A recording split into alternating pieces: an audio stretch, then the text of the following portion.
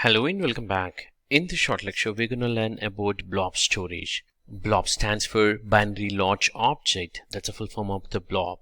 Let's try to understand more about the blob storage and whatever you try to save the blob within the blob storage.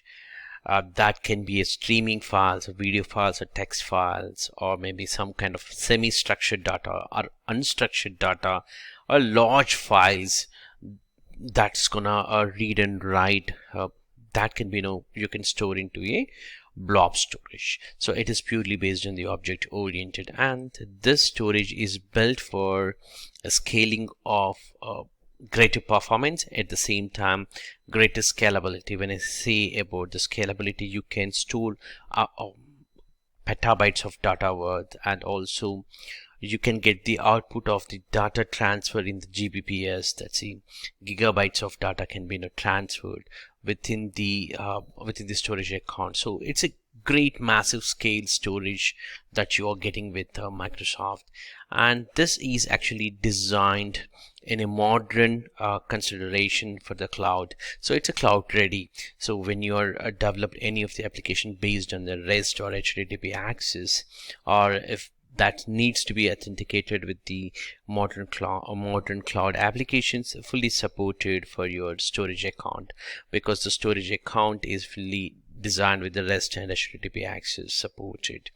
And the blob storage is you can basically store all these objects which are larger files, or images, or video files, or virtual machine disks files can be stored within the blob storage. When we look at the structure from the Microsoft Azure portal side, the objects, how it looks like from the portal, let's say you have a resource group. That's where you have created a storage account here. So this storage account is inside your resource group, and within this storage account you're going to actually create a container, and these containers will have the objects. So that's what we're going to actually try. Let's say in other way, like whatever you're trying to store inside the blob, that actually goes to a container. Within this container you will have the objects. When I say object, actually because it is actually storing in the object format, but here you can consider as your video files, or your semi unstructured files, or unstructured files completely, like music files, videos, text files, log files, or VHDs, disk files. All that can be stored, and that can be considered as a objects, and that can be stored inside the container. Now have a look on the type of the blob storage. So for a greater performance, you can choose the type of the blob storage. And for example, the first one would be, there are three types actually, and if you look at the first one, would be the blob, which is nothing but the common type of the blob that you use it. So when I say common, the common things like your streaming content, or video files, or images like photos and text files, all that can be stored as a in general. And if you are looking for a appending operation, in that situation you can actually go for a blob type. When you're creating, you can use the append blob. So append blob is basically useful in terms of a continuous logging is happening to a single file, or some files are keep on writing the operations. In that situation you can actually use the append blob, so that you get the greater performance, greater scalability. And also there's a page blob. Page blob is basically if you are looking for a read and write operation should happen and it randomly for a greater performance, then you would be choosing page blob. So a typical example for this would be a virtual machine disks. Let's say you have attached one of the additional disks, that can be actually configured from a page blob. So these are the blobs that we can talk, and let's jump into the Azure portal to have a look on how to create. So when you try to create storage account, you have for example, if I just go and run the storage account creation process, and you see here account kind here, once I choose here, I have an option here for the blob storage. So I can go ahead and create a dedicated blob storage account altogether, or I can actually go and use my existing storage account in this case, because this has even the containers, which is nothing but the blob services within this. So you can go ahead and use the service. So if I just explicitly choose by creating the wizard for the blob based storage account that is fully dedicated for only blob, and it doesn't contain anything called files, file sheets, or table or queue. So it's purely dedicated for blob services. So let's jump into creating that specific account type from the storage account. So I'll just click on add. So I can choose here my resource group and give a random name of your storage account. So demo, this is for the blob, demo 123 or something like that, and choosing the configuration here as only account type is completely blob. So now I have, even though I have choose the blob type, I have here the option for LRS, GRS and read access GRS. So I can choose the type of the blob type. So I can choose here, I'm just going with the LRS at this point of time. Later point, if I want, I can change it even. So I'm just going to the networking. So I do have here the same type. Like I can choose, I can enable this blob for my all networks, which is including the internet and intranet. And if I choose only public with only selected IP address, I can give here, or with a specific VNet, I can configure here, or just to the private endpoint. So we did talk about all these types. So I'm just going at this point of time with the public endpoint for all networks, and then I'm going for the data protection. Again, for the data protection, for the recovery and tracking, we did talk about this when we are trying to create the standard storage account. So this is as simple as that. For the soft delete, so how many days it should be stored the data once you delete it from your blobs. So that's the option which you can set it if you want to configure and turn on point in time restore container. So if you choose that, you can choose the number of days it's gonna stay for point in time restore, to restore one or more of your containers before it's actually deletes. So these are the things, and these two are tracking information, so that would actually changed within the versioning, within the version of that blob. You can configure with the tracking. And coming back to the advanced, so I'm gonna select as a normal things here. I can choose even hot or cold specific data type here, and the idea of the tag mentioning here would be within this blob, if you are frequently accessing, you should be choosing as a hot, like read and write access is very frequent, then it's better to choose as a hot. But if it is very rarely you are using the files from this blob, then use as a cool access. And later point, even you are trying to only access those files, maybe log files, all those things, maybe a periodic time, let's say 1 year, after 1 year or 6 months, then you can actually make that into archive. I'm going to show you that within this demo also, which we can change it. And the blob is accessible publicly. You can configure public or disable all these options. And now tags are very important in terms of the billing and managing, and to find out who's responsible for the storage account. We can give that details and click on review and create. So that's going to create a storage account for us, which is a kind of account would be blob storage. If the blob account has been created for us, we'll just go to the resource. This is very similar, and even the type is a storage account. So here, if you see here, the difference is you have only container. You don't have here files and sheets or queues, tables, all that are not available, just a container. So you can design your containers here. So within this, you can create your own container. If you see here, dot logs are there, dot blob change feeds are there. So I can straightforward go ahead and create here a blob type. Let's say I want this for my demo. So what would happen is this becomes as a a folder. So it's not really a true folder. This is a kind of a folder, but we can't say this is a true folder. Even though it was showing here as a folder, it's not the real true folder. And coming back to the access, so when you try to create anything, you can actually change the access level.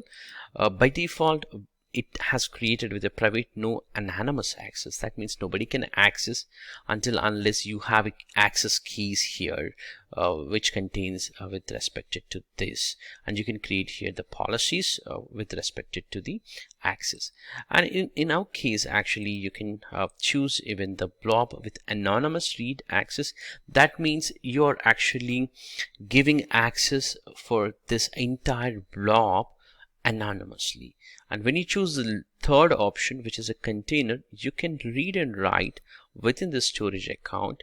All the blobs can be listed. So that means you're actually giving more control. So it all depends on what permissions you need to define. But security is a key thing that we need to always consider, and we don't want to give just like anonymous access to be granted. So we know that to which account or which access is really needed for what network types, and we can configure those firewalls, all that which we discussed in the previous lectures. For now, so we know this is what the storage account creation for the blob, and we can set the access level for your blobs, and even we can upload the files directly from here. Let's say I want to just upload a text file, in this case upload. So this file has been uploaded, and if you remember, the type of this storage account with a blob is configured as with respect to the tire as hot.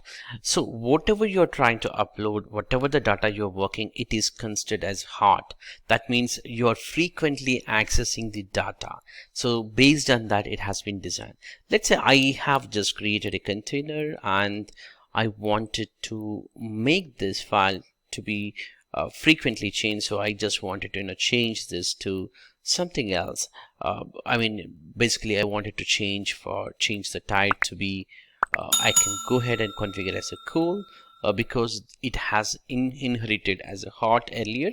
I can change this as cool. That means it is very rarely accessed. And if you have a file that has been backed up and you don't want to reuse those files, definitely, so in that situation you can actually configure as an archive, so that it will be very rarely accessed, and it takes some time to actually unzip and show you. It takes some time when you move into archive. So let's jump into other options that we have within this blob. You can also configure this blob with a static domain name. So for that, all you have to do is just go to your custom domain and give your domain name, and you have to configure your GoDaddy or Namecheap or whatever the DNS provider. In case if you're using Azure DNS, you just have to create a CNAME with your storage account name. This is my storage account name, and also blob.co.windows.net. This has to be pointed with my domain name. So once I have done that, I can simply enter here that domain name. So my storage account is able to browse for publicly with my domain name. And if at all I want to configure a static website, in fact not the type of your storage account is a blob, you should use the normal storage account. Then you can actually configure a static website. You see here you have a static website option. So just click on that and make sure that the type of the storage account is not the blob, which is not applicable. So if you have the normal storage account, and then you can click on static website and click on enable, and give your index to the front page. Let's say most of the time index.html example, and your error documents path, whatever it is, the page, if it is not opening, this is a file it's going to open, you can give. So once you have given this, when you save it, what would happen is that magically it's going to create a $web folder or container, I would say.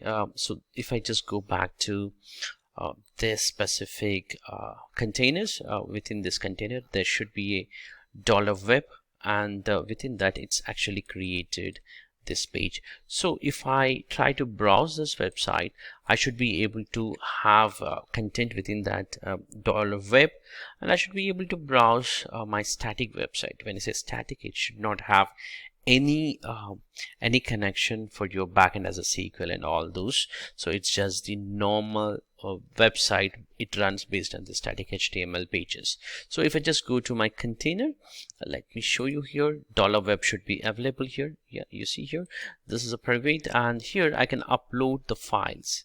For this demo purpose, I can create a sample index.html file, and that can be uploaded here so that the website should actually available here. It's index.html, and click on upload.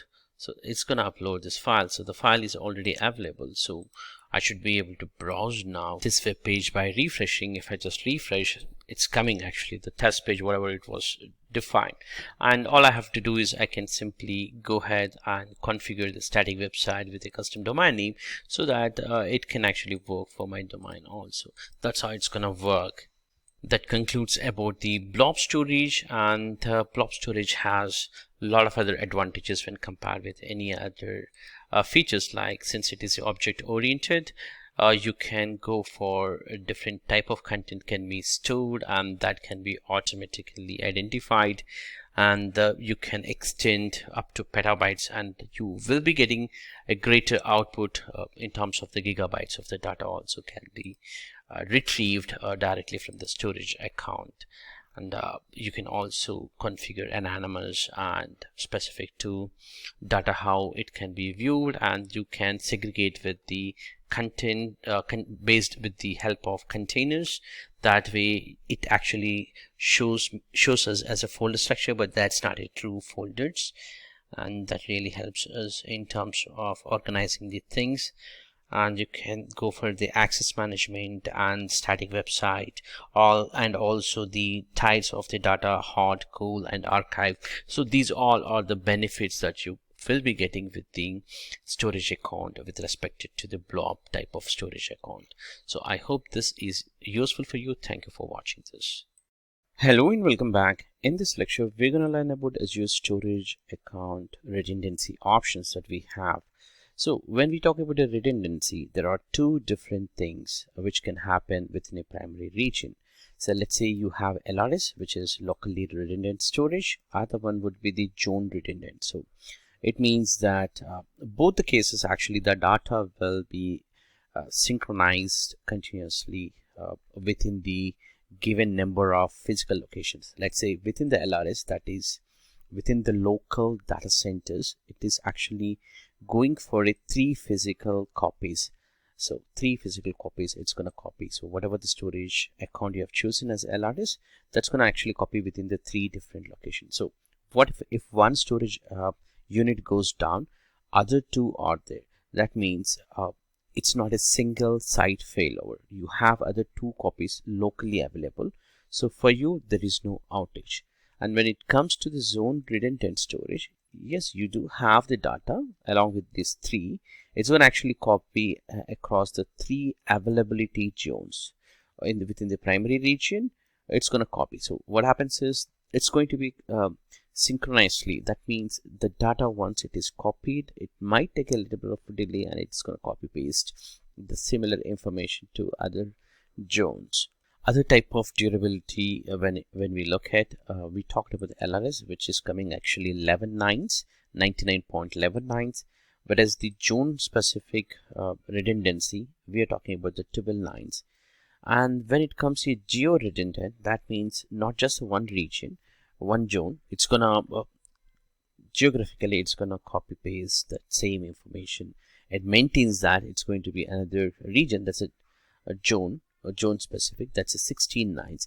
And coming back to the zone with geo, you're actually getting about 16 nines, and this is very rare case where you're gonna fail you, right? So you have the high availability and durability and their limitations. So let's take one scenario to understand. Let's say I have a storage account and I configured when I was creating as LRS So what could have happened is within that Microsoft infrastructure, so there was a down or outage of a storage unit completely. In that situation, it's going to protect either you choose LRS or ZRS or GRS or GZRS also. So what does it means is the data is already available locally also in another two different storage units. So you actually get the data as it is, and there is no impact for your storage account. That means there is no outage for you. But if the entire data center goes down, so we talked about here one of the storage unit was down in this case within a data center, but whereas here the entire data center goes down, you cannot get your data in LRS, but you can get the data with a zone redundant. That's a zone to zone. It's gonna transfer the data. So you have that option, and GRS and GZRS also you have the option. And coming back to the region-wide complete outage, let's say complete East or West US, such kind of a complete region is outage, then you can only get it from the geo redundant, but not from the ZRS event. And let's actually go ahead and also remember that all these options, you might be thinking that this is a great option because it supports everything, or maybe this GRS is a great option, but it's not supported all type of the storage accounts. So you need to make sure that if you're choosing LRS, it can only support general V2 purpose and also the V1 for blobs files and blob storage also, but not for the here. If you see, if you want to create here a block storage or blob storage, you cannot do it in the Z0. So that's a limitation when you try to create. So let's jump into the Azure portal and try to create one of the storage accounts. So from Azure portal, you can click on storage, then click on add to create a new storage and choose your resource group. And when you try to create here a storage account, this should be a small and it should be a unique name. So I'm going to give here as storage account. So I'm just giving you a random name, so that's going to be my storage account name. And I'm going to choose here as the East US, and I have here the option that I have to choose whether I want to go for performance based like a standard or premium. If you remember, if you see here, if I choose it as soon as the premium, it's gonna giving me not all the options like we used to have with the standard option like geo redundant or maybe read access geo redundant. So what happens is with the GRS, you have one more option called read only option. That's it, read access only will be available. So that becomes as the cheaper, a little bit costier and a little compared with the geo, and that becomes as the read only or read access geo. So you cannot enable all this with the premium because it's at this point of time it's costly, so they are not offering these features. But you can choose here you want to configure a storage account too. If so, also you have all these options. If you remember, this is what we talked about in this table about the supported storage account types, and you can choose the one which you wanted. And in our case, we're actually configuring here, let's say LRS at this point of time, or maybe GRS.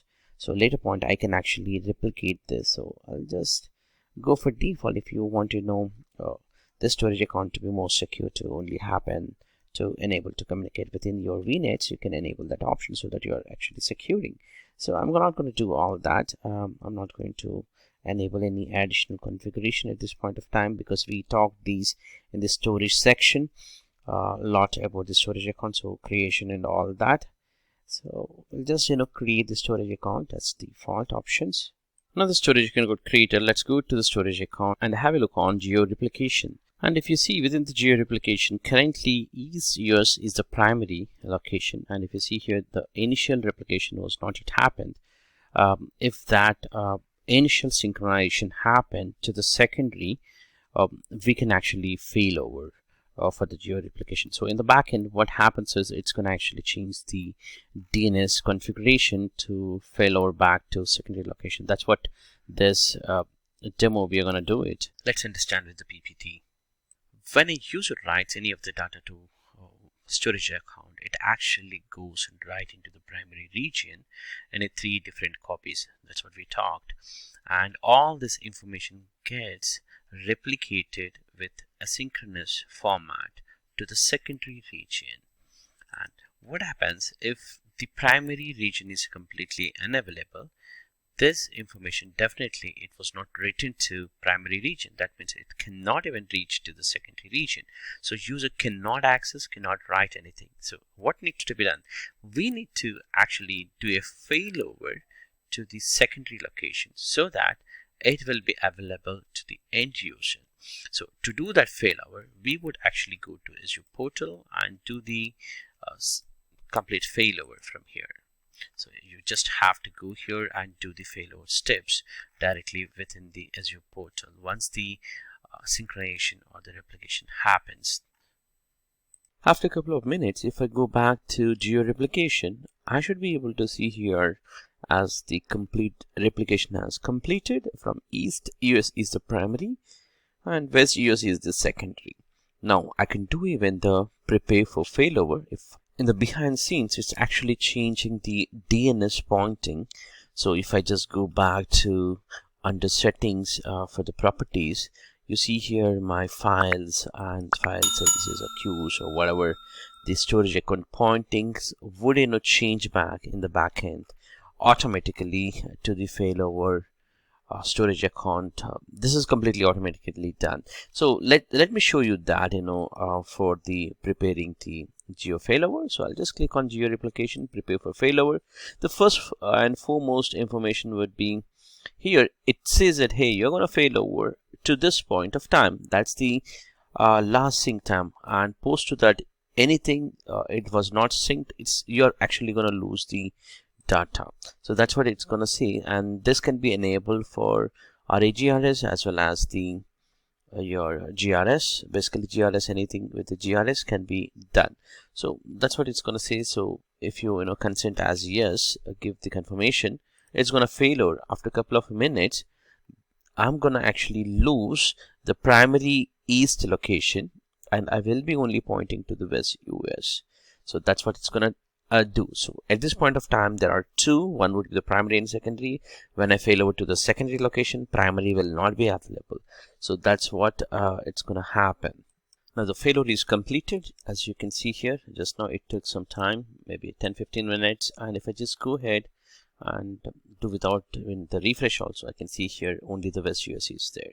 So what was the change now? So earlier it was pointing to East US, now it is pointing to the West US, and if you see here, this has been completely converted into GRS to LRS. Why I'm calling as LRS? Because it is just to the one location with the 3 copies within that data center. Now it's time for us to, if really want it to be secure post to the failover, you can go and convert this storage account type to the again GRS. If you point to the configuration, you can see here it is currently as LRS, and you want to configure to the GRS, you can do that very well and you can save that. So what would happen is it's gonna actually change back to again one more time to the GRS. So that would actually take some time to effect with the GRS. So it's gonna fail over to again, I mean, if we want, we can do the failover, but this time it's gonna make as the West US as a primary and the East US is a secondary, and it takes some time for the initial replication. Later point it does all that. So this is how it's gonna work. I hope this actually is useful in terms of the configuring the GRS for the geo replication and the failover configuration. Thank you for watching this. Hello and welcome back. In this lecture, we're going to learn about AZCopy, a copy command which will be used from one storage account to another storage account, or anything you wanted to do it for data upload or download, you would be using AZCopy. In fact, in the previous lectures, we did actually used Storage Explorer, a tool from Microsoft, which is a free, and also we tried to use the within the browser built-in Storage Explorer tool also. But this lecture is going to be fully dedicated. If at all you don't have that tool and you wanted to work with AZCopy, then this tool is the right tool for anything to deal with the data for uploading, deleting, or downloading or copying to somewhere, or from one storage account to another storage account, this is the tool which you're gonna work with AZCopy. This tool can be downloaded from this specific link. I'm gonna give you the link. The current version is 10, and as we talk, this is the latest version as in date, and it might change, but the commands are very powerful and it might be useful in the future to update some of the code. So the way it works is you need to use a first command called AZCopy and then log on, so that it would actually comes up with a device code within the command window, and you would be entering that code. Then it actually enters, you need to enter your user ID and password. If at all you have a permission, it's gonna actually allow you. So we are gonna do all these steps to perform. And if you have a multiple tenants, you can actually use AZCopy with logon by giving a tenant ID equivalent and give the tenant ID. So that way you're explicitly logging to that specific tenant wherever you have the contributor rights on that specific blob. So here are the commands that we are going to use within this specific demo. The first command would be the AZ logon, which will be used for the login purpose. In case if you have a multiple tenants or you want to explicitly log into a specific tenant, then this is the command you need to use it. In case if you are trying to do with the Azure trial, and if you're trying with the trial account, it might not work unless you grant the contributor rights. I'm going to show you in this demo. And the command for copying from AZCopy from a local files, let's see, I have a folder called AZ in my C drive, contains some kind of images and folders. If I want to copy that, just the files, I would be using this command AZCopy from my source to my blob location. And if I want everything including the folders to be copied, I need to use recursive flag at the end of the command here. And in case if I want my entire blob to be copied from one storage account to another storage account, let's say from my source storage account to destination storage account, I would be using AZCopy with the storage account of my source storage account with a container name followed by a SAS key. Yes, earlier we tried to use here directly the commands we try to upload, but here anything to do with the AZCopy for a storage account to storage account, you need to work with the SAS tokens. In fact, we have worked with the SAS tokens in another lecture already. You can check out that lecture, how to generate the SAS. But anyway, we are going to generate that SAS tokens within this lecture also, and then that time bounded SAS tokens would be pasting that command, and then you would be giving the destination storage account with a container name. That's where it's going to copy paste everything. And if I try to build this command, it looks like this. So I just try to differentiate with the colors like blue and green, and with the recursive, in case if you want to upload even folders, and that's a container folders inside that, any files also, then you should be using recursive. So that being said, let's jump into the demonstration of AZCopy. As we talked earlier, we are going to download the AZCopy. So you have here multiple options, one for Windows and one for 32-bit of Windows and Linux and Mac also. So it depends on your client operating system that you can use the AZCopy command. So I'm just using a 64-bit and download it, and I'm going to copy this file to my C:\Windows folder. The reason being I want to paste it here is by pasting here I can call from anywhere in the command window, or otherwise I have to just go to that specific directory and then do the changes from there, like executing the AZCopy. The third option would be you can set the environmentable variables. So in my case, since I trust this azcopy.exe, I'll just copy here. That's good. And now we have the copy command. Now let's type to see AZCopy command. I hope the text is visible for you. And you see here, this is the AZCopy, and I can type the help command to get more information. Now I'm going to actually work with the first command that we try to build here with the AZ logon. So if you see here, this is my account in my tenant. This is my tenant ID, which is starting with the B7, and here I have a user account already created in my tenant, and I'm going to use that account for working with this demonstration purpose. So AZCopy logins, otherwise you can give -- tenant ID equivalent and give the tenant ID. So in our case, AZ logon, this would actually open up a new window, and before that it actually generates a device ID for this browser. So you see here, I need to open up this URL, that's a device login, and give this ID as the logon ID for this URL. So that's what I have to do. So let's jump into that, open up, and here give this small code that is given by this machine. So I'll give this so that it's going to actually ask the account that is going to be signed. So I have a used account in my Azure AD. I just wanted to give that account, so that would take it up. And since I have a multi-factor authentication, I might be prompted to enter my multi-factor authentication ID also. And yes, I'm signed in now to the AZCopy environment within my application. So now let me open my command window here, and it's a login is success. Now this is the account was signed in. I have already created two storage accounts, one with the destination storage account as a demo, that's a name, and also one with the source storage account demo. So there are two storage accounts that I have created, and I'm going to use within this demo these two accounts. The first one is a source, so let's work with the source. This is where we will try to upload our local files to the storage account. So if I just go to containers, that's a blob container, I can create here a blob container with a name called maybe test folder, and you see here I'm actually working with a private, no anonymous access. So only if I sign in, I should be able to access, otherwise nobody else will have the permission. In fact, we talked in detail about this in the storage account lecture.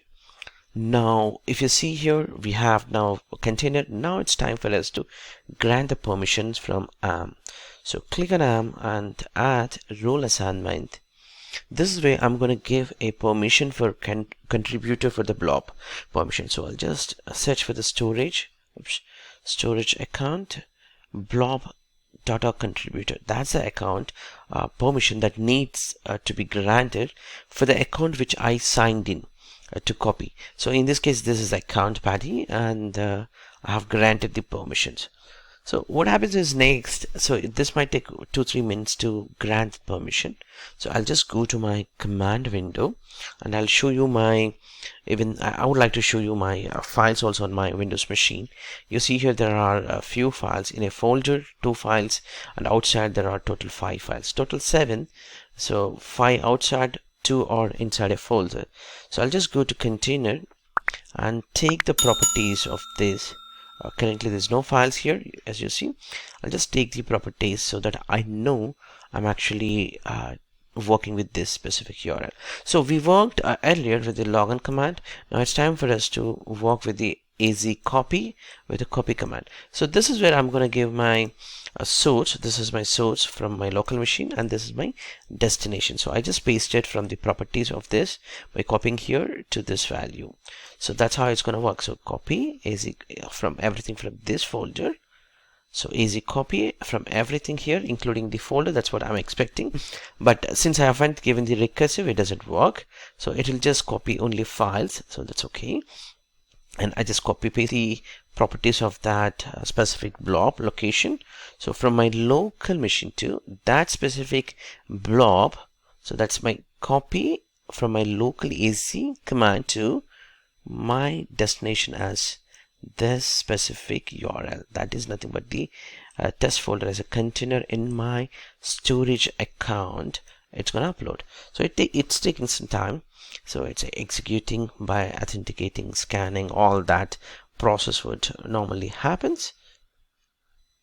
and at any point of time it should actually complete. There are 5 pending files, so if you see here there's a total 5 pending files. That's what it's taking, and that's a log file. If you want to review, you can review from here, log, and this is going to take some time, so let's wait for a minute to complete these files. So this is almost completed. If you see, the final job status is completed, everything is fine. So as a next step, what I will be doing is I'll just go to these files from my Windows machine. You see total 5 files and 2 are in the folder. So let's go to the Storage Explorer account and just go to the test demo container, and you see here these all the files has been copied here, but it was not copied the 2 more files which are in a folder, right? So if you wanted to do even that 2 also to be copied, you can actually run a command called recursive. That's what we talked. Anything with the folder, you can actually work with the recursive. So I'll just paste that command here and click enter. So this might take a minute to complete, including the folder contents also, by creating another folder within that container. So that's good. So now you see here 7 pending files it's showing, and 4 now currently. So it's completed total 7. Earlier it was 5. If I just take it to the screen up a bit, you should be seeing as only 5. So let me show you here. You have total 5, and this time it is 7. So let's go to the container and do a quick refresh and see if we have a folder. Yes, we have a folder, and within this folder we have the 2 files which are exactly the name format. Since I gave as a folder, it came as a folder. Otherwise it can be any other folder name with the 2 files also. Now we understand that how to upload from a local machine to a storage account here. Now it's time for us to copy from a storage account, that's this storage account, to another storage account. So how do we copy? So for that we need to grant again permissions, and we need to create a container also. Let's first grant the permissions. So I'll go to the destination storage account, and from AM, that is the access management, so identity access management, and then add the account here. So I'll just go here and click on add, and this time it's the same permissions like we have given storage blob data contributor, right? So the same permission we have to give here, and then select the user account that wanted to upload. Say in this case again the account called Paddy, and click on save. That would actually grant the permission for Paddy. Now it's time for us to understand copying from one storage account to another storage account doesn't work like the way we wanted. It should actually, you should grant the on a source storage account SAS permissions. So it doesn't work just like authentication based. So I'll just go to my source storage account, and from here I would actually generate the SAS. So in the previous lectures we did actually work with the storage account by creating a shared access signature also. So the same thing we are going to generate now one more time here. So I'll just go to SAS, and I'm going to only work with the blob. So I'll just use the blob, and the services, maybe a container is a good option, but I'll just take everything.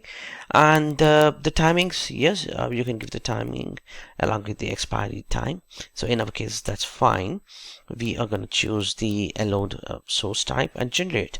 So that would generate a SAS token. So I would actually work with this SAS token, and I just copy this the SAS token, and then I'll try to build a command that would actually copy here. So I'll just copy paste the documentation. As per the documentation, if you see here, I need to actually work with AZCopy with the source, and then the container of the storage account. This is a storage account, and the container, and the path of path is nothing but the container, of course, here, and here the SAS. So SAS token to be pasted. Later point I'm going to actually use here the destination along with the container name. So that's what I'm going to do. So I'll just change here the values. I need to give here the double quotes. I'm going to do that later point, but just to copy here till here the token. So this is the destination with the container name. So here what I'll do is first I'll replace with the SAS token that we just copied. So we just copied from here. So I'll just enter that SAS token. I need to take out that less than and greater than symbols. That's a brackets, and this is my storage account. So as you know that the storage account name just to be replaced is good, so I can just copy from the top as the storage account name.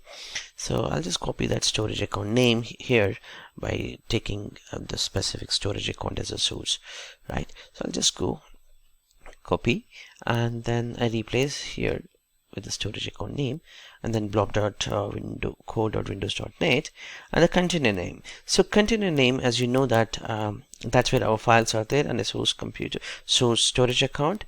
So I'll just go to containers and take the storage container here. Take the storage container folder called test folder. So I'll just use this container name, and now that path is not needed because I'm not copying inside container of this folder. Let's say if I want to just copy the folder, I would give here a blob path as a folder, but in our case we don't need that, so let's take it out. Now it's time for us to remove that symbol also. Now this is the SAS token, we copy paste it as it is. Now it's time for us to paste in the destination. So let's go to the destination storage account and give this complete path. But you see here we don't have a container actually which was not created in a storage account. Let me show you that this account. So let's take the storage account name first and replace that with the storage account name, and you see here container name. So let's say I want to give here a specific container and I wanted to create that container also. So in this case, let's say demo target I can give here, and I don't want to create any other folders inside this, so I'll just take it out that. And now I need to create demo target. So what I'll do is actually I'll go to even the recursive if I wanted to copy everything, and I'll just go to the command prompt to make a container called demo target. So if you remember, this is what the actual path, and we try to make this query to build in this format, like that's where the SAS token and then the destination. So within the destination the container was not there, that's called the demo target container. So this is not there, right? So I have to create this, so I'm going to do that, and what I'll do is I'll open up my command window. So here there's a command called AZCopy. If I just show you before we jump into AZCopy command, from the containers there's no container here, so I need to make that specific command. So what I'm going to do is actually I'll create this specific container till that place. So I'll just copy, and I'll make that command like AZCopy. I'll just type AZCopy, and here, and make, that's gonna make that specific container in that storage account. So container name is demo target, it's going to make. So successfully created a resource with the make command here. So if I just go to that storage account and refresh, I could see the container here. So now I know that I have rebuilt this complete command with a double quote, and I'm going to use the recursive. So source and destination is ready along with the SAS keys. Simply I have to paste this command. So what would happen is AZCopy is going to copy, and this is going to copy from here all the source, and this is where we gave the SAS token which has a permission with a time bounded permission, and this is going to be destination, and this is where it's going to copy as a destination container, and we are doing a recursive. That's what we are trying to do. So it's going to take a minute or so to completely copy all the files from one storage account to another storage account. It all depends on the speed and upload upload and download bandwidth and all the parameters would be involved. And that's good that we were able to copy it in a minute or so, and it's processed because source and destination does not have a full support folder. So as we talked in the source lecture, the storage account lecture, empty folders doesn't copy, as you know that, and it's copied total 7 files. So if I just click on it, I should be able to see here 5 and 2 into a folder. So 5 here and 2 there. That's good. So now the copying is successful. So what if you want to learn more, you just go to this specific URL and learn lot other commands. And in fact, I did try to use all these commands here. And if you want to work with specific to the Blob, you just go here. And if at all you're working with Blob, just go here. And if you're working with the Amazon S3 bucket, just to copy from there to here, you can do that.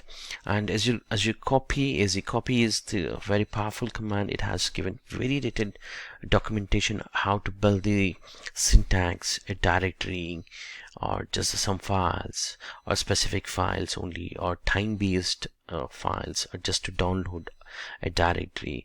All that were mentioned within this specific article.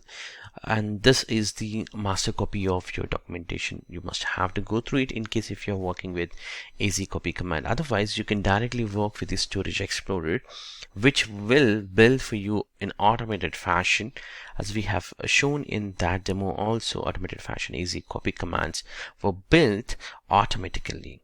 So that's a command which we used, like AZCopy from one storage account to another storage account. So that concludes how to use the AZCopy command. I hope this entire lecture is useful for you. Thank you for watching this. Hello and welcome back. In this lecture, we're going to learn about Microsoft Azure storage account with respect to the file shares. So we learned in the previous lectures about storage account, and storage account offers a couple of different storaging solutions. Let's say containers, tables, and queues. Now this time we're going to work with the file shares. So file shares are serverless SMB share folders. So it's like you can basically Azure Files offers fully managed file shares within the cloud, and you can access from anywhere with your SMB protocol or maybe NFS. When I say NFS, yes, you can access from Linux and Mac client also, or not just from the Windows, so you can access from anywhere. This way, NFS file shares are useful for the Linux users and the Mac OS specific clients, and Windows, definitely SMB 3.0 is used within this. So let's jump into a quick demonstration on how to create a simple file share and try to map on a Windows machine. To do that, you can go to your storage account and map it to your file shares and click on file share. This is where you can give the share folder name. Let's say if this is HR specific HR docs example, and the maximum quota you can give up to 5 TB, and here I can give as 1 GB of the minimum what I wanted, and you can define the type specific transactions which is going to happen. So most of the time we would be using the transaction optimize, which is a hybrid of cool and hot specific, including the premium. So you can take the transaction optimized and click on create. So that would actually create a share folder. Now what next? Definitely to work with this, we need to you can directly click on that share folder and work from here. Definitely as admin we can work, but not for the end users, right? So what we do is, let's say if I wanted to upload directly, I can do it from here, like upload and browse. I can give some files to be uploaded. Let's say upload the simple trace file, trace.log file. So this has been uploaded. if I refresh here, I should be able to see here the contents that we uploaded. Now let's say I wanted to work from Windows mode like a normal network map. So how we work is mapping that network share, very similar the way like you map here from the like map network drive, and you would be actually giving the network share folder. Similar way, if you want to map it automatically, you have the commands that are already given by Microsoft Azure. Let's say if I just go back one more time to the HR docs, so you can have your connect option. So when you click on connect, if your client machine is running on a Windows, you get 8 different commands that are pre-populated for you like these. And if you want to map for a different operating system, in this case Linux, you can use this. And if it is a Mac, yes, you have a different option. And at the same time, for mapping the drive later in Windows, maybe you don't want on a Z drive, maybe you can go for U drive example. So all you have to do is when you take that, it automatically updates the command line that is used to map it here. And all you have to do is just copy this code, and you see here this is a PowerShell command. So just open a PowerShell.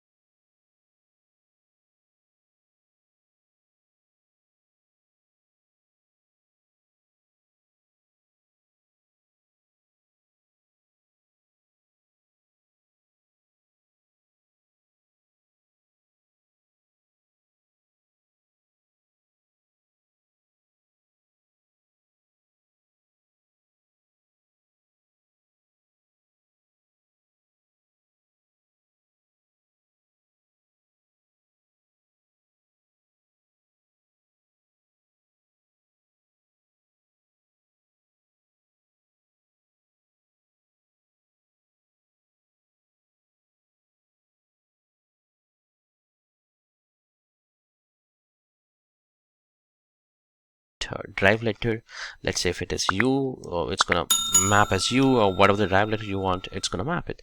So I can copy that password and give it so that it's gonna work. So That's how you can map it from the Windows mode. And if at all you want to do it from the net use command, you can use a net use command also. At the same time, I just wanted to show you here a major difference between the run as administrator, that's a run as administrator. So you know that we have already mapped network, right? So if I just use the net use command, I do not see this drive letter which is in U. It clearly says there's no entries in the list. But the same command, if I use it with the normal command window, you see here, this is just the user context. It's not as administrator.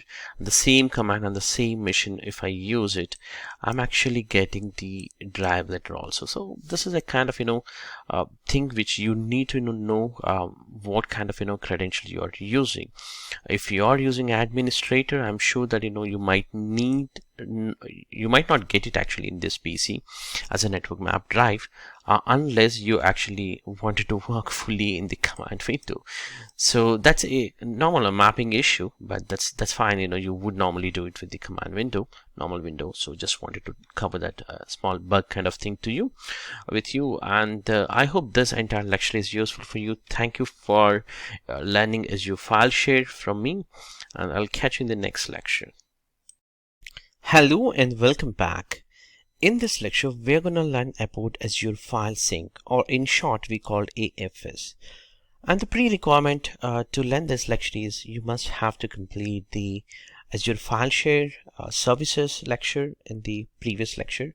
Just go ahead and look into that Azure File Share lecture so that you know that the what exactly file share. Now we are talking about on top of it Azure File Sync concepts. With Azure File Sync, shares can be replicated on-premises or in Azure and can be accessed through SMB or NFS shares on Windows servers.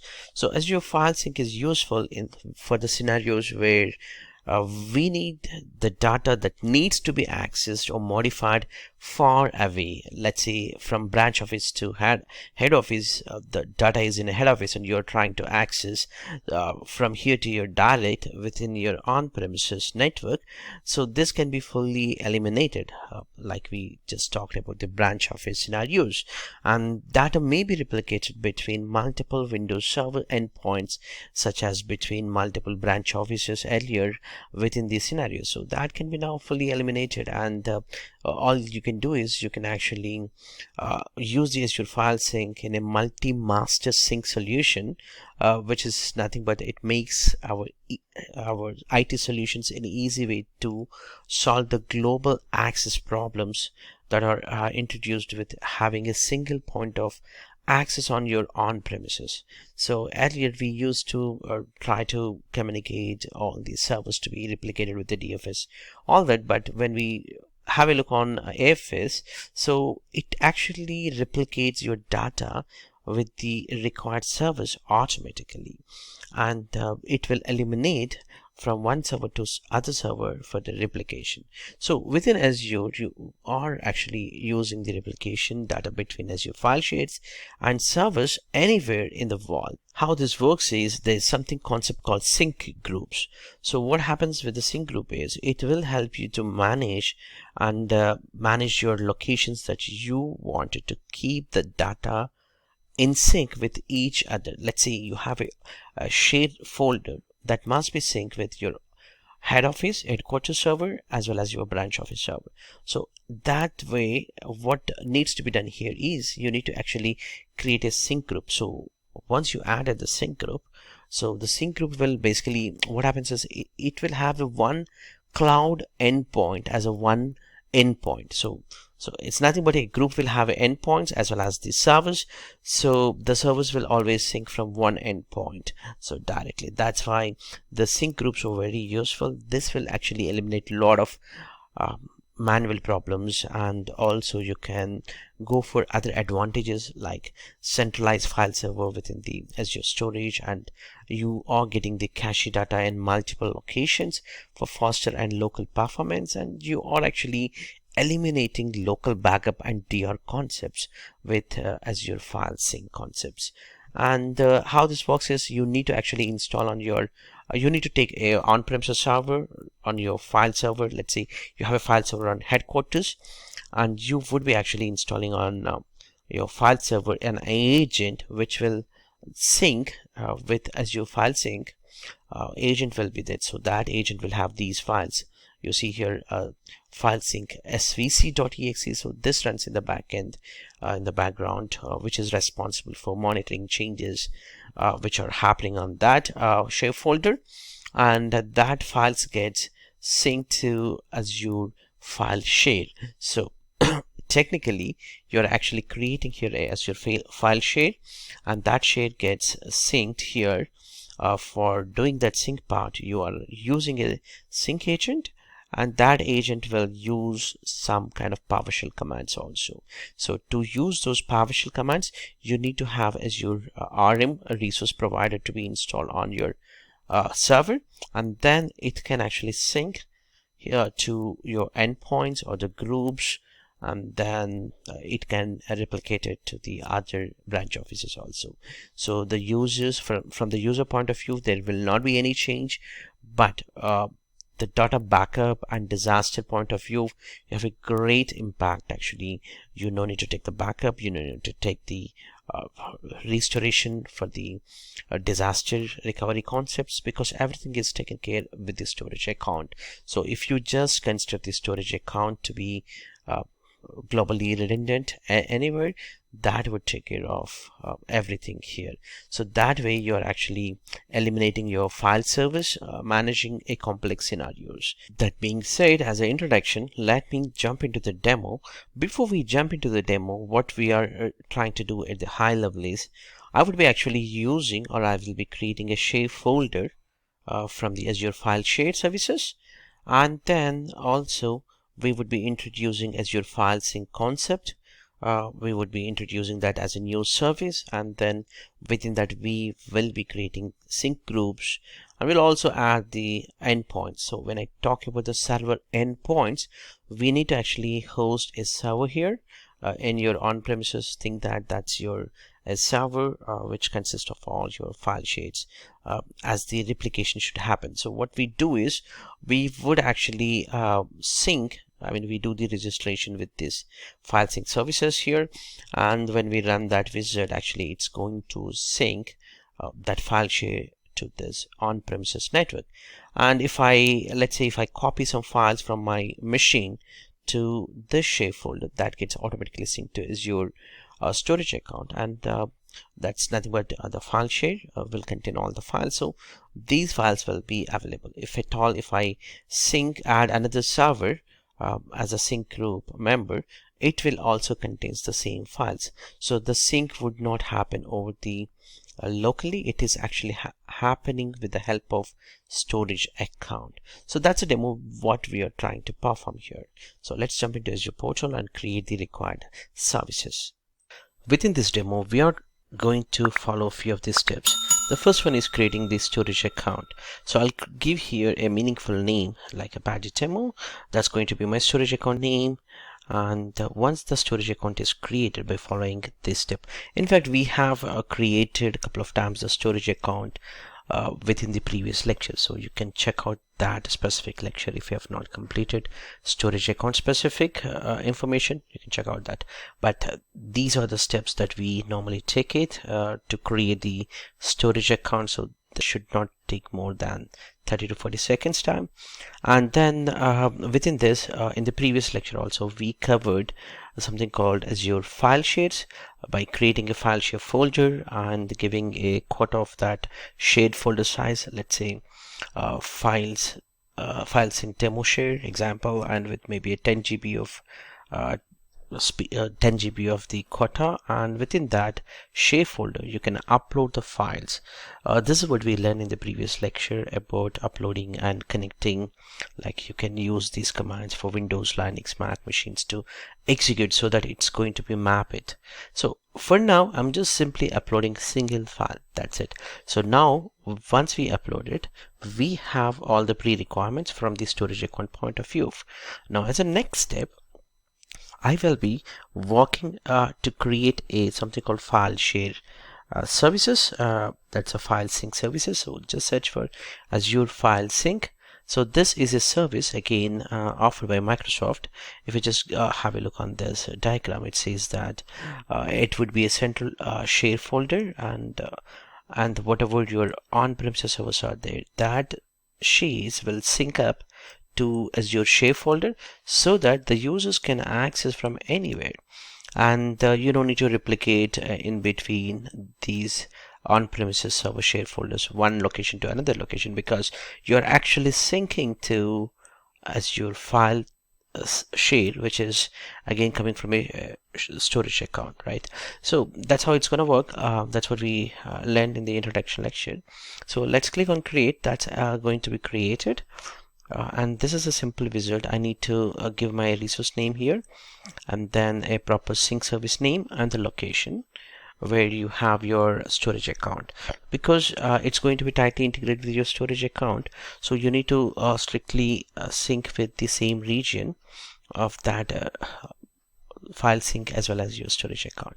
So that service is fine. Let's click on tags and review and create. So this is going to be done, and if you remember, the resources are by default given as storage sync service. So in case if you are looking for any kind of automation, you can use that tag. So once this is created, you have here the options. The first one would be the sync group. So you have here sync group and register service. So what happens with the sync groups is, it's a group is nothing but once you create a group like a head office group example, within that group we can integrate our storage account, so that within the storage account, whatever you have the file shares, that will be part of your sync group. And later point, within this group we are going to add registered servers. So what we do is we will go and log into our on-premises file server and then register that server to this sync group. Then whatever the shared folders are there, that can be uploaded to your sync group, because sync group contains logically your shared folders. That's a file share folder from storage account, and whatever the files are available on a shared folder, that also gets replicated to your on-premises server. That's how it's going to work. So let's do that configuration one by one. From sync groups, I'm going to create a new sync group. So by clicking on a sync group, I'll give here maybe HO for a specific location. Let's say HO for my US location. So I can give as HO hyphen maybe here give as USA, and then select your subscription here, and make sure that you have to select the proper storage account. As I said earlier, whatever the sync file sync specific group is created in the same region, it should have, you should be having the storage account. Since it is East US location, I'm able to browse my storage account, and now it is asking me to show and associate my file share. So in my case, I have only one file share, so it is actually retrieving in the backend. So you see here, it just got retrieved that file share, and select and click on create. So now what happened is, we have actually integrated within a storage account with a file share to a group called HOUSA. So if I just wait for a few more minutes, and if I go to this group, I should be able to see that specific groups. And we have not yet created any registered, we have not yet registered any service. That's why here there's no endpoints. So once we log into our file server and registered, I should be able to locate here as the server endpoints. For now, the cloud endpoint is this. So what does it means is, there are two things. One is your from on-premises endpoint, other one is a cloud endpoint. So whatever it is there between these two, we are making a sync so that the data gets replicated from here to there to here. That's the plan. So let's complete the other part of configuration at the server endpoints. So once we have done that, we will get the syncing all that information. But if I just click on here register server, there will not be any list of servers, because we didn't install anything as the endpoint service. So for that, what I have to do is I have to log into my file server. Then I need to download an agent which is used for the syncing purpose. And then that is, if you see here, this is one which I have to install the file sync agent. And then once I install, I have to register with the sync group. So that takes some time. So for doing that, I need to go to a machine which I have in my on-premises network. So this is my on-premises network. If you see here, I have 2 drives. But before doing anything, I need to disable the IE enhanced security, because I'm gonna run some kind of PowerShell script and all that. So it's gonna prevent me. So I'm gonna do that as a temporary, not as a permanent.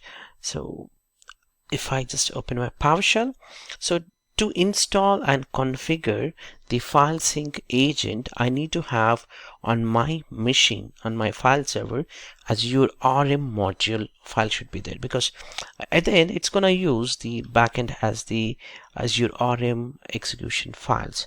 So what I will be doing is I will be installing a module called install-module with a command called install-module name as Azure. So that's going to take Azure RM. So that will take a minute. So since it's a PowerShell gallery, it's coming, so I need to trust and say yes. So that's gonna install. So this is article which I'm gonna attach to this lecture. So this article talks about how to do it step by step. So we have already done now Azure RM, which we have already.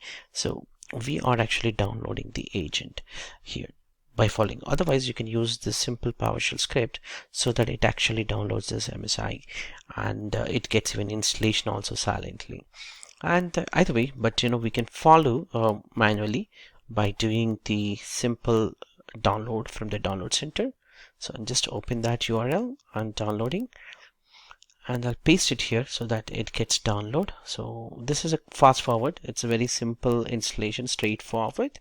So very simple checkboxes, default. Once it gets installed, let me close all these because it's not needed anymore. So from here on, it says that, hey, are you up to date with the Azure File Sync? Yes, I do. And then it's going to say that, hey, you must have to sign into Azure subscription so that I can pull my file services and the sync group, right? So I need to choose here as a private or public cloud. So in my case, it's a public cloud, not the government. So I'll use the public cloud and click on sign in. So this would come up with my sign in credentials. It's going to prompt. So I'm going to fast forward here also quickly to sign in. And from here, I need to select my subscription and then my resource group, proper resource group here. And this is a resource group where you have your Azure File Sync services are configured, and then the service with specific to storage sync service, which is in this case, this is the one which we created, and click on registered. So what would happen is this server goes to that specific sync specific, this is the one, right? So storage sync service, and then it's gonna register there. So that's what the idea here. And also if you look at my share folder here, so this is a folder which is going to come up in a minute. So here, this is the sync name what we have given, so demo file sync. That's why it was showing the same thing. And this is my sync group. So you might have multiple sync groups also. For now, there are no registered servers. So in a minute, I'm going to get the registered servers also. So click on register. This might take a minute or so, or in the backend actually it runs the PowerShell scripts to register internally. And once a registration is success, it actually gives the a report, detailed report with the networking connectivity. In case if it is not open the ports for connectivity, you're gonna get the errors. And also you can check the log for Azure resource specific URL. And then just close this. We don't need anything else. And if I just go back to my sync services here, and within this I need to actually add now as the server from my on-premises as an endpoint. Now we earlier actually configured as the shared folders from Azure storage account.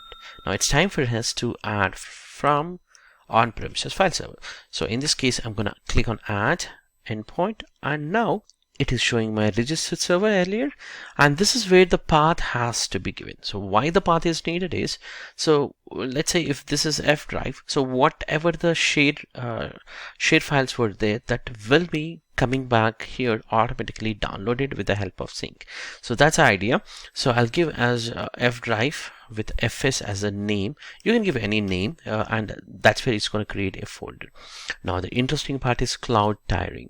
So cloud tiering transforms your server endpoint into a cache server for your files in Azure File Share. So if you're using file share services, if you want to use as a cache, you can enable this option. And in our case, I'm not actually enabling this. And coming back to other options that we have within this, like here the offline data transfer. Let's say you have a huge data and you wanted to send with the data box, Azure data box.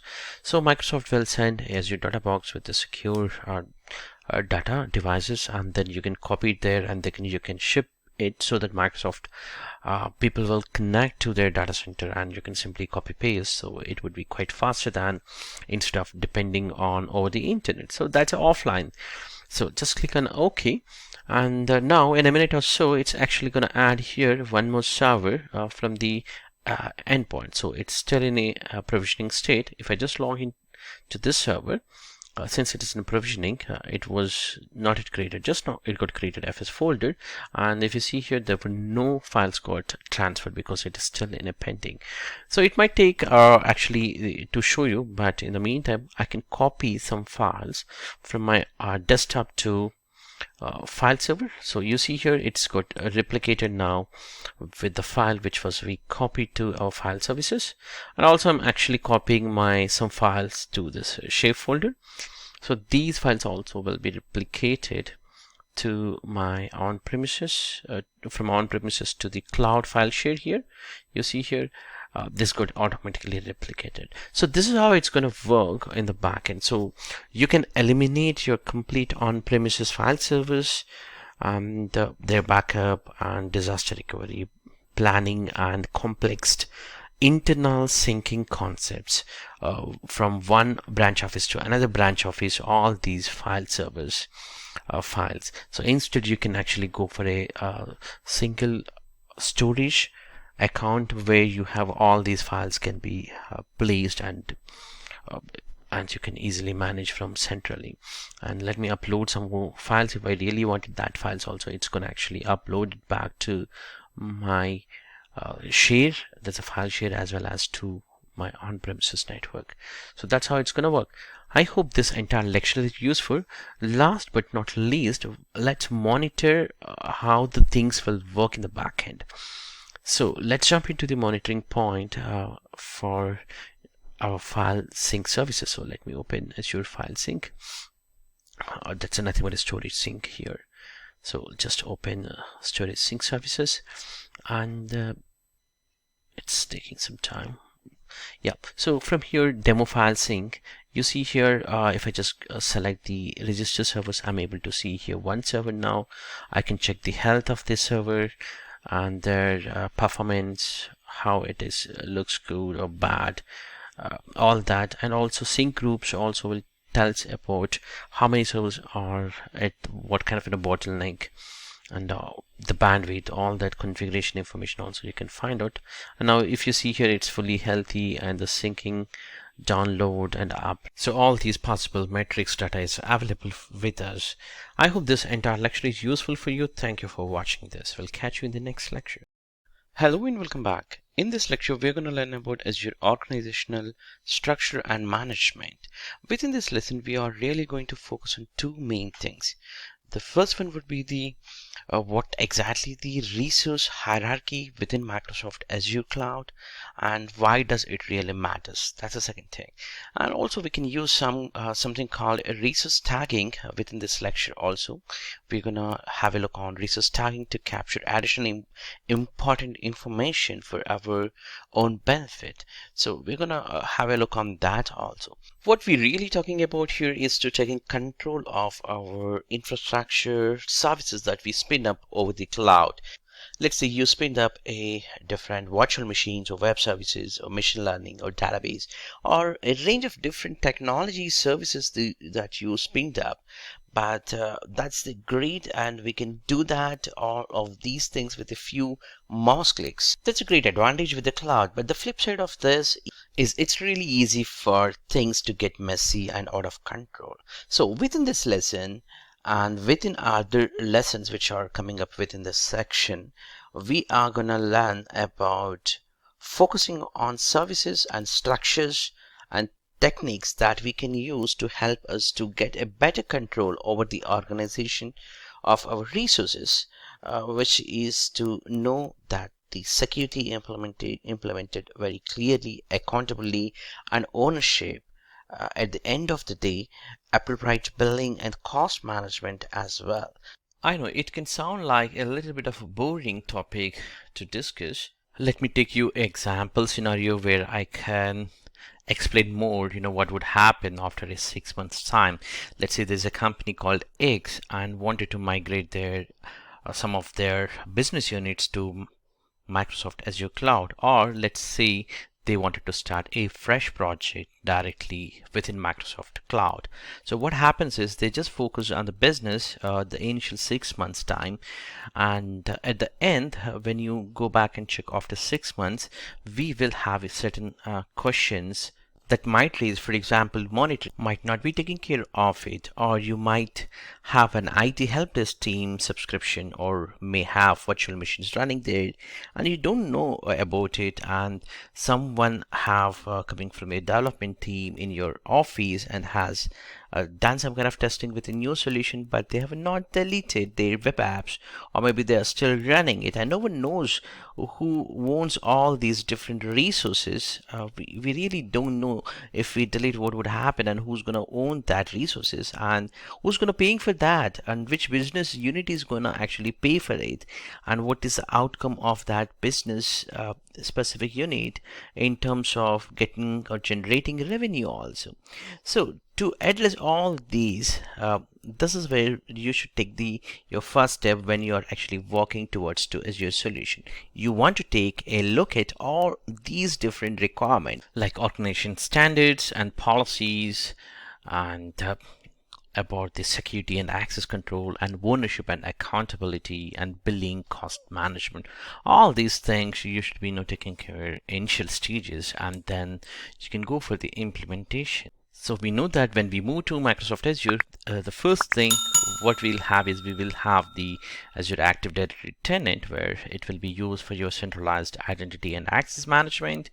And then it follows your subscriptions. Let's say the subscription one for your development team, or maybe production, or maybe for a different project altogether, and that which business unit governance this, and it could you might have end up with subscriptions based on geographic and also environments like dev and prod, all that. And so let's say this is where you have the identity management, and you're associating your subscriptions, or you're actually buying some of the subscriptions, and then within the subscription you will have your resources. So anything with the Microsoft Azure, as you know that it mostly with your era model, and you will have your resources, resource groups. You would be creating, let's say, one for production resource group. The similar one can be have for development. Let's say once the development virtual machines and all that is successful, then you can implement the similar things to production. So if you want to delete or clean up the things, what you can do is if you delete the resource group, all the resources which are associated within these resource groups will be taken out automatically. So that's the cleanup process. And I mean to say here, so the first one is the identity. That's Azure AD tenant and then the subscription, and down layer would be the resource groups, and inside this you have a different resources. So resources are the logical a container. It's like a kind of a folder kind of thing where you put all the resources, different resources. If you see here, you have a different resources like virtual machines, or could be your NLBs or your web apps or different applications altogether can be part of your resources. So that's how you are actually organizing your organization structure for Azure. And for all of these, the billing would happen from the subscription level. So you know that the subscriptions will be charged according to your business units, or based on your resources that are actually utilized.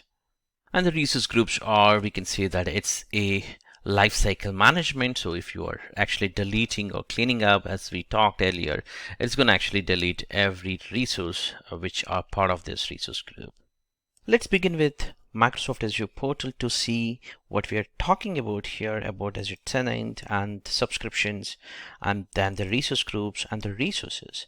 So if I just go back to Microsoft Azure portal, and from the portal you have the subscriptions. Within the subscriptions, if you have more than one subscription, it will be listed here the number of subscriptions, and every subscription will also associate with at least one of the directory. So that could be your directory which you created. So if you have a multiple directories, you can always switch from here. So these are the tenants. When I say directory, so you have multiple tenants accounts that can be created from the Azure Active Directory, and then you can switch them to a different directory if at all you want to associate this specific subscription with any of the directory. And also, if you look at here, if I just minimize this plate here, you have the overview of your billing, what is happening on your billing. Let's say the cost of each of the resource, how it's going, and the cost predictions you can see here. And also for the access management, which we are going to learn in the upcoming lecture about the role-based access management, you can assign the roles, default roles, and you can also create your custom roles, which we are going to learn in the next lecture. And also for the resources, if you see here, the next thing is what we're talking about the resource groups. This is where you have a different resource groups that you have and you wanted to manage them. Let's say if I want to just go for this specific resource group, I can see what are the resources that are associated. So we idea of what we are talking here about the subscription as well as the resource groups and the resources. So these are the resources. So within this resource group, you have one virtual machine, one network security group, and also network interface, and the disk and the public IP addresses associated with this specific to the resource group. In the upcoming lectures, we are going to actually enforce the policies. So within the policy section, we are going to actually enforce some of the governance policies to strictly follow the rules which are defined here. Let's say this must be created only the specific region, and this should be the size of the virtual machine, or the size or the pricing. All that can be defined in the policies which are going to be discussed in the upcoming lecture within this section of governance. So now we have a good understanding about the resource groups, where it actually, when we try to create the resource groups, it's going to be as specific to your project or specific to your requirement. Based on that, you can create it. What if you are trying to create a project specific requirement, but you wanted more information to be added in order to find out who's going to use this or who's going to be the owner? In that situation, we are actually going to use a custom information, which is nothing but a tagging of that specific resources to be aligned with a kind of tags. So that's going to be the next slide, which we are going to learn about it. So let's jump into that presentation. The first thing first, why do we use a tagging? Tagging will give you additional information or can be associated with that specific resource. Let's say you have a business unit, so you can simply say that that resource group is meant for APAC region, and within that you have a virtual machine which is used for a production. You can define as it's for production, and if you have the owner of your SQL server, you want to mention that tagging, you can simply give that owner details so that you know that it's actually used so and so person. And if it is generating some kind of use billing, when it comes to the billing also, it's so easy that when you actually get the bill, you can simply filter with the help of tagging, and you know that what resource is actually costing how much, and what is the reason it is behind, and who's owning that. Let's say you want to switch off some kind of virtual machine, you know that who's gonna actually use that, and also the impact of that server if it is going to down. Let's say if it is a production, or maybe a development, or maybe it could be just a test environment altogether. So let's jump into the Azure portal and see how tagging works. When you try to create any kind of resources within Microsoft Azure portal, most of the time the tags will be is an option where you can create, or maybe you can even go back and use the existing resources to modify the tags also. Let's say if I want to create a resource group here as just for the demo here, example here, and if I just go to the next, it is actually asking me to go for the tags. So I can say that this is for my business. Let's say this is, I can tag here for the project name as the project colon, it's going to be for my HR project, or even I can go for billing is going to be by HR division or something like that. And post to that, once I created the specific tags, I can actually pull out when a resource is coming up, then I can simply go ahead and create any kind of report based on that.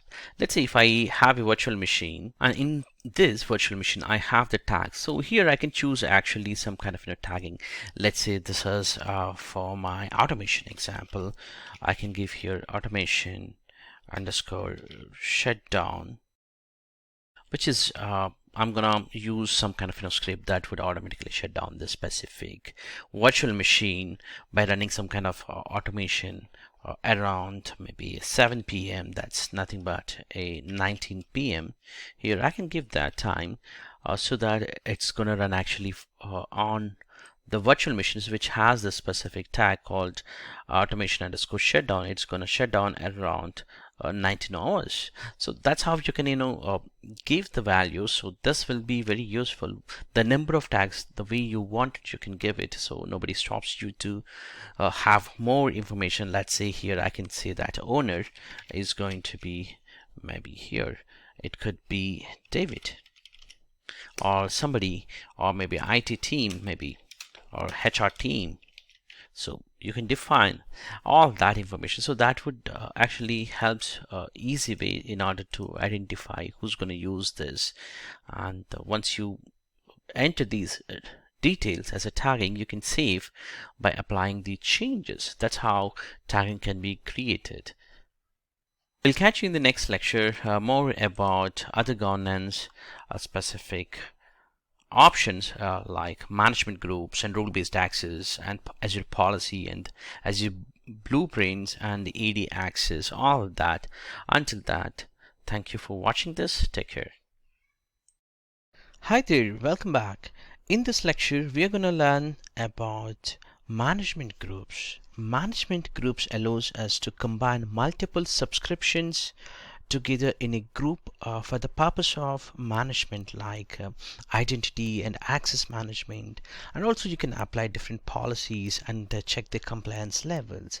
Now we can't consolidate billing operations with management groups, but they do allow us to group them in other ways so that we don't have to go through each individual subscription having to set identity and access management and policies and compliance policies or the permissions on the subscriptions basis. So instead, when we group it, you can set it at the top level or one level up.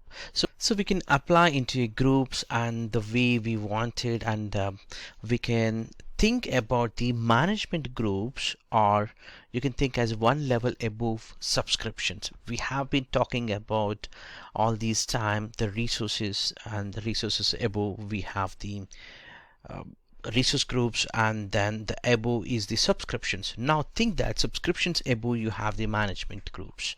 So the subscriptions within a management group, it will inherit the access policies and other compliance factors which are applied at the management group level. And you can also nested the management groups, which you can have, the complete nested group. So let me show you the structure. Think that the top level would be the root management. When you have to create the first one becomes as a root management. Of course you can change the name, and you yourself have to grant the permissions, and then later you can create your own management groups, and you can move any of the subscriptions into the management groups. Let's say if you see here under IT, you have the production and geo specific region 1 and the region 2 geographically. So within this region 1 you have enterprise subscription and one more enterprise subscription here, but geo2 also have EA1, EA and EA. So different subscriptions you have, so you can apply what kind of policies to be applied. For example, you can apply at the geo region 1, or you can apply the policies and secure them from the top level. So this is where easy management comes into for the managing and applying the compliance policies. So you no need to go and configure each subscription level the permissions. Instead you can actually apply at the nested level or the top level of the management. This makes our life easy to determine identity and access management to a group of subscriptions. Let's go through one by one points on management groups. So if you have multiple subscriptions, you may need a better way or more efficient way to manage access policies and compliance. Then the management groups will come into the picture, and if you are looking for a level above your subscriptions to manage and group them, that's called the management group, and that will be very much used in the governance conditions. That being said, the policies and compliance settings can be configured at the management group levels. All subscriptions within the management group automatically inherit the conditions that are applied at the top management groups, and management groups will give you the enterprise grade management at a larger scale, no matter what type of subscription is that. And all subscriptions within a single management group trust the same as Azure Active Directory tenant, so it becomes easy for us managing. And for example, you can apply policies to management groups that limits a creating of different virtual machines in a specific region only, and this policy would be applied to all the management groups and subscriptions and resources under the management group by allowing VMs to be created in a specific region. And each directory is given a single top level management group called root management, which I have already shown you. So the root management group is a built on a hierarchy that's called the management groups, and the subscriptions above on it. And the root management group will allow you for the global policies and RBAC assignment to be applied at the directory level. As we talked, this is management groups are fully tied with the tenant level, Azure AD tenant, so you can easily apply and configure RBAC assignment and their policies. So we talked about the first one is the root management group. You can create multiple management groups. Think that it's like a folder, and then you move your subscriptions to inside that management group. Later point you can apply the policies, and that's how it's gonna work. Let's jump into the demonstration and see how this works. To work with the management groups, you need to just search for the management groups, and then you would be getting here this icon, little bit icon, management groups. Click on that. That would actually take it here. And the first one is you need to create your management group, add management group, and here you can give as the root management group. In my case, I can give here, you see here the name is coming up as a management group called child of the tenant root management group. So, and once I give here pay as you go, these are later point you cannot be updated if you see here, but the display name can be changed. So this is one level above what we talked, like root management below, whatever you want, you can create that specific. In this case I'm just creating here as the pay as go model, because my all subscriptions are pay as you go. So I'll just give here as the same name. However, later point I cannot change this name because it's going to be unique, but you can change the display name. So let's say I can give here this also like display name for my different credit card maybe, or different IT department. I can give as the display name something else, and I'm just creating a new one, so that would actually create in a minute. So the group got created, and you can see here it's successfully created, and it is also appearing here as the pay as you go model. But if you see the ID is different, this can't be changed as we talked, and the display name can be changed any point of time.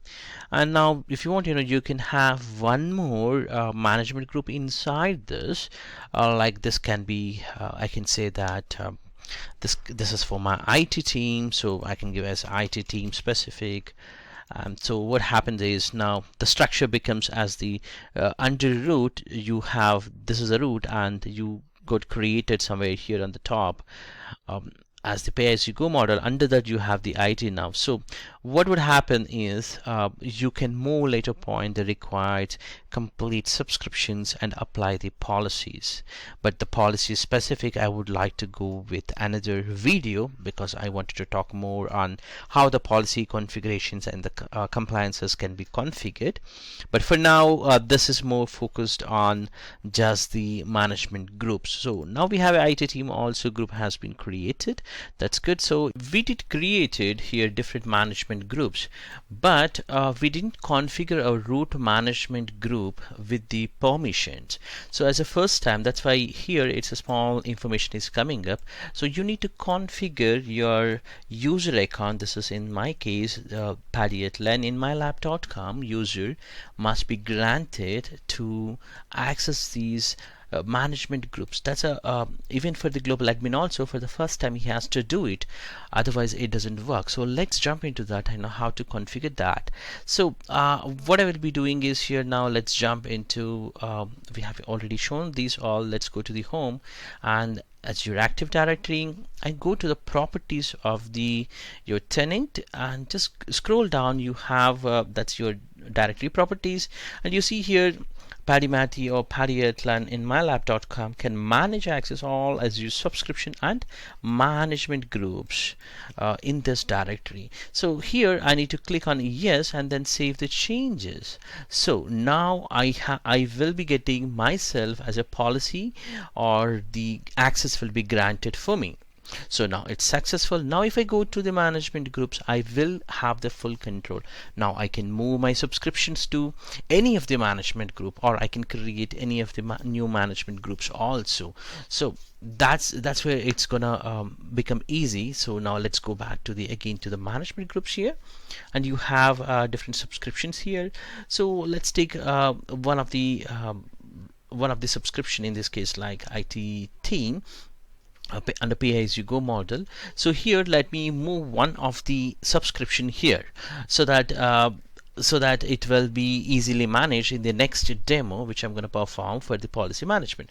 So for that I'll just have to click on move and then select to which management group I need to do. So here IT team, and that gets moved. That's a pay-as-you-go subscription will be moved to IT team in a minute or so. So once that's done, it will disappear from here. As I said, it's not there, and it's moving subscription completely moved to that management group. So if I just go back to the pay-as-you-go display, and under IT team now I'm able to see pay-as-you-go subscription. So from here I can manage my all billing, all that information. So that's normal. Now let's try to create one more management group and then move this secondary subscription. So to do that, what I'll be doing is I'll be under IT team. I will be creating a new management group called production here, and then I will move my secondary subscription also to this production production management group. So that's what I'm going to do. It's going to validate and then create. So once it's created, yeah, it's created. Now I'll just go back to, I'll just clear all those notifications. Now right click there and move. So that would actually ask me to choose. So here you don't get as a nested information. Instead you would be getting here as the exact name of the management group. So you need to be very sure that what management group you have to select. So in my case, it's definitely a production subscription, which we just created the management group, and click on save. So that's where it's gonna move and apply this subscription. And if you want to do it, this is where I clicked on it to the moving the subscription. So it might take a minute or so to move completely. So till that time I'll wait, and then you see here it's disappeared. That means it's almost moved. And if I just go to, yeah, it's moved, subscription, let's go to pay as you go, IT team, under the production subscription. This is where the secondary subscription came. So this is how it's going to work the entire management groups. I hope this demo will be useful for you.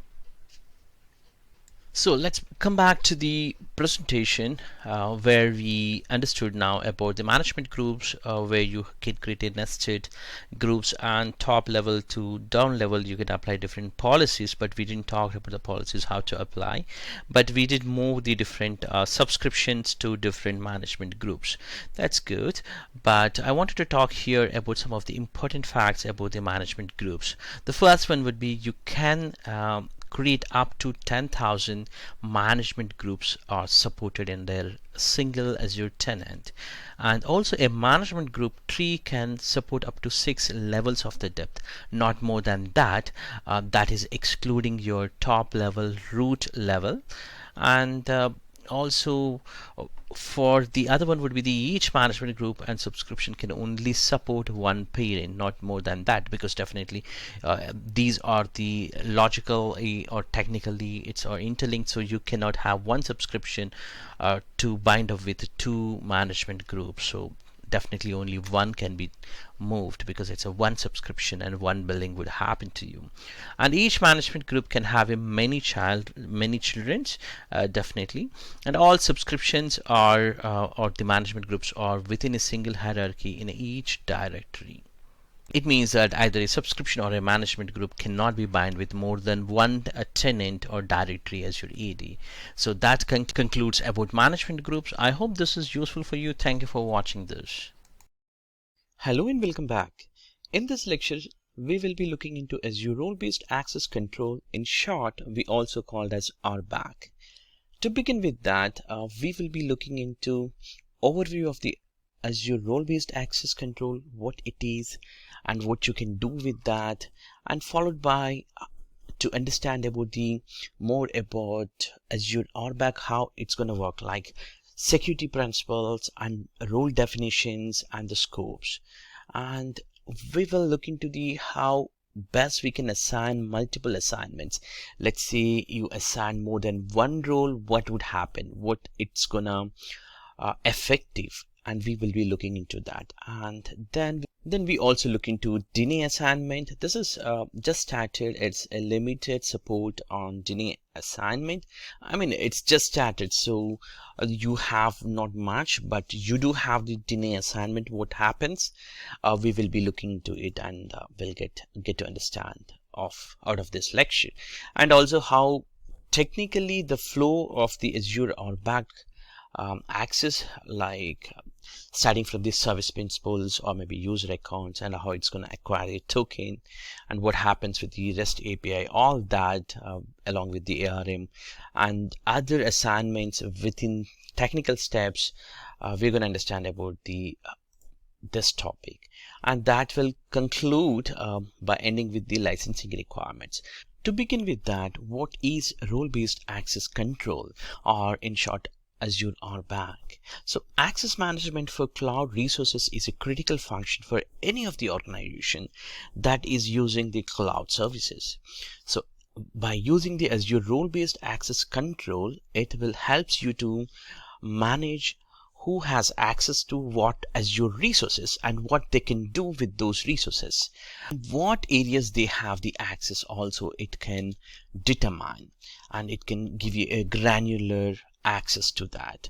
And if we take some of the examples, let's take some of the example to understand how we can give the permissions. Let's say you have a user who wants to manage virtual machines in a subscription. You can add that specific user to manage only the VMs.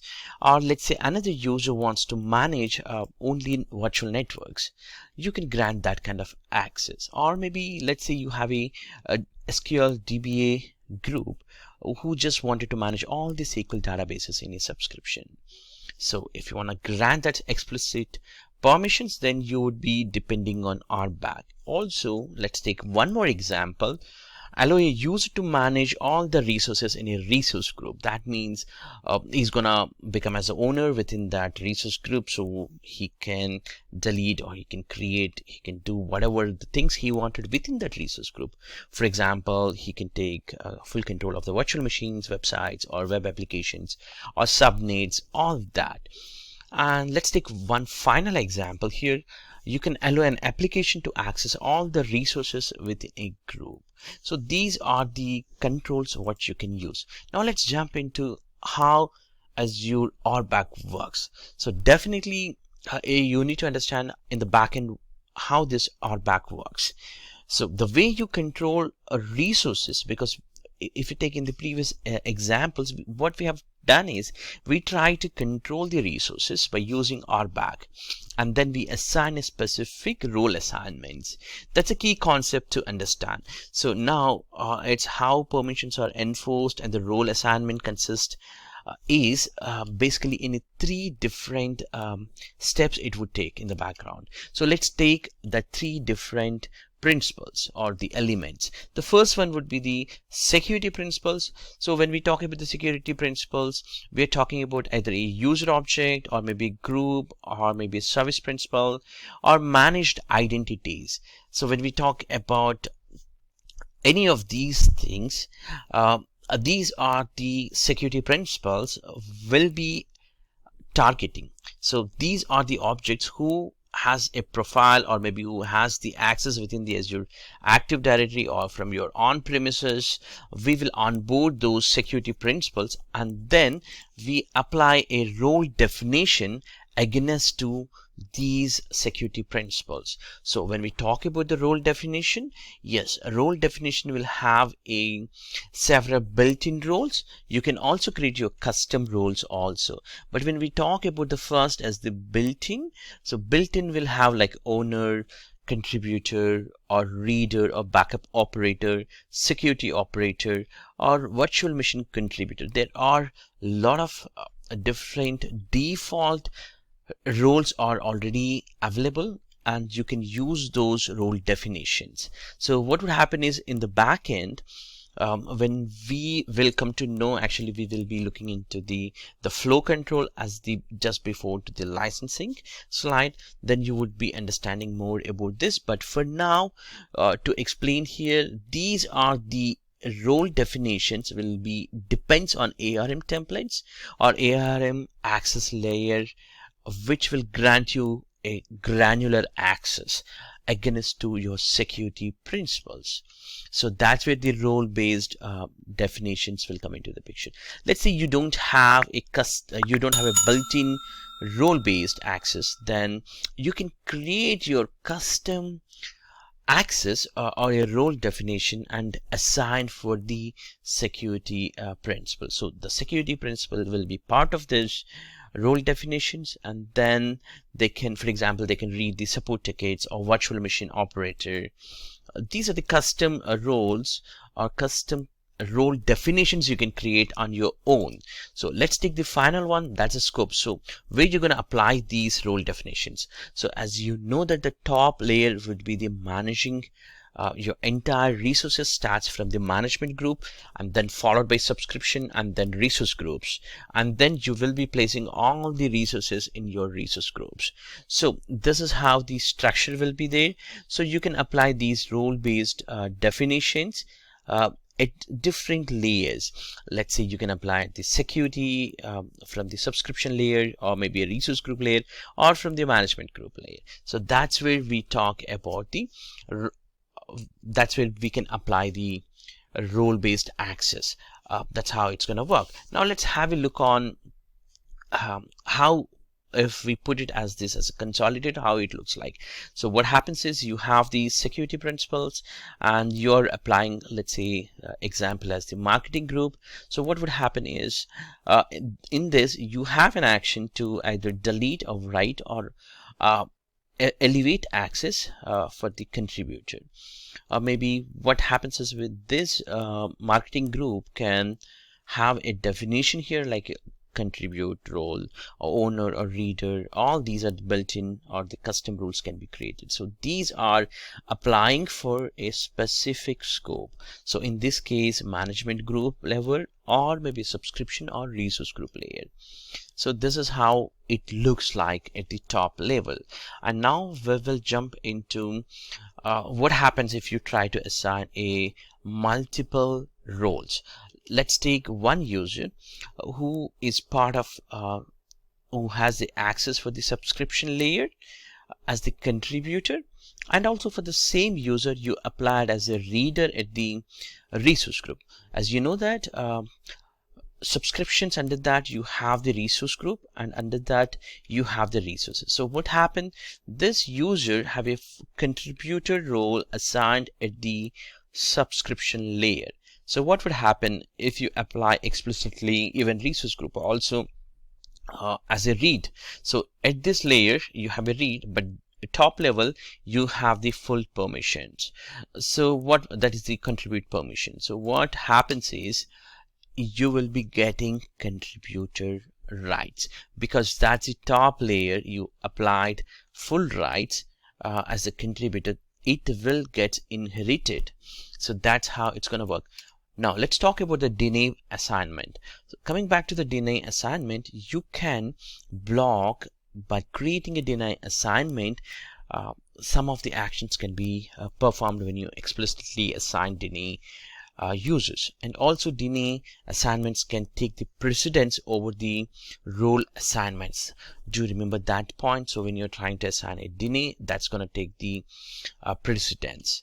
Now let's understand how actually role-based access determines in the backend. So we talked about the principles, we talked about the security principles, we talked about the role definition, we talked about the scopes. Now let's put all these three things and better understand how the flow will go. So to understand that, let's jump into the first point. If you see here, a user or the security group, or maybe or service principal or managed identity. So either any of these, what happens is A is gonna acquiring a token from Azure Resource Manager. In the backend, Resource Manager is the key. So it will acquire a token, and then the token includes a user group membership, including the transitive group membership, and followed by the user makes a REST API call to Azure Resource Manager, because you see here the user actually acquiring a token to Resource Manager, that's ARM, and here he's making a API, that's a REST API call method to Azure Resource Manager and with the token attached. So what would happen is, since he has a token, the ARM will retrieve all the role assignment list, whether he's a deny assignment or what kind of actions he's going to perform. That will help us the action, what kind of an action to be taken. Next one would be the ARM narrows further level of the role assignment that's going to apply for that specific user or the group to determine what roles the user has this resource. So the resource, whatever the resources are there for that, whether what kind of roles is coming from, whether he's a contributor or read, all that will be further level of the narrowing will be done. Followed by Azure Resource Manager determines if an action in the API calls to include in the roles of the user has to be this resource. If that's the exact resource, then it will be no granted. If not, if the user doesn't have the role with the action requested scope, access is not granted. Otherwise, the normally the user checks for the deny assignment policy.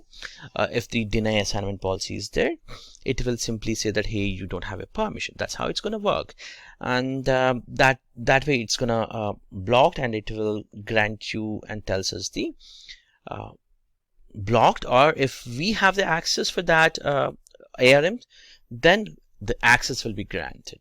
So that's how it's going to work. So coming back to the role-based access control, we talked about overview and understanding of the RBAC and multiple role assignments and deny assignment and RBAC, how it's going to work with the flow. And the last one is the license requirement. Coming back to the licensing, it's completely free to use any of the RBAC features. It's completely free for us since it comes into the security, and this is included within your Azure subscription. I hope this entire lecture is useful to understand about what exactly the Azure RBAC, and I'll catch you in the next lecture where we will be performing the demo. Hello and welcome back. In the previous lecture, we learned about how Azure RBAC works and types of the roles you can create. Is some of them are already predefined for you from the Microsoft. That's called built-in RBAC roles. And if you want to create your own, you do have an option to create, for example, for a specific team who wants to manage maybe SQL servers and SQL database along with some of the VMs in a specific resource group, you don't find a built-in role. So for that, you may have to go for a customization. That's where you can create your own custom RBAC roles.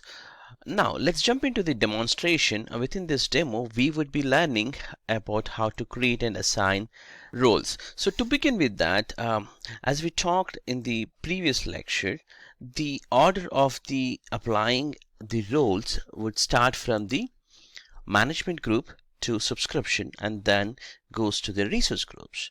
So if we start applying at the management group level, then it also inherits the permissions all the way to the down till the resources.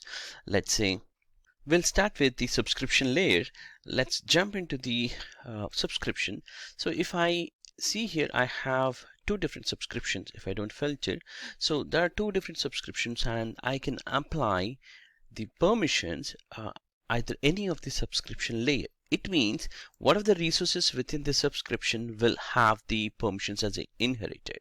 So let's say once you selected the subscription, you can go to access control, that's AM. When you want to grant any of the permissions, you all have to do is within the Microsoft Azure Blades, you have to go to the access control within the AM. So it can be a subscription or can be a VM or SQL or whatever the resource. You simply have to go to the AM and then try to apply permissions from the add, and that's where you can grant it. And one of the recommendation would be, as per the Microsoft documentation, try to apply the permissions at the top layer but not at the resource level. So if you go for multiple users for a multiple resources granted the access at the resource layer, that would actually gives the problem. When I say resource, not the resource group, I'm talking about a VM or maybe a specific VNet or maybe SQL Server specific settings. So if you try to grant that kind of custom settings, it would actually becomes more complex when you try to manage them. So always try to assign at the resource group layers. That would be the best and recommended method. So start from the management group, subscriptions, and end at least at resource groups, not on a resources, individual resources. And then click on role assignment. You have, if you see here, there's nothing is assigned, like the scopes are nothing defined, and role type and roles, nothing was assigned. But if you just click on add, you have an option to assign either a role assignment or a co-administrator. I'll come to the custom roles later and co-administrator. The first option is add role assignment, if I click on it, you do have here built-in roles. You see here you have the owner. So when you click on this I button, it gives you a meaningful description what that role can do. Let's say if I click on owner, it says that lets you manage everything, including the write and read and create options with this ownership. And if you just put the contribute, you cannot write, but you can contribute it basically. And for the read, it's just gonna read the permission. So like that, you have many of the built-in roles, and you can go through them, each of them. If you just go to I button or the information, which will give you a little bit of description. Let's say storage account contributor can manage, including the storage account and access and storage account keys that are provided for the storage account data. So all that options are available. So if I just select here as a owner, now I can assign here the access to. So now the access is either you are selecting for the Azure AD user or a group or a service principal. If you remember, that's what we did talked about in the security principle. Either we are talking about the user, or we are talking about the group, or maybe service principal or managed identity. So when we talk about the managed identity, you do see here managed identities like app services and data factory functions, logical apps, all that are the managed identities. We'll come into that later point, but you can select here either a service principal or you can select a user ID. So I'll be selecting one of the user account to give the owner permission. So I can select here and G and click on save. So he's gonna manage this complete subscription. That means whatever the resources we create, he can have the full permissions. Let me show you that. If I just go to I will be opening in another window, and once I open, I can go to maybe creating a resource group example. Click on review and create. That would actually create a resource group. Once the resource group is created, either you can refresh or page refresh to get it that specific group. If I click on the refresh demo resource group and go to access control, under role assignment, the new account which we just added is showing as the subscription inherited. That means it is actually coming from the subscription to down the way as inherited. That's why it is showing as inherit. Let's go back to the other tab which we talked. So now we know that how to add the role assignment. Let's talk about the deny assignment. A deny assignment is a explicit permissions where you want to grant not to inherit or not to have a dedicated permission on a specific resource. Then you would be assigning that by default. By default, always deny assignment takes as a precedence, and it will be already there. That means if you don't see here, that means for other users who are not part or not showing here, they are by default denied. But in a situation where you want to block it, then you can go for the deny assignment. Also, I'm going to talk about the classic administrators. So classic administrators are from ASM model. So as you know that we do have the ARM model, which is the current model of Azure, where you can grant the permissions very minorly, granularly. You can grant the permissions, whereas with the ASM you can only manage at the top layers. You cannot go for the granular mechanism of the permissions or object creation, and that's where when started Microsoft Azure ASM model was started. Now everything is migrated to ARM model. But if a resource is already available on ASM and if they have not yet migrated, you do have an option to manage as the two options. One would be the co-administrator and other one would be the service administrator.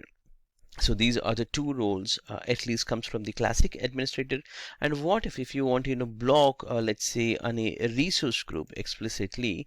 Let me show you that. If I just go to one of the resource group like the demo group, and you wanted to block explicit permission, just go to the access control and deny access In the classic admin, you do see here Paddy at len in mylab.com user has full administration permission or maybe service admin permission. So you want to block that. So you can explicitly add that specific thing here so that he will not be able to get that access. So you are blocking that inheritance.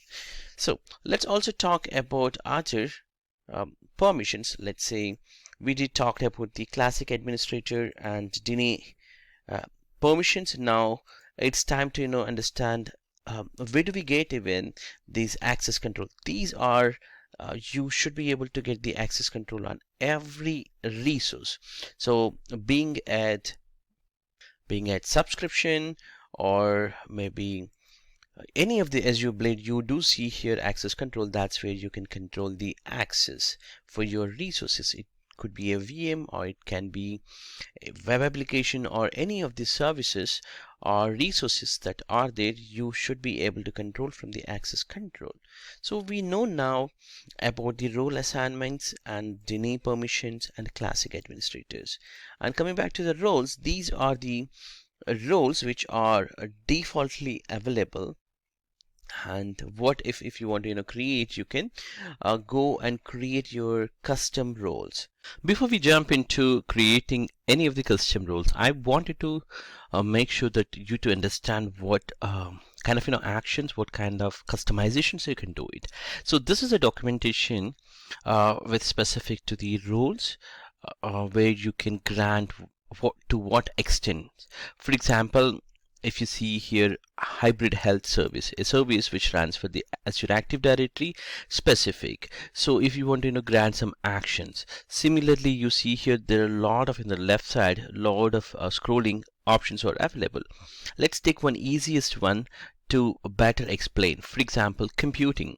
So within the computing, if you see here, if you grant access Microsoft.compute /star, that means if you give a star, everything, whatever you see here, like the actions that can be performed, for example, galleries, images, reading, writing, everything will be granted. So I can say that star means everything that is covered.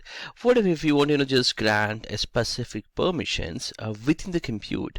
Let's say you want to grant only for the availability sets for a specific user for reading or maybe writing or deleting. So in that situation, you would go into this path, which you will see here within the Microsoft documentation, and then based on that you have to either create a JSON file or directly you can create it from the console. So we will look into the possible options, and I'll show you how to do that within the custom. So if I just go to Microsoft Azure portal and click on under permissions, you see here you take any of them like access control and then go to the roles, which will be shown here, and if you click on add a custom role, you would be getting this window where you can give your name, which will display very similar to your built-in role. For example, you see here owner is displayed. So similar way you can give here a name. For example, I want for the VM SQL admin example. So I wanted to grant for full access for the VMs as well as for the SQL. So it's better that you do give the description, so that if you see here the help, which is the I button, gives you the information about that specific group. Similarly, if you want to give the description for VMSQL admin, you can give here, and the description has been given here, and you can see here either you can clone from existing role any of them and then you can start from there, or you can start from the scratch. So let's say if I want to start from everything, it will give me all the APIs which are available, and from there I need to customize. Or if you have already have a custom JSON file which includes very similar to this format with a good file format, then you can import that. So let me start from scratch, and here I can add the permissions.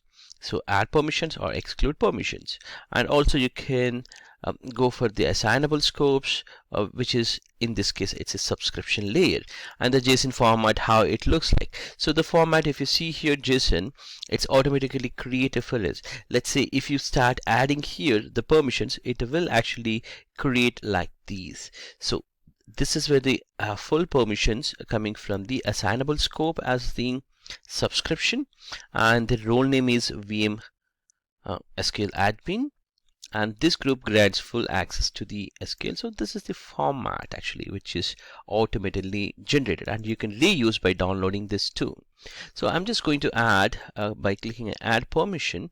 Let's say I want for VM example, so definitely virtual machines, so that's Microsoft Compute. So I will select I want everything, all the permissions should be granted for the VM, and also I want to add permission for SQL example. So I'll just choose as SQL. So in my case, I do have here different SQL databases, so I can choose either Microsoft DB, MS SQL, or maybe just DB for different database types you have here, so you can choose. So in my case, I'm just concentrating on the Microsoft SQL database for this demo. I'll just click on that. So download all permissions. So in this case, it's gonna add that specific permissions. Under SQL, I can here mention either full owner, availability checking, or everything. If I want to give as a full admin, I can grant here full permissions, like he can be a part of everything, like the SQL pools, he can manage Elastic pool, he can manage location, deleting servers, all that. I can add here that custom one and click on add. So that would actually include my, if you see here, Microsoft SQL is there, as well as the Microsoft computing section also available. So both has been added here in this. So I'll simply click on next.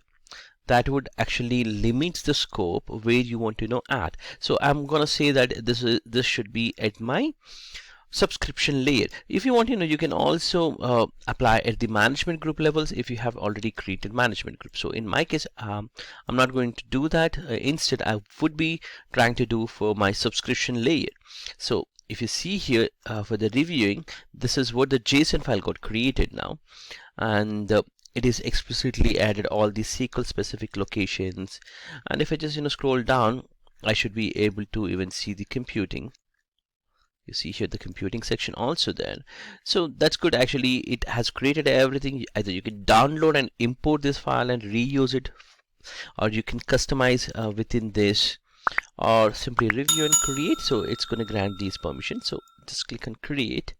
This will create the custom role. You have successfully created a custom role, VM SQL admin.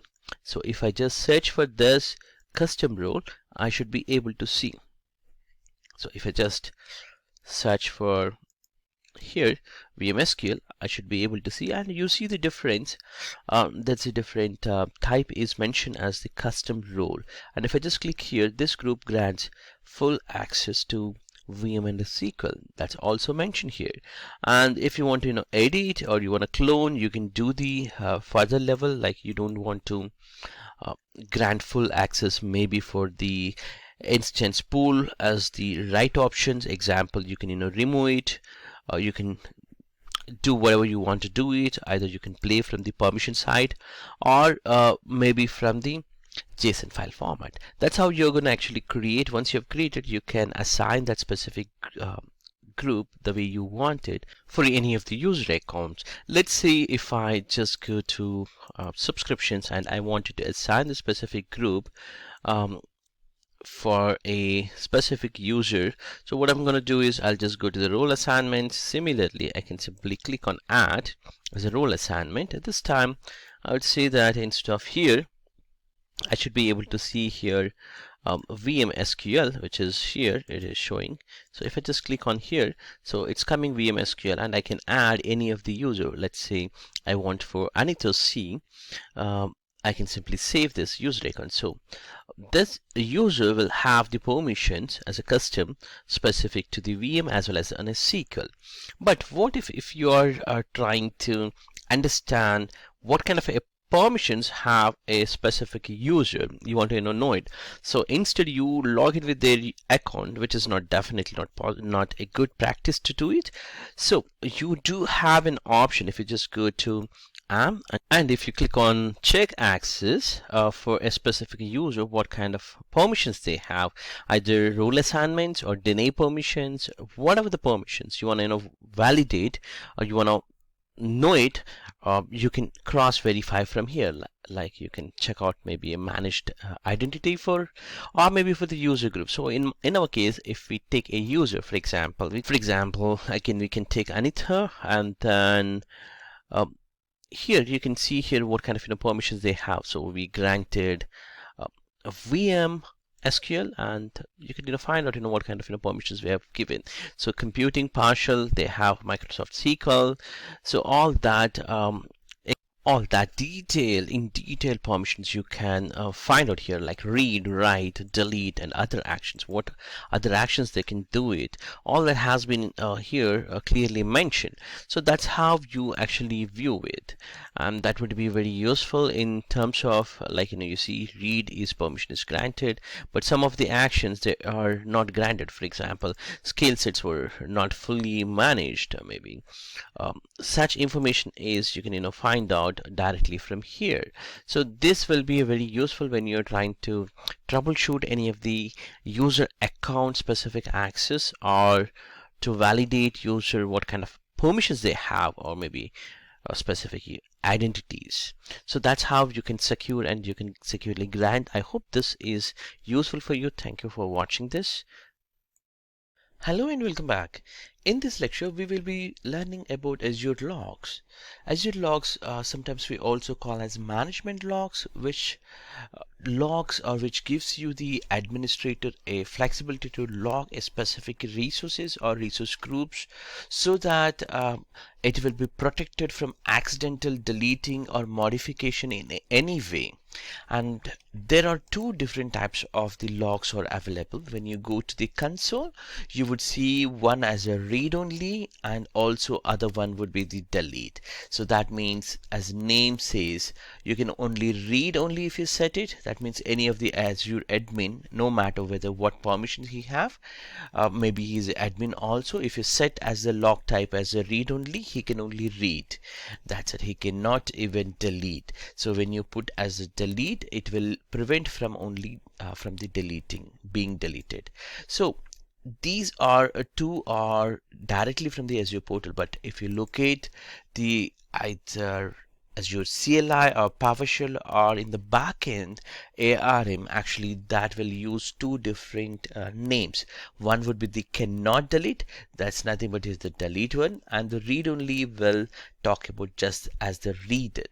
So cannot delete means authorized users can still read and modify a resource, but they cannot delete the resource. That's nothing but here the delete.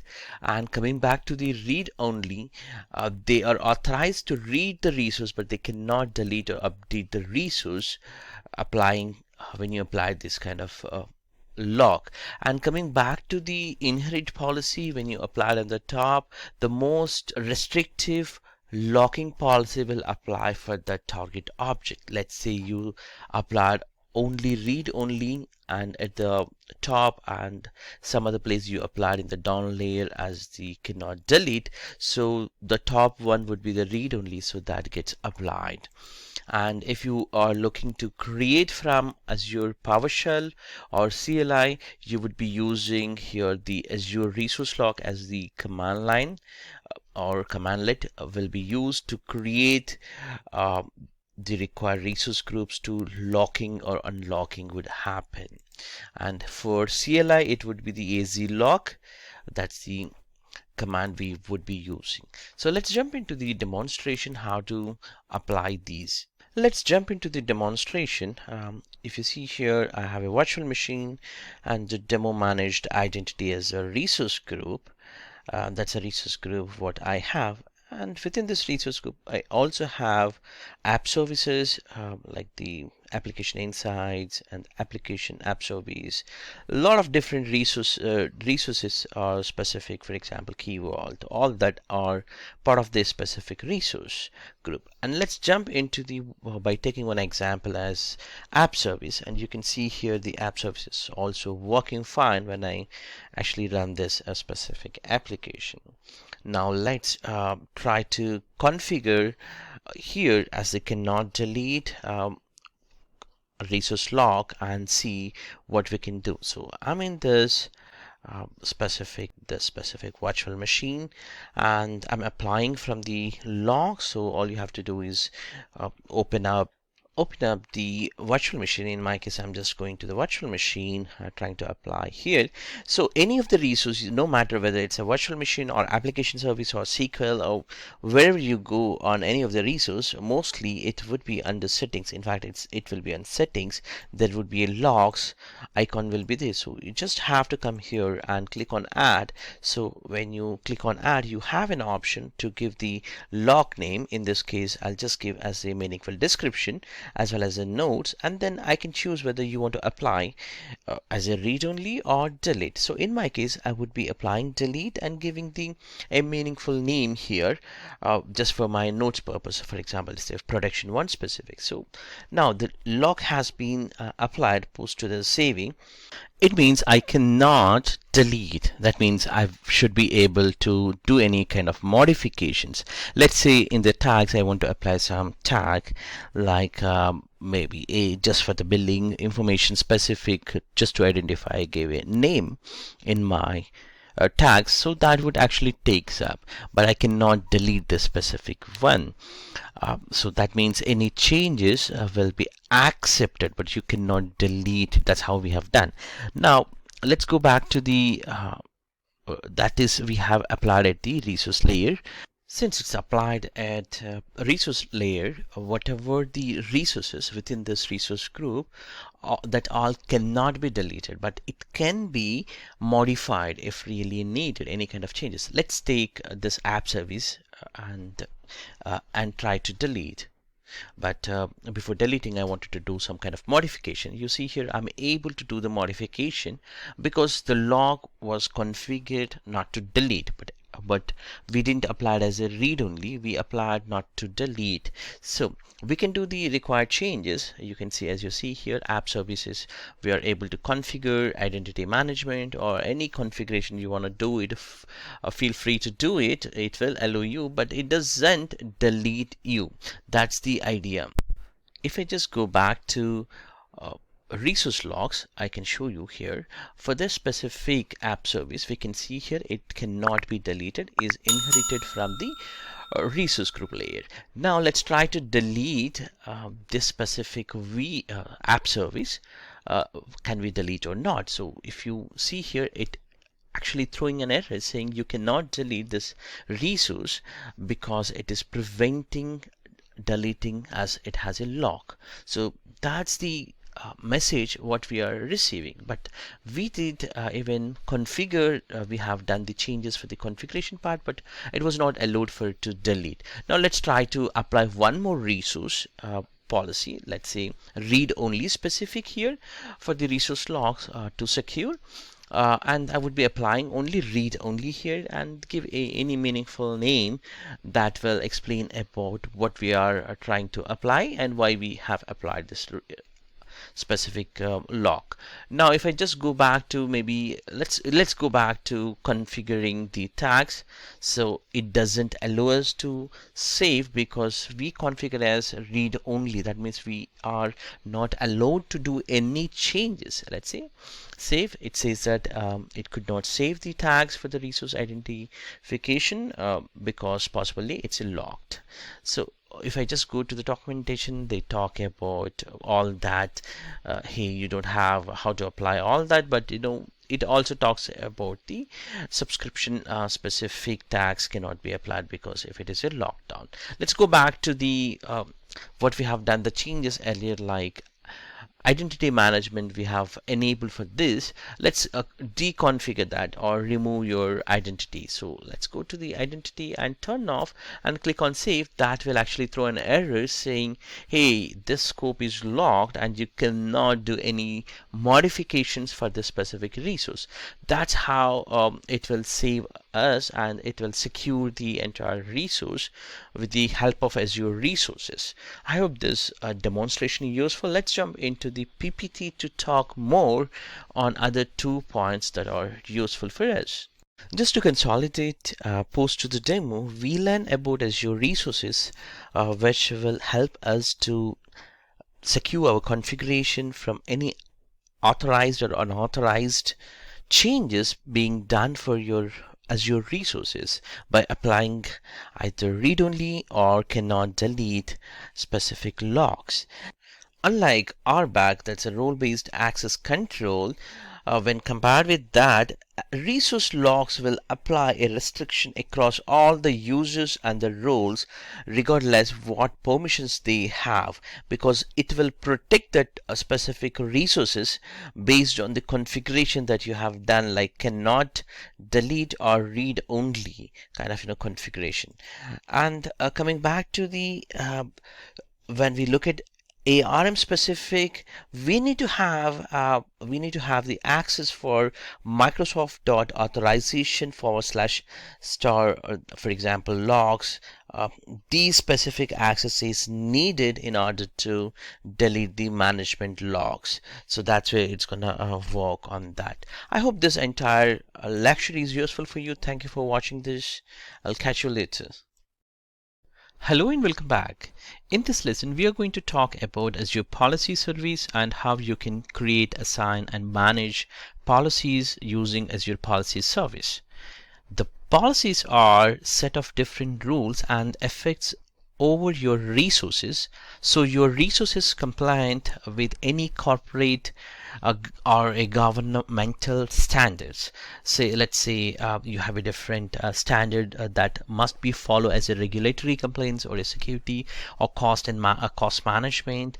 All that would be known automatically, can be set with the help of policies and their definitions, and that would be automatically configure, and so that you actually follow your service level agreements you may have with your internal or external customers or with your government standards or regulatories. And as your policy evaluates your resources for non-compliance and can potentially allow you to remediate any non-compliant resources in your environment based on the policy definitions that you create and apply it. Let's take one example to create a policy. Let's talk about in that way. See, you want to create a policy that will allow only a certain size of virtual machines in your environment, or maybe certain resources only to be allowed in a specific region or in a subscription. That all can be achieved with the Azure policies. That would be an example of internal compliance control that would help for cost savings purpose, or maybe perhaps your government control in a place.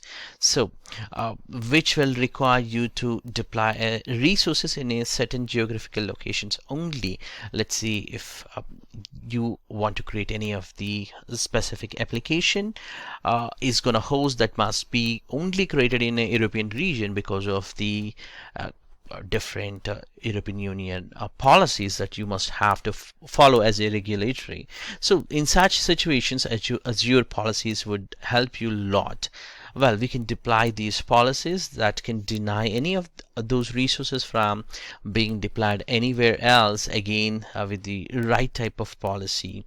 Existing resources that are found to be non-compliant can be remediated or brought into compliance using remediation tasks that you can configure within your Azure policies. Let's jump into the Azure portal and have a look on it, how to configure this Azure policies. Let's go back to Security Center. That's where you can see the policies and compliance and they're effective. For example, you can see here if you're trying to set some kind of regulatory compliance for ISO standard 27001 or 27001 or PCI standards or Azure CIS standards. So these are the policies to be enabled and to be configured. But let's see, have a look on it. For example, if I just take one of the VM, what kind of policies it is required. For example, it is saying that disk encryption should be applied on a virtual machine, which is not done, so it is showing as an one error. So I should be able to configure this specific policy, and then it gets as the healthy. So this is a VM name, and so what I can do is I can simply go back and take you to the Azure portal within that a policy. So if I just go to the policies, so within Microsoft Azure Policy Service, this is where you can actually create and configure your policies. If you see here assignments, so these are the assignments which are already assigned for different subscriptions, and these are all your definitions that are coming as a pre-built-in definitions. If you just if I just expand this, you can see here different configurations are there. For example, we saw about encryption, so type as encryption.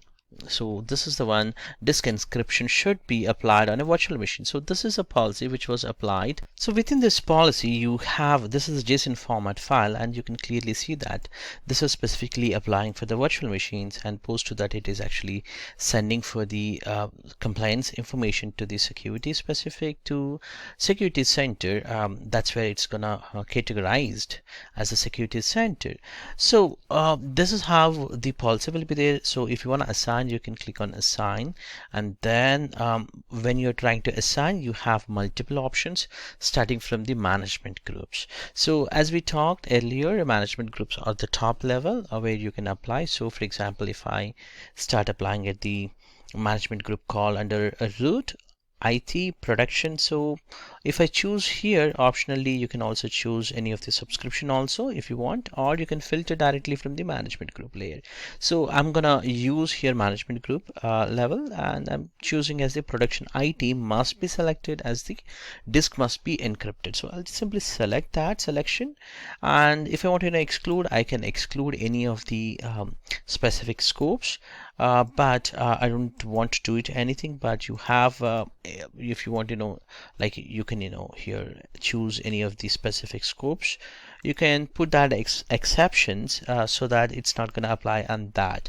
Now the basic policy is it's gonna disk encryption should be applied on a virtual machine, and the policy is enable state and assigned by myself, and click on next. That actually talks about the parameters. So the parameter is audit if not exist, which talks about your either your enable or disable of the execution of this policy. And next one would be the remediation. If you want to create a remediation policy, what would happen is for your existing machines, it's gonna automatically creating a specific policy that would automatically remediate for the managed identity specific location you can give, so that if any machine got created without disk encryption, that in this specific region or the location, it gets automatically encrypted. So that's about the remediation part. And once you review all this information, you can simply click on next to create. So this would create and eliminate that specific policy. So now the policy has been created, and this takes approximately 30 minutes to take effect on existing machines. But what if you are trying to create, but unfortunately if you see there is no subscription, so I wanted to move one subscription here. Example, I just wanted to move my LAN subscription to under IT. So I'll simply click on here from the move, which we learned in the previous lecture, how to move. So simply under production IT, I moved it. So what would happen now? This subscription is completely moved under my IT, under production, it will come in at any point of time. And on top of it, see, I just got it here. And as the next step, what I'll be doing, let's create one more policy with the SKU specific, like SKU or to use a certain type of virtual machine sizes only to be used, so that we would be saving our cost. So I'll just click on that SKU. So you have under policies, a lot of policies. So out of that, I search for the SKU, and here I can see here the policies. This is a JSON file. It's evaluating list of known SKUs, and that's a parameter which we are gonna give as the input when we assign this policy. So I'll just click on here, assign. This would actually takes me with scope. So I'm going to apply. So I will be applying here under production IT. So that's where my subscriptions is there. And click OK. And exclusion, I don't want to apply any exclusions, and I can give here a description, a specific size of the SKU if I want. Otherwise, just go to the next. So this is where the size of the SKU. So here are different sizes you have of the VMs, but I wanted to only allow within that subscription anybody can create only D2. That's a standard D2 underscore V3, which is, I know that it's about the 2 vCPUs with 8 GB RAM. So I just wanted that only to be selected. So that has been selected. So I can review it and go back to the next step. So here remediate, if it is found as a different VM size, it's going to remediate. And the managed location is, this time I wanted to use for West US. So in this location only, he should be able to create, and it can be remediated if really needed. So that's the one of the regulatory maybe, or your organization standard. If you want to follow or you define, then you can use this as your policies to define that technically, and that can be configured and assign the these definition of your policies by cloning or by creating them on your own, and all your users will follow that specific standard. So let's click on create. That's going to take a minute to create and assign that specific policy. So now it is assigned also. Now as a next step, if I just go back to my management groups, that is under IT, so under production, so you have the LEN as the LAN Azure is my subscription name. So under production ID, so I'm going to create under this subscription a VM. To do that, as you know that I have to go to my virtual machines. So I'll just go to virtual machine, and I try to create a new virtual machine here. And I just fill the name and chosen my subscription as a LAN Azure, and I've taken my resource group and given the VM name, and location is West US. And this time I wanted to choose a VM sized maybe with 2012 R2 data center server example. And you see here it is actually coming to DS2 or V3, which we enabled as a configuration. Let's try to change other one, like maybe I wanted to go for higher configuration. Let's say DS3 underscore V2 configuration. What would happen?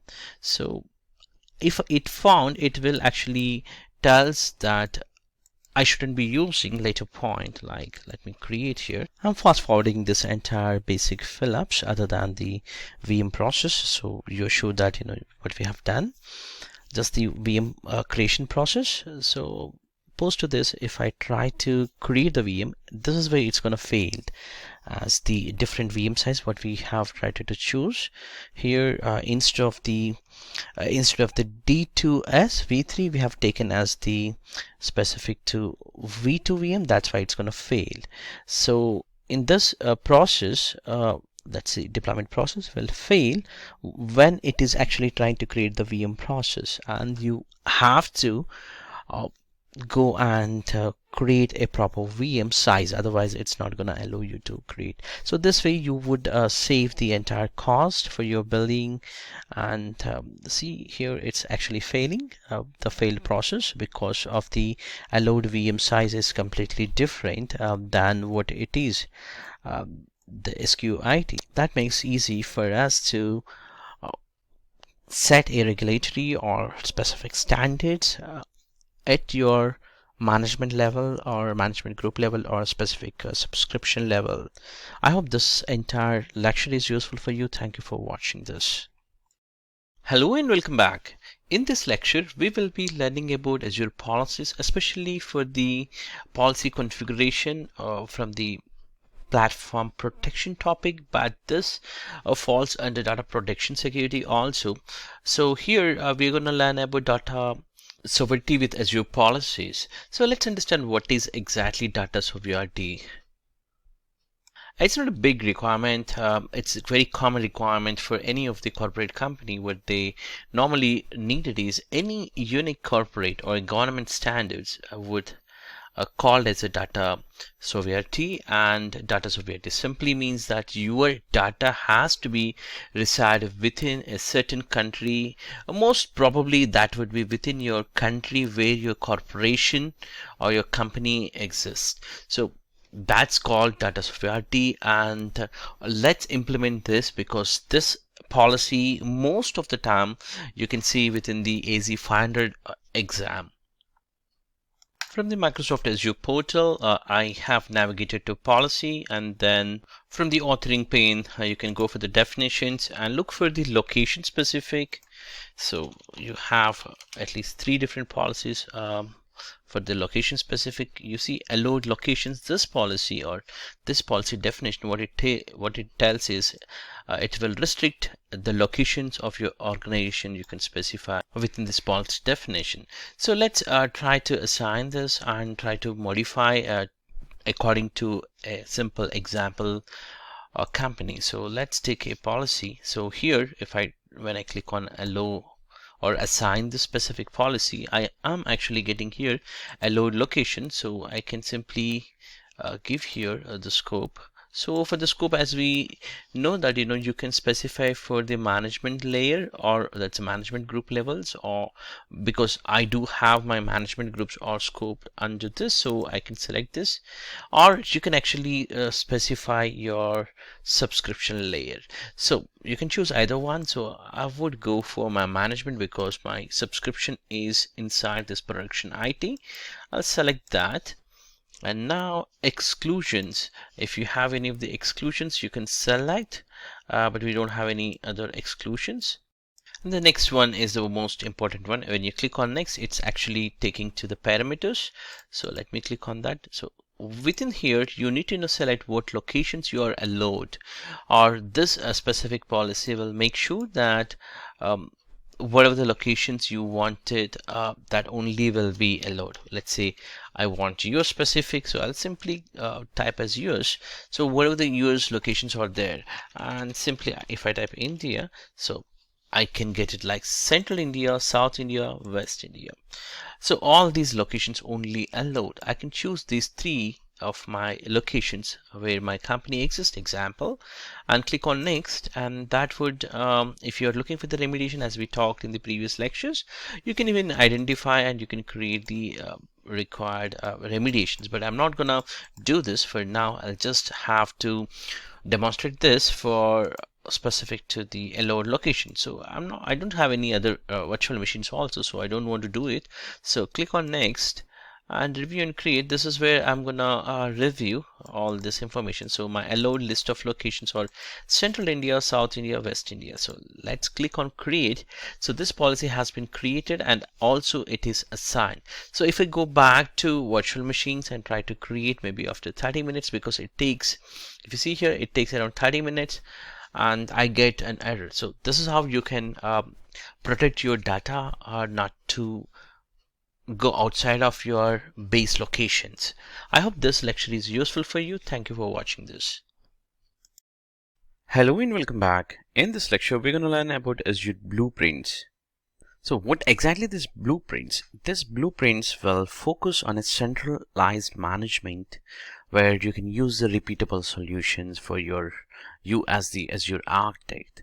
Let's say take an example of the repeatable solutions. Let's say when you create the Azure blueprint, that we are really focusing on the ability to take the range of different key artifacts and bring them all together. So far we have spoken about in the previous lectures like Azure policy, and we also know how to enforce the organization standards, and we also had a chart about the RBAC or role-based access management control. But with this Azure blueprints, what happens is we can actually use all of these things and put it into a structure to architect as a framework for us.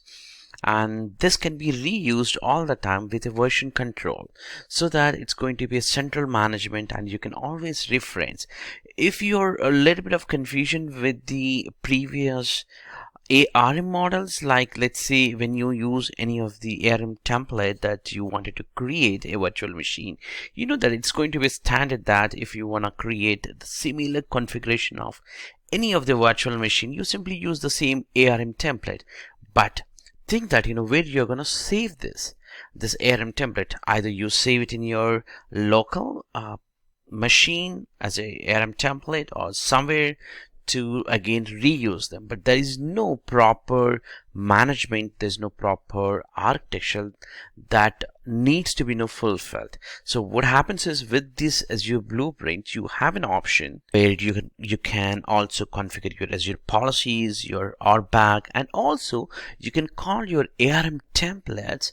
Say that I wanted to create this virtual machine for my web deployment, or maybe you can say that, hey, this should be your resource group, or this should be your security, or this should be the only location that this specific resource should be created. So this way you can actually centrally create a management of a repeatable solution architectures readily available, so that your Azure admins can be used. Let's say you are the architect, so you designed a kind of in a blueprint. Later point, it can be used by any of the Azure admin to simply use that repeatable thing. And let's create a resource with help of your existing blueprints. And this is still in a preview, but it's any point of time it can come to GA. And within this blueprint you have a version control. Let's see, you create a one blueprint, and later point you start to add some of the changes. Let's say for a specific region you thought create, like you wanted to make it available for only Asia specific, or you want to later point to add some of the US regions also example. So within that template, so what you can do is you can actually go and create a additional version of this. So when you are creating any of the resource by using any of this template, you have an option of the either do you want to go for the version 1 or version 2. So you know that what you're going to use, and you have a complete change management control of that specific templates, which is available centrally. So let's jump into the Azure portal and try to create what we are trying to talk about it, because most of the time that would be the easiest to understand about any of the technical concepts. From the Azure portal, you can search for the blueprints and you would be getting here. And if you see here, there are 3 different steps to be followed. The first one would be the creating a blueprint, and where it contains some kind of your template information, your policies, role-based access, and your resource groups, and the common organization-based patterns, all the reusable blueprints. And at the end of the creation, you are actually saving as the draft. You're not gonna publish it on, you just have to save as the draft, and then you can actually go back to this blueprint later point and you can scope it to what subscription it's going to apply, because it's going to be architecture which you're actually drawing with maybe some kind of design here, like a subscription, one resource group, one VNet, and some kind of different user account is going to assign this as the owner for this blueprint. All that you're actually doing it here as the creating, but you didn't actually scope it. You can scope it with what kind of subscription you're going to actually scope it. Either you're going to scope for your development or production. So you can actually define here. Later point, you're actually going to publish this, and then that's where actually you're going to give the versioning and also some kind of description, meaningful description, so that you know why you're using this 1.0 version or whatever the version you're actually publishing. At a later point, you can actually assign to the required, basically assigning is nothing but you're actually going to create a resources with help of existing blueprint. So in this case, we have already created a blueprint assumed from the draft to scope, and then we have created a blueprint, and out of that we actually create a resource with that help of that design.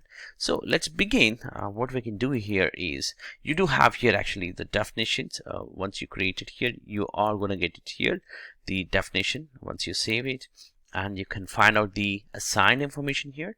So in my case, I'm going to actually use the wizard, the first wizard, which is going to be create a blueprint. So I'll just click on it, and you see here you have already some of the blueprints.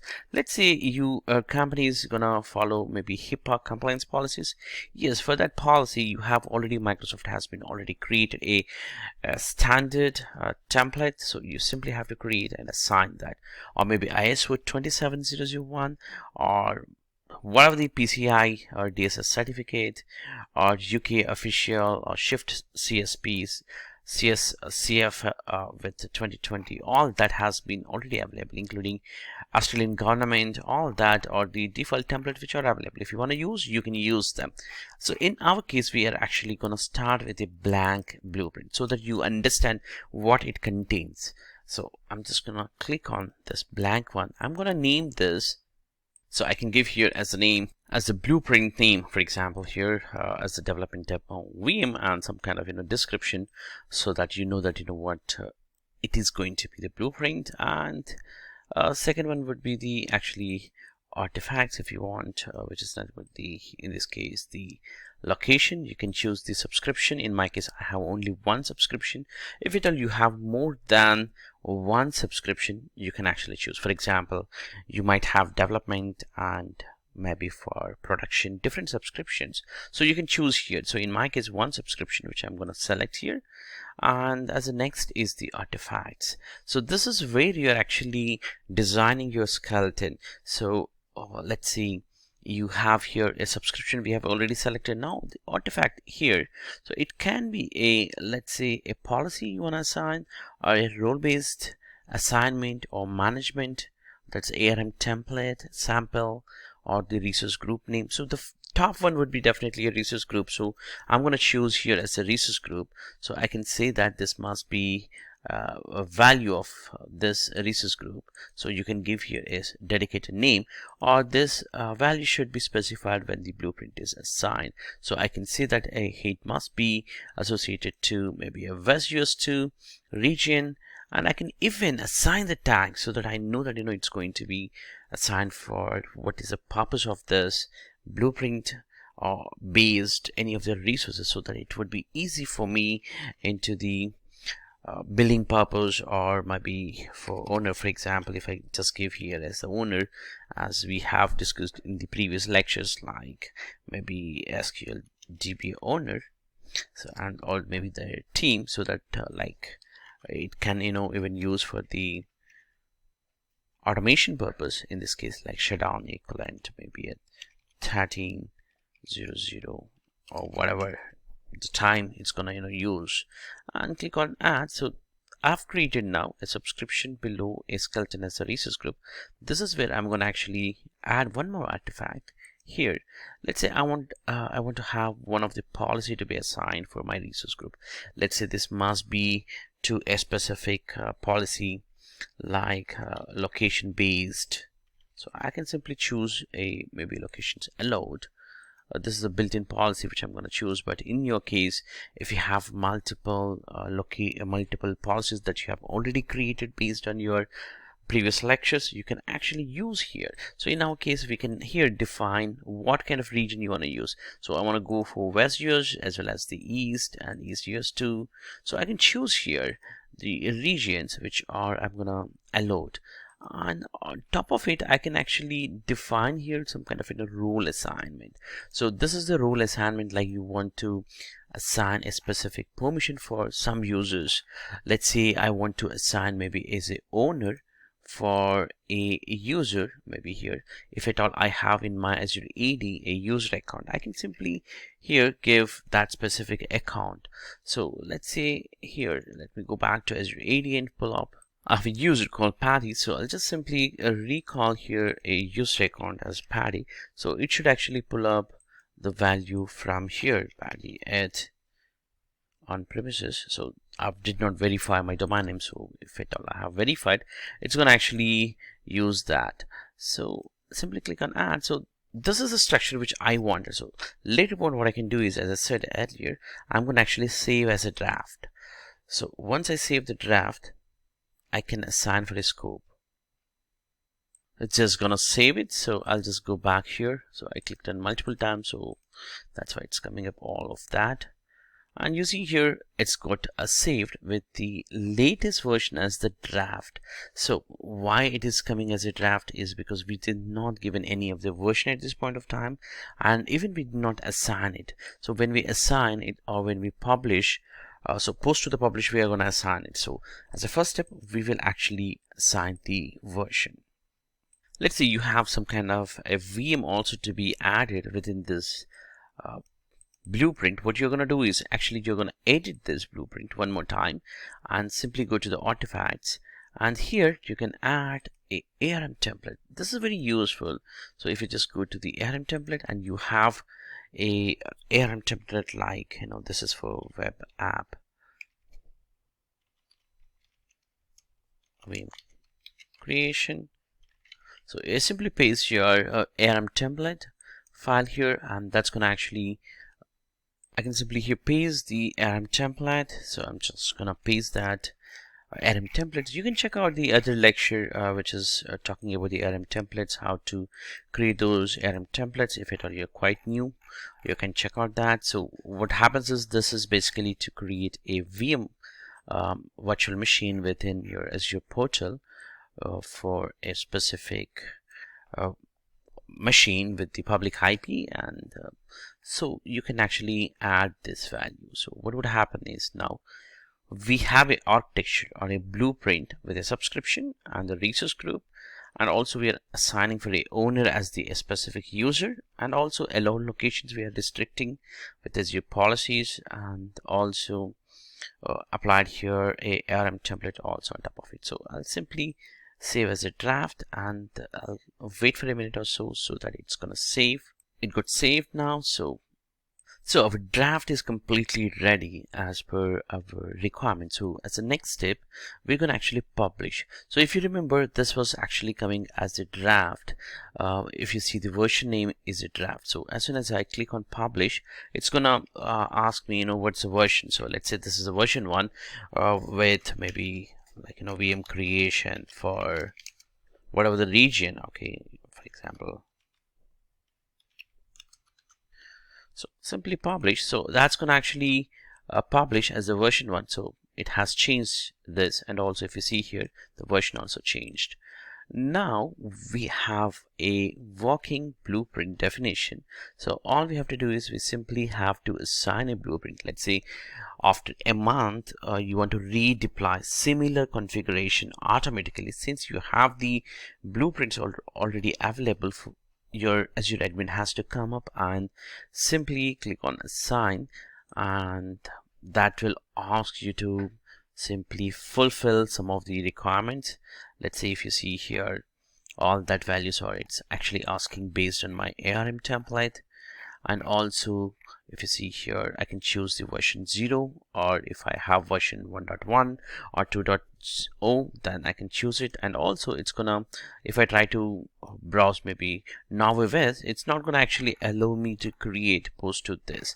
So this is how the complete blueprints will work, and this is where it's going to be very useful for you. And when you try to compare with, by any chance, with the ARM template versus blueprint is the combination of everything, and also you can call your ARM templates within the blueprint. So it's going to be always a really, blueprint is a reference for you, so you can use that blueprint to design your entire architecture. So it's one-time design, and you're going to use that. So this is how it's going to use, and this is how once you fill this, you can actually create your virtual machine within that specific region with the help of a blueprint, and it's going to assign the permissions as an owner for this, and all that it's going to happen. I hope this lecture is useful for you. You can check out at the lecture And until then, bye. Thank you for watching this. Hello and welcome back. In this lecture, we will be learning about Azure's products with respect to databases. When it comes to the databases, database systems are used to collect, organize, and manage large volumes of data. They are a valuable part of any organization infrastructure. Azure offers many database options. You see this screenshot will show about a lot of other options that you have. Let's go to the presentation mode and see what kind of databases we have. So if you see the screenshot which I have taken from Microsoft Azure databases documentation, you can see here you have a lot of different databases like CosmoDB, which is a globally distributed database, and you have the SQL database and Azure database for Postgres, and SQL database again, and you have many other different of the databases. So most of the time we call these are the managed databases. When I say managed databases, mostly it would be a PaaS. So that means a platform as a service, where these databases are hosted within the Azure cloud for high availability purpose. There are also other databases which are available as a VM format. So they offer you as the pre-installed configuration for you, and it is your responsibility to handle the entire VM configuration, where we call it as a non-managed databases. We are going to talk that in a minute or so. For the previous slide, we are going to talk about the same descriptions. If you can see here, each database has a different description with a one line. If you see here, the CosmoDB, it's a multi-module database for any scale. And Azure database is managed and intelligent SQL in the cloud. If you go to the Azure portal and look for getting started, within the marketplace, you can search for the databases, and you see here some of the databases are available like Oracle database or different type of databases which are directly coming from the marketplace, where the publisher is already configured and pre-built-in configuration is already done, and it is readily available. If you're just going to the VMs and search for SQL VMs, there are also VMs available directly, either published as a Microsoft or third party, and you can use that as the infrastructure as a service also. So let's jump into each of the products that we have seen in the first slide here, and we also have here one line description, but we didn't discuss much. Now I'm going to talk about the first one. I will start with the SQL databases, and then I'll jump into other kind of databases, and I'm going to talk on almost all the databases that are most important or widely used within the Microsoft Azure cloud. So the first one is Microsoft SQL database. Azure SQL database is a very mature and advanced database. Azure SQL database is perfect when you need to store relational data in a transactional system with heavy duty querying capabilities. Azure SQL database is a fully managed cloud equivalent of your on-premises SQL service, a product that has been around for decades. It is a schema-based system where the structure of the data is encoded in the database plan. We store data in a tables with rows and columns. It supports familiar SQL Server features like stored procedure, user-defined functions, and all of that TSQL specific things. So relational database, it's offering as a relational database as a service directly from the Azure cloud. When you try to enable SQL database as a service, you always get the latest SQL, which is a stable version, will be enabled for you. And you can migrate databases directly from your on-premises to Azure database as a service with another tool called Data Migration Assistant. And SQL performance purely based on DTUs. So DTU is nothing but your CPU IO's memories. They are called in a short database transaction unit, because this is where your performance is measured. So you have DTUs, so you can increase the DTUs to get more improved performance. Let's try to understand more about the DTUs. DTU is an abbreviation for Database Transaction Unit, and it describes a performance unit metric for your Azure SQL database. we can just like think about it as a DTU to the horsepower in a car, because it directly affects the performance of your database. So DTU represents CPU and memory and IO operations, that's the input data output operations, and as well as the log input output operations. So the main idea of the DTU concept is to offer a pre-configured resource configuration to the client, so that it simplifies the scaling of the performance of your SQL Server or a single metric, such as if we need more performance, we can slide the bar and increase the number of DTUs within the SQL database. DTU-based purchasing model contains 3 different tiers, and these service tiers offer a different DTUs and features and options based on your IOPS and other configurations. So they are, the first one would be the basic tier, other one would be the standard tier, and the premium tier. So within these basic, actually it's a starting model where you can go for the development or a little bit of production with a very lesser workload types. So if you see here, the CPU power you'll get is a very low, and you can go from anywhere 1.5 ops per DTU, and IO latency approximately 5 milliseconds and 10 milliseconds if you write it. So these are for the read and write. And in memory or LTP DTUs are 5 here, and maximum storage is only 2 GB of the database. And whereas the standard, it actually you can go up to 250 GB with up to 300 maximum DTUs with a standard S12. So when I say standard, you do have S1, S2, S3 kind of things. So as you scroll the bar to change the DTU power, it actually changed the plan.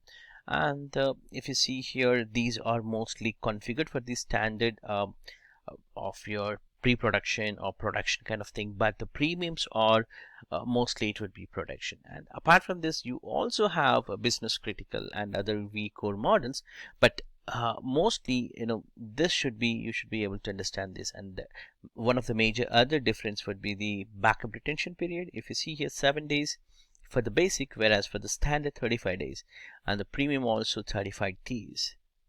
And also you have the elastic pool specific EDTs also, which we are going to look at in a minute or so, but this is how the performance is measured, just for the basic information here. And you have a different pricing types also, and that also depends on DTUs. So as you go for the higher performance, you also get the DTUs higher, as well as the elastic pool configurations also can be done. Let's try to understand more about elastic pool or EDTUs. So elastic pools enables the developer or the buyer to purchase resources for a pool of shared by multiple databases to accommodate unpredictable periods of uses by individual databases. You can configure resources for the pool based on either on a DTU based purchasing model or based on the vCore purchasing model. As I explained earlier, vCore mostly we used for managed instance, which is I'm going to talk in a minute or so, but these are the 2 different purchase options you have. One would be the purely based on the DTU based purchasing model, other one would be the core based purchasing model. So the resources required for a pool is determined by the aggregated utilization of its database. So the amount of the resources available to the pool is controlled by the developer budget.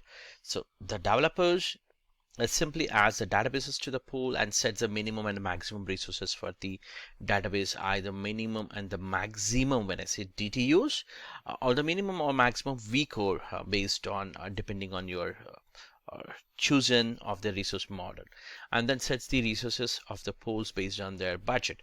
A developer can use seamlessly grow their services from lean startup to a mature business at ever increasing scale.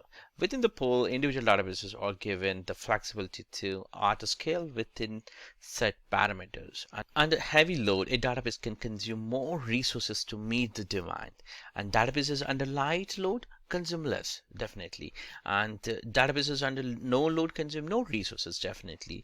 So the logic is here, the provisioning resources for the entire pool rather than for single database simplifies your management tasks. Plus, you have a predictable budget for the pool.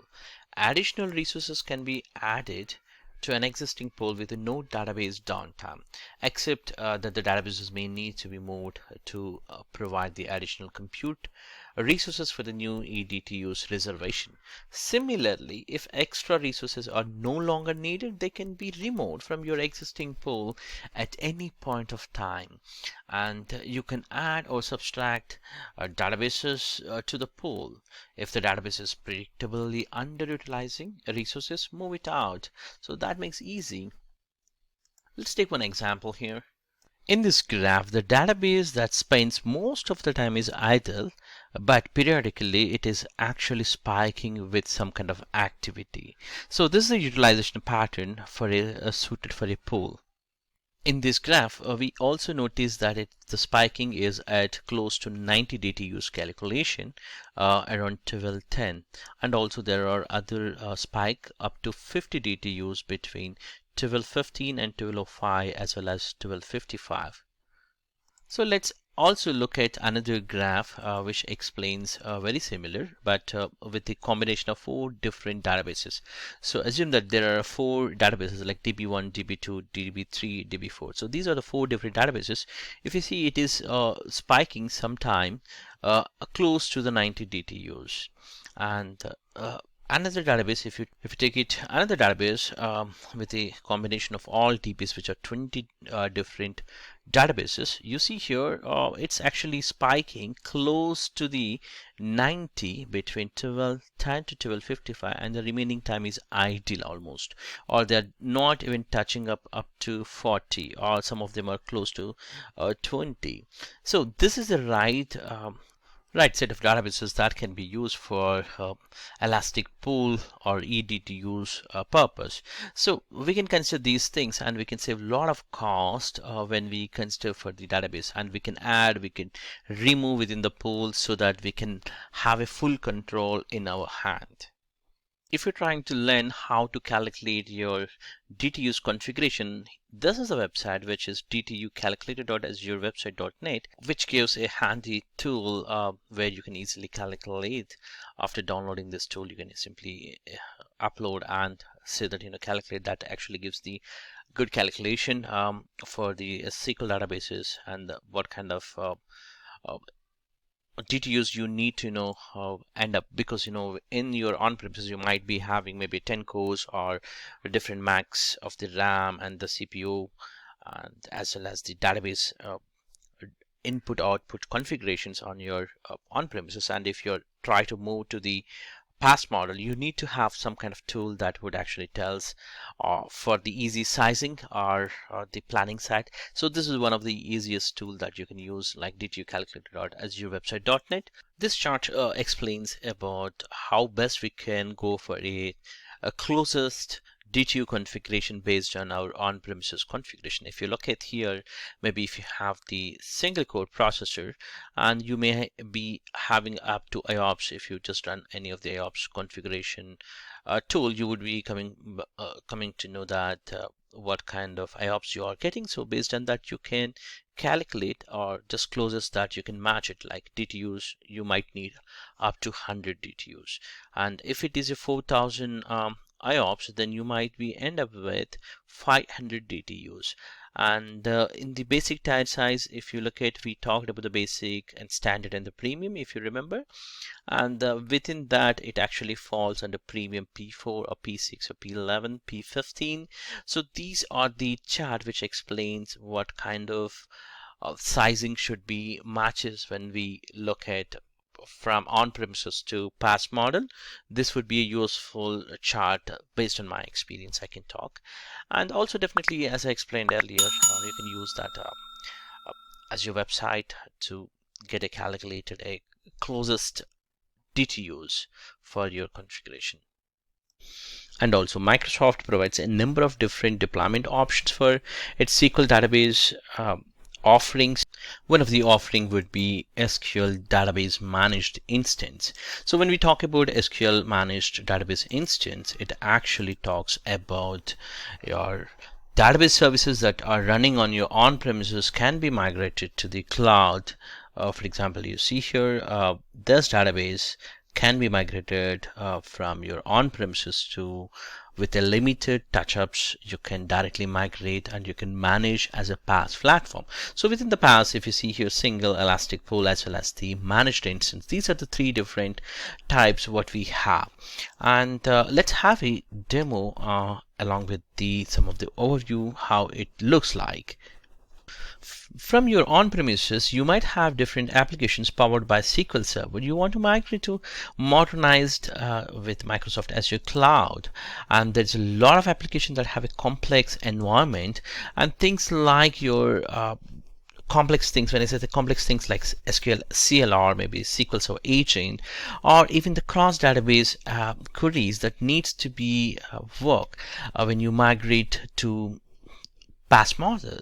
And in the past, these dependencies definitely prevented you to migrate to a managed PaaS service model. Well, the good news is that with all these complexity, also you can now fully migrate it with the help of SQL Database managed instance. That means you have full of intelligent database services with zero code change. If you see here, this is one of the application which is hosted on a local server called, if you see here, this is hosted on a local server for the current SQL version is 2008 R2 with 10.506549.0, and this gets migrated to the latest version, at least to the 14.0 once the migration is completed. This runs with the different applications in the backend. So if you see here, I'm just trying to create with the Stack Overflow migration wizard. I'll just go to directly from the managed instance and within the portal and fill the required things like the server name and the source name and the target to whatever the server you want to provision in the cloud, and then you can map the target databases. So on the source, whatever the databases are there, for example in this Stack Overflow database is available, so that becomes as a source, as a target, and that gets automated migrated with the configuration. And you can take the backups of your SQL database within that step and simply enter the activity name, so that actually runs as a backend with a job, and this would take a minute or so. If you see here, it's actually in the backend, it has completed this job.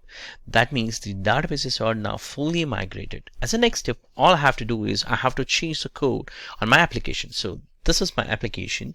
So within this application, instead of my on-premises, I'll just comment that and I'll just give this as the cloud-based PaaS model database server name, SQL database server name, and the application works fine. If I just refresh and if I just go down, I should be able to see here the database as the cloud.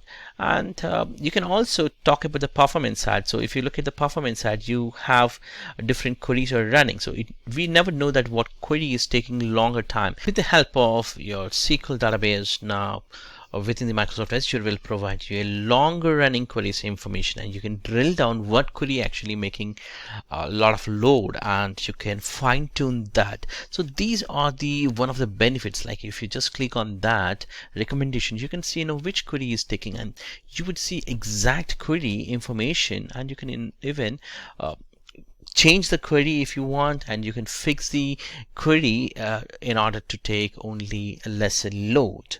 So you see here the query is available, or you can just copy and modify that query, or even you can run the automation jobs by taking automation. So here you can see here you can create the index, or you can drop index. All that kind of intelligent options can be configured right from your database within Microsoft Azure. So this is very powerful. And the most advanced security concept would be the threat analytic AZP, also now compatible with SQL databases. This is not just for the SQL managed instances. This can be any of the databases that are hosted on your Azure. So if you just click on vulnerability assessment, you have the option that will scan any database using a series of best practices. So I can maintain a secure and compliant database. For example, many of you maybe needed to comply with your company's regulation requirements, or maybe agent requirements like GDPR or PCI, among of many other things. The vulnerability scan assessment can detect where I have a sensitive data being stored within my database and whether it is following all the best practices or recommendation steps that are followed to protect your data. So I can take actually a quick action here, also automatic. If I just click on that, I can take an immediate have a look on it, and within the portal, and I can take a dynamic action to remediate right from the portal by looking at what kind of data is getting leaked, or what kind of data is not secured. Okay, to conclude SQL database managed instance, with SQL database managed instance, you can migrate any of your on-premises SQL servers. Maybe you have a complex configuration within that, like CL or SQL agent or cross database queries or native restore or service broker, all that different complex configuration specific SQL servers also as it is can be migrated to managed instance, and by doing that you get the fully advantages. So when I say advantages, like it's fully automated patching and all the benefits that you get it with the PaaS model, you automatically get it directly from the Microsoft, and you don't need to worry about the uh, configuration side, how to manage all that databases, because it's fully managed under PaaS model. Other type of database offering from Microsoft would be Azure Synapse Analytics, formerly also known as the SQL Data Warehouse. It is purely designed to store large amount of the data in structured relational format for reporting and analysis purpose. Based on the SQL Server database, basically it works, and the warehouse stores, or the Synapse, basically it stores the data in a tables with rows and columns, and definitely it will have the features like indexing and constraints and keys. The difference is that SQL database, that is the Azure database, is the best for transactional input, while uh, Azure Synapse Analytic is fully optimized for reporting purpose in general. So it is better at handling complex queries. It can hold unlimited of amount of the data that makes Azure Synapse is to work with the enterprise data warehousing, especially for the big data analytics, and it gives you a freedom to query data in your terms using either serverless on demand, or even it can work even the provisioned resources at any scale. Azure Synapse Analytics will be used for immediate BI and machine learning tools. And if you see the big components of the big data,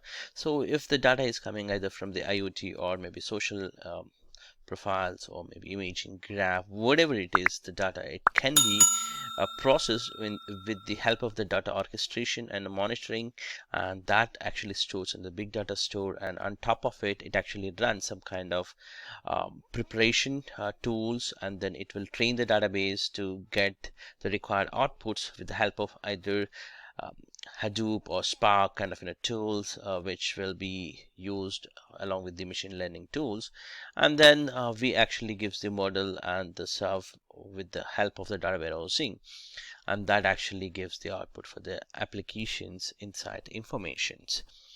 That's the high level design of the big data, and this has been very clearly discussed in the AZ 900 series exam course. You can check out that if you're interested. And let's move to the another topic. So the other topic would be the data lake storage.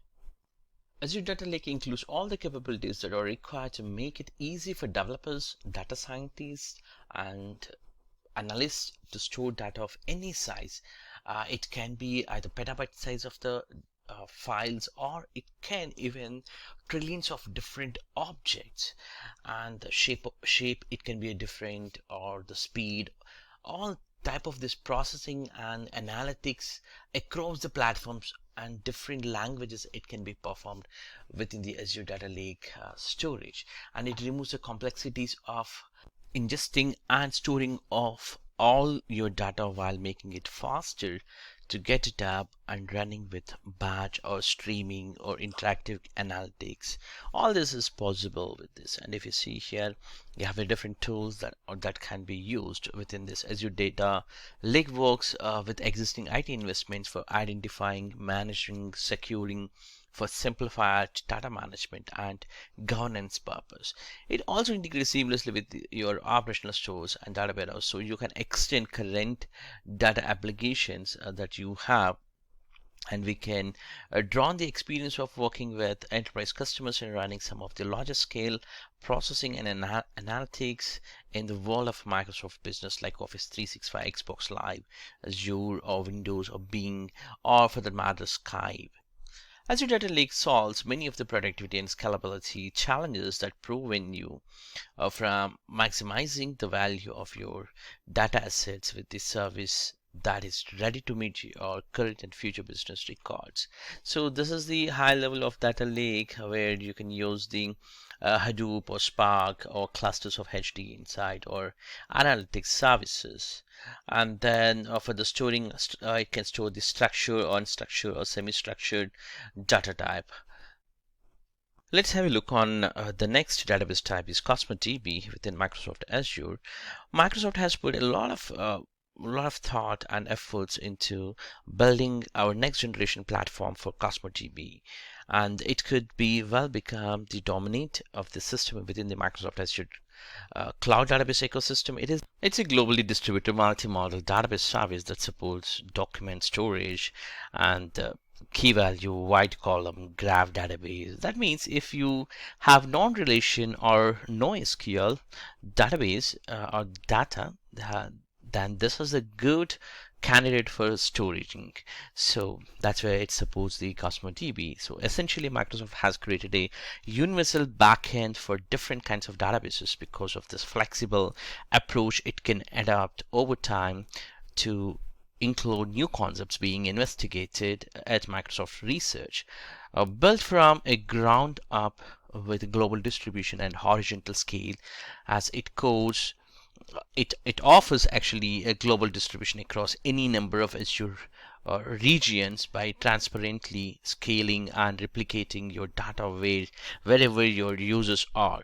It has a adaptable approach to data consistency, so you can choose a speed and timing that fits your business needs. Basically, if your application needs guaranteed fast response time anywhere in the world, it is required to allow us to be always be online, and needs unlimited and elastic scalability of through output in storage, considering building applications with the help of Microsoft Cosmos DB. That being said, it also offers a lot of other APIs, like if you see here SQL, MongoDB, and other definitely other APIs also available within the Cosmos DB. One of the database type would be the PostgreSQL and MySQL, or popular systems within the world of open source relation databases. Recent years have seen Microsoft embrace the open source community, and now organizations can use the PostgreSQL and MySQL databases on Azure. And the key to making this work for Azure is the extensive work done to build a cloud databases hosting system that supports a variety of relational databases. PostgreSQL is an object relational database. Once it's provisioned on Azure, you can access it using all the native Postgres tools like PG admin, like all those tools. And Azure MySQL is a relational database that based on an open source community called MySQL. Once it is provisioned, you can access it using all the MySQL, like MySQL Workbench, all other tools. So here we are actually talking about the two different tools, but these are all the open source community. And other type of databases, definitely Azure Table Storage is a non-relational key value pair storing or a storage system that's suitable for storing massive amount of unstructured data. Azure Storage Tables can store tabular data at petabyte scale. Non-relational storage like table storage are optimal for simple retrieval and fast inserts. This predates Cosmos DB is a simpler version of the key value storage values at a Cosmos DB. So that's where Cosmos DB came, and it is still a useful way to store data. It is especially good and cost effective if you don't need the high throughput global distribution auto indexing features of Cosmos DB. So that's a brief look at a variety of databases available within Microsoft Azure. So within Microsoft Azure, there are should to be one or more choices that you will have so that you can choose your best needs. You can just go to Microsoft Azure portal and find for the SQL database, and then try to create a database by click add button. So it would actually ask for any of the resource group if you have already. So in my case, I'm just creating a demo for SQL. And then it's going to ask for the SQL server name. So this is where the server name, it's going to create a new server. So I don't have any server. That's why it's not showing anything in the drop down list. So I need to create one server name. So it should be unique. Enter here unique name and followed by username and a password and the location. So I'm just sticking with the default ECUs. And then click OK. So that has been fulfilled. That means SQL server is created. Now I need to create the database name. So I'm gonna onboard a database server name is as the my web app, maybe SQL, and then app01 is the server name, and this is the database. So I can say here maybe this DB is for web app 01. That's my database name, and simply I can choose here to use an elastic pool. Or if you don't want elastic pool, then you need to go for the standard one, which is purely based on this specific database and the server based configuration. So it's going to charge you for that specific database a special charges. Whereas if you choose the elastic pool, what happens is, let's say you have database 1, database 2, database 3, like maybe 4 or 5 databases, but you are not maybe one database is spiking up, so it needs more power. So what you can do is you can pull the required resources from another database server which is not using full CPU power. So you can dynamically transfer that, and that specific database will work at a higher speed. So that's called the elastic pool. So it's a pool of databases uses as a consolidated required resources.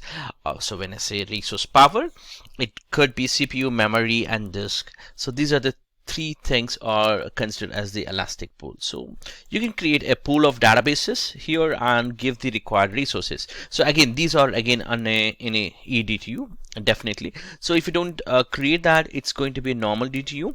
So here you can configure based on the database configuration. So if you see here, this is going to be generation 5 with the 2 virtual cores and 32 GB of the RAM.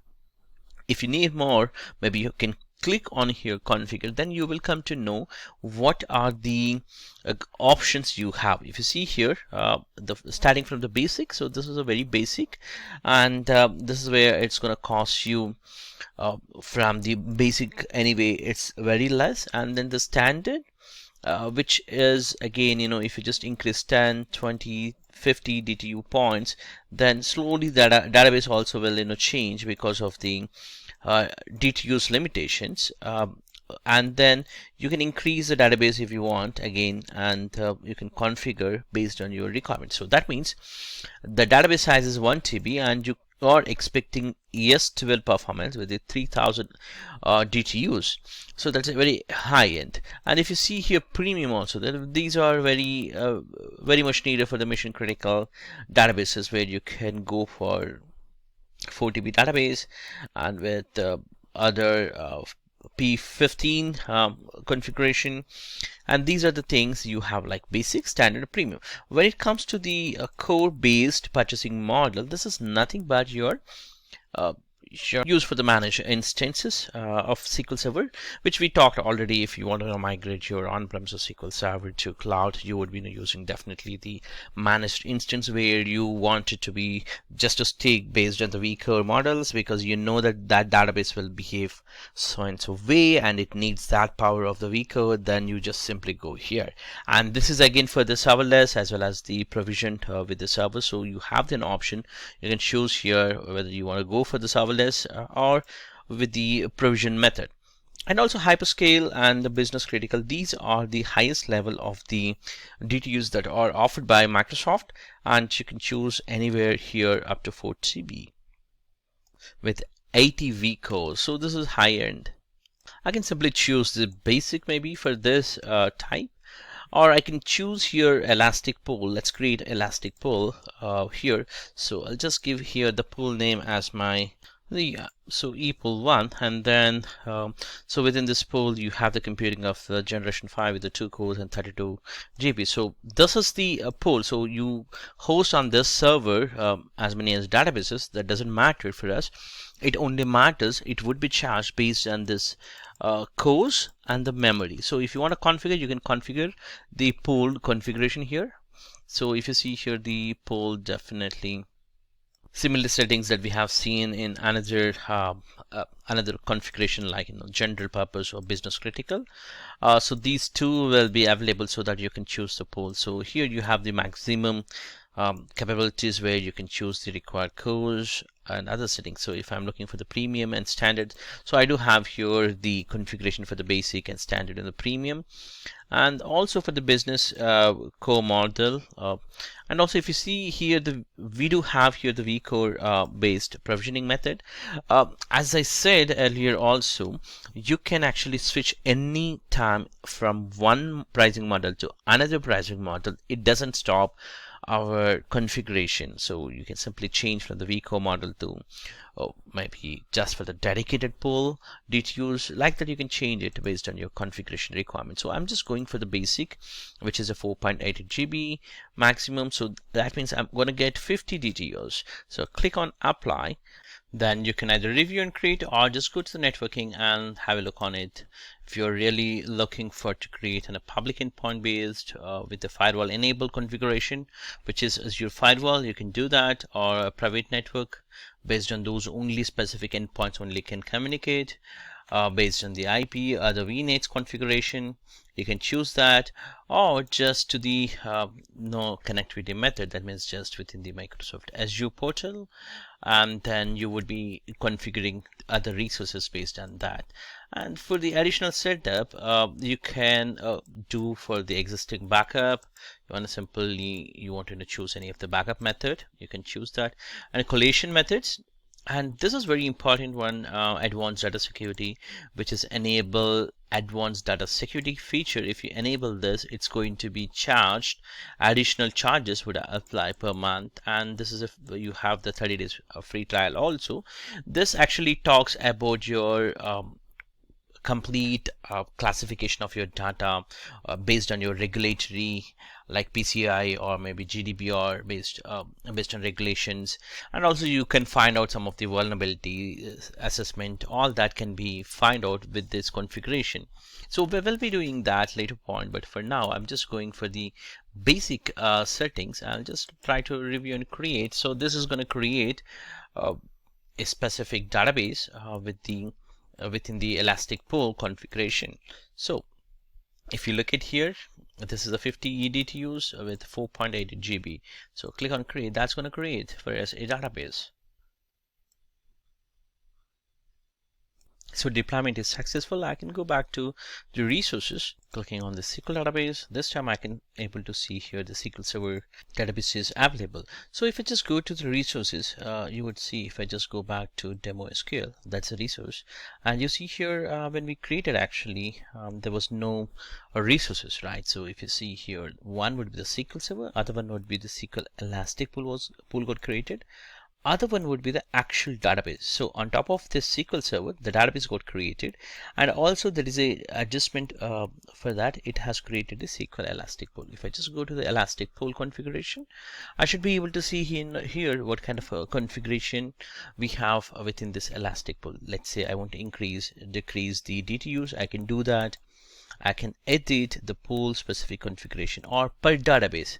Here I can do the additional database configuration based on a single database. Also I can also switch to EDTUs for the premium. Same again here also for the database configuration.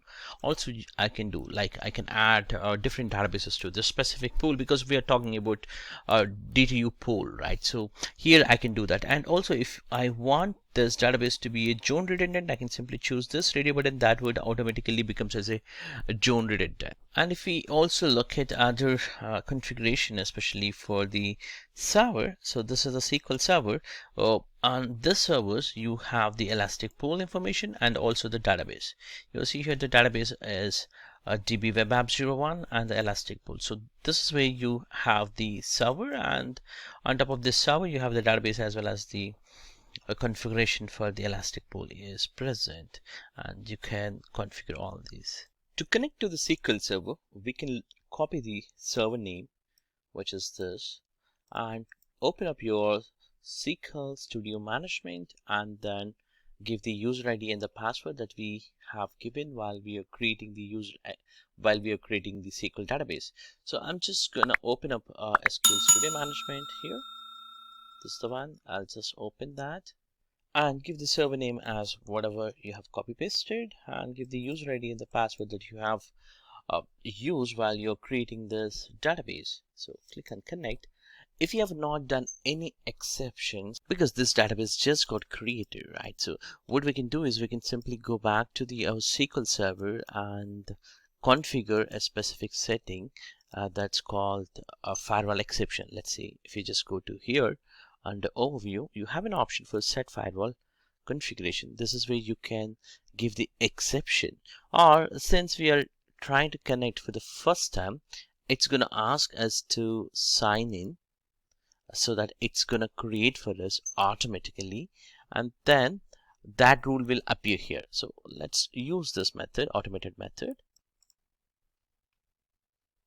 Once I enter the user ID and the password, it comes back to the screen where I need to give a firewall name, a firewall rule name here, which will describe more about.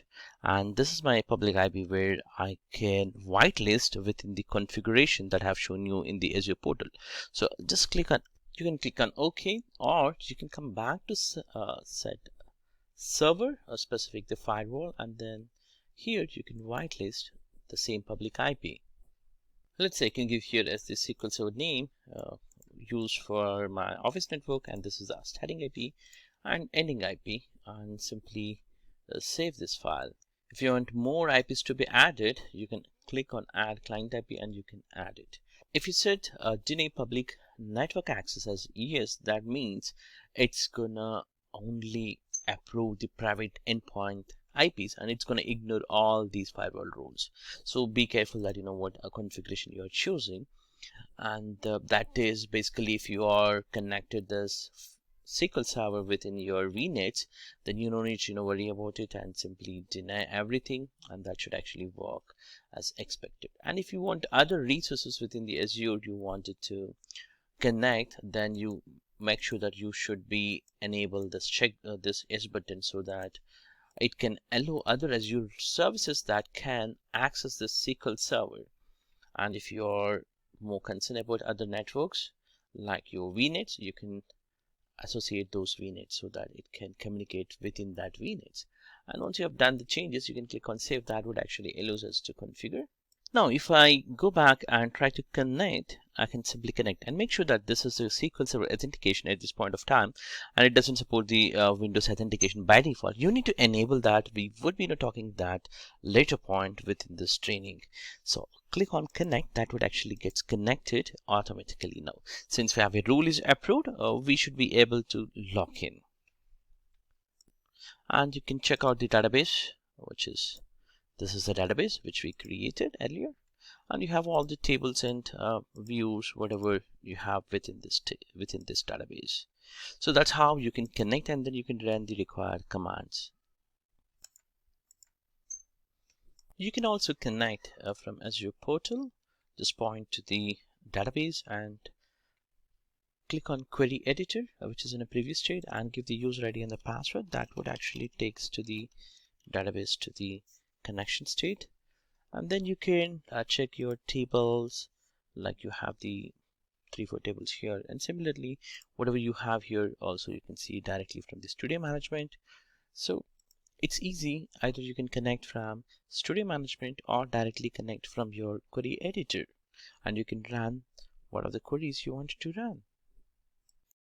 Hello and welcome back. Let's try to create a database, and we also try to grant the permissions from our on-premises users by integrating Azure AD users, and then we also have a look on our database auditing and other important monitoring aspects from the security point of view. So let's try to create a database here. So I would be quickly going through it.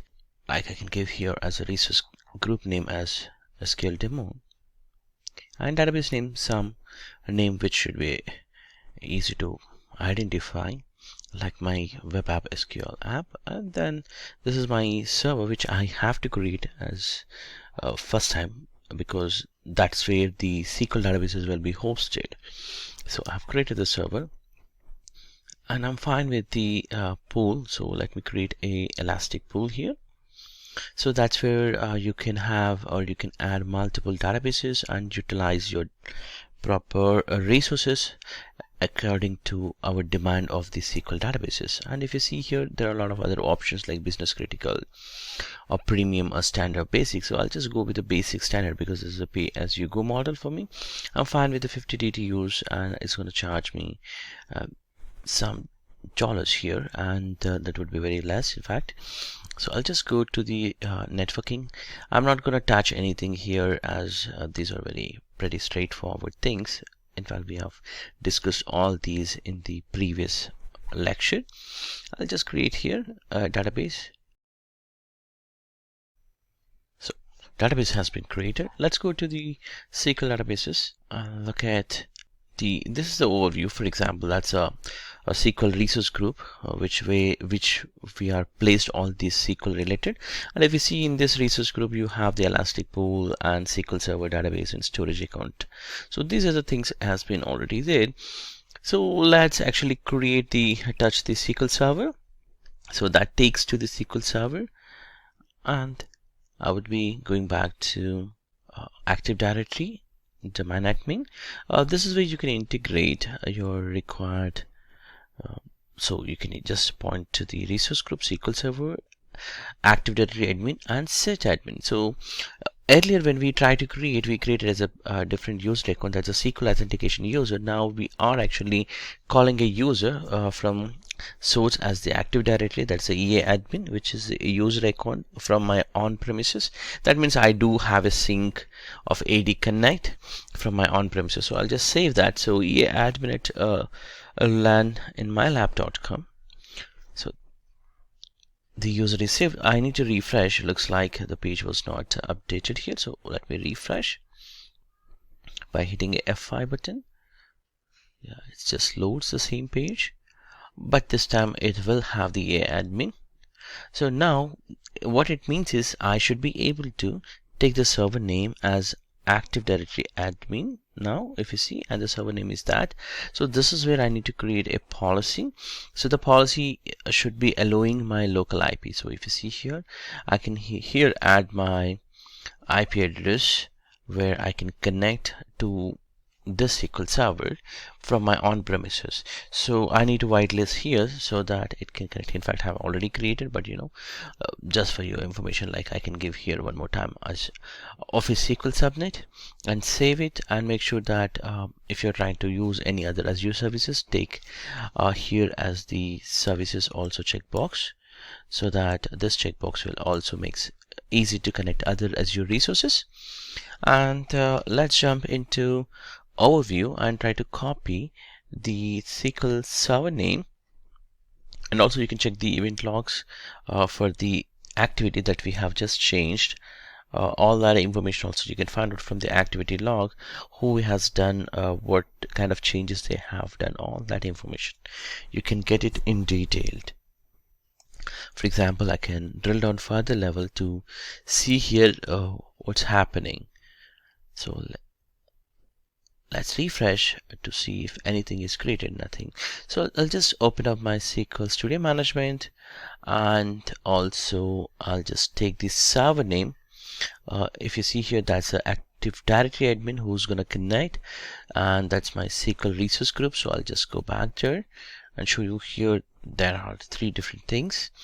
One is the Elastic Pool and SQL Server database. So I'll just connect to the SQL Server because that's where the server we need to connect. So within this, you have the server name. So just copy that server name and open up your SQL, which is from my on-premises network. You have here 5 different authentication options where you can choose either Windows authentication. The first one is the Windows authentication, where if the device is joined to the Windows Active Directory, it can simply connect without entering the user account because the account details already used to log in. And also the SQL Server authentication, that's the normal authentication method where while we are creating the user account, we gave as the account details like Paddy and the user account. That's a SQL Server specific authentication. You can use that account details to log in. And other one is, this is the demo which is covered under Azure Active Directory with MFA is already enabled for this user account, which is again sync from your on-premises because we do have the hybrid Active Directory. So that's the account which is coming from our on-premises, but it is even part of Azure Active Directory because that specific account is enterprise admin, and he also have the user account enabled with the MFA. So that's we're gonna perform that. Other one would be the Azure Active Directory password. So here, this is where you need to give the user ID of your on premises with a domain name. Let's say if your domain name is a root / and the user account. And other one is integrated if the machine is already logged in with Azure with the Azure Active Directory and joined to that, and you can use the Azure Active Directory integrated option. So these are the possible options you have. So let's jump with the Azure Active Directory with universal MFA. So these are the options you have, and you can test it all these when you enabled. I can choose here the account. If you see here, I have chosen here as the Azure Active Directory with MFA. That means my account also has the MFA enabled, so it should be able to connect by using Azure Active Directory with MFA enabled. That means if a user has a MFA multi-factor authentication enabled, that also will be prompted, and later point only he will be connected or he or she will be connected to this SQL server. That means we're actually securing directly from the Azure Active Directory. So the database is fully secured with the integration of Azure Active Directory and with your on-premises user accounts also. So let's once I enter and click on connect, it actually prompts me for the user ID and password to be revalidated with the MFA. So I just enter my details and I just skip the MFA specific, did not show you, but in general it will actually ask my phone number specific code to be entered. So I entered that, and if you see here, if I drill down databases, I can actually see my database, and if I try to reconnect to the same database, it doesn't ask any password also this time because it has already a token already exists within this machine. Let's try to create a user account, and then we also alter that user account to get as the DB owner permission so that the user can do all his work. So to do that, I just have to go to the security and users. So let me go back there within the portal. Let's go to security users, and here I can right click, and if you see here the default user accounts, and right click on new user, this time it will actually pre-populated with a complete query that can use as a template to create any user account. So I'll just instead of filling there, I'll just take it out all these information, and I'll enter here create user. That's a spell mistake here, and the user from external username is paddy@leninmylab.com from external provider. So there will be a user account created if I execute that command. Within this database, my web SQL app01. Now I have a user account. So to do that, to visualize, I can simply refresh here so that I should be able to get it. And it's taking some time. I'm able to see here a user account now, which we just created. And if I want, I can delete all that, rename, all that can be done from a GUI, but definitely I don't want to do it. But instead I want to grant some more permissions for the user account, and later point I'm going to actually grant him as a permission to alter any user account. So he's going to become as the more administrative role, so that instead of we every time create, he can create other user accounts by granting alter any user. And then also I wanted to grant him as the SQL database admin, that's a DB owner. For example, I'll simply alter DB owner as the add member as this account. So what we have done so far is we actually taken a user account which is from an external provider, and we altered to granted him as the user administrator. So that means he can create new user accounts. Later point, he can also we added him as a data owner, that's a database owner, so he has a full control. Now that means if we try to connect with that user account, he should be able to do all the required action. So I'll just connect to the same server, PaddyMaddy in my lab, but I just have to give here my database name. The reason being here we are trying to log in, but this is called contained user, so I need to give the exact database permission, because we have not granted full permission on the server, instead the database. So he'll able to connect. So now whatever the user account we have given, like PaddyMaddy@learninmylab.com, user is able to connect it. So that's how it's going to work. So you can use here the Windows AD account and as well as the Azure AD, where you can utilize the hybrid Azure AD benefits also, and you can securely connect to the databases. You can check out here databases, tables, whatever we have earlier, all that information can be viewed. So let's jump into other topic here within this lecture for auditing. So we have learned in the previous lectures for the monitoring, where we used to collect for the debugging all other activity logs. So here also you can actually collect the logs specific to the audit log, so that all the information can be stored in a storage account. So just click on a storage account, that is you have already storage account, so that's where it's going to save complete logs. And you can also use a retention time and number of days, or primary or primary key or secondary key, you can utilize it. So that's about the auditing side for the storage account. And also we learned in the previous lectures about the log analytics and event tab.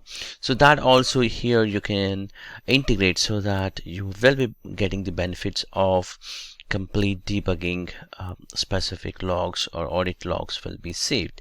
So that concludes this lecture, and I hope this is useful for you. Thank you for watching this. Hello and welcome back. In this lecture, we will be looking at SQL Advanced Security options.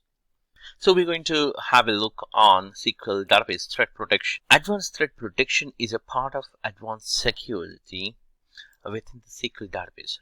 This is an add-on service that does cost more, but it can help protect your SQL infrastructure by detecting and alerting on activities like SQL injections, access from unusual locations, or maybe access from unfamiliar principals or potentially harmful applications. To configure this, we can go back to Microsoft Azure portal and the SQL server, and then go to Advanced Data Security. Within this, you have the options where you can configure your vulnerability assessment, all that configurations, and you can simply switch on the data security. You can switch on and you can choose the subscription, whatever the subscription you have, and this will actually store, it will use the login information will be stored under storage account, so you need to give any of the storage account. If you have one of the account, you can choose, otherwise it's not gonna save that archive data. And also periodic recurring scans also will be performed automatically, and that scan reports also can be sent to a specific email ID that you give it here. And advanced threat protection settings, alerts will be sent to this email ID, whatever you configure here, and later point you can simply save on this. Also, it's recommended you to enable the auditing specific settings that we discussed within this tab earlier. I'll just open up once again in a new tab specific to the auditing settings, and you see here under auditing you can configure the audit logs to store under storage account or log analytics, or even you can stream to the event hub. So these are the options you have. So once you configure these settings, you can actually save it. Before saving, make sure that there should be a storage account that should be definitely here to store all the logs. So I'll just give here SQL Database Security 1.2, that's a standard name which I wanted to give here. Click OK, and then choose a replication also. Mostly it would be LRS, would be the best for me. Storage account has been assigned, and then click on save. That would actually configure the specific setting. You can click on advanced threat protection types. Post configuration, if you want to configure any additional settings, for example brute force or unsafe actions, data or data injection vulnerability or SQL injection, anonymous client login, all that kind of automated threat protection tabs can be blocked, or you can edit the required settings if at all you wanted to modify anything. I hope this lecture is useful for you. Thank you for watching this. Hello and welcome back. In this lecture, we will be learning about encryption for data at rest by taking about Microsoft Azure SQL Database always encrypted options. Before we jump into Microsoft SQL Database always encryption options, let's understand what exactly encryption for data at rest.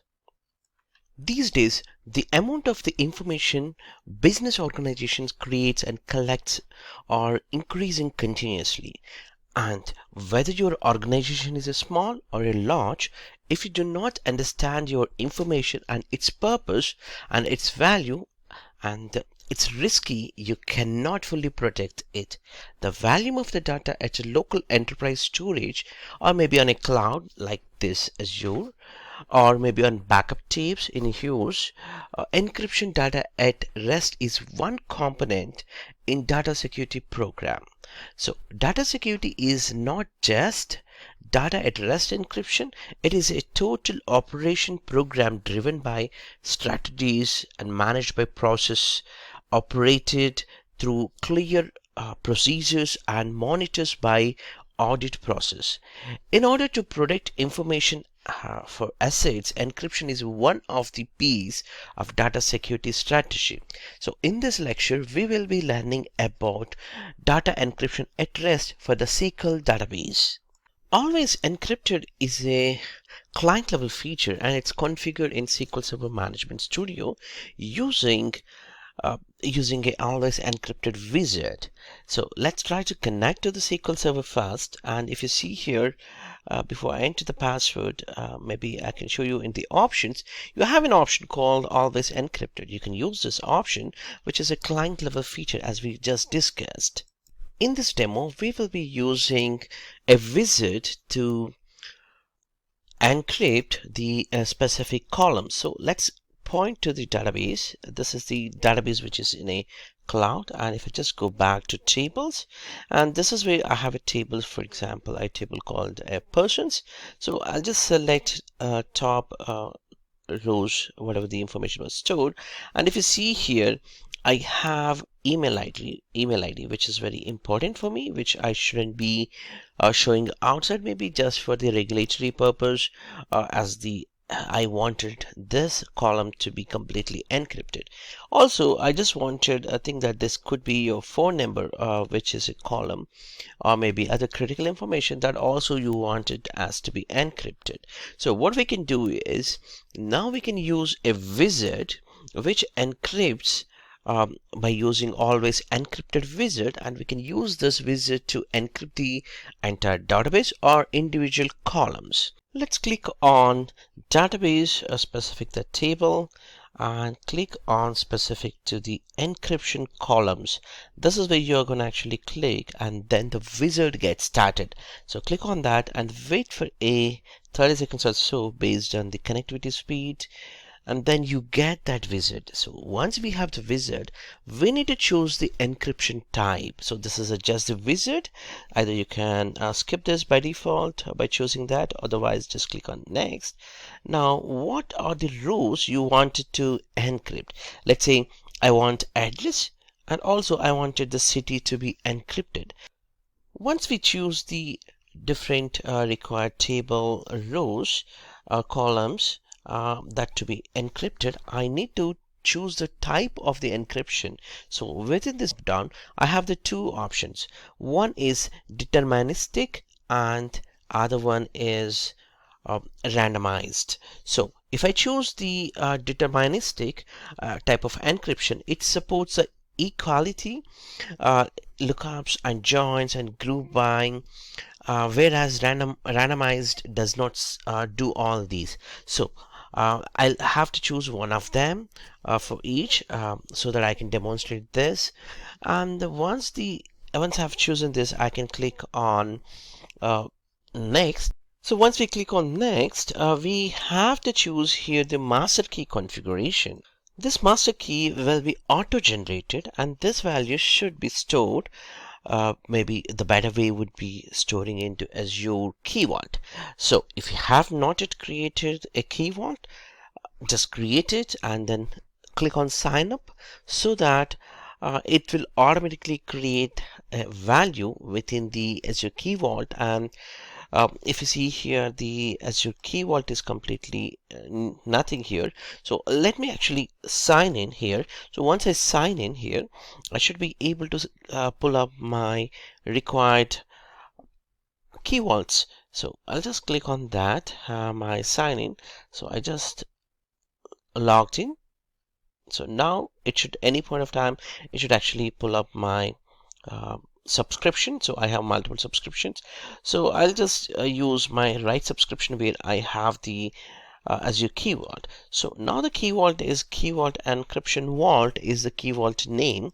So if I just go to the portal and show you, this is the Key Vault that I have. So within this Key Vault, I need to actually grant the access policies, where for my account I need to have the encryption specific value should be there. So if you see here, the 16 permissions granted for myself. So in your case, if you have not yet done, you may have to consider to choose the cryptographic specific operation specific permission should be granted to verify, encrypt or deny or decrypt, or whatever the permissions are really needed. So in my case, I have granted myself everything, so that this demo I can show you where it's going to actually create a secret name within the Key Vault. So let's go back to the wizard where we are. So yeah, that's a wizard. So I'll just click on next, so that if you see here, that's my Key Vault. And now what it is trying to do is it's gonna actually create a PowerShell script if you want, so that you can run later point. Otherwise, you can proceed further now. So I wanted to run right now, so I'll just click on finish, so that it's going to create. So if you see here, it actually going to create a key called CK_auto1 within my Azure Key Vault. And you see here, this is also getting stored, all this like master key is storing under same CK_auto1, and also the other columns that we are trying to encrypt, like address and city. So let's click on finish. This might take maybe 5 to 10 minutes time, and it might ask you to again sign in, so that it actually creates the specific key within your Azure Key Vault service. So master key got created, and it's passed all that information. This might take maybe a 5 to 10 minutes time, so I'll just pass and continue. And once I'm back, I should be able to show you the values that are encrypted by running the same query. And if you see here within the Azure Key Vault, you have a key called CMK Auto 1 key got created, and with a current version of the one value. And then if we just go back to, this is the key which just got created, and within our Azure Key Vault, and if I just go back to the wizard, still it is actually processing. So it got actually created these CMK underscore auto 1. Any point of time it has finished. Yeah, it just got finished. And if I just run the same query, so this address and the city should be a encrypted value should show. So I'll just execute, and you see here these got address and city got completely encrypted. What if you wanted to view the actual values? So you can connect again with your studio management tool, and just this time under options you have the additional connection parameters. That's where actually you can use a command called column encryption settings equivalent enable. So once you use that, actually you can view the address and the city in a completely unencrypted method. That's a plain text format. So this is how it's gonna work, and you can use these methods to secure your SQL database, complete tables, and also the entire database also can be encrypted if really needed. Thank you for watching this. I'll catch you in the next lecture. Hello and welcome back.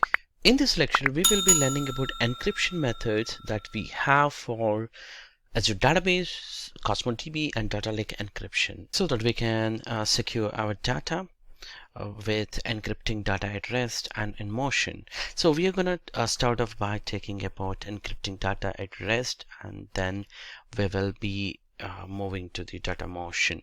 Let's define what exactly data at rest. Data at rest would be obviously anything that is not moving. Right.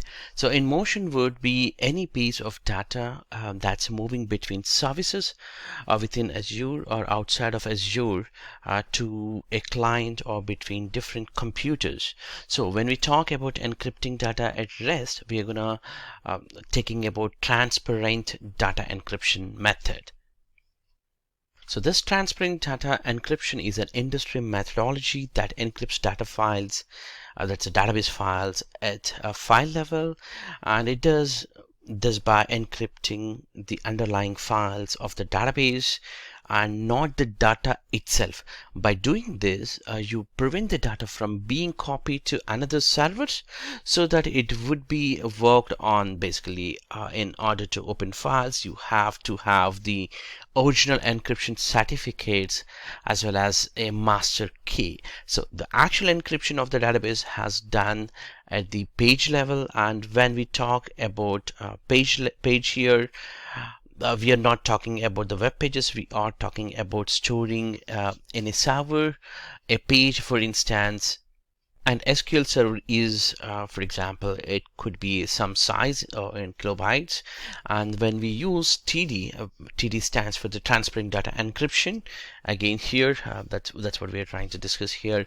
So we are applying it at the low level of database. So the other thing I wanted to bring up here when we talk about transparent data encryption is this concept of transparent. And the reason that's transparent is because encryption and decryption is seamlessly to be authorized users of the database, and they have no idea that the data is encrypted. The only way you would know is if you don't have access to it. And when we talk about transparent data encryption, we are talking about encryption of entire database. So when we write something in our database, it's encrypted and then it's decrypted when it's being read back to you. So now that I have explained at the high level what a transparent data data encryption method, and I would like to go through and now talk about these concepts now to a SQL Server. Before we jump into the SQL Server, this can be actually applied, this transparent data encryption, for your SQL Server and SQL databases and data warehouse. And there are two different protocol methods what we use actually. One is the AES, triple data encryption standard. Other one would be the database encryption key.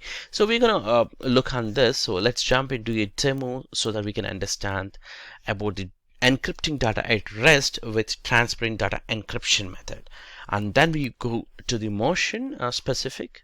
I have navigated to the SQL database and go back to database, and within this database you have the options for the encryption. So let's go back to, so now we have a blade called here transparent data encryption.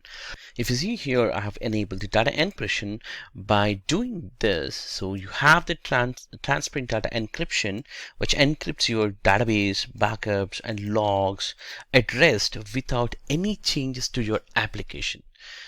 So that's what it's trying to do here within the SQL Server. So what we're trying to do is we are trying to work on our database servers. So you can also do it at the server level by going to the blade under security transparent data encryption. And when you go here, you have the two options. So one is service managed key, other one is a customer managed key. So if you choose the service managed key, it actually automatically creates and you don't have to do anything because it actually works automated fashion. But if you choose the customer managed key, you need to give here your key vault and a key value.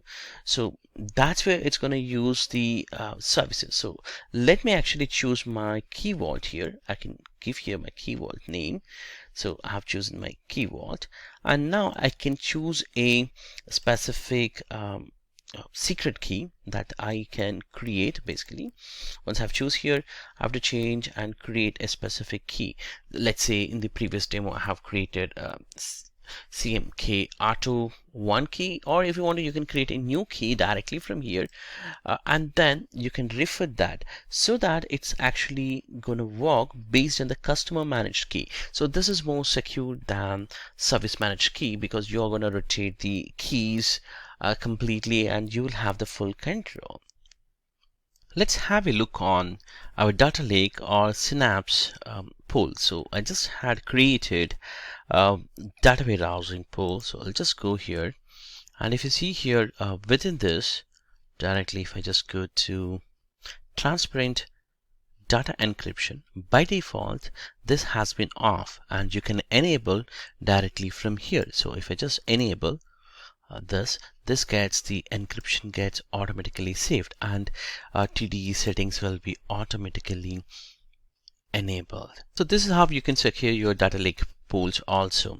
Now let's go back to check our Cosmos DB and see how best we can encrypt. If we just go back to Cosmos database, and if you see here, I don't have DD specific any settings for the transparent. And now the reason being, if you just go to another slide which I have prepared for the data encryption, this data encryption specific to the Cosmos DB is, since the Cosmos DB is a PaaS service, Cosmos DB is very easy to use, and because all user data stored in the Cosmos DB is by default, it is encrypted at rest in the transport, and you don't have to take any action.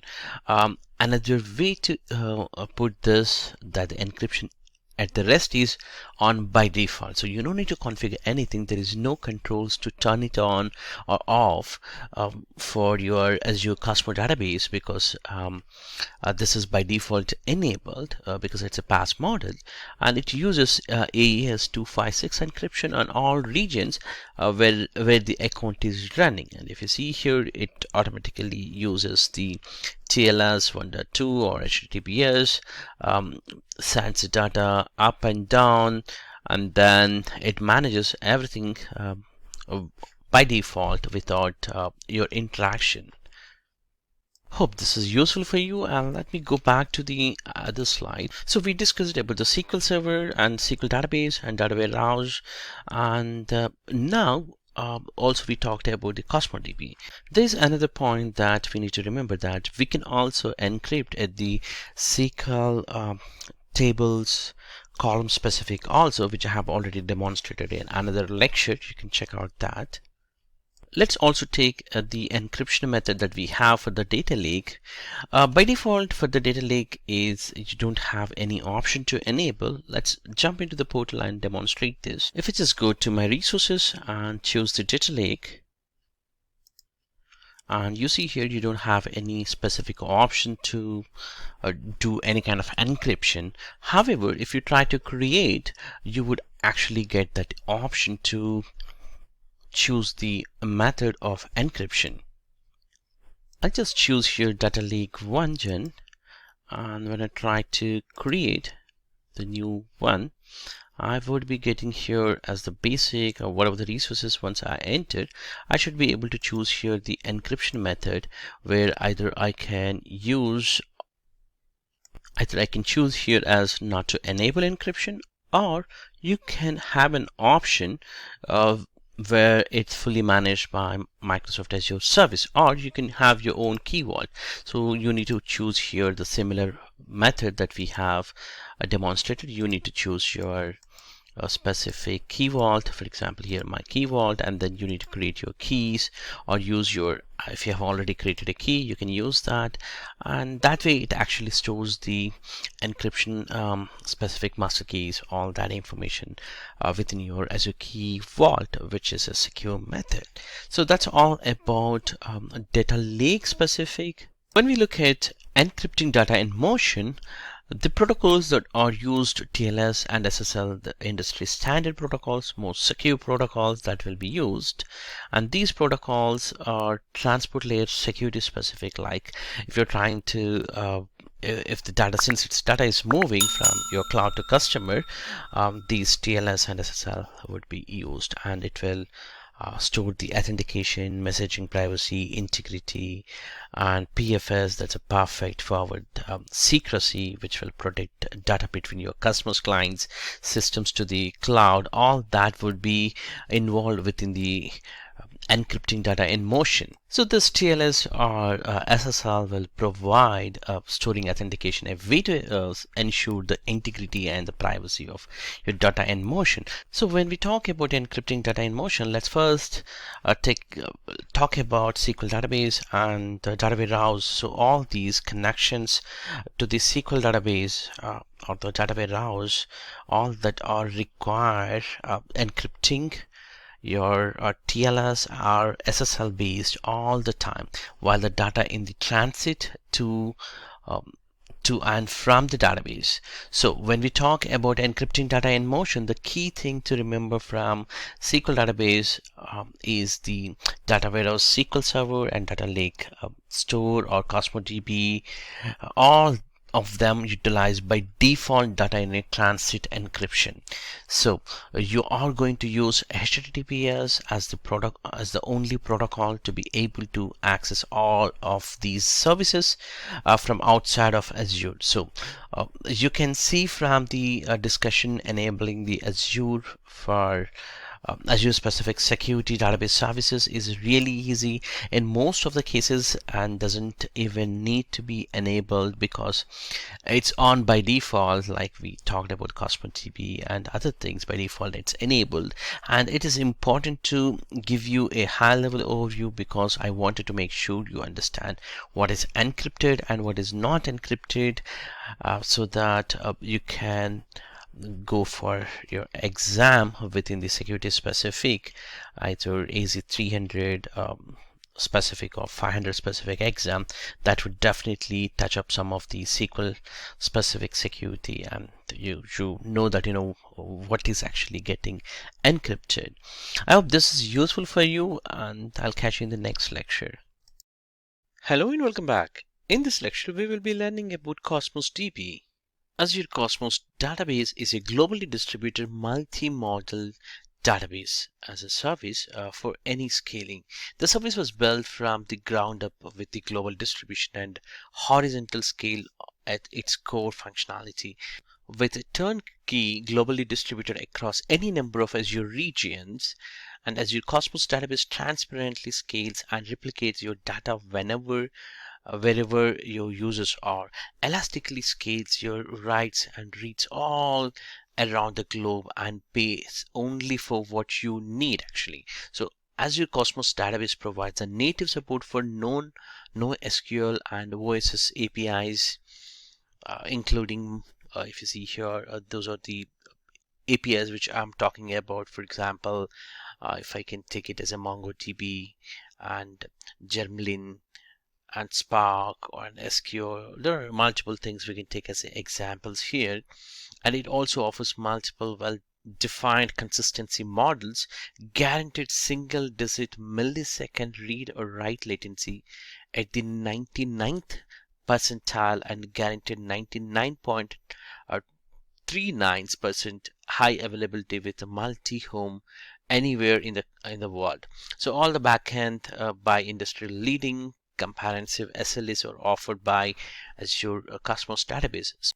So it's fully managed service that enables you to offload the administrative burdens of operating and scaling distributed database to Azure.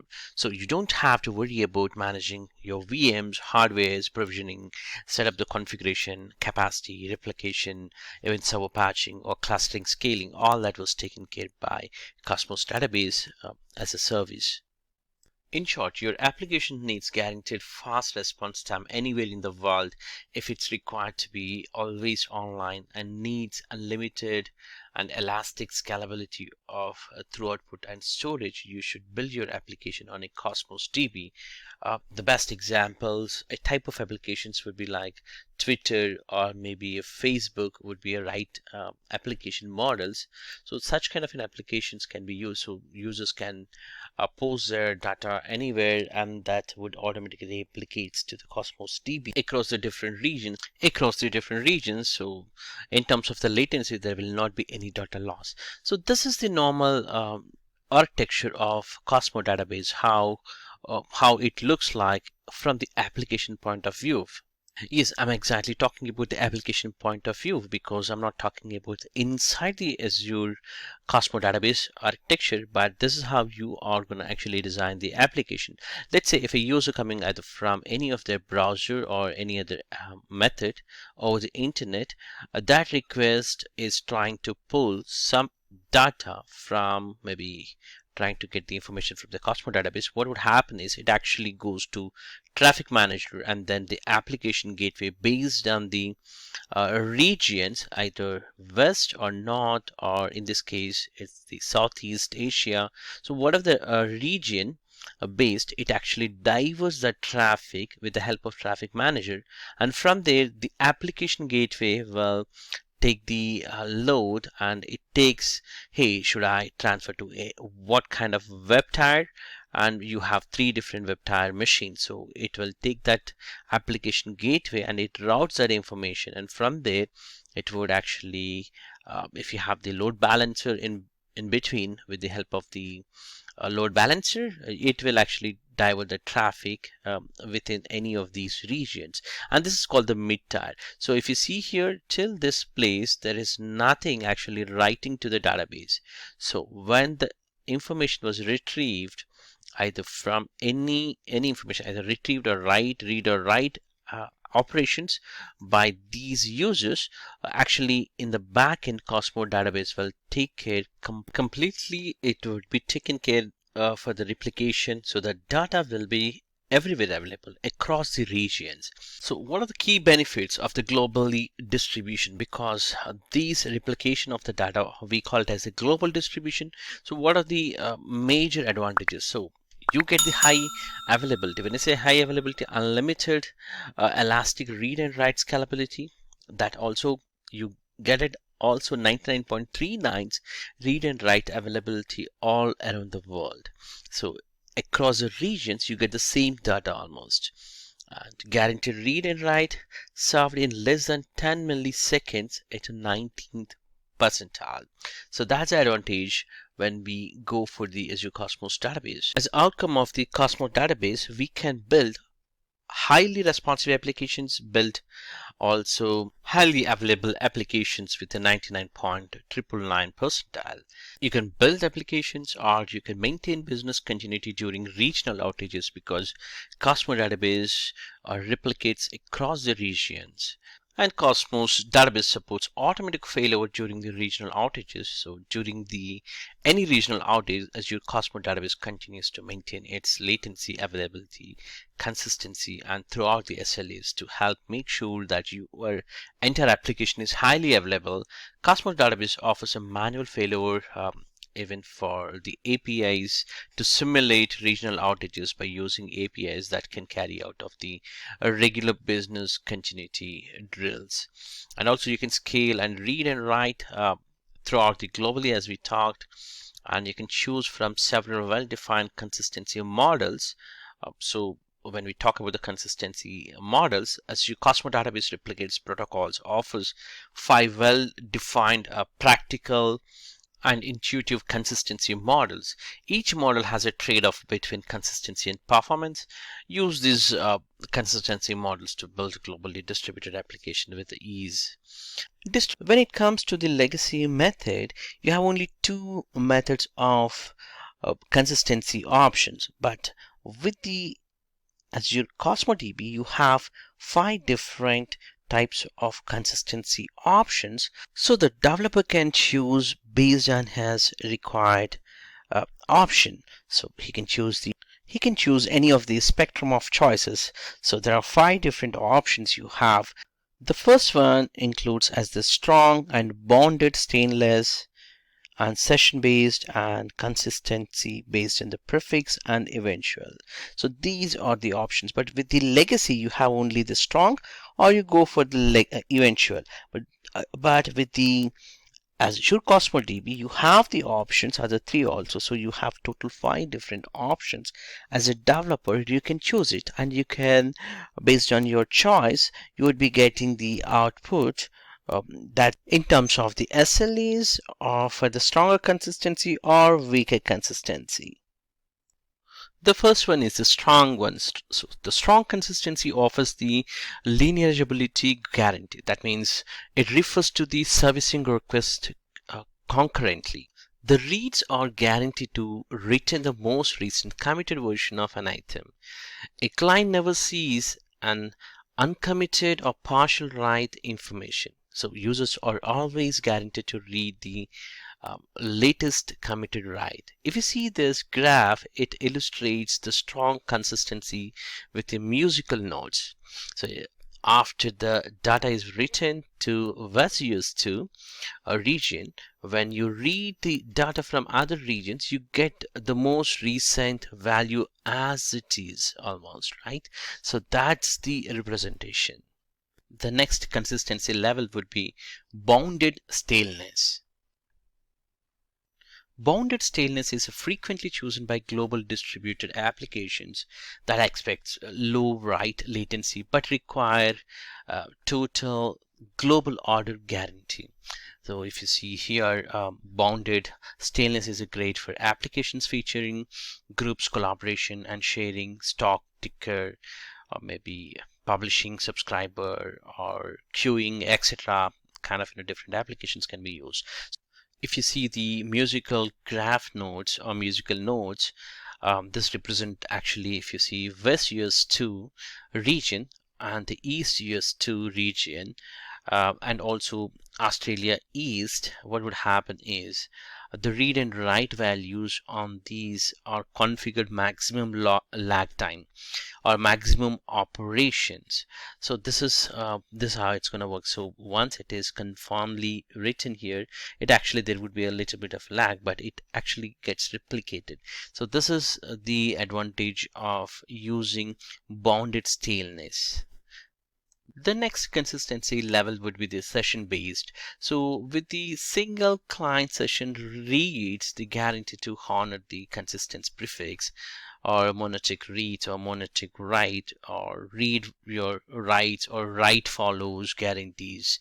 So these kind of assumptions is a single write session or sharing the session token for multiple writes. So this is where it's going to use like session consistency is the most widely used consistency level for both the single region as well as the globally distributed applications. It actually provides a write latency availability and read through output comparable to the eventual consistency, but also provides the consistency guarantee that suits the needed of the application written to operate in the context of a user specific. So if you look at the again musical notes way of representation here, the West used to write and West used to read are using the same session based, like we can think that as a session A. So they both read the same data at the same time, whereas the Australia East region is using session B specific, so it receives the data later but the same order as it writes actually. So if you see here, it's the same order, it's gonna receive this one, it's become here and then B and the same order of the B session. So that's how it's going to work. The next consistency level would be the consistent prefix. So this basically updates that returns contain some prefix of all the updates with no gaps. So consistent prefix consistently it gives the level of guarantee that reads never see out of order writes. Let's say if you have a ABC and then a client sees either A or AB or ABC, but never out of order like A and C or B A C kind of thing. If you see here red red and blue blue, and if you see here again, so the red it's coming and followed by again a different color, but it never actually goes the different order. So it will eventually you get the latency, but it doesn't go out of sync altogether. So that's how it's gonna work. And the last one would be the eventually. So there's no ordering guarantee for reads.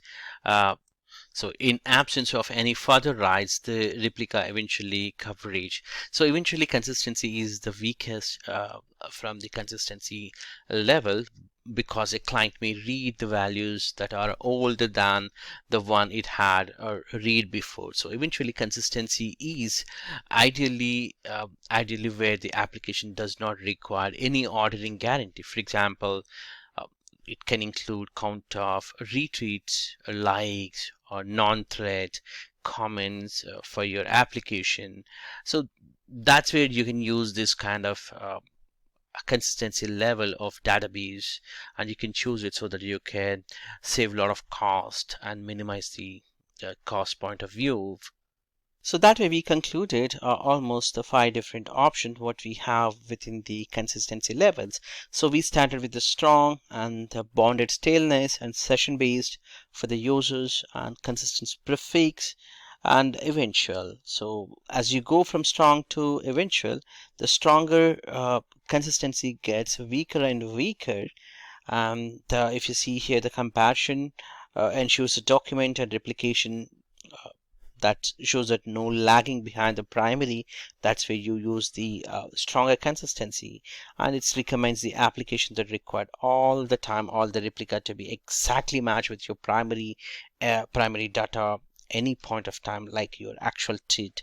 But if you look at an other side here, if you just go to the weaker side, it doesn't matter the number of likes or number of count of your comments. As you scroll down, it might actually come up. So that's where you can actually use the weaker consistency level. Hope the lecture is useful for you. Thank you for watching this. Hello and welcome back.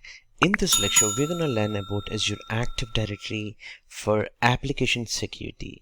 Yes, within Azure Active Directory, you do have an option for registering your applications. When they register with Azure Active Directory, the application in the backend will create something called service principals. So these service principals are useful, or it's an identity which is created with your applications automatically. So what happens is the automated process would happen in the backend. This will grant the access for your Azure resources. So this access is restricted by a role-based assigned permissions can be given, so that you can actually control what Azure resources can have an access for these service principals. So we are going to do that in a minute or so. And also there's something called a secrets. When we talk about the secrets, the applications will have a secret user ID and password.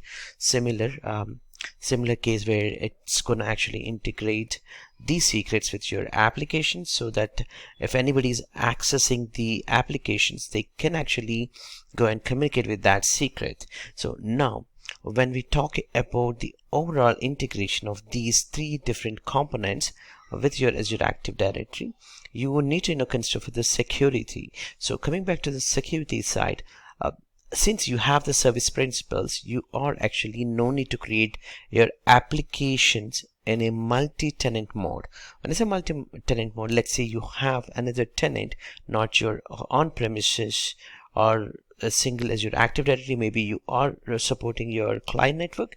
So if they have these application, you no need to create your user account. Instead, you can actually access the application with the help of service principals and the secrets, so that it can be multi-tenant, also can be managed. So let's understand how this can be created from the Azure portal, and we can grant access. So let's jump into the Azure portal. I've just logged into my Azure portal. I'm going back to my Azure Active Directory, and within this Active Directory you have enterprise applications, and also you have the app registration.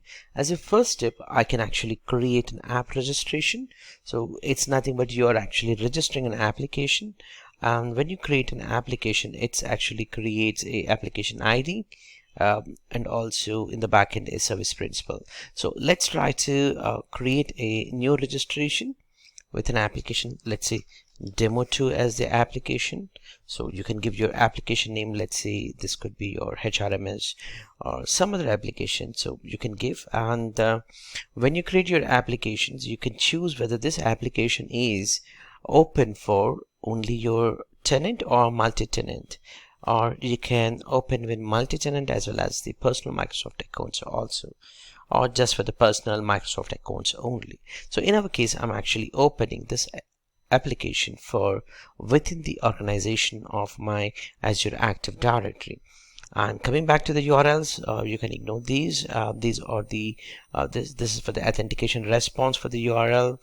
After successful authentication, the user would happen. So this knows to the developers, how they are actually going to use this application, whether they are going for web or native client, mobile or desktop application. They will give this some kind of URL where it's gonna communicate for the authentication purpose. So in our case, we are gonna do a simple demo. This is not going to be a coding demo, but instead it's gonna actually give you an idea how you can actually create your applications, and you can understand the key components of the service work and the access part. So now the application has created, and this is the application. So as a next step, what I can do is I can actually create my secrets. If at all you're actually working with your certificates, you can actually upload your application respected certificates, so that the authentication would happen on a certificate based for your client. So in my case, I don't have a certificate, so I'm going to actually create here a secret. I'll just click on a client secret, and I can give here when it's going to actually expire. So in this case, I'm going to give here a demo secret, and I can give as demo secret, and it's gonna, I'm okay with the expiring in 1 year time. So this would actually generate this a key. So this is a key which is nothing but a password kind of thing. So what I'll do is I'll actually open a notepad and save it here for some time, so that I can reuse this key. So this is a secret which will be useful in terms of identity when it is requesting a token. This would be used. It's like your application password.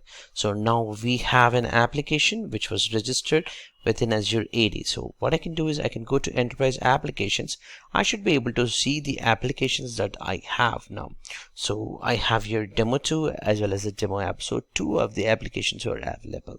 And also within my Azure portal, I have created already a storage account.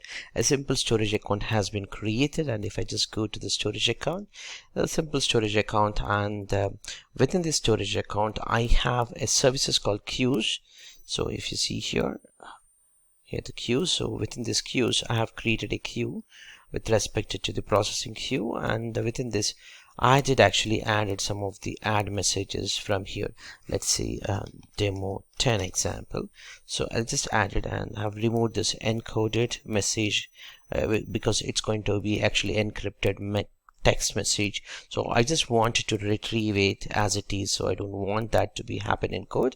So I just gave, so there are a few of the queues are in the process, so it's not yet processed, and these information is stored within the storage account called here, and within the storage account under queues it is stored. So as a next step, what I'm going to do is I'm actually granting permissions. So if you remember, what we have done is we have created within our Azure Active Directory, we have created this application, and as part of the application it was actually created service principals in the backend, and we also created a secret.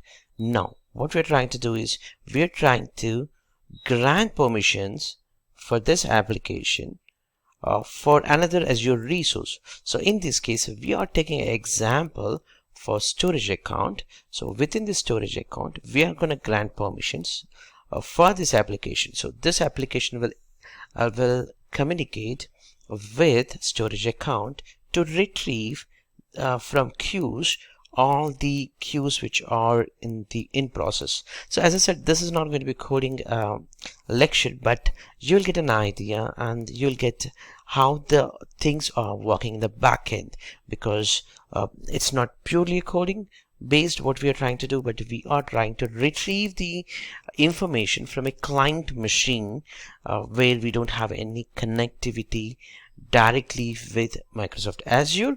Instead we are going to use actually a secrets and the application ID, tenant ID, all that information to retrieve all these queues. So that's a demo. Now I'll point to the storage account, and within the storage account from the access management, that's RBAC, I'm going to actually add a role here called this. These are the default roles. If you have gone through the RBAC lecture, you might have know that these are the default roles. So I'm going to actually use for the storage queues data contributor role, which I wanted to take it because I'm going to actually work on only specific to the queues. So I have taken this, and if you see here I can actually search for the user group or service principal. So in this case it's going to be service principal, and my application name I'm going to give here.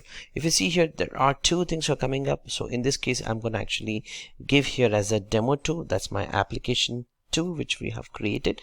So once you select it here, it will be listed, and click on save. So what happened is in the back end of when we created this application, it was created a service principal with the same name. So we granted permission with the help of Azure Active Directory on a storage account for with respected to only queues. So this application query to your storage account and with respect to the only queues, and it should be able to pull the information. So how do we do that now? So as I said, we are not trying for a complete coding, but we are trying to pull out the required information. So for that there are few things to be customized. Let's say you need to actually to query these things, you can go through the Azure documentation which was provided. If you just go through this simple post, it's a complex. In fact, if you haven't got any idea of Git or Python, it's going to be a little bit of complex, but just wanted to give you an overview. What you can do is you basically need to install the Python. Once you have installed the Python, you go ahead and install some of the modules which needs to be available within the Python. So in my case, I've already installed Git. So Git is, once it is installed, you have these options. So within the Git GUI, I did actually installed all the required modules. So if I just go to pip freeze, I should be able to see here my installed modules. In this case, the key is here Azure storage account queue, which is available, also the identity specific. So these two modules got installed and readily available for me within my Python. And also I have already been using this Visual Studio Code. So I'll just open that. So this is my code, Visual Studio Code, and within this also I did actually install the Python specific extensions directly from here, so that all these Python extensions got installed. And now I have written a code, simple code that actually it's gonna connect to my queues. So to do that, I need to actually import the specific module. That's why in the first step I had actually imported all these queues specific things. So it's a simple command you can actually install like this. Queues, if it is available, it's gonna install, and you simply have to execute pip install Azure storage queue. In case if you don't have a Git, just search for the Git, and once you have the Git, you can simply install these commands. And also post to this, I did also installed Azure identity module also. And then if you see here, I'm importing these things, and then I'm gonna processing for processing queue. This is the name of my queue. So I'll just open up my Azure portal and show you here within the storage account under queues, you have actually created here processing queue. So I'm actually giving the same name here. So processing queue name is this. So you can give here whatever the name you wanted. And I'm actually using the connection string as endpoint to connect over the HTTPS, and the account of my storage account is storage account 12 demo, or whatever the name is available here, that has been copy pasted in the code. And for the endpoints, I'm actually using core.windows.net. As you know that queues.core.windows.net and the core.windows.net is the normal endpoints that you will anyway use it. And also I'm actually importing Azure.identity, and within this identity, client secrets credentials I'm actually importing. So this will have later point, I'm gonna actually recall my tenant ID, client ID, that's nothing but your application ID, and the application secrets. So here I need to fill here my tenant ID, client ID, and app secrets. So let's take the tenant ID information here, which you can get it directly from here. So this is your tenant. So in my case, this is my tenant, and I'm going to actually paste it this tenant information here. So in fact, I have already pasted, and the client ID is nothing but your application ID. So in your case, whatever the application you have created. So in my case, the application is demo2. So I'll just go here, and this demo2 application will have the application ID. So this is the application ID I'm going to actually replace with whatever the application ID you have. And later point, client secret. So this is the secret that we saved in a notepad, if you remember, when we created. In case if you have not yet created or you lost it, you can actually go back to that specific application and go to secrets and try to recreate that specific application. So in my case, I need to go, if I want to recreate one more specific application, so I'll just go to registration of my application. So in this case, demo2, and under clients and secrets, I should be able to actually click on new and then create it. So this is why it is actually showing as a secret. That's why I did already copy this one. So I'll just use this demo2 or specific key. So I'll just enter this secret here, and later point. Now if you see here, I'm actually querying to the connection string to connect it, and for the processing name, queue name, and the app application credentials. So I have framed here to connect, and then it's gonna actually this is actually a queue called client. A peak message is a queue which is part of actually from your Azure storage queues. So from here I'm actually printing the required information. So I'll just run this from here, run current test file. So when I click on this, or I can straightforward run in a terminal. So this is going to connect to that specific tenant, and you see here all these information is coming up automatically. So we were able to retrieve at least the 5 of the information messages directly from our Azure storage account under queues, whatever it was in processing queue, we were able to retrieve. But if you see here, there are close to 10, but we were only retrieved 5. That's because we did actually here, if you see here, I did actually give as the maximum as the 5 messages only to be pulled. So if I just go and set it here as the 15 example and click on save, that's going to actually pull up one more time. So I should be able to get it here more information. You see here I get the full information now. So I get all the messages that are in process or in the queue information I was able to retrieve it. I will be sharing this script with you along with this lecture, but the summary of this lecture would be you can create your applications within Azure Active Directory, and you can secure them by granting permissions with the help of service principals, and their applications passwords can be stored with the help of secrets, nothing but either your passwords or your certificates, and you should be able to retrieve the application from the client side, the application with the help of your secrets and tenant ID and other information if it is available. So I hope this lecture is useful for you. Thank you for watching this. Hi everybody, welcome back. This lesson is about Azure Key Vault. Azure Key Vault is a vault. It safeguards and manages our keys for cryptography, certificates, and secrets used by Azure applications and its services. We can also store them in a central repository, and we can secure it, and that's a repository for things like your passwords, your secrets can be stored within that repository.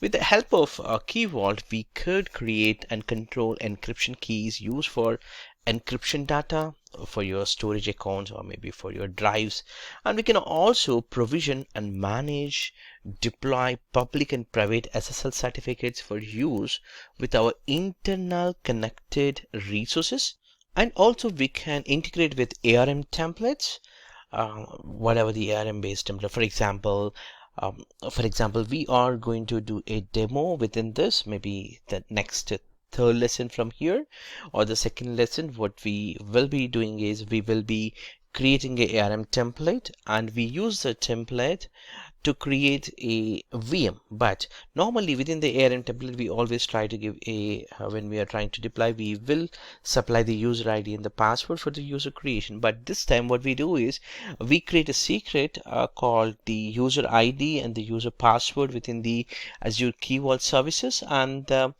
from there we will recall that specific secret when we are deploying ARM template. That's what we are going to do it in the upcoming lecture.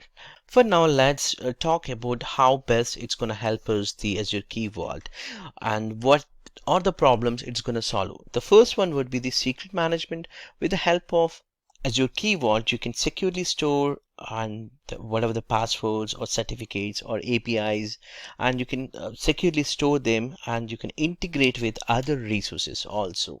And also for the key management issues also, it will be solving, like Key Vault can be used for your key management solutions, where Key Vault will make it easy to create and control the entire encryption keys that are used within your encrypting your data, let's say for your storage accounts or maybe for different data drives.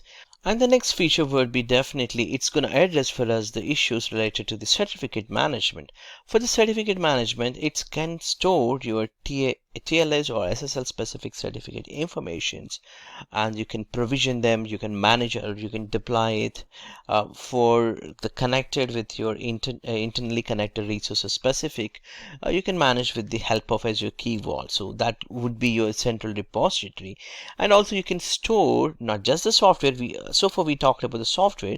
Now I'm talking about the hardware security modules. Let's say if you are looking for, if you have a hardware protected secret key, that also can be integrated here, and you can use that as a second validated HSM or different layers.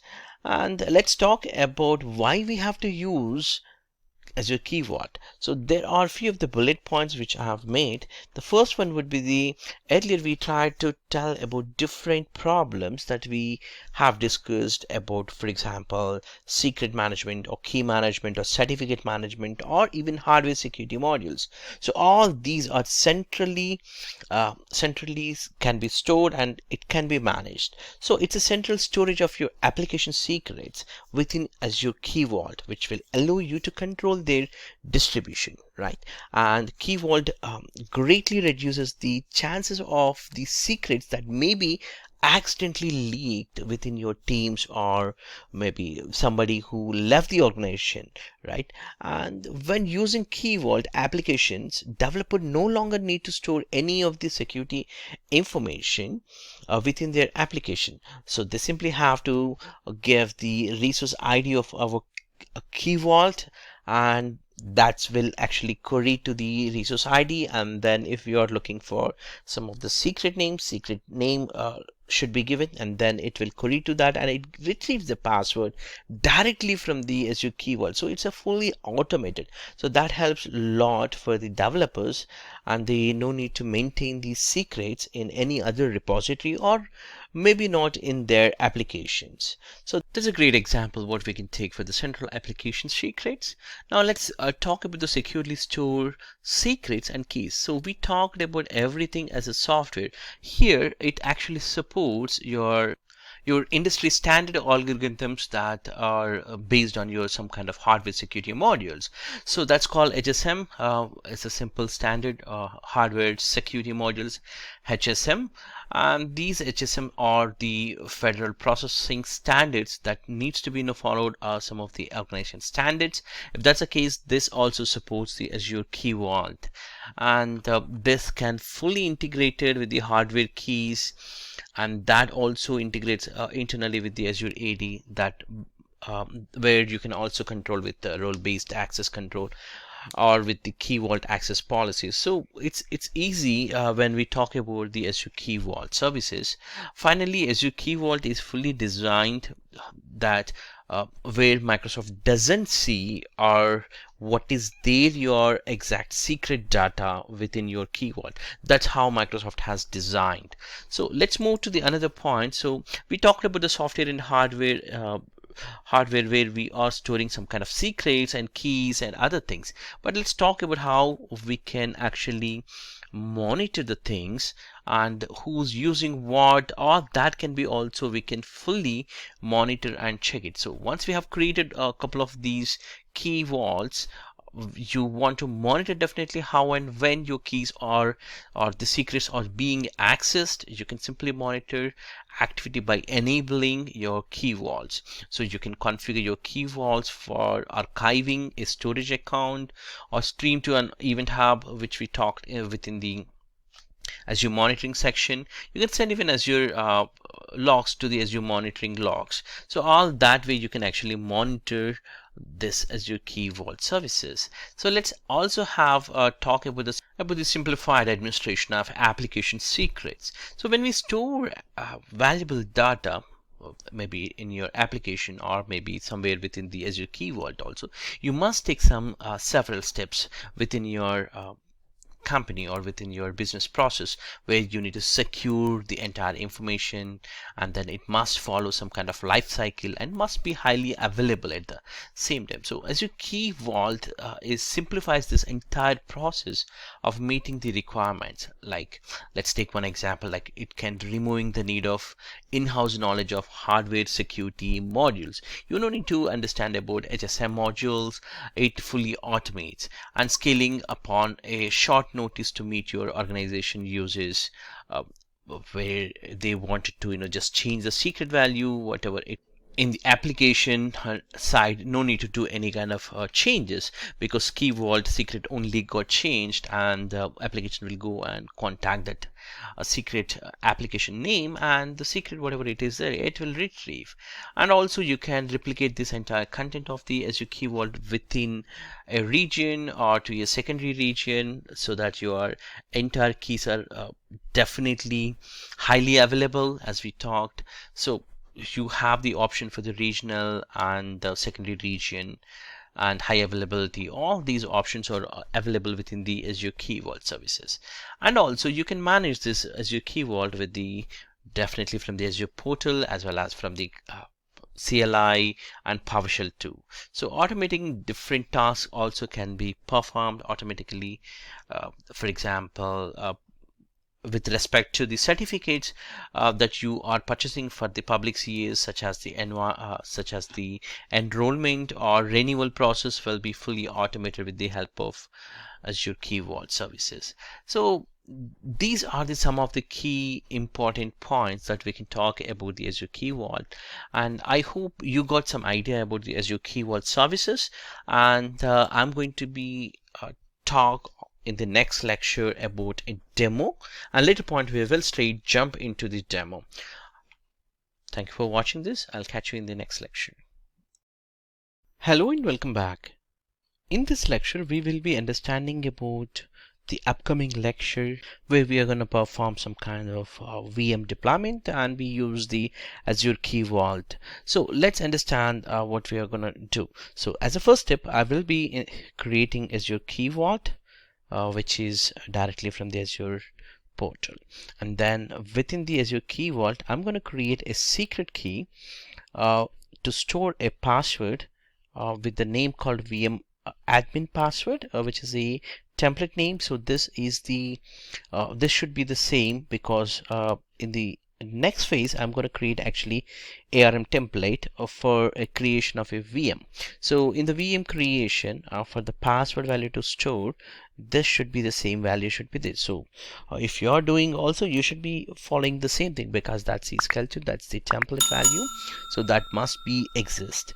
So and coming back to next step, once we have created a secret key, I'm going to create I will run with a virtual machine creation wizard, but I'll cancel instead of creating the virtual machine, I'll just download the ARM template, so that I will have the Azure VM creation ARM template, and I'll be a little bit modifying the ARM template to fit, that means to connect to Azure Key Vault services integration. That's where I need to enter a Azure Key Vault ID, and then also the secret key which we have stored. So the value would be the again VM admin password. That secret value should be given inside this ARM template. So for what we understand is, we'll create a key vault, and then we also have a secret value for VM admin password. That's the administrator password for a VM to store, and that's a secret, because if you try to enter any of the password, that should be a secret. So the secret of that password is storing under VM admin value. And what we do is, we will be creating a template, and we will modify that ARM template to use our Azure Key Vault services and the secret value. That's a secret name, in this case VM admin password. And then we will deploy that with the PowerShell or maybe Azure CLI. Azure CLI we will deploy with that, and when we are deploying, it will not ask for a password to be entered, because it gets directly connected to the Azure Key Vault services, and then it uses the secret value within that, whatever the password was there, that password will be taken, and it creates a VM. And later point I will be also showing how to connect. Definitely it's a normal process to connect. I would be creating a Linux VM, so we would connect with SSH. That concludes the demo. So it includes a key vault, a production key vault service, how to create, as well as the how best we can securely store a secret and recall within Azure services to use the Azure ARM model. So remember that for to use the ARM model, we need to have a specific checkbox to be enabled. That is also I will not be enabled, and I'll try to deploy. Let's see what happens, whatever the error we are getting. And later point we will be enabling with that ARM provisioning method, then it will actually success. So that concludes the complete demo. I hope this introduction is useful for you. I'll catch you in the next lecture.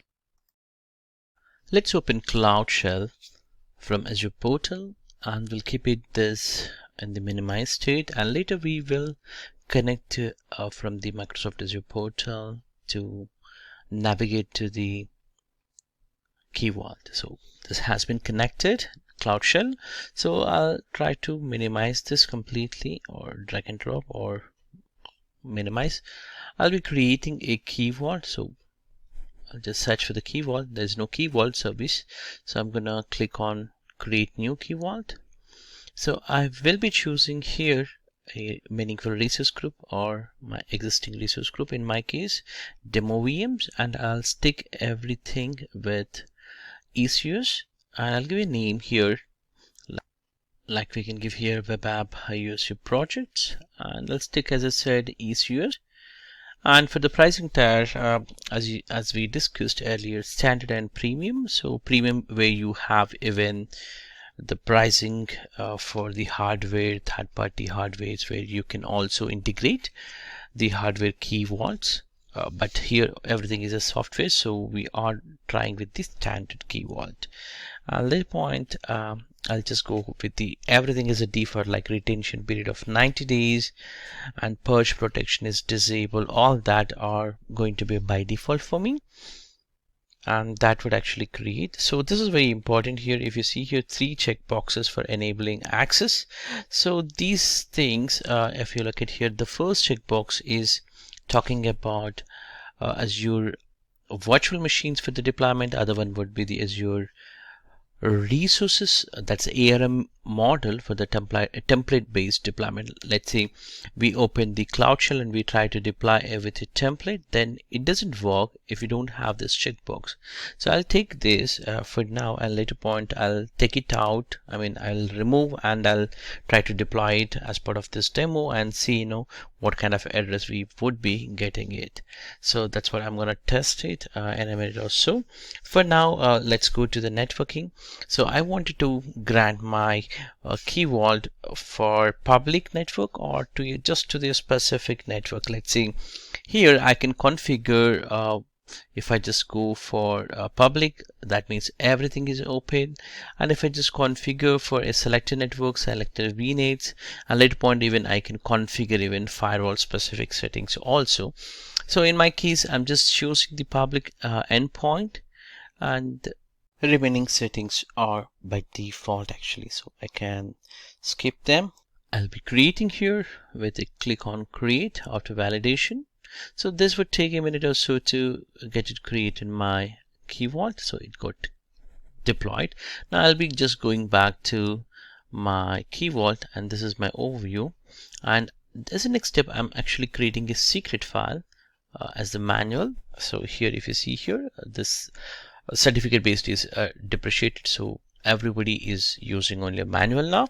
So I'll just enter here a name called VM admin password. So remember, this name is completely a standard format. So because we're going to use this name because it's actually a ARM template name. So it's the schema name, so you can't use a different name. So you use this name so that when you're trying to deploy a virtual machine from your ARM templates, this name should be matched. So that's why we have given here the exact name, and then if the password must be. So I gave you a simple password, and you can type here content type with the optional optional name, for example VM password. You can even set for the activation date, maybe in the future date if you want, or even you can set even expiry date for a future date, so that it's gonna expire maybe next month or something like that. So let's create this. So it's going to create a secret. So what we have done is now we actually created a secret key here. So this is a secret key, and let's open that secret key and show you. If I just open up that, so whatever the password I have entered, that I should be able to see, that's a secret identifier number. And if I just click on show secret value, that's an ID which is showing for me. That's a VM password, which is a description. So let's go back to, we have now two things, like we have the key vault and as well as the secret key. Now just copy this resource ID from the properties so that we can use this later point when we try to edit the ARM template. So as a next step, I would be actually going back to, I'll just copy paste this into my notepad, and I'll be creating here a virtual machine, sample virtual machine. So I'll just try to run this entire VM creation, and then I'll download the ARM template in the zip format, and then I would be editing my all the parameters file. So this is going to be aligning. So I'll just take the lesser pricing and Ubuntu server I'm gonna deploy. So I have sticked for the ECUS, and I'll just give here password based, not the SSH public key. So I'll just choose as the password, and that way it actually, so if you see here, that's a different password what I have entered, and a later point I would be actually entering the password which is from my key vault which we entered. That value will be used. So I'll choose here default settings, like I'll be creating here VNet, so that a name standard will be there, VNet 01, and also for the public IP also I'll give as a public IP -01 or something like that, so that it will be more standard because it's going to be a template for me. So I'll just give here 01 and then click OK, and the NSGs and everything is default. So I'm not going to change anything. I'll be again working on my management. So under management tab I'll be working. So here I'll be actually disabling boot diagnostic and OS diagnostic, all that unwanted things. I don't want to get some errors, so I'll just leave that for a quicker and easy method. So remaining all the steps are actually default. And now if you see here, I have an option here, download a template for automation purpose. So I'll just click on that instead of I create. So that would actually take it here, and one more time download. So this would actually shows me here all the variables and the resources and parameters, all that value. So here instead of I edit here JSON file, I'll just actually open up my zip file and then work on directly on the notepad. So you see here admin user ID, all that. So this is where I'm gonna work on it. So I'll just open up my template.zip file, and you see here two files out there. I'll just copy them and paste into a empty folder here, and I will be actually editing here so that I can work with my Azure Key Vault services where with my secret key. So I wanted to pull the password with the help of the secret key instead of the actual password. So you see here I have here admin password, which is ending last of this document. If you see here, this is where admin password is there. So I wanted here replace these values with some other values which are specific to my key vault and other information. So I'll just copy till that exactly that location, and then I'll be simply pasting that value which I have already written. So if you see here, admin password is this, and the reference ID and key vault. So key vault is the ID, which is key vault ID, which I need to copy paste the key vault ID which we copy pasted in a text, and this is going to be secret name. So let's see what I can copy paste. So the first thing, I need to go to key vault ID, so which I have already copy pasted in a notepad when we created actually key vault. From the properties we have taken this value, so I'll just take that copy value and then paste it under double quotes so that it'll be inside the double quotes. And now it's time for us to enter the secret name. The secret name is the VM admin password, which is the template standard name, which needs to be same. If you give a different name, it doesn't work. So let me save this file. So this should be looks like this. Let me save. So now I have the two files which are ready. So I'll just go back to Cloud Shell, and I will be uploading these two files one by one to Cloud Shell. So let me go back here, and there are only two files, there are nothing actually. So I'll just be uploading. The first one is only getting uploaded, which is a parameter.json file. I have to upload one more file manually. I'll just click on one more time. Let's see, let's type ls and see. If you see here, parameters.json file, single file has been uploaded, nothing else. So I need to one more time upload the file which is pending, which is template file. So I'll just click on that, upload, this time template, and now that also has been uploaded. Let's see, ls. So now I'm able to see here both the files has been uploaded.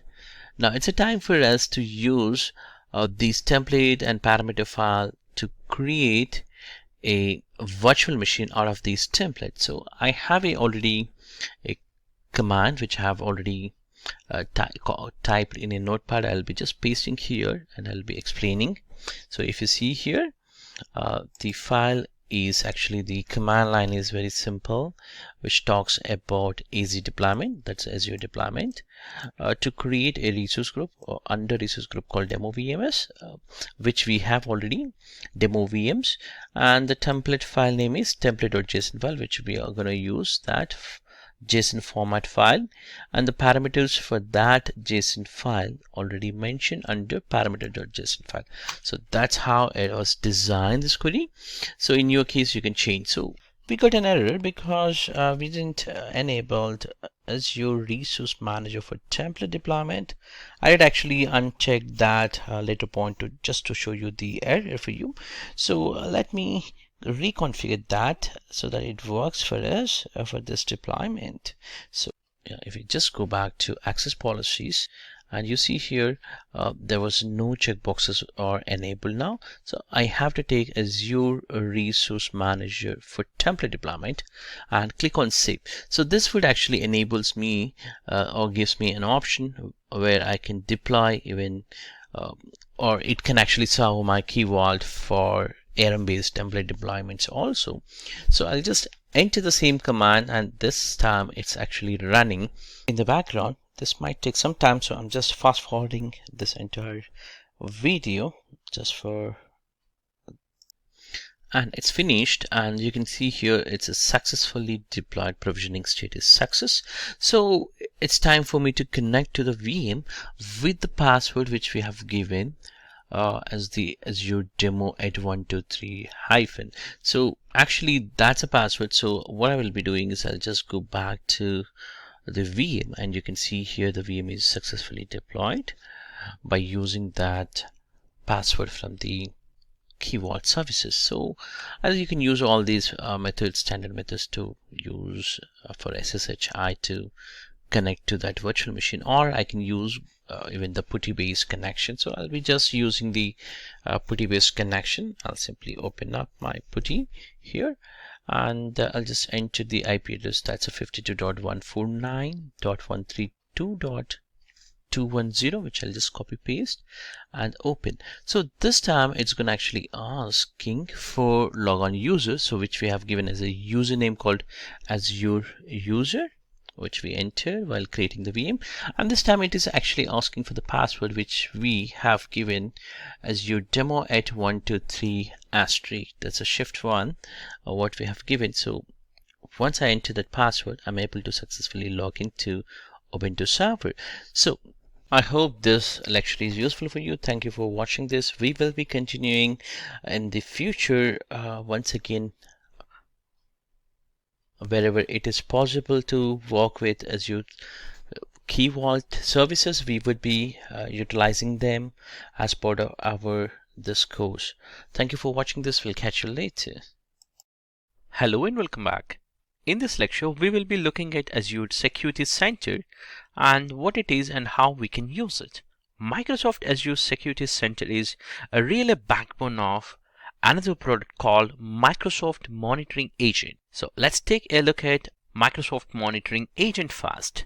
This software gets installed on the servers or your VMs. It doesn't matter that it can be a Windows or Linux, because it can work on both cross-platform also. Once this agent is installed, it actually gives you the flexibility of what kind of actions are going on that machine, like events it reads, and then it's going to pass that information to Azure Security Center within the Microsoft Azure portal. So this is the Azure Security Center. So I did actually show you in the previous lecture how to enable this a little bit, like you need to go to the Security Center and then click on upgrade, so that it's gonna cost you starting enabling with some kind of costing and pricing. If you just go to here, you can check out here this is the step where you need to upgrade. Once you have done this upgradation, automatically this gets charged as per the pricing which is mentioned here. And post to that, if you're trying to test this as the trial edition, you can very well do that. That is just for the 30 days of the free trial. Post to that, these are the charges going to apply. Now I have single VM and I need to push the agent also if I'm trying to install. So this is where actually I need to set the install to be push the agent. So in my case, I have configured my virtual machine to shut it down, so that I can show you that the agent is not at install or something like that.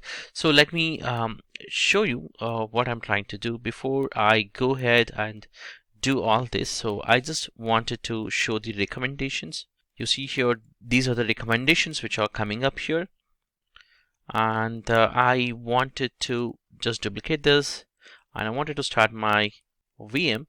I'm starting my VM here. This is start. That's going to start the VM. This might take some time. In the meantime, we can go within this demo for Azure Security Center. So what would happen is, once you configure the Security Center recommendation, you need to go ahead and install that agent. If you don't do it also, it's going to actually push automatically. That's how it's going to work. So what exactly these monitoring agent are going to do is, it's going to actually collect all the events from the server, and it's going to pass it to Security Center within the Microsoft Azure, and data is going to be sent to the Security Analytics engine, which is a built-in engine which uses in the background machine learning and all other best practices based detections it does, and it can give you the threat detection alerts, tailoring recommendations, how we can secure our workloads. All that would be in the backend it would be processed, and this is based on actual traffic and workloads performed on that server. So it's just like a lot of other products what we have looked at in the past lessons. There's a aspect of machine learning, all that it would be in the background it would be taken care, and that's how you would be getting most trusted information for detects the threats or whatever the recommendation it's gonna show you in these workloads from the Security Center will be showing up here. I did actually talk about installation, all that. That means I'm talking about infrastructure as a service capacity, but how about Platform as a service model, yes. Like a platform as a service model, also automatically the agent gets actually pushed out, and then you would be getting that information. So in the past model also you get the recommendations within the security center. That's how Microsoft is gonna pushed up automatically without asking us. So that's the agent, it will be there. Let's also check what exactly the documentation talks. So the first one would here the policy management. There is a another lecture which is going to come as the policy management, but let me talk on that now also. So if I just go to the security recommendations, you can actually look at under recommendations policies and settings. This is where you can see here the policies and settings can be configured. So these are the top level management group and one subscription. So you would define a kind of standard, a kind of settings, so that that specific settings and the building settings or maybe standards like a region or the naming standard, all that can be automatically configured as a policy, and that can be applied. So these are the recommendations which are coming up here. You see here now it's not configured me to disable the subscription specific targets. I can do it, but at this point of time this is how it is configured, because security center gives you in a two-way. One would be the free one, other one would be the standard one. Standard one will be giving you the more information about your resources that you have within your Azure. So in my case, I'm actually using the security center as the standard tile, so that's what I'm currently using. Now I can actually look at my security policies also can be configured here. This is the policies that can be configured and apply. For example, here ISO 27001 configuration I can add, or more standards I can configure here based on my standards which I wanted to apply for my this company. So you can apply right directly from the security policy. So these configurations, it's going to actually show you in the security configurations, also coming up in the security center.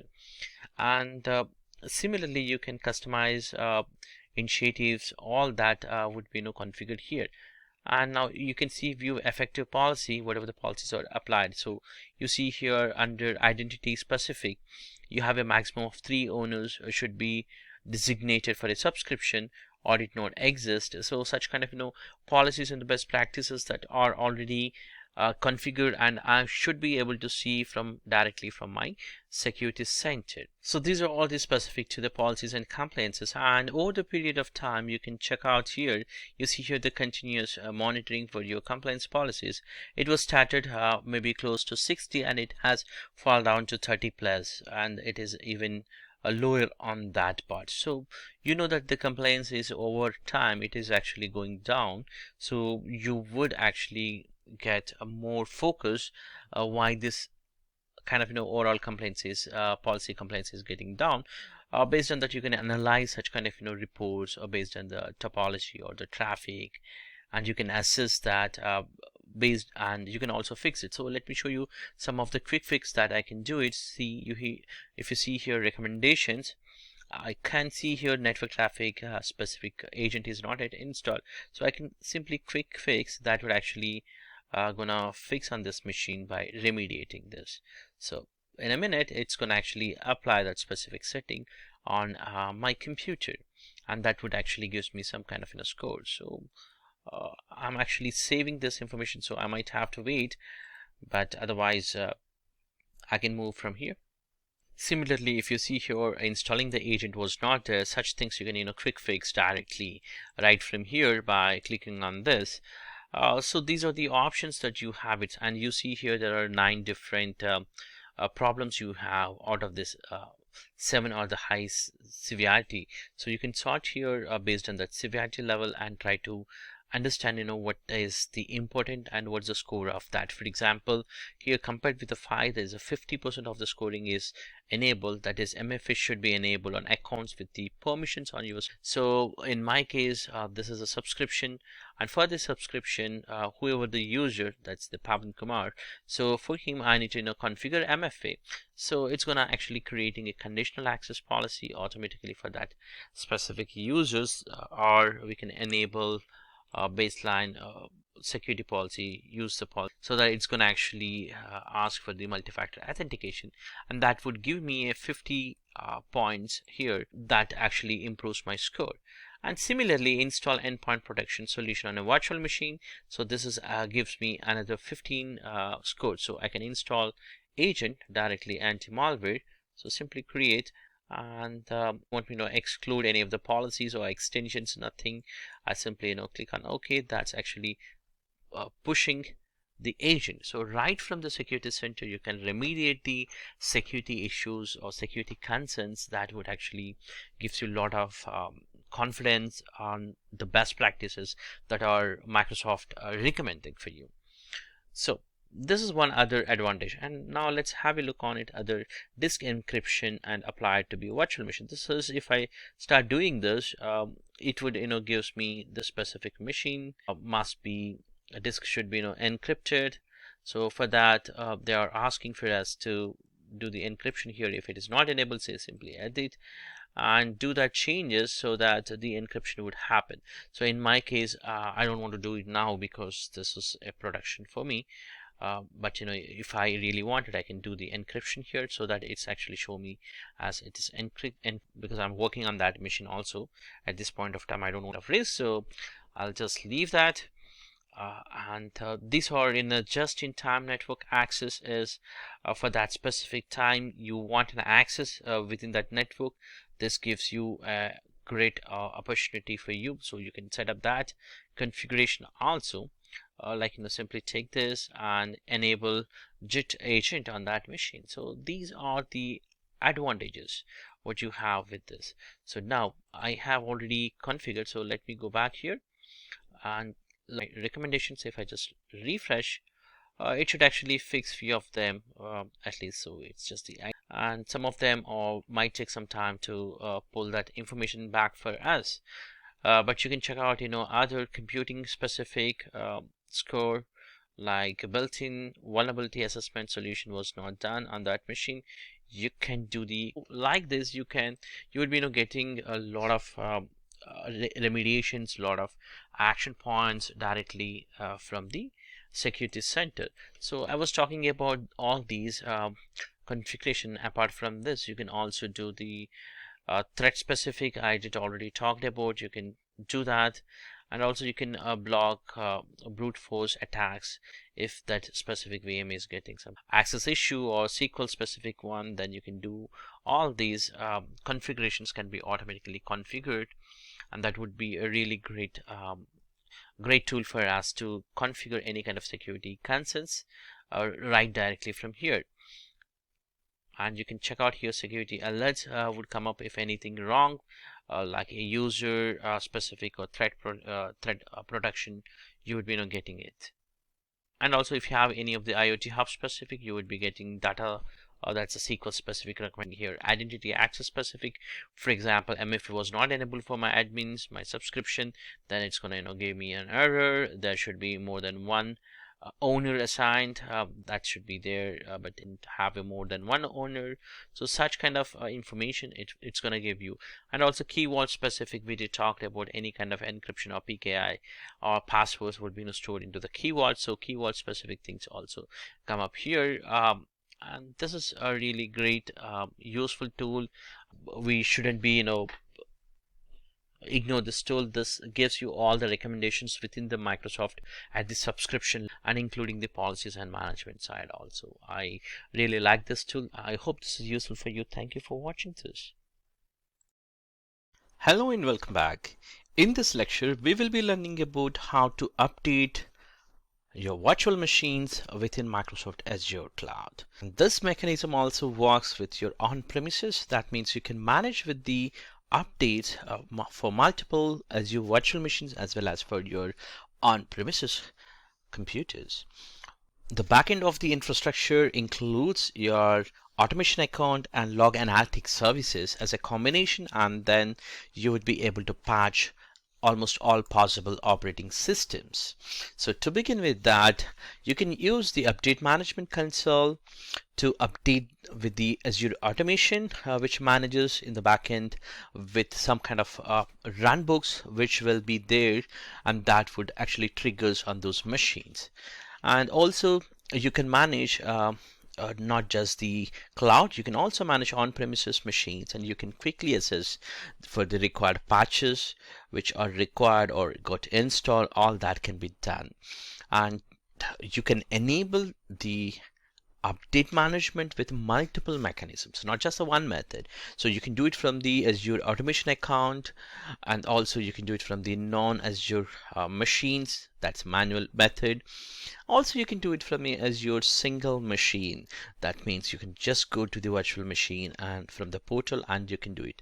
And also you can also do it for by the same thing, you can do it for multiple machines can be selected and enable for virtual machines for the patch management solution. So let's have a look on it how this works. So this will have in the backend as the log analytic agent, which will be available for Windows as well as the Linux machines, because we're gonna update Windows and Linux machines. And also in the backend, this will also have the PowerShell DSC, which talks about the compliance management for the required desired state configuration. So that would required for the Linux machines. And also for the, you can do as we talked about, you can also manage your on-premises as well as the Azure cloud machines. That's where the automation hybrid runbook worker will trigger that workbook or the runbook. So coming back to the backend for the Microsoft updates will be there with the help of the WSS. And if you locate this structure, so what would happen is if you see here, there are two different runbooks are available. One for the hybrid runbook, other one would be the just the log analytic agent for Windows and Linux.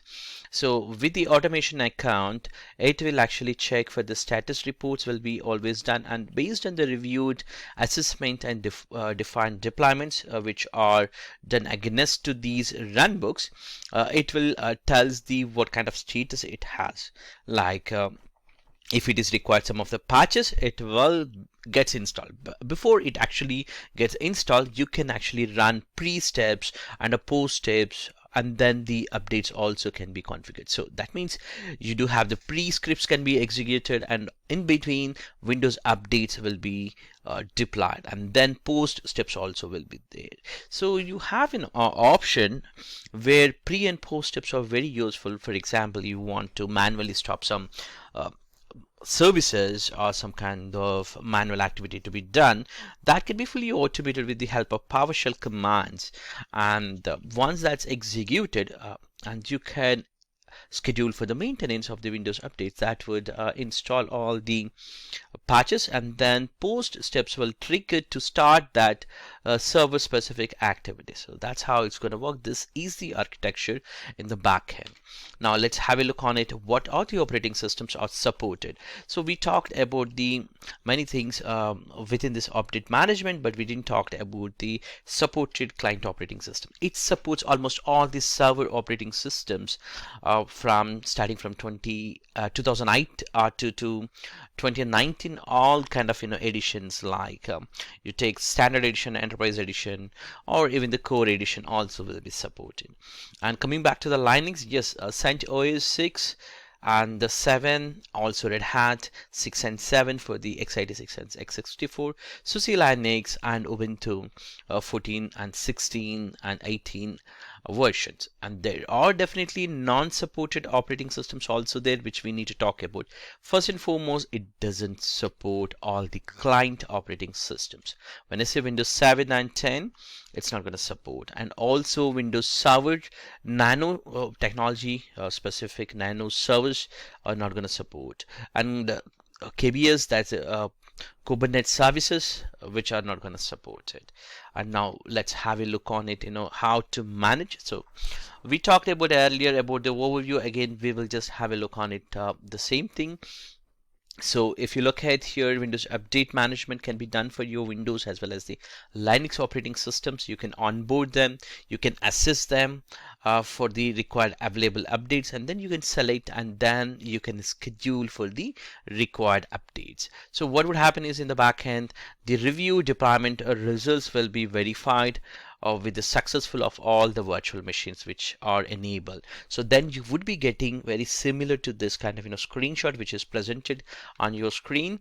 So here non-complaint, complaint or compliant for different operating systems, whether it is critically missing or security missing, all that would be reported back to you as a consolidated view. And as we talked, this also supports for Linux computers. So the Linux supported computers will be to report back. The time frame is at least 1 hour to be innovated, and whereas for Windows it's just 12 hours to be innovated for full-fledged you get that information. And again, these 2 points are the same, but let's add some more points. So let's say you already deployed the patches, and to report that status back, it takes 15 minutes post to the schedule to compliance policies to be verified on the scheduled scan, and that information will be sent back every 15 minutes to your Microsoft managed agent for your service.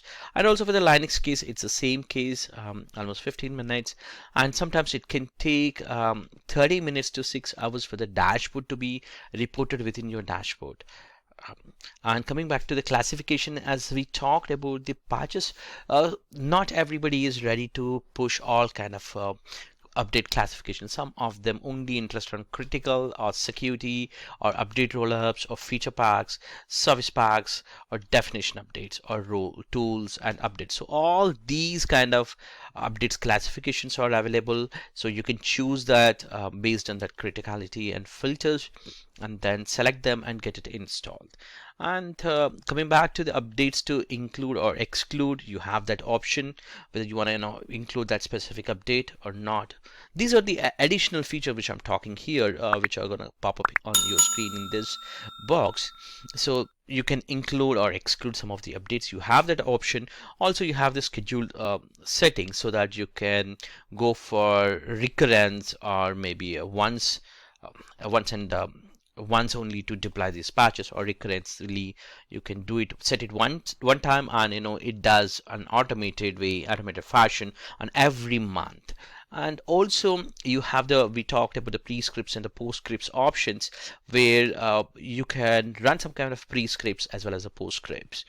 And maintenance window, yes, you do have the maintenance window in minutes, as you can configure. Also reboot control, how the reboot should happen, if really reboot is required or always reboot, all that kind of options you have. So for example, some of the machines not required to be rebooted, reboot is not required, or maybe always can be rebooted or never rebooted, that configurations can be set it, and only reboot will not install the updates. So that kind of options also you have. So it's not going to install the updates, but it just reboots with this option. So all the possible options you have, and based on that you can deploy the patches. So this is all about the overview. We talked about the supported operating systems, not supported, and the backend of the log analytic and automation icons which are involved here, and you have all the flexibilities, and it's going to support Windows and Linux operating systems and the schedules. This is all about the overview. I hope this is useful for you. Thank you for watching this. I will catch you in the next lecture. Hello and welcome back. In the previous lecture, we understand about managing updates for virtual machines within the Microsoft Azure cloud. And in this lecture, we will be demonstrating how to configure the steps as a step-by-step and how to push the patches for the different operating systems. So let's begin with that. I do have here a few of the virtual machines has been already created. Let me show you some of them. So I'll just go to the virtual machines, and you see here some of them already there, and I will be also creating as in required some more virtual machines like Server 5, Server 6, or some other Linux boxes as part of this demo, but I will be not just cutting that part, how to create section, but rest of the part will be the same. So now once we have the virtual machines, if you just go to any of the virtual machine and under operations, if you see here, before we go to the operations, under operating system, you see here it's the Windows Server 2019 data center, and it is into West US 2, and the resource group is UDV. Now let's go to the operations. Under operations, update management. So this is where you need to go, update management, and then once you click on it, you would be getting a small window where you need to fill the values. So the values are specific to the log analytics specific and also for the automation account. So in my case, I have already created log analytics services as part of other demo.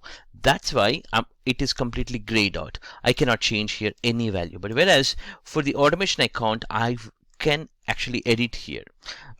That's why it is coming as the automation account, because I didn't work with the automation account. So if you get as the drop down list, that's fine. So all you have to do is click on enable. That would automatically creates for you log analytics services here, as well as the automation account. So both gets automatically created for you, and it will be provisioned for you when you click on this enable button. So I just hit an enable button, and I'll be waiting for a minute. In the interest of the time saving, I just paused and continued. You see here, so it might take 15 minutes time to complete the wizard, or in the background the installation of the deployment to be successful. So in my case, deployment is successful. I can simply close it. Oops, this is the very long queue which is not related to this.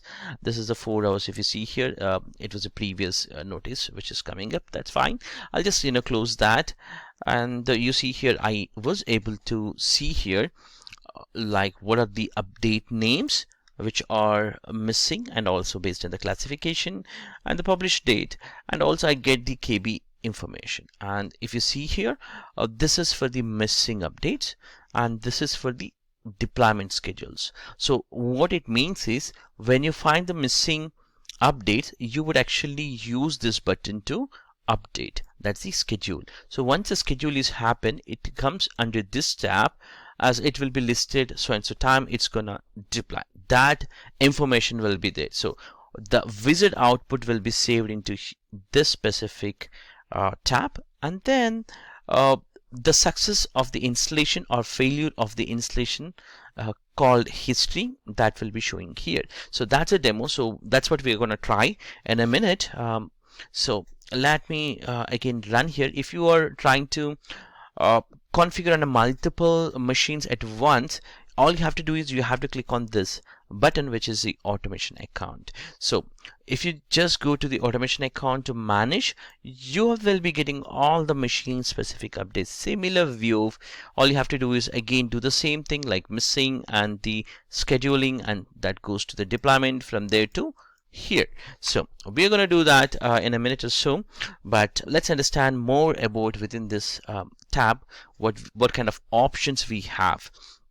So here pretty much good. I have almost explained everything here, so I'll just click on one of the update. So what happens is, when I click on that update, it actually taking me for the log analytics services. So log analytics services will have a query where I can actually run and I can find out more information on it. So these are the other built-in queries what you have already available. And now here I have already created a Server 05 as the machine. If you see here, this is completely a different region, ECS, and different resource group also. That means since it's a completely different region, if I at all enabled automation account or log analytics services specific for the managing updates, it will create another automation account. So let's go ahead and configure this specific setting. So I'll just click on Server 05, and then I'll just go to my operations, and then update management. And you see here, this time I would be getting a different values. In the previous server, when we try to enable, we got it here as the drop down list was completely grayed out, because in that specific region I had already a log analytics service which was created as part of my other demo, which is security center specific, if I'm correctly remember. In this case, in this region it's not there, so I can choose here the which region I can put this log analytics services, but I'm fine to go with this existing location. And then if you see here, the automation account is completely grayed out because one automation account is more than enough for the entire subscription, and it's gonna work. So I'll just click on enable. This would actually runs in the background for the deployment will be initiated, and which will take another 15 minutes to complete the process. Once it is completed, I will be able to see the missing updates, but at the same time, you see it's completed now, and at the same time I should be able to see two different automation icons. So let me show you here, and I have one from the ECS2 and WSUS2. Both were there now, and the different name difference is ESU and WS2, and that's what the major difference. Now if I just click on one of the account and go to overview, here if there are any kind of jobs has been already completed, I would be getting like patch deployment, other things. Otherwise I don't get anything. Now let's go to the update management. I should be able to see one server within the subscription, 1 out of 1, which is server 02, and it's clear that post to the machine name, I'm able to see also missing updates. These are the missing updates. I can filter if I want. I can go for the classification, also do the filter, but the classification also showing here, and number of machines which are missing. That's what I said. If you're trying to work with the from the automation account, you would be getting number of machines if at all you enable these specific settings, and the KB number and the operating system. So once you have all these done, like in the deployment schedules, if at all you have already configured deployment schedules, these it will be listed. In a minute we are going to do that, and there's no history of the success or failure for these. So let me search for the automation account once again, and let's see what other servers are listed. I should be able to see even my Linux as well as the other server, Windows server, in one of the automation account. You see here, here I have the one server with the Windows operating system, other one is a Linux, and Linux is already compliant, and but Windows server is not. So I would actually deploy the patches for this. So you see here I do have the two accounts, so I'm just clicking on the other account. So I think that's the same account which I clicked on. No, that's the other account. So here also I'm able to see that I'm still missing some of the patches, close to 4 different patches or 5 different patches. So I'll just have to click on that schedule button, and then I need to enter here the deployment name. So it can be a monthly update or whatever the meaningful name. And if you're trying to deploy for Linux, you have to select this option. Otherwise, Windows means like here. And you can also filter here. If you see here, Azure and non-Azure, this is for the on-premises. And that's a hybrid especially. And in our case, for the Azure specific, you do have here the subscription can be. So in my case I have one subscription, and I can filter if I want based on the resource groups and the location and other tax information, but I don't want to do that, so I'll just filter with one subscription. So entire one subscription, whatever the machines are there, that's the top filter. So next funnel would be the click here to configure, where I can select the machine. So I can search here based on this search type. So the search type I can take it here. So let me go back to search type and then choose as a virtual machine there, so that what happens is I can add that specific virtual machine directly. So click on watch machines and it will be listed. So just click on that, it will gets added to the selected item and click OK. that would actually include the machine. So what we have done so far, we have actually filtered as the subscription, and from there to now the machine. So it's a funnel is getting closer and closer. That's how you're going to design. Now let's click on the classification, one more funnel. So here the application you can choose only 4, 5, whatever it is. For example, critical, security, definition, all that, whatever you want it. And later point also you can change it. We'll come back and we'll change that later point. And also if you see here, this is very important. Like if you don't want a specific KB to be installed, just enter the KB number so that it will not install if you choose the exclude. And if you choose as only to be approved patches to be installed, then you can more explicitly configure your KB article numbers. So in our case we don't have anything, so I'm just clicking OK. Now the schedule time comes. This is very interesting that whatever the time it is showing, that's your current logged on server's specific time zone. Definitely, so it's my time zone here, and I can choose the, even if I want, time zone specific to your specific time or any of the time zones, and I can just take for maybe 10-15 minutes extra time before this demo to complete. And I can choose here one time or recurring, like recurs every weekly, daily, monthly, the way you want it. You have all possible options, trust me. And you see here weekly, monthly, hourly. And also if you just go to the weekdays like second Thursday or second Tuesday or second Wednesday, you can configure such configuration, or monthly on specific date, or no matter what date it is, or what day it is actually, but the date, if it that date belongs, then it gets pushed. So all that options you have, let's say, these are the possible options which I'm trying to show you as part of this demo, like what kind of options we have, like second, maybe a Wednesday, or I can go for and apply all the patches. And you can also set expansion date or first, all that, monthly, all possible options you have. And once you have configured your schedule settings, you can continue further for the pre and post configuration actions to be performed. Let's say within this pre scripts or the post scripts, you wanted to execute some PowerShell script so that it's going to stop some of the SQL services properly before patches gets applied. It will move your nodes from one cluster to another cluster, or it might put into a maintenance mode so that you can go for the patch management. Like that, actions, you can put it into the pre and post actions. The post is maybe a success to be start kind of thing. So you can put it all the script. So in our case, I don't have anything, so I'll just click OK or cancel. And this is the maintenance window. If you see here, the last 30 minutes or less than 30 minutes time it will take for the actual approved maintenance window for rebooting. The last 20 minutes maintenance window is dedicated for a machine to restart.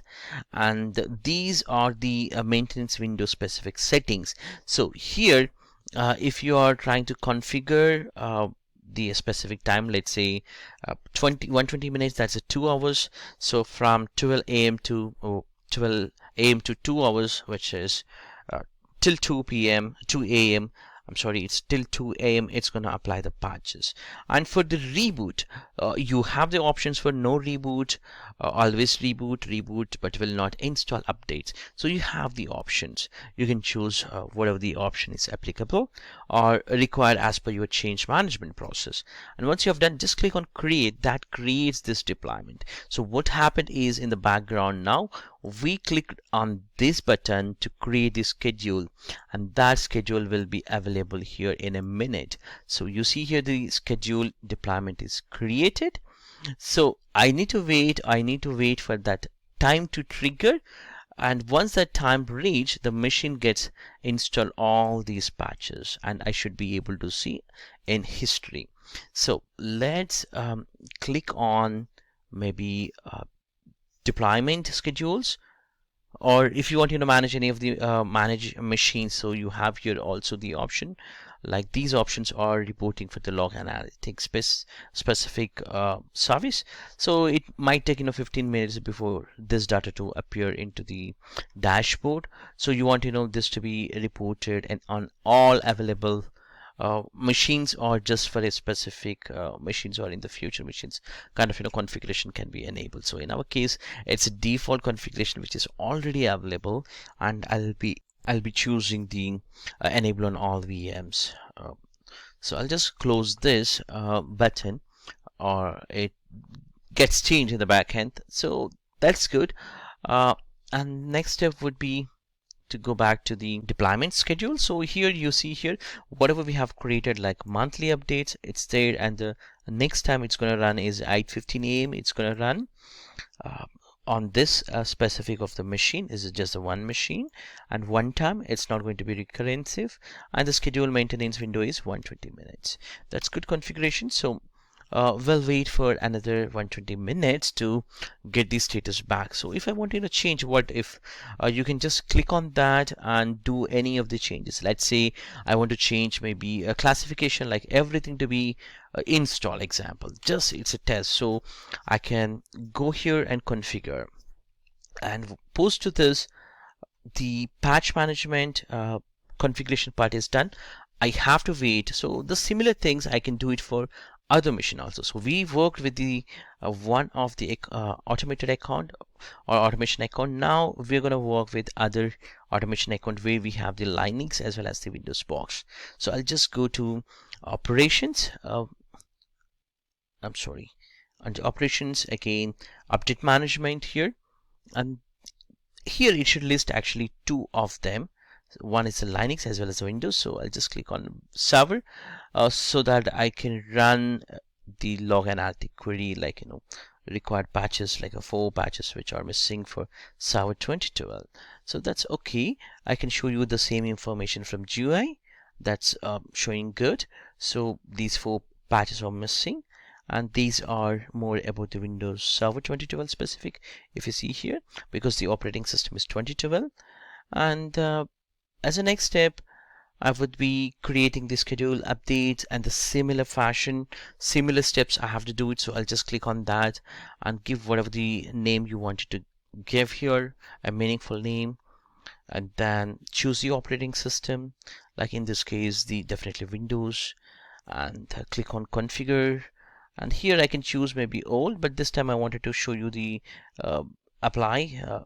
Yeah, let's go for the only subscription based with the filter. And then again you can go for the, if you have imported from the WSS or AD or SCCM in this case, you can choose this, but in our case just the machines. So I'll just take the filter as a machines, so it will list as the server 05.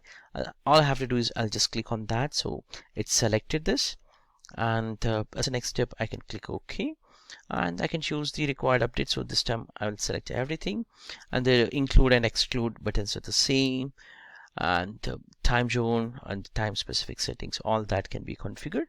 So I'll just give here another 5 minutes or 10 minutes extra so that this demo can work. So one time I'm choosing as actually very normal specific schedules. There's no custom specific, no pre or post or scripts. I wanted to reboot, definitely always gets rebooted, or reboot if really required, create. So this gets created. Now as a next step, again deployment schedule and then history. So under deployment it just got created, and it's able to show you server 5 schedule. For the maintenance window I have to wait for a few minutes.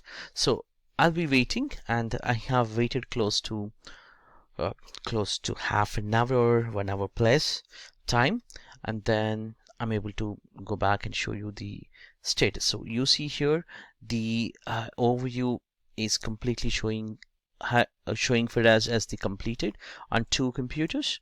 So let's go to the updates management.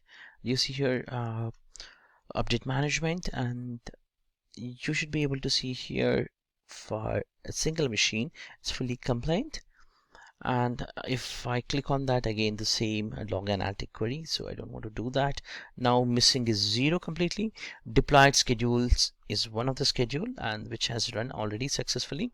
But if I just go back to that same deployment, I can edit if I really wanted for the future, and I can click on history to view the updates. So I'll be showing that history for other machine. That's okay, just go to the updates management directly this time, and then this server also got updated completely successfully.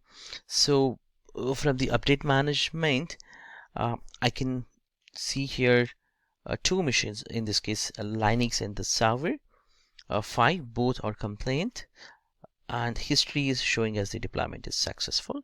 And if I click on that deployment, what all the patches has been, whether it is failed, if so it will be listed here, all or 0, that means 0 failed, and attempted, not attempted is 0, that means nothing has been done as a failure, but everything got installed. It got installed completely on all the machines. So that's a good method of deploying. So all the patches got installed. So this is all about the demonstration of the patch management, how best you can manage the patches from Microsoft Azure, and this is how you can secure and you can take the advantage of the existing automation account as a benefit. I hope this entire demo is completely useful for you. Thank you for watching this. I will be catching you in the next lecture. Hi there, welcome back. In this lecture, we're going to learn about Azure Backup. So Azure Backup is a service which is offered for you in a simple and secure and cost-effective solution where you can back up your on-premises data, or maybe on a cloud. Any of the resources also can be taken as a backup, and it does not have any complex configuration that needs to be done. Very similar, like if you take it the update management, like automation account to be configured, all that's not you don't have all the complexity. It's just a single service where you can just go ahead and enable and simply take the backup of your on-premises files, maybe like a backup files or folders, or a complete system can be migrated to cloud.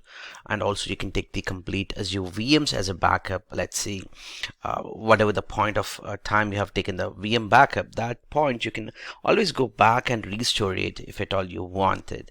And also you can take the backup for your Azure files and sheets, which is again coming from your storage side. And also you can take for SQL Server backups, and even SAP HANA database can be taken as a backup example, or Azure database, or PostgreSQL, all that can be taken as a backup.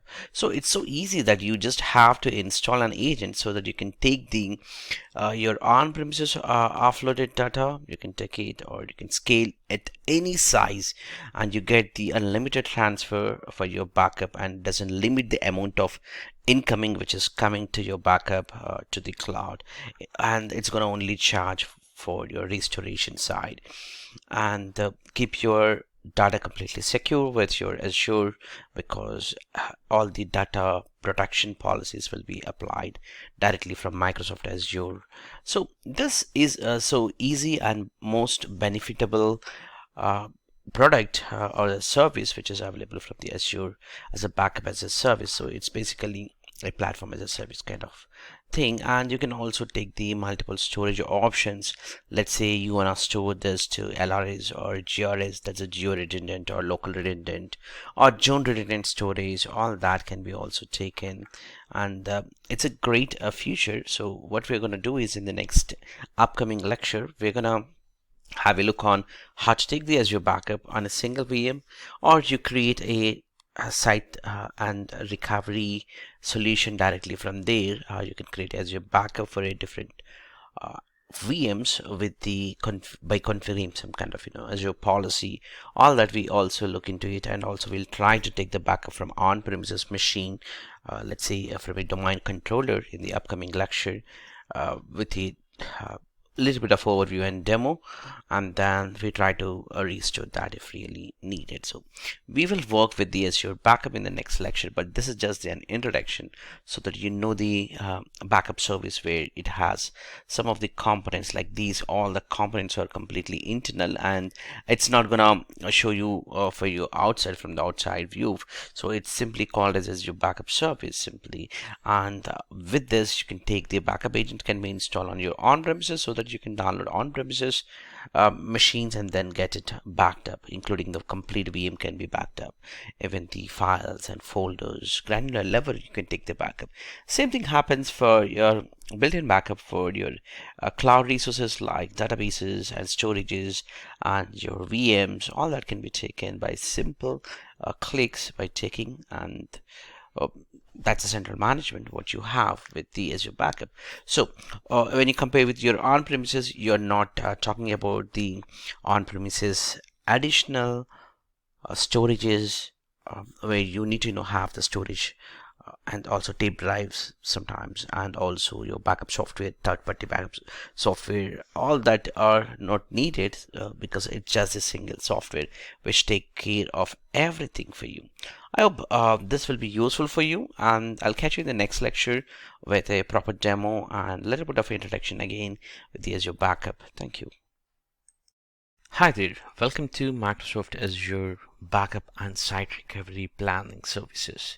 So when it comes to either backup or site recovery or disaster recovery, when we call or backing up a few of the files or folders or even virtual machines from your on-premises or from Azure to Azure, you can do all these things when you go with either Azure backup or site recovery options. So both of these options will be there under recovery service vault. So if you just search for site recovery, so you would be getting something called recovery services vault. So this is where it will be available. And as a first step, what you have to do is you have to create your service vault. So why we call as a vault is it's going to actually store all the backup information within that vault. That's why we call it as the vault. So here, if you look at, I have already created, in fact, we are gonna talk about how to create all these in the upcoming lectures. But basically, when you try to create, you would actually get either you want to take the backup or you want to go for maybe a site recovery. So if you see here, you would actually go and follow a wizard, something called either backup. This is just for the backup. So you can choose here a backup of your virtual machines or SAP or SQL VMs or even file services from your on-premises also. So for doing that, it actually needs to execute some kind of exe files on that's nothing but agent. You take it as an agent that needs to be triggered on the destination of your virtual machine or maybe a file server, and then you need to configure what to be taken as a backup. So it's very similar like you do with any of the backup software, but the only difference is it actually works over the internet and everything gets backed up to this specific vault.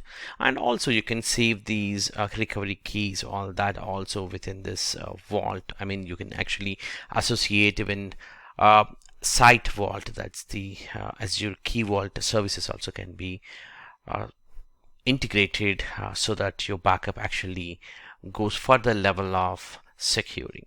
And when it comes to the site recovery, this is 3 basic steps.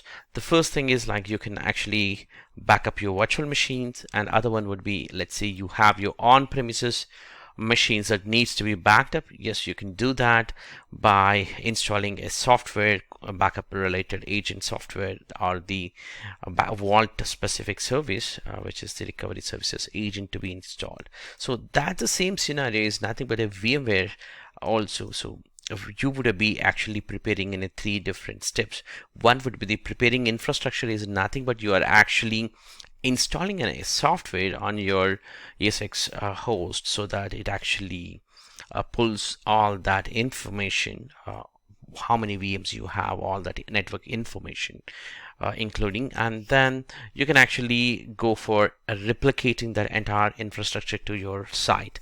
And also you can choose for the replication policies, when to recover and what are the recovery policies you want to configure, so that the frequency and the number of days it should actually store, all that information comes under the recovery plan. So similar things actually you can do even for your Hyper-V virtual machine. So if at all you have a Hyper-V infrastructure, you can also migrate as it is, and also you can go for a site failover. You can do that, because site recovery is nothing but you actually do the failover with your services. Let's say you have a machine that needs to be replicated, and once it is replicated you wanted to take that item. So let's say you have on-premises this Hyper-V server is available, and that has one of the virtual machine, and you want to know failover.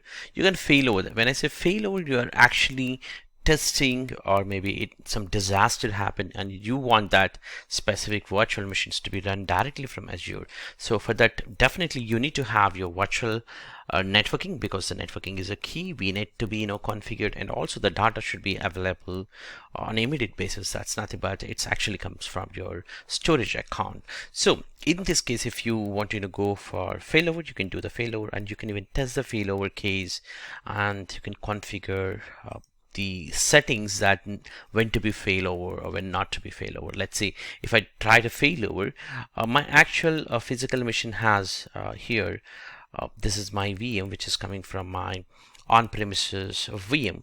So what I can do is actually I can configure here a specific size, similar size of hardware specs that needs to be pulled up directly from Microsoft Azure. So I can configure here a specific things, and also the VNet. So within this VNet, so the similar IP configuration, it should be available, because it's going to be disaster, so disaster recovery. So your client shouldn't face any kind of connectivity problems. So you need to configure that specific information, so that you can, when you failover, it's gonna connect it. So this is about the failover and the recovery specific point. And you do have here the backup policies, as we talked earlier. So you can take the backup retention policies, and when to take the backup daily, or when all that we are going to talk in the upcoming lectures. And then we will also have a look on ASR and how to take the backup. So backup taking is easy, like you should just go and configure here the backup and policy. You can choose and simply add the virtual machines you wanted to take the backup. Let's say I want to take this as a backup, so I can simply click OK. That's going to validate, and then click OK, so that it's gonna take the backup of that virtual machine. And with this policy, so the policies, it's gonna retain for 2 recovery snapshots for 2 days, and it's gonna take the backup every 10:30 p.m. for 30 days. After that, it's gonna delete it, right? So these are the policies that you can configure, and then you can enable it. So we're going to deep dive on that part, but remember, what is very important for the site recovery or backup planning is your networking, your storage account, and then the infrastructure that you have to prepare. So when I was talking about the infrastructure, you need to think about whether we are talking about a backup or a site recovery. Both should be different, right?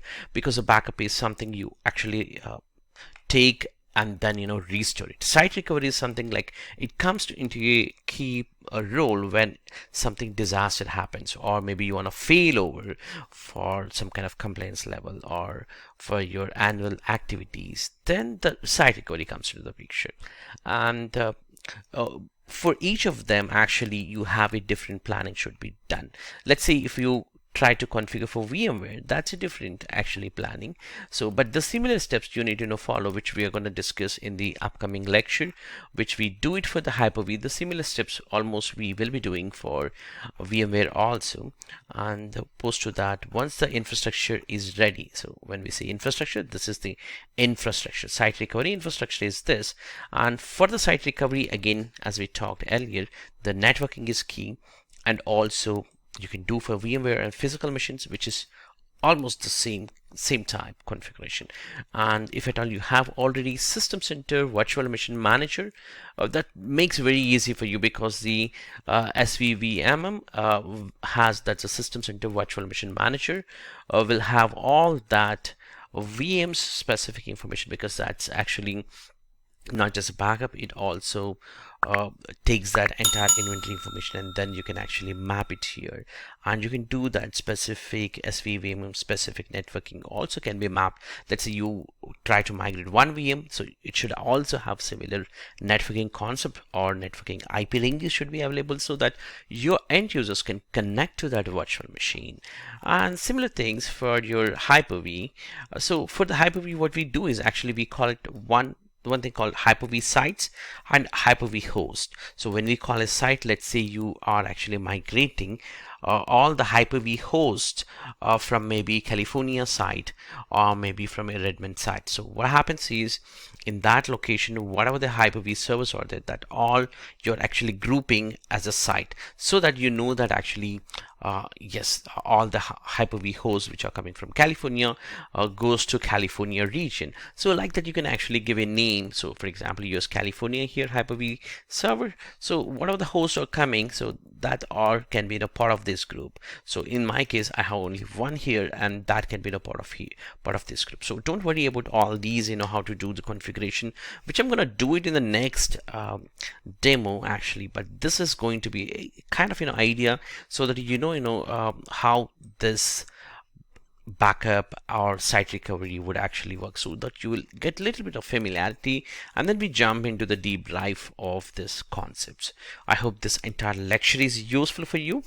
Thank you for watching this. I'll catch you in the next lecture. Hello and welcome back. In this lecture, we will be looking at backup encryption options that we have. So when we talk about Azure Recovery Service Vault, we will have the backup.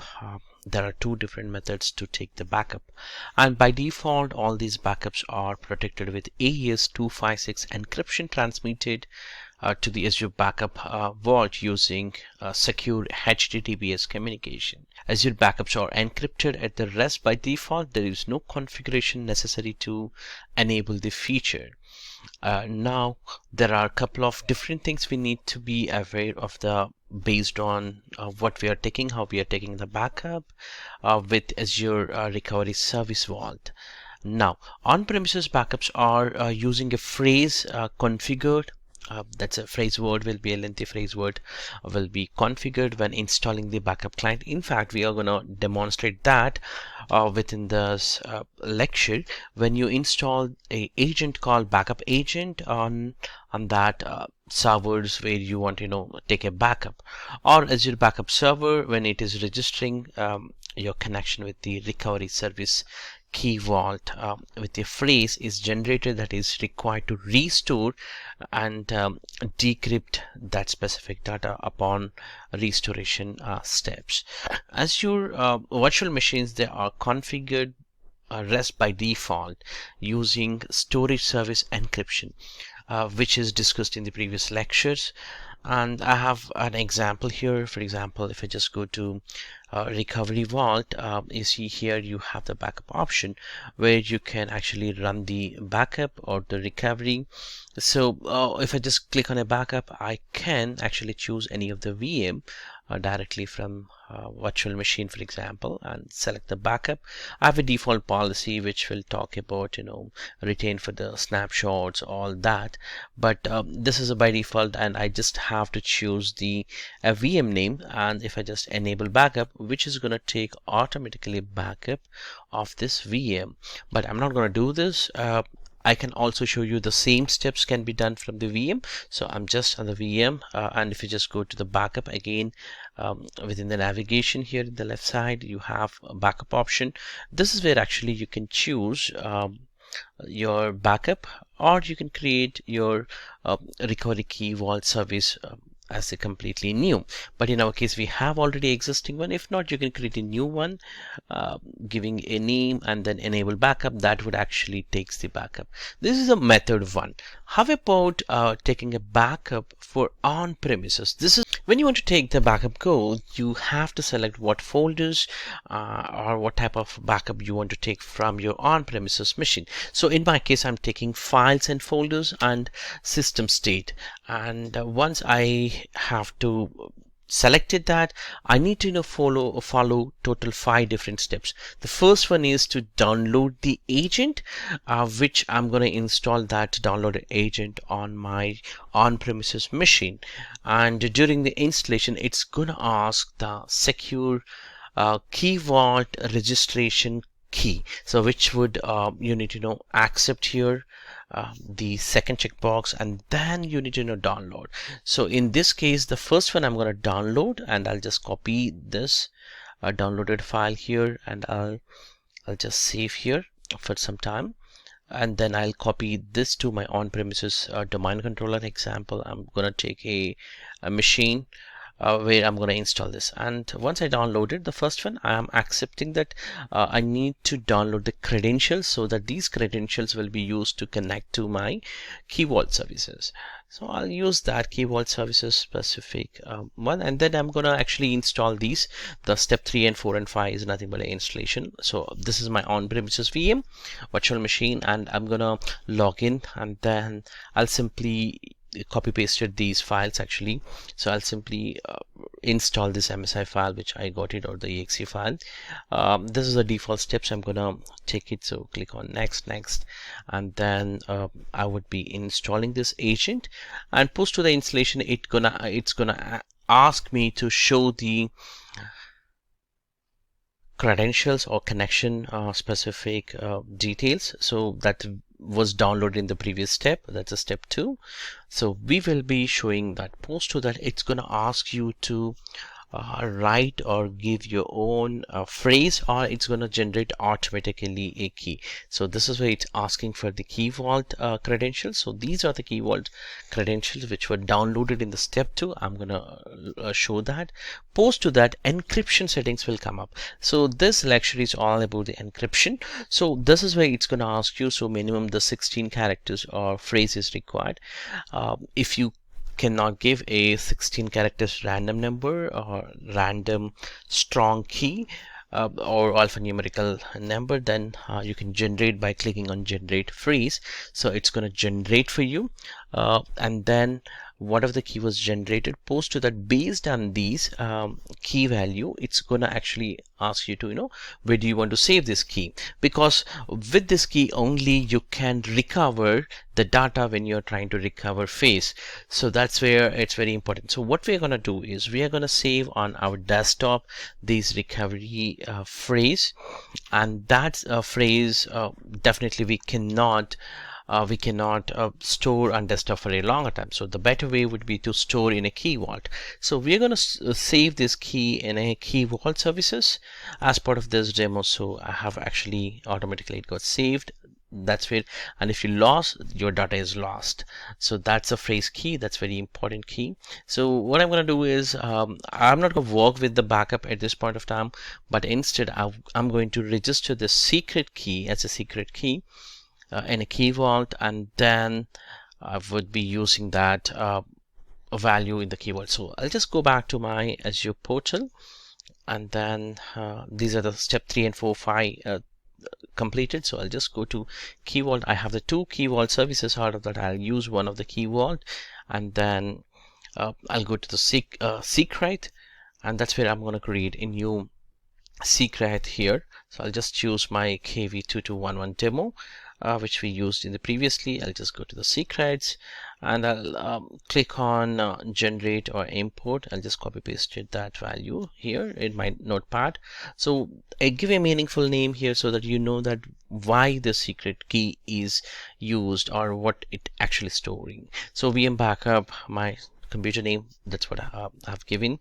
The phrase value, that's a value which is generated automatically, and then I'm not going to set as an expire or all that, but instead I'll just click on create. And the later point, it's better to tag it so that you know why you're using this. So I'm going to tag with a specific value. So in my case, I wanted to use here like ASR specific backup, or maybe I can also say another tag maybe for my vault name specific, and then give these values as your tags, and then save it. So like my machine name is ASR backup, machine name is NHYD, and click on save. So I know that this specific security is used for that. And if you want to know see what is the value, show secret, that's gonna show you the same phrase that we entered. So click on save. This is how you're gonna securing your backup specific encryption keys. I hope this lecture is useful for you. Thank you for watching this. Hello and welcome back. In this lecture, we're gonna learn about Azure Site Recovery Services. That means we're gonna set it up ASR in a few minutes, and we would be migrating our Hyper-V, which is located in my on-premises server. We're gonna actually migrate that along with the complete VMs that are available on that Hyper-V server. So Hyper-V is will have a lot of hosts. So out of that, we will actually pick up one host and we will migrate that to completely to Azure cloud, and we can do even a quick failover or maybe a test in case of disaster happens on our physical site, which is located in California. So that's the demo that we are planning within this lecture. So that being said, to create the ASR, the first thing first, we need to actually look for site recovery services. So when we search for site recovery, that's the recovery services vault. So this is where you're going to get it, and you can actually add recovery services vault. And I'm going to actually choose my resource group as a demo in this case, and I can create here a site recovery. So this is just a kind of a vault. This is where it's gonna store all of your objects. Let's say this is the same step for even for the backup. Till this step, if you want to run the backup of Azure, or maybe for your ASR for the site recovery, this is quite similar till this point. And once you created that, it's going to actually comes up in the Azure portal as a service for you for recovery services. And it is in the deployment is in progress. And once the deployment is completed, we can go to the ASR, and you can see here this has actually a couple of things here. We did actually talk in the previous demo of the video directly. We did talk about a little bit of introduction about the site's recovery, where you can take the backup there, and also you can get a complete overview of the site recovery, and this is going to be your overview. And also you can start as a wizard based. If you're quite new, you can actually go and do from the getting started, and this is where it's going to actually show you if any of the VMs are replicated, and this is for the backup. And if you just go to the backup, so you can choose as the Azure for Azure Stack or on-premises machines to be taken up as a backup. All that can be configured directly from here. In our case, we are actually trying for the site recovery, but I just wanted to show you here. If at all you're quite new and you didn't go through that lecture, you can actually check out like this. So in my case, for example, if it is actually a files or maybe a VM, all that I have the different options like SQL and Exchange and also Pay Metal, all that options I have, so I can take the backup. This is where we are going to play on this demo on a site recovery. So you see here, you can take the virtual machines as the ASR can be enabled so that your Azure to Azure can be done, and this is where for the VMware as well as for the on-premises and for Hyper-V also. So here the key things are for the three different things, and out of that we are going to actually do for Hyper-V. So there are different phases, and there are different things. Actually it takes some time to do it all this. So it's not as the a click and it's not gonna finish, because you're gonna actually prepare here the complete infrastructure called site infrastructure, and then the replication object should come, all that. So and also you should also go for a planning. That's very important here. You have here a link, how to plan for your network bandwidth and storage and all that, because when you're trying to take a complete ASO for your Hyper-V, you're talking about tons of data, right? It's not just the normal 10 GB or 20 GB data. We are talking about gigabytes of data, and also the supported scenarios, all that it has been mentioned within this article. So when you just click on that, actually it's going to point to this article where it talks about all this metrics for the support, and also the few things which are required as the pre-request, so that also to be done. And also if you're quite new and you have this tool which is available as a zip file, so once you open the zip file, you have the exe file. So when you click on that exe, ASR deployment.exe, it's going to actually prepare you a document which will be a questionnaires document.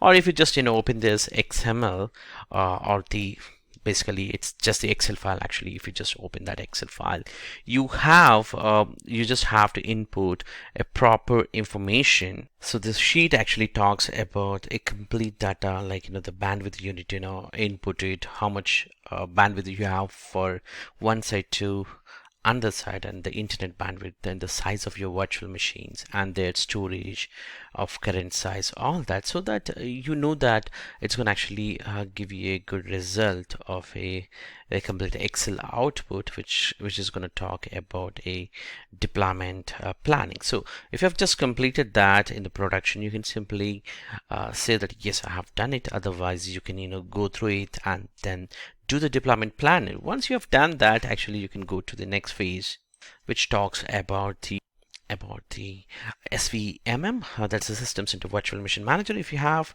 you can choose as yes, no. If you don't have, you can actually go for Hyper-V. So in our case, we have to go for Hyper-V, and that there is no Hyper-V site. We talked in the introduction of the previous lecture, we talked about Hyper-V site. So if you have not gone through it, this is just for you. So Hyper-V site name is nothing but a location that you can easily identify, right? So in the let's say example, it's a California, where you have a Hyper-V service, and within that there are a lot of virtual machines, and you wanted to migrate them to your Azure cloud for site recovery purpose. So what you do is, as a first step, you actually create a site name.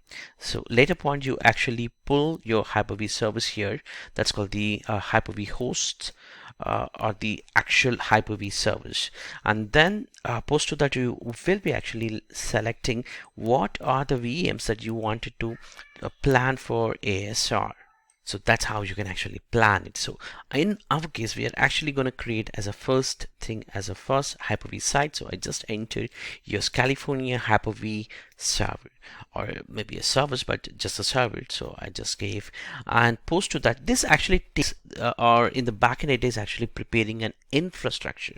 Let's say you can cancel this and you can come back here also later point.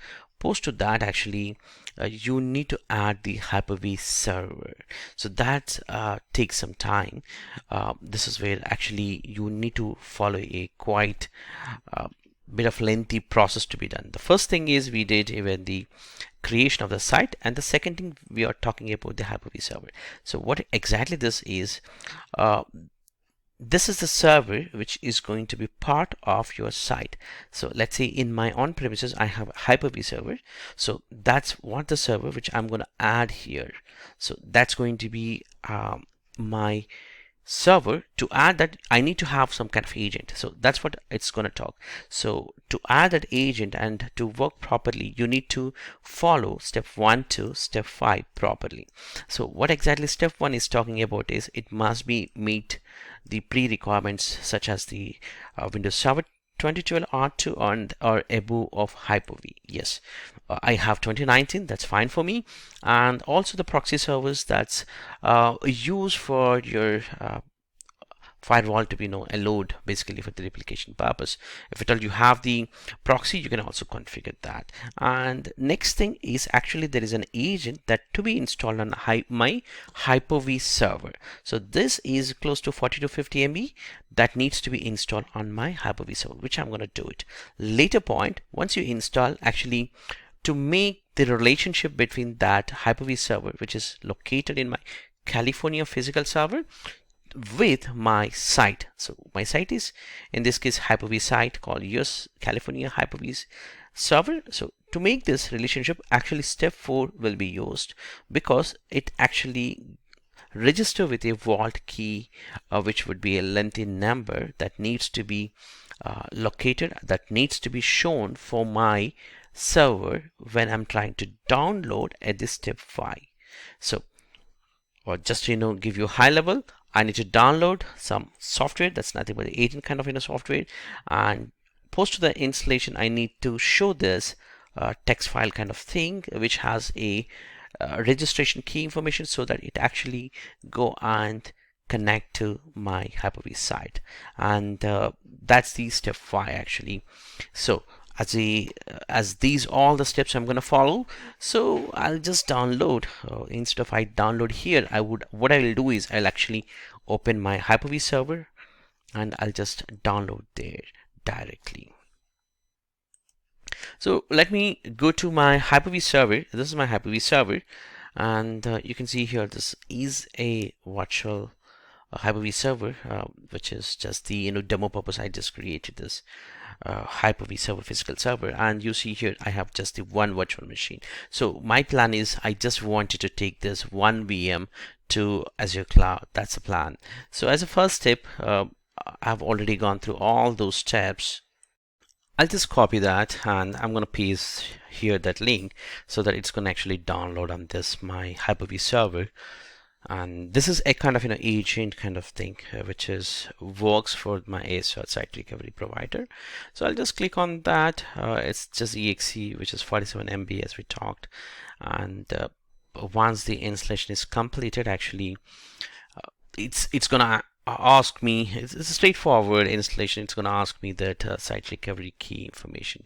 So straightforward, I'm actually installing this on my Hyper-V server, so that it actually sends the information by registering to my California site, saying that hey, you have these many virtual machines, you choose what to be replicated. That's the next step.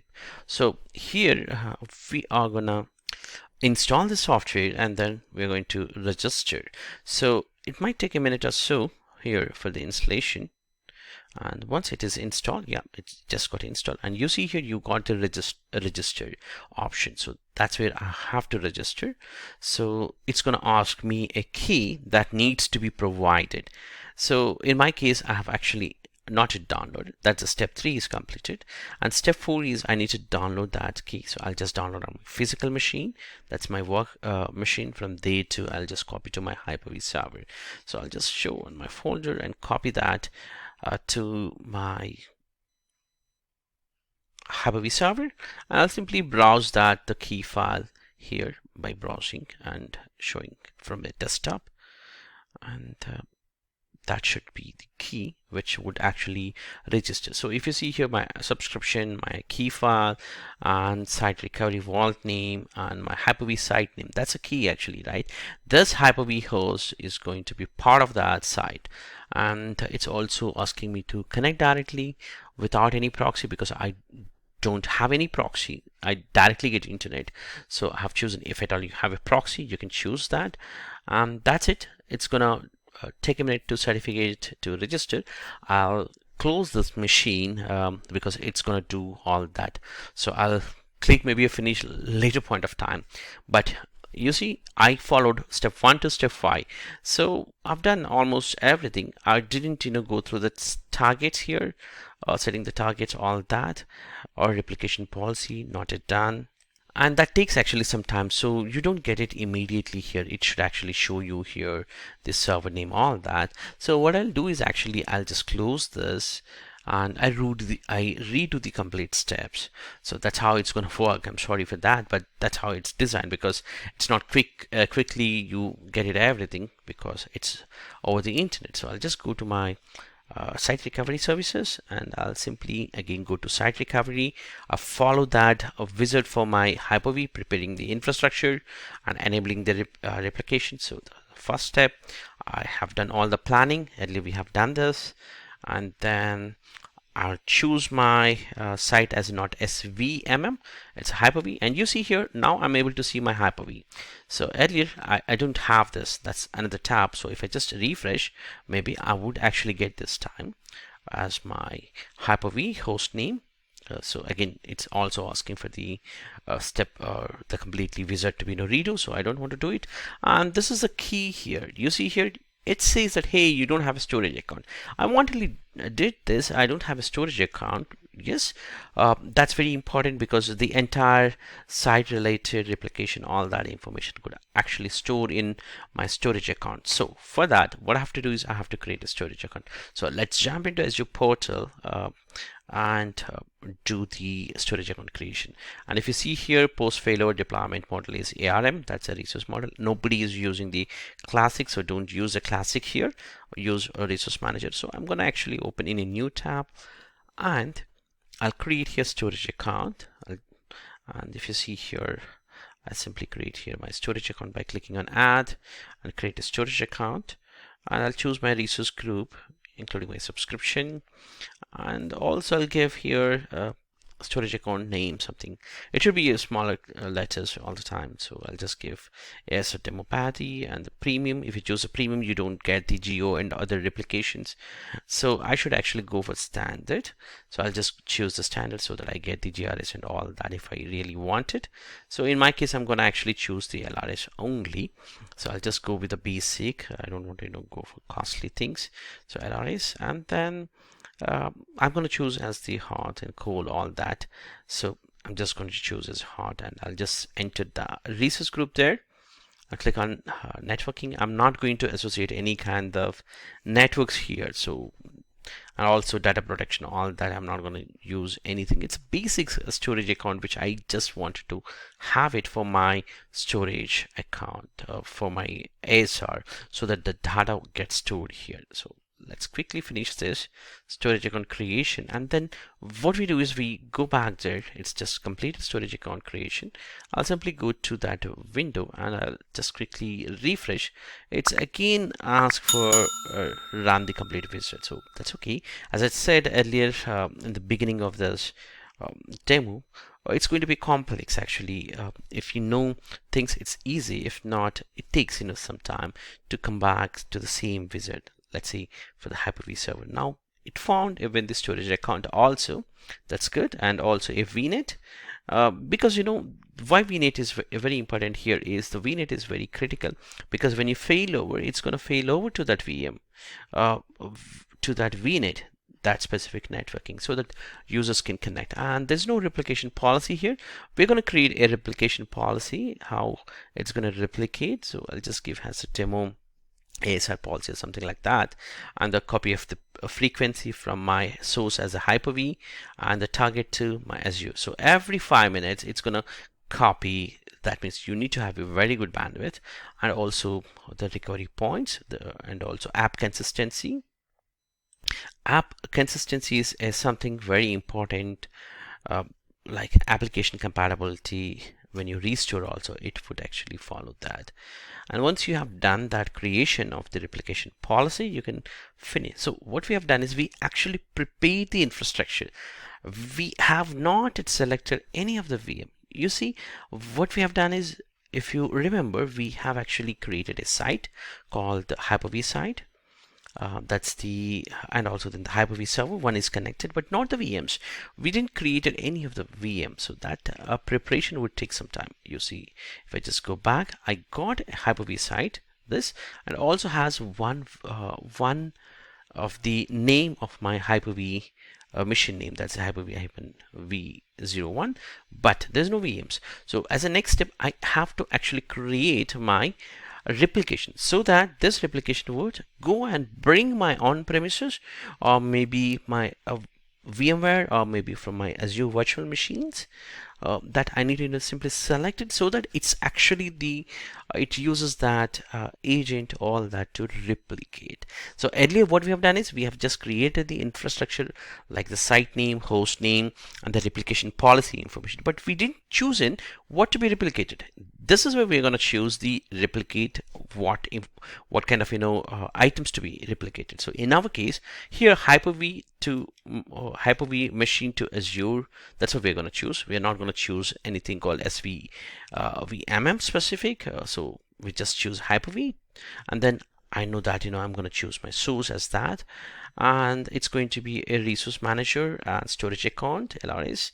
And you should be choose here. This is very critical because what you're trying to do is you're trying to replicate. When you replicate, when you start that machine for some reason to failover, test the failover, or something disaster happen, how do start up? So to start that, you need to have a VNet and their subnet, their IP address configuration should be available. So that's very important. So I did already create my VNet, and I'm actually choosing here that VNet. If I choose as a configure later, what would happen is if you try to failover, then it's going to fail. It says that, hey, you need to have the VNet, and during that failover test, actually you are going to create the VNet later point. So anyway, VNet doesn't cost you anything, so it's better to configure with a proper design here. So that's the right time, right way. So we are just choosing the existing VNet which we have already created before I do this demo. And the next thing is it's gonna ask me, hey, what VM you are gonna choose from my Hyper-V server, that is my on-premises Hyper-V. So I'm gonna choose USCA-SRV01, and then I have to select that. So that's only one virtual machine. If at all you have here more virtual machines on your on-premises, you can actually. So in my case, I just have the one.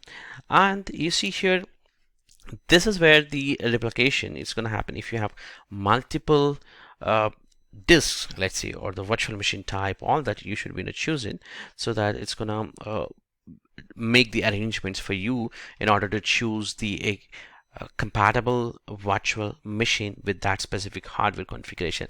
Let's say my virtual machine has a 8 GB RAM, so it will just choose whatever matching DS, V2, or whatever the VM model that can be suitable. And this is the replication policy which we created as part of the infrastructure preparation plan. I'm going to use that. So this would take some time. Post to that, honestly, the replication would take, the initial replication might take in real world might be a day or two, based on the synchronization speed and the internet connectivity from your on-premises to Azure cloud. So it takes a lot of time. Once a replication is completed, you can actually go for recovery plan. This is the actual class, or this is the actual demo which we want to do it. So what exactly a recovery plan is? A site recovery plan is something you have already backed up from your on-premises network, a VM, and you want to fail over to Azure cloud. Let's say there's a natural disaster happen on your on-premises some location, let's say California, unfortunately, and then you want to recover, fail over to Azure cloud so that your business doesn't impact. So in that situation, you're actually choosing the recovery plan. So this is very key. So earlier, whatever we have done, all that are just the infrastructure planning and the replication and selecting what item to be replicated. But here, we're actually creating a plan. How do you fail over?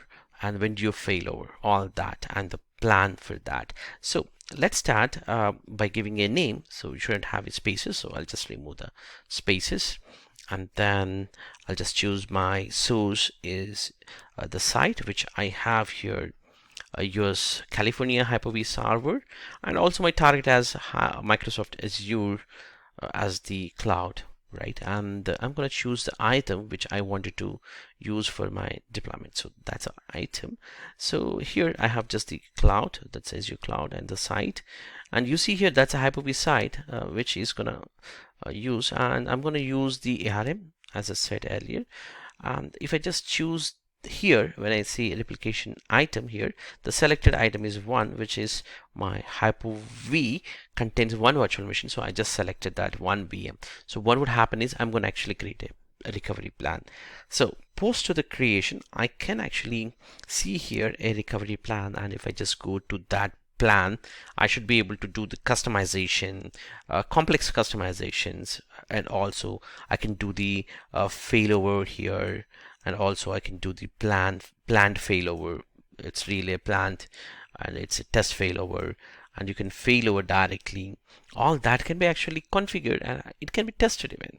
So this is where it's going to talk about the recovery plan, and we're going to do the customization. So the customization is key here, and if I just go to the customization, actually I can group it a few of the things. Let's say you have a SQL server and web server and maybe another front-end service. So let's say you want to group them. So what you can do is you can actually see here the group one has maybe a web server as a first, and you can actually choose here as the group 2 maybe SQL as a backend, let's see, and later point you can create one more group as the sequence for the front end. So what would happen is first it's gonna restore maybe this server, and then the SQL, and then the front end IIS service or web service, and this is going to be a sequence. So that sequence you can actually create in that sequence. Also, it just actually adds you a great idea of what to be done. Actually, you can move your VMs to another group, and also you can do even post actions.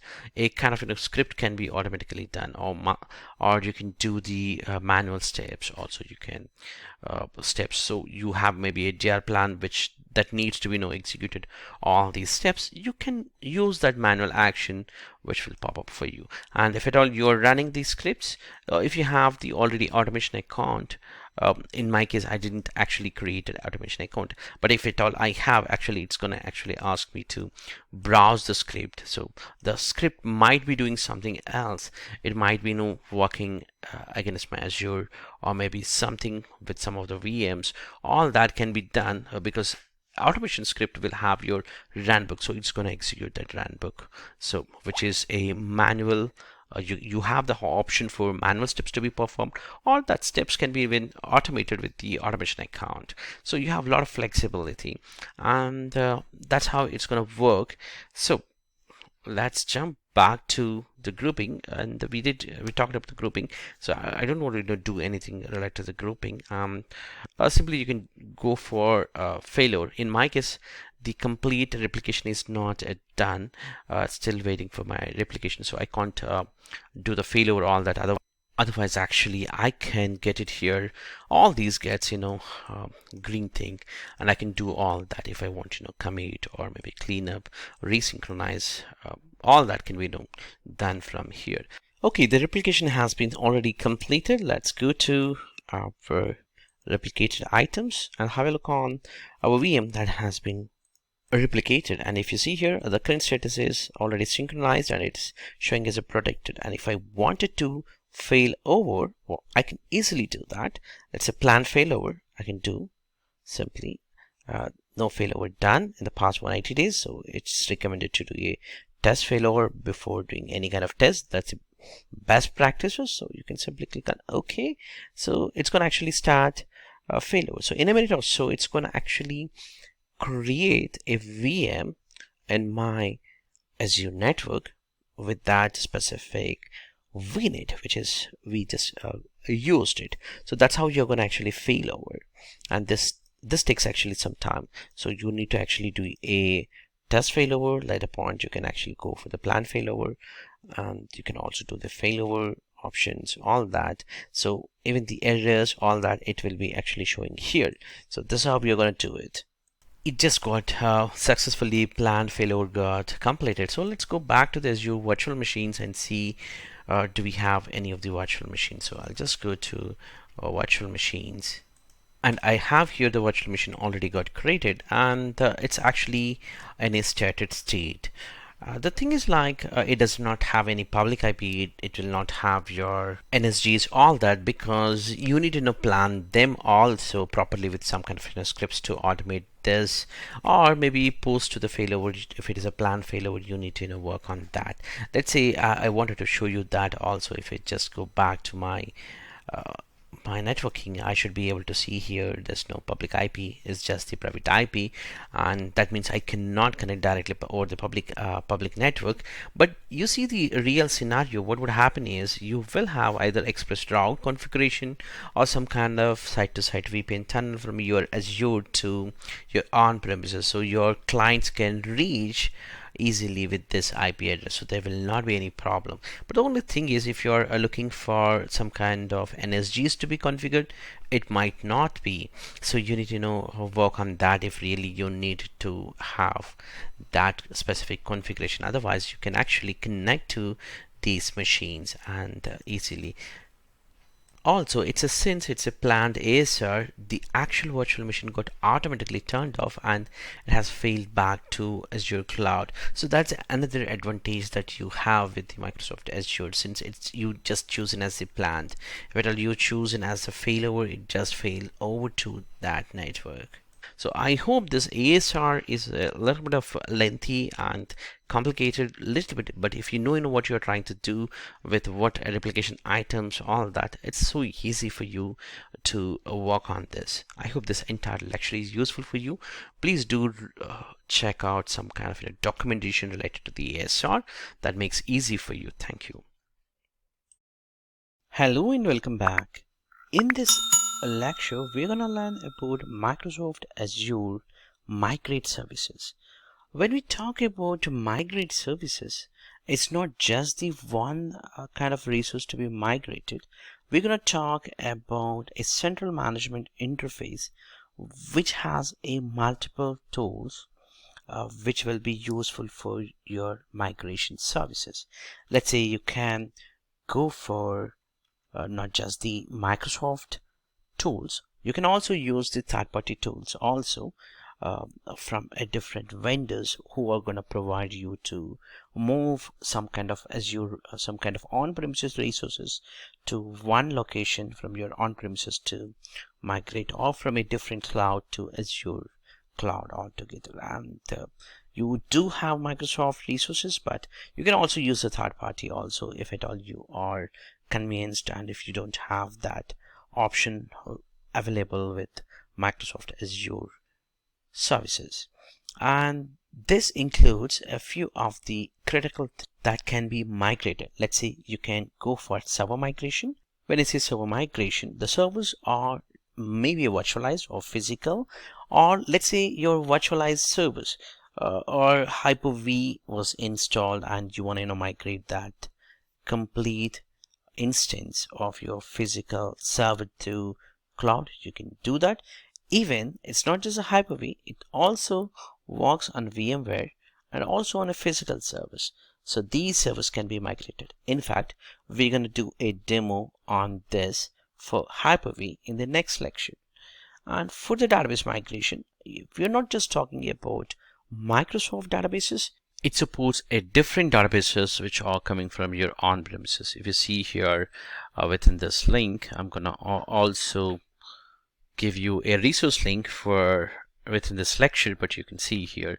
So the databases which are coming from your on-premises, SQL Server or Oracle or MySQL, or maybe from AWS or Google Cloud, all that can be migrated by doing some kind of assessment to Microsoft Azure database. So you have an option to move wide variety of different databases, and you can go for automating these database migration altogether. So you have these options with Microsoft Migration Services, that's Azure Migration Services.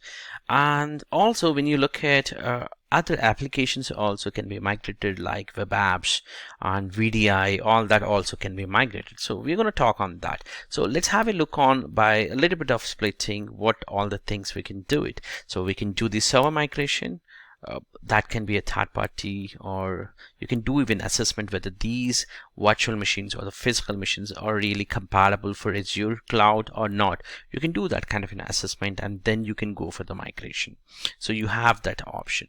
And for the data migration, you do have a large a volume of data, then you can use a physical data box hardware, and then that can be shipped back to Microsoft data center also.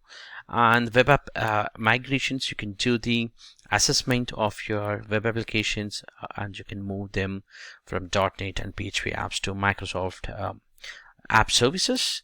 You can do that. Even database migration we talked earlier, and we are going to do a quick demo on server migration as well as the SQL database migrations. And also VDI, which is quite new service which is added within the migration services. And you can do the VDI migration from Azure WVD Windows on VDI disks. All these are possible. So if you just open the Microsoft Azure Blade, you have these options called migration goals. So you have the server, database, and the VDI, and the web apps and data box. So all these total 5 different migration tools are available, and you can use these services to assess and discover, assess, and then you can plan for migration, and then you can cut over. So all these are available as the option. So let me also show you quickly how the console looks like. When you actually search for Azure Migrate, you have this console, and within this blade you have an option for migration goals. So everything starts with a project within these migration goals. Let's say if I click on servers, I need to actually create a project. So for example, here I can change the project, and here create a new project, and then within that project I can have the inventory to be run with the discovery. Let's say I just wanted to create here one quick project by showing you for the demo. So I can simply choose here my Azure migration demo as a resource here, and quickly I can say that this is demo for servers. And here I can choose the region as the United States. So once the project is created, so the deployment is successful. That's nothing but a project got created. And if I just close this and little bit zoom it for your text compatibility for and you see here migrate project, which is the project which I have created for demo, and I do have another project which was created for databases. So you can actually check and you can switch back for the project. So what exactly the project will have the information which was populated, the information with the help of discover, and you will have the assessment. So how do you start? Actually you're going to start by creating a project, and then you're going to do the discover, and then you're going to assess, so that you know what's happening with that discovered objects, and then you can view them as the consolidated view from the overview, and then you can plan for the migration.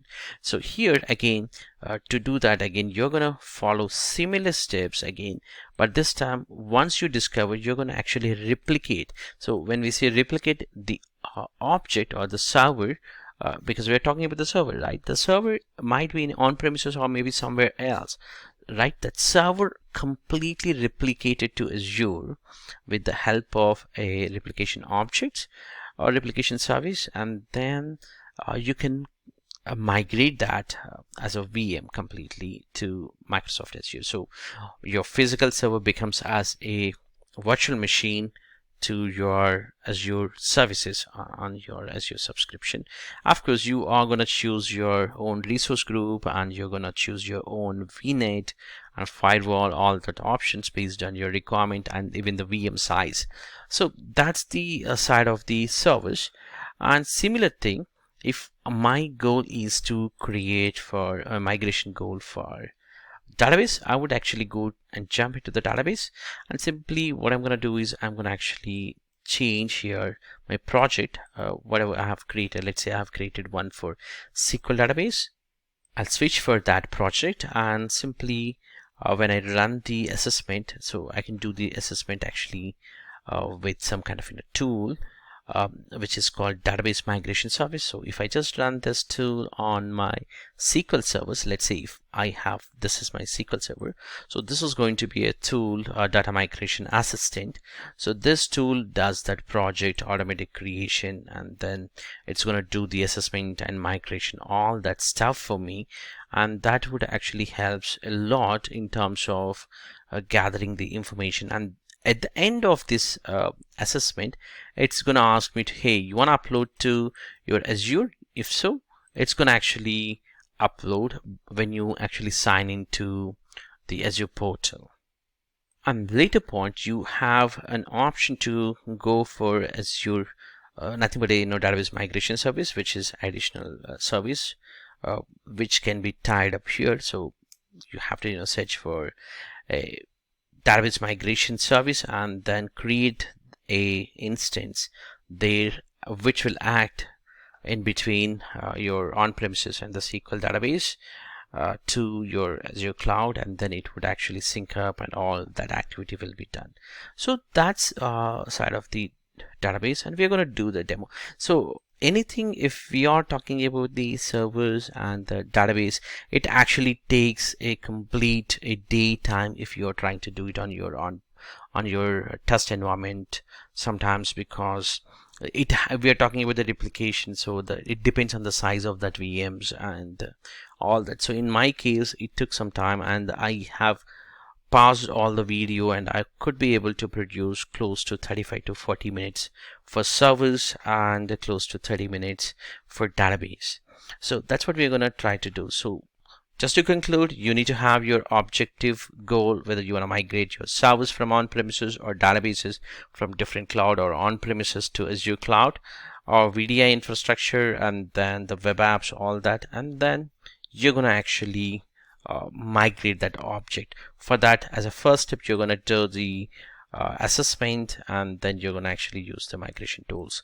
By the way, I forgot to tell you about the other tools. There are in the introduction we did talk about the third-party tools also available. So if I just click here, I do have here, this is from Microsoft, but you do have from a different third-party companies. They also offer similar kind of option for migrating your on-premises resources to Azure cloud. Let's see, which is providing for the cloud assessment, which will migrate your VMware and Hyper-V virtual machines, physical machines workloads to other public clouds. So it's gonna do that, and this is completely agentless, or agent-based discovery also can be done. Similarly, different vendors who are gonna do all these. So if you are gonna go with them, it might cost you additional cost because they're not free. So if you just choose this option, then it's gonna ask you for a pricing, a nominal price they would expect you to pay, because they're not gonna offer you for free all these options. So that's the just wanted to tell you on that part. For third-party payment also might be needed if you are actually using non-Microsoft solution. So that concludes this lecture, and stay tuned for server migration. This is going to be a lengthy lecture in the upcoming demo. I will catch you in that lecture. Thank you for watching this. Hi there, welcome back. In this lecture, we're going to migrate some of the virtual machines which are available on our Hyper-V server and migrate to our Azure. So to do this, we actually have to go to Azure Migrate as a service, as we talked in the previous lecture or the overview lecture, and from there you have actually different options to migrate. So in our case, this demo is limited. I know this is going to be close to 25 to 30 minutes, but if we try to do it at one go, it would go close to 1 to 3 hours between, but I'm trying to minimize the time that it takes actually for the replication and all other parameters considering. And now for this demo, we are actually trying to migrate the physical servers. So there are different scenarios. So if you see here, we have here service migration, database migration, VDI, and web apps, and data box. So out of this, we are going to actually work on the servers at this point of time. And for that, as a first step, as in the overview lecture, we have to create our project basically. So any of these 5 of these migration goals, you have to actually create your project. So that's the first step. So let's create a project by clicking on create project. This project is going to be in my one of the resource groups. So I have already created AZMig demo as my resource group, so I'm going to put it there, and I'm going to give a meaningful name so that I know that it's going to be a project specific to my Hyper-V. So I'll just give without any spaces. So like I have some of the web servers might be running on my servers, so I'll just give as a web server migration project 1 or something like that. This is going to be geography again to US, because all these servers are located in geography location. So I'll just use that, and I'll stick to that and create this migration project. What would happen? Why we need to create migration project? The reason being, so whatever the replication gonna happen, or the things which you wanted to consider for the migration of physical servers, that all comes into this project. So this is called the migration project. So if you want to change, or you might have multiple projects, then simply have come back here and click on change and select what are the projects you want to switch, so that the information that you are going to discover or you're going to assess will come in this specific project. That's how it's going to work. So that's the frame. So what we're going to do is, as a first step, we're going to do the assessment that would actually give you the assessment of the server, whether it can be a good candidate for migrating to Azure or not. And you know that you would come to know that what kind of server it is, all that information, and then you are actually going to do the migration. That's this. So as you migrate, which would be the second step. So as a first step, what we do is either in the first or second step. As a first step for these 2 phases would be the discovering. Later point, we do and we assess, or we replicate, or we migrate. So it all depends. So in this case, it's going to be a here discover, and then it's going to be assess, and then in the other section, we're gonna, instead of the overview, we would actually go for the migration. So if you just click on the tools that are available, if you see here, these all are the third-party available tools which does this migration made easy for you. You see, if you read these documentation which were provided by Marketplace, let's say Cloud Recon, who's going to do this is they are going to basically do the assessment and discovery, all that for you, and give you a wonderful report whether it can be migrated or not. If at all you are not trusting, or you're not going with Microsoft built-in assessment for servers, yeah, you do have these are coming from Marketplace, and in fact you're going to pay for that. So as a first step, I just clicked on the discover. So what happens is, with the discover, either you wanted to migrate from either VMware, or from a physical server, or from a Hyper-V. You have to choose here. Or if you have any CSV file that needs to be imported, you can do that for the replication. In our case, we would actually go with the discovery process, and this actually involves a few of these steps. And you see here, these steps, whatever you have here, the generating is your migration project key, or downloading migration appliance, and preparing your VM, all that appliances on your VM. It all remains the same thing, but what differs is whether your source is actually a VMware, or from a Hyper-V, or a physical server. You need to decide this first, and once you decide it, once you know which one you're gonna choose. So in our case, I'm actually trying to demonstrate with the Hyper-V. The steps remain same, either you go with a VMware or any other. The 4 steps remain same, the first one and the second, third, fourth. So what happens is, I'm going to talk all these in detail with help of Hyper-V. So you see here, I have already logged into my Hyper-V server. This is my Hyper-V, and I can have only single VM here, and this VM is running perfectly without any issues. And so I just wanted to migrate this VM, whatever here, this is going to migrate to my Azure cloud.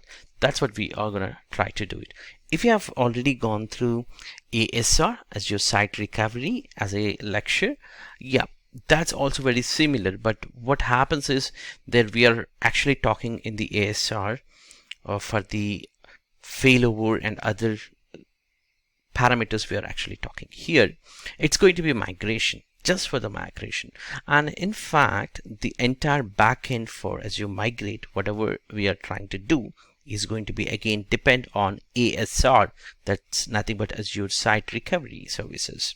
But it would be a little bit different, or the front end might, they have changed to show you, instead of you go and work with the Azure Site Recovery blade, you are actually working in Azure Migrate blade. That's only difference technically, and but in the backend everything remains same. So let's have a look on properly about this VM. So this VM is just a VM with a name called a small VM with a 2 core processor and about 8 GB RAM. So what happens is here you're actually going to download a VHD file. So this VHD, with the help of this VHD, we are going to actually create a appliance. We actually call this as the appliance. So why we call this as appliance is within our Hyper-V, we create this with the help of this VHD. So it's not just a VHD, it is actually a complete exporter of a VM. So we would actually import that entire VM, and then it's going to spin up as the VM. It would ask you for entering the username and password. Once you enter that, you have to run some kind of wizard. So for that wizard also, it automatically starts with a web page auto loaded for you. So you just have to follow that wizard. We're going to view that maybe in another 10 minutes or so, but just wanted to show you and explain to you, there are actually in the step 2, you have either VHD option or maybe a zip file which contains certain PowerShell scripts that's gonna execute on existing physical or a virtual machine, so that becomes as your appliance. Why we call appliance is it actually sends the information back to Azure in a way that how many VMs are there, whether it actually helps the discovery process, because if you remember, we are actually doing the discovery. So it's going to help us as the appliance or the scripts. It's going to actually help for us in terms of the discovery purpose. Okay, so that's a step 2. But what exactly the step 1? Step 1, what happens is this actually, whatever the name you're going to give here, and you're going to generate a key. So this is very similar what we do with the ASR. But here it's going to generate a lengthy key along with the subscription, all that detailed, and that information gets registered in the process of Azure appliance. So we need to input that information in the appliance. Then automatically, that's nothing but you're actually implementing the appliance. So that means you're importing, exporting, and once you imported this appliance with the VHD format, it's gonna give here within this process of setting up the appliance the key, and then you wait for some time for the initial discovery, and then that actually sends the information back to Azure Cloud, and you can view the assist information for you. So that's the ultimate goal. So we are going to do that all from right now. So let me enter here a appliance name and generate a key. So that's going to be my appliance name, and based on that, it's going to create a key for us. And this key is a unique key and would work to generate or to register within my Microsoft Azure migration project only. So it might take some time, and now the key has been created. If you see here, in a minute we are going to get this migration project key. So what I will be doing is I would be actually copying this key, and I would save somewhere, and also I have to download the file, which is the close to 10 GB of the file. If you see here, that's coming as a VHD format, which is coming from this step 2. So once this is completely downloaded as a zip file, which will be available in my downloads folder if I'm correct, and from there what I'm going to do is I would be extracting this. So I just got downloaded, so I'm going to extract to my folder, a specific folder. Just wanted to be assured that it should be in a right folder. So I have created appliances folder and a C:VM. So I'm just putting there to extract everything that it has. So in this case it has close to 10 GB plus of the content, so it's just gonna extract it in a minute or so. So this extracted files is nothing but exported a virtual machine. So as a next step, I have to import to my virtual machine this extracted files. So if I just go to the folder, you would be getting like virtual machine snapshots, all that, normal things like virtual machine, hard disk, snapshot, all that are available. So as a next step, I'll simply have to just go ahead and import it. So I'll just copy to the appliance, or maybe to the appliance name, but I'll just go and import here, and later point I'll just put a backslash so that it would actually discover it. So I'll just enter here backslash and that folder of Azure application appliance, and then click on next, and this is where I'm going to choose as the existing unique IDs.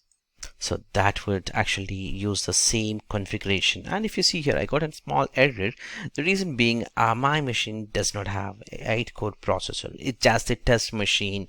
So my physical machine Hyper-V is a test machine. So I'm just gonna reduce the CPU power to 4, and then also the RAM later point. I'm gonna choose here the network card as VMNAT, which would give the internet accessibility. And if I just go to the settings, I would like to adjust according to my existing memory. So let's say I just wanted to go for 6 GB or something like that, and then I would start the virtual machine. So when I start, it's gonna do the Windows OOP setup. That means the couple of reboots, and then it would actually prompt for entering the user ID and password. You see here the license terms and all that pre-populated for me from that virtual appliance, and it is also asking me to enter the password. So I just have to set some password, so that way I can actually log into this VM as an appliance.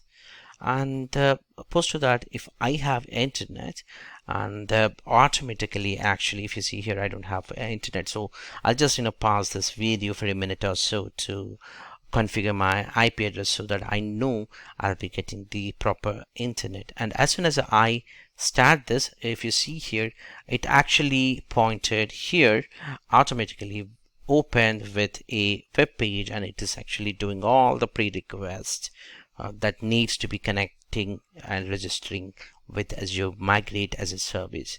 For that, it's actually doing all the backend things for us in the automated fashion for us. And this URL is purely auto-generated with the appliance on a port. So if you see here, new updates got installed, I'm going to actually refresh the page, and that's it. It's going to actually takes me to the second step. So this was the first step where we have actually done the pre-request, and the second step is registering Azure Migrate. You remember we did actually copied a key, and that key to be pasted here. So you see here Azure Migration project key, I just copied one more time, and I can paste here. The reason being, I have to it's not actually RDB enabled, right? So I'm just gonna paste it so as it is instead of typing. So that takes a minute or so, and it's just copied. And if I just click on login, it's gonna pop up a new window and come up with some code, automated code that's gonna pre-populate it for us. And if I just click on next, it's gonna actually ask me for username and the password to run the PowerShell script.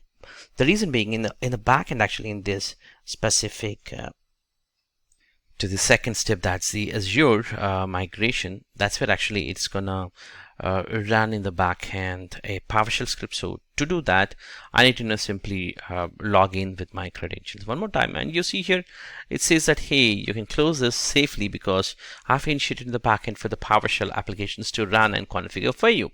That would actually go ahead and register. You see here, it's gonna do all that registration with the PowerShell, and it might take 10 minutes also. So I have done that registration automatically by pausing all that. And now if you see here, this is where actually I'm gonna use the credential. Let's say I wanted to enter a wrong credential. So let me tell you why these credentials are needed. So these credentials are needed in order to discover from your Hyper-V server. Let's say I gave as admin as a wrong, and in fact, because there's no admin account, I have as a Paddy account.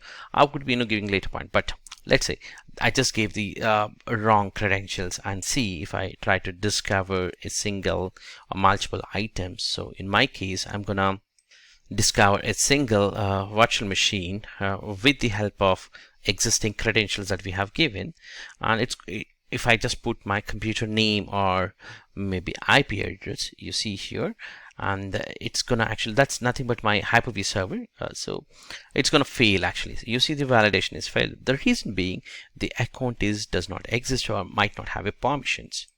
So what I have to do is I have to re-add that specific account that would actually have a permissions fully for Hyper-V manager. So I'll just edit this. The password remains same, just the account. So let me type here as a Paddy, that's account ID, and click on save. So it's saved, and now if I go back and see here, validation is successful. Thank you. And see, I'm gonna actually, if I want, I can start revalidate or start discovery. So when I click on start discovery, that means the first and second and third step, 3 steps has been done. The first one is a pre-request, second one is registering with Azure Migration Service, third one is entering the credentials and giving the server Hyper-V server name. So it's gonna actually start discovery. In case if you are running with some kind of test environment, if you don't have a proper DNS, you might get an error. So just enter the host names similar to like this in the host file. Give your computer name and the IP address of your Hyper-V server. That would actually FQDN kind of thing, it does that discovery phase. So if you see here, the discovery is completed. You have to go to the Azure portal and review the discovery inventory. So whatever the step we have done here, let me go back here and explain to you. So what we have done is, as a first step, we have created a project for Hyper-V and we generated a key. We downloaded this VHD file. We set it up a appliance within our Hyper-V server, and we also initiated the discovery, which is what we have done now, and then we waited for some time to collect the data. So this is the complete 4 steps that we have done. So post to that, what if we have to do? We have to just go back to Azure Migrate and refresh it, because the project data is not yet updated. So select the proper project, which is migration project, and click on refresh. When you do actually refresh, it's going to pull up the latest information that actually found as a discovered. So in this case, you see here 2 servers got discovered, and the next thing is we are going to actually review that as the assessment. So we have done the discovery. Next is assessment. So if I just go to the assessment, this is a complex thing, I would say. But it's very important that how you wanted to migrate. Let's say you want to go for 3 years reserved instances, this assessment you want to see, or you want to just go for a different region, or pay as you go model. All that different things you can check out here. Let's say here location, I want maybe Australia location or Canada or East US, and then I might have a different VM series I needed that I can choose, or maybe a reserve instance for 1 year, 3 year, or no reservation. That's nothing but a pay as you go model. So I can choose different things here. So why we are talking all this is, based on this information, you are actually getting the assessment information. So if you are sure that this is what you wanted, you can simply save. So in my case, I just want to go for the built-in, because there's nothing much for me, instead of pay as you go, because mine is pay as you go. If not, if needed, I can choose for other offers, all that. And also if you have the Windows licensing, you can choose the hybrid licensing option also. So I'm just discarding this changes. I'll simply go back here for assess, assessing the server. So you see here, I'm just selected here default. And the second thing, that's the first thing is a basic, and we have selected here the machines which are coming from our marketplace. And I'm entering here assessment name. So with this name, the assessment name will be available, and later on we will be using that assessment for further analysis or for migration, all that. So I'll just enter here assessment for web server, for California web servers or something like that. And you see here, I'm going to create a new group. Let's say you have a multiple groups. Why we need to create a multiple groups is within that server you might have to group, like, 2 web servers and 1 SQL server, or might be NLB servers or front end or back end servers to be in one group, or you wanted to put it some other servers in a different group, which might be represent a different web or different project purpose you're actually putting into a different group. So you can do that grouping here. So in our case, we're just going with a single group. So I'll just choose here one group called here by selecting the virtual machine, which is found from the based on the discovery. So in the previous phase which we have done is a discovery, right? This is going to be assessment. So in the discovery phase, I found one server. So this is a server. So this server I'm going to actually group into this specific group, and you see here that's a group, and I'm going to create as the review and create a assessment. So this would actually finalize our discovery and assessment phase. As a next step, we're going to actually do the one more discover with the migration services. So the part 1 is completed. I put it, which is assessment a tool section. So this section is completed. Let's have a look on by doing a quick refresh actually. So whatever we have to do, we actually select the project and do a quick refresh. So that would actually populates the latest data here, and you see here assessment is 1 now. So if I just go to this assessment, I get a wonderful report here, and you see here the confidence rating is very important in this case. This actually tells about the data that has populated. So let me click on that. So you are actually getting here Azure readiness information ready for Azure and monthly cost. What would happen if this VM is migrated based on the values that we have given. So we have chosen for pay as you go model. We didn't choose in maybe 3 years reserved, something like that. If at all you put that values, based on that values, this assessment report will generate. So you can create as many as you wanted, and you would actually get an idea based on that. And if you quickly read, actually what is happening is the discovery was not even happen a complete day. So it would actually impact, or it would not give you the exact information. So that's why you have to wait for some time to actually populate the data, so that you know that what's the input, output, and the storage it's going to use, all that. So you can see here it's going to actually boot it with the BIOS mode and the networks. It's not a UEFI in fact, and the disks, how many number of disks, and the core CPUs, memory, VS, and just a 2 GB for that server, and all that information, it's actually pulled up as the assessment. So now we know the assessment which we use for the by using the Microsoft default assessment. We didn't use any of the third-party assessment. We ran with the Microsoft Azure specific assessment services, and that's good. The next step is a migration tool. So once we complete this assessment tool, we would move to migration tool. So we have done the assessment, so let's jump into migration. That's the next step which it is talking about it. So within this, again, we have to follow from left to right. That's a discovery, replication should be go. So this is a discovery. So as we talked earlier also, so the steps remains always same like in the previous for the assessment side. Also we did for the installing the appliance, all that similar fashion here also.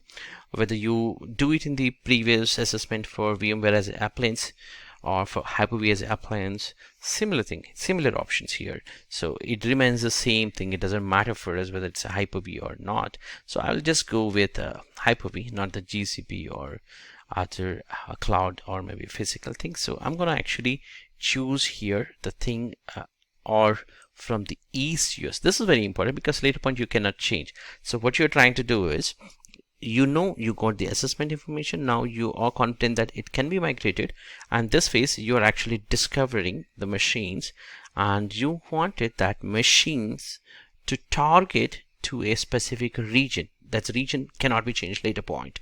So in this case it's going to be East US. So I'm going to choose that, and once I've chosen that, I'm going to create this specific discover information. So let's click on create resources. That might take a minute or so to create the specific target with Hyper-V as the target here. So that's good, and it has done that step. Now if you see here, there are 3 more steps are there.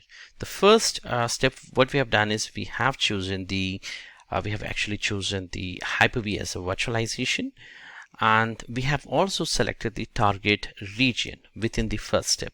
So I would say this is the second step here. What would happen is actually this is nothing but, if you remember ASR lecture, we actually downloaded some kind of credentials which we have shown to our ASR, that's a site recovery installation. Once we install that, we have shown that similar thing here. Again, we are going to actually download here the ASR file, which is nothing but the Azure Site Recovery Provider.exe, and also the credentials from here, and we would actually install this exe on our Hyper-V server. That's nothing but ASR component, and you are going to register that component with this credentials, which we are going to download. And then we are going to actually do the, once it is registered, it's going to show here that Hyper-V server, and then we would actually click on registering, and then we are going to actually finalize the registration. So these are the steps are pending in the which are gonna upcoming. So let's do that one by one without any confusion. So here it says that preparing Hyper-V host. For that you need to download. So I just downloaded that credentials. That's nothing but a secure vault credentials, and also I'm going to download that. So in fact what I've done is actually I downloaded that, and I'm actually running that exe file. So it's a straightforward Azure Site Recovery Provider setup. Once the installation is completed, click on register. That's going to actually ask me a key which we have downloaded. That's downloaded by using that button which is in my downloads. So I'll choose that download. It's going to actually register this site name, all of that, to Azure Migrate services. So it's nothing but in the backend it is actually doing the ASR, right? And once this is done, in a minute or so, if I just refresh this, I would actually get it as the this is already registered one of the Hyper-V console. So I'm just going back to the discovery. So I'll see here again one more time with the Hyper-V, and you see here it's actually one is connected. So what is pending is a finalizing a registration. So I'll just simply click on that registration. So earlier the exe was installed on my Hyper-V server. It was connected, but it was not actually fully registered. So when I click on this button, it's going to register it. And if I just go back here and do a quick refresh, that would actually pull up the information, right? So you see here, that's where actually we have found the discovery. Now it's time for us to do the replication. So here I'm actually choosing the source as Hyper-V, and similarly this application is Migration Assistance, what we have run earlier. You remember that we have run all this project, all that earlier for the assessment purpose. So we're going to use that, and we're going to select what of the VM we wanted to migrate. So in our case, I have to select single VM. So in this case, USCA SRV 2019, and then click on next. So that would actually picks that VM to a target location. So if you remember ASR also, we are actually chosen the VM because when we migrate, it should have a proper VNet, as well as for the storage purpose we need to have a storage account. So these things are quite same what we have done with ASR. So similarly with the migration, that's Azure migration for the replication purpose, in fact actually post replication, what you do is you are going to actually fail over. When you fail over, you need to have a VNet and also the storage, right? So that's why it's going to ask us. So I'm going to choose here AZMig demo. That's my resource group, and my resource for storage account is this, and the VNet, that's we have already VNet, and my subnet I can choose, and if I want availability, all that scale set I can choose. If my machines are want to use for hybrid benefits, I can choose that, and this is where actually you can choose you want to migrate that 2-core 4 GB RAM to something, because I had actually 2 GB, so now I can go for a different size of VM, and also I can choose here the OS type, which is definitely it's a Windows OS, and then my size of hard disk, and then a replicate. So what would happen is, so earlier we registered the Hyper-V server. Now that VM we have chosen here as the replication job. So this would actually does the backend job for replication. So what else pending is once it is replicated, in fact I just paused and resumed, so it's just replicated, and it's gonna refresh. Once it's refresh, it's gonna show as the one replicating servers as one. If I just click there, it's gonna show me one server as a synchronized with a 0% because it's just done, right? So if I just wait for some more time, it's never actually performed the migration also, and 0%, and I'm gonna actually wait for maybe 30 minutes or so to do the complete replication. Post to that, I would actually go with the migration step. So because we have done the discovery, replication is done, and then the migration. So if you if I wait for 15-20 minutes or maybe 30 minutes or 1 hour based on my availability bandwidth, it got replicated, and you see here it's now status is completely protected. That means I waited in fact around 1.5 hour for complete replication of 127 GB based on my bandwidth availability. In fact, I have a great bandwidth, that's why it was replicated quickly. And in your case, it all depends on the size of your VMs and the bandwidth availability. So once it is replicated, either you can do the migrate button there, or you can actually, let's actually have a look on here. So the replication is healthy, there's no errors. You can do for test migration, and the final step would be the migrate. So all that process you can follow. And in our case, I'm going to actually click on migrate, and if you see here, in order to prevent the data loss information, it's going to actually shut down my physical VM, my VM which is on my on-premises network, and then it's going to start the migration to switch over to Azure Cloud. So that's what it's going to do it, and before it actually does the final shutdown, it's going to do the final replication too. So you see here it's still running my VM. This is a VM which is running and which is in a static state, and I'm also shown here this is a VM which is running good.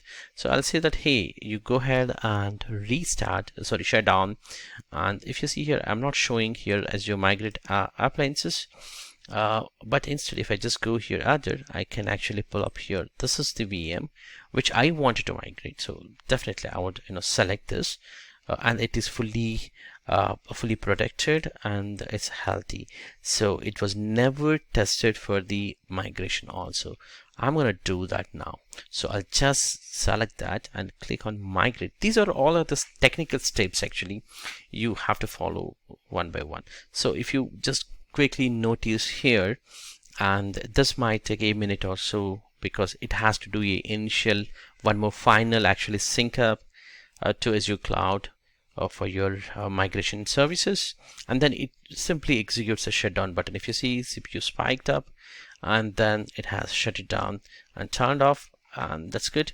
And you see here, I'm gonna actually wait for some time, and starting migration is completed successfully. And if I just go back to my Azure virtual machines, I have my a new VM which was just created, which is from my on-premises. And if you remember, with ASR also we never had a public IP information, and also we never had the NSG, all that. So you need to consider all these changes also, if at all you have just migrated. So make sure that if you have a site-to-site VPN, you will not have any problem because the machine is available with a new IP address. Or if you have a proper VNet which consists of correlation with the on-premises network, so there's no downtime for your service. So that's good. And this is where I'm gonna actually review the entire thing, what we have done. I know that this is the 35 minutes already we have passed, and it's good to review what we have done so far. So we started as your migration for service, and then within this we have as a step 1 as we have done the assessment, and step 2 as the migration. And for the assessment, there are typically third-party tools also available, but we use the Microsoft default tools. But those third parties actually coming from marketplace, that means you have to pay and you can use it. And for the assessment, we have done initially discovery, then assess, and then we have also reviewed what we found. And next step, we have done similar thing. So let's go back here and see. You have actually 2 virtual machines got assessed, and 1 group we have created. We did talk about the groups, like you have a multiple groups, you can do it. And also assessment is just the 1 assessment we have done.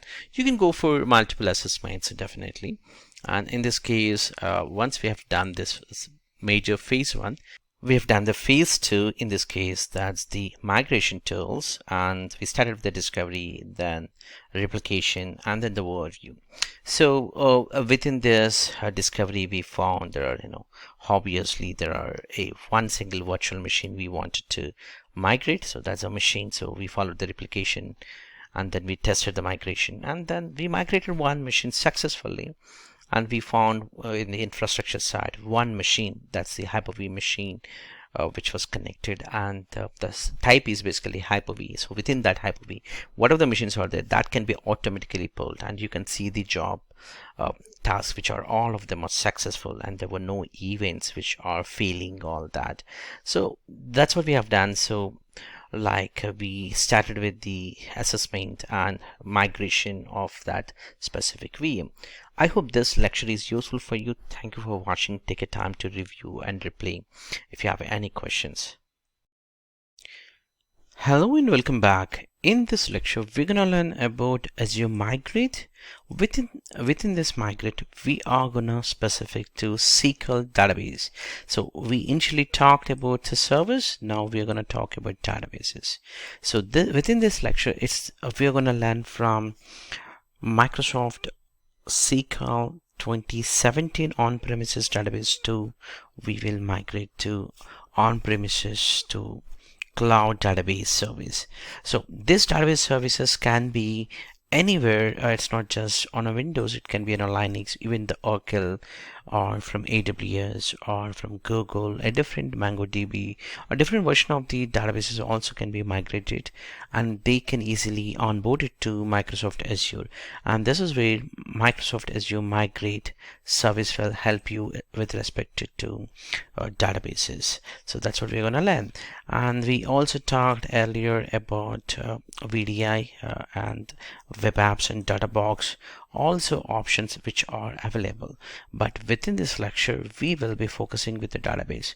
To begin with this, we have to actually create a project to do as a first thing, as a project to be created, and also select your resource group and give a name for your project. So in my case, I'm going to give a project name here, like SQL database specific, and also I'm gonna stick to geography as United States. Later point, just create that would actually create a project. So as you know that the project will help you to populate the data that you have selected. Let's say on this project I have selected from a change button to this database. If at all I have a different project, I could have get one more project list and I can switch back all the time. A later point I can actually run the assessment tool. The first thing is the assessment tool. After that, the second thing is the migrate option for the databases. So once we have populated the assessment data with the help of assessment, then we would actually go for the migrate. So to do this assessment, we actually have to follow two steps. The first thing is we need to download DMA. DMA stands for Data Migration Assessment Tool, which is provided by Microsoft, and you can download that from this link. And post to that, you need to install it on a machine as that you wanted to migrate the database. Let's say you have a database on your server called maybe X machine, and on that X machine you need to install this and you have to run that, and that would actually generate the assessment. At a later point you can also upload the data to your cloud. That's nothing but your Azure. So for that there would be steps will be there. So we're going to do that as a first step. So I'm going to download that by copying this link, and I would actually paste that link directly on my SQL server, and later point I'm going to install on my SQL server, and I'm gonna do that. So I just pasted that link and I'm gonna download that directly. Since I'm using the older version of Internet Explorer on a server, it doesn't look good, the IE. And then once I downloaded this specific one, it should be downloaded, and later point I can straightforward install the software. So it's a straightforward software, like you have the welcome screen, all that. And if you see here in the backend, I also have the studio management studio, where my SQL server is there, but I did not yet created any database here. So I'm going to create here another database in a minute or so with the temp data, something like that. But let's finish the assessment database. So I'm going to launch the migration assistant also. For this, it actually needs a database to be available on your database. So in my case, I don't have any database. I'm going to create in a minute or so. But I just wanted to show you here how this looks like. Let me maximize. The look is not good in the maximize, but we'll try to work on it. So all I have to do is I have to just click on plus button to create a new project. So first thing is I'm going to actually do the assessment, not the migration. So for the assessment, so here in the assessment I can give the database a project name, something like that, some name for my project, and then my SQL server I can select here. So here the target is Azure SQL Database, so I would select as a SQL and create a project. So from the SQL Server to Azure Database, so I'm going to check for the database compatibility and also the features list. So I think this view is better for migration assistant. So, and then I'll just click on next. That would actually ask me for the source information. Source is nothing but the machine where you have the database. So in my case, I have now created a backend database called testdb, and also have some table, single table. So I'll just select that by creating here. In the second step, actually it's going to ask me for the SQL Server name and the authentication type, and make sure that if you're using the trusted server certificate, you can choose that. So once you have chosen that, click on connect. That would actually connect to the database, and this is where you can choose what database you want to select for this migration assistant. So in my case, I've selected single database, and once the database is okay, I can simply click on next. So I don't have any additional queries that to be JSON file kind of things to be run on my database. So I'll just use start assessment. So it does all that, and if you see here SQL Server feature parity, I would definitely get some kind of warnings or incompatibility, because the database is running with a lower version to higher version, definitely you can't expect all the features to be available. So I got an error. But if you look at the compatibility issues, I don't have anything because my SQL features are from SQL Server 2017. That's why I got some kind of SQL database does not support the trace flags, all that, which is showing that all fine because I'm just wanted to migrate my database, not the all that tables, all that to be migrated, but not the other trace flags and all that information. So I'll simply choose the compatibility, and then I will check if anything or errors are there. So here there are no errors listed, so I'm good to go. And now the next step is to upload this information to Azure Migrate. So when I select here as Azure, so when I say click on connect, it's going to pop up a simple window with my user details to be punched here. So I'm gonna give here the subscription which I own, where I had created this migration job project within Microsoft Azure. So I'll just sign in with that ID and I'll choose my subscription. So oops, I have the multi-factor authentication, so I need to press that, and then it's gonna ask me for the subscriptions. If I have more than one, it will be listed here. So I have in fact more than one, so I'll just choose one, which is a pay-as-you-go model one, and then I'll choose my project name, so which we have created earlier. So this upload would take some time based on the time and the speed and the size of your data. So upload completed. So I'll switch to Microsoft Azure portal and I'll do a quick refresh, because if you see here, there's no data here, anything here, right?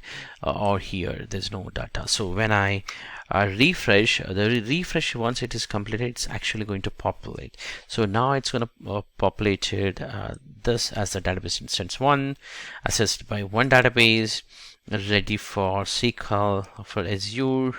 All that information is populated. That's good. So as a next step, actually I need to go for the site migration. That's nothing but the SQL database migration. But if I just had a look on assessed instances, I can see here 100% every database is compatible. That's what it is showing. So the next step is to start using the migration. So what happens is Azure Migration is a service which is again additional service which is available within Microsoft Azure portal.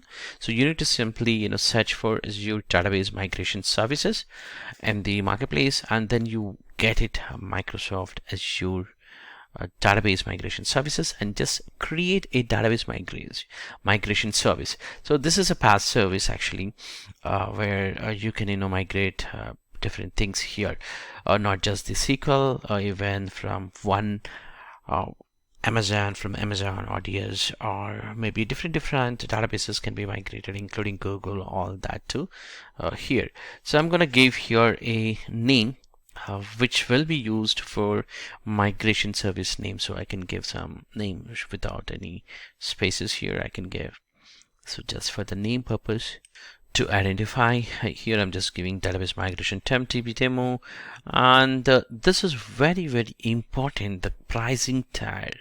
So if you see here, you have a standard, premium, and when you choose the standard, you are actually getting here, if you see here, offline migration only. So this is the only difference.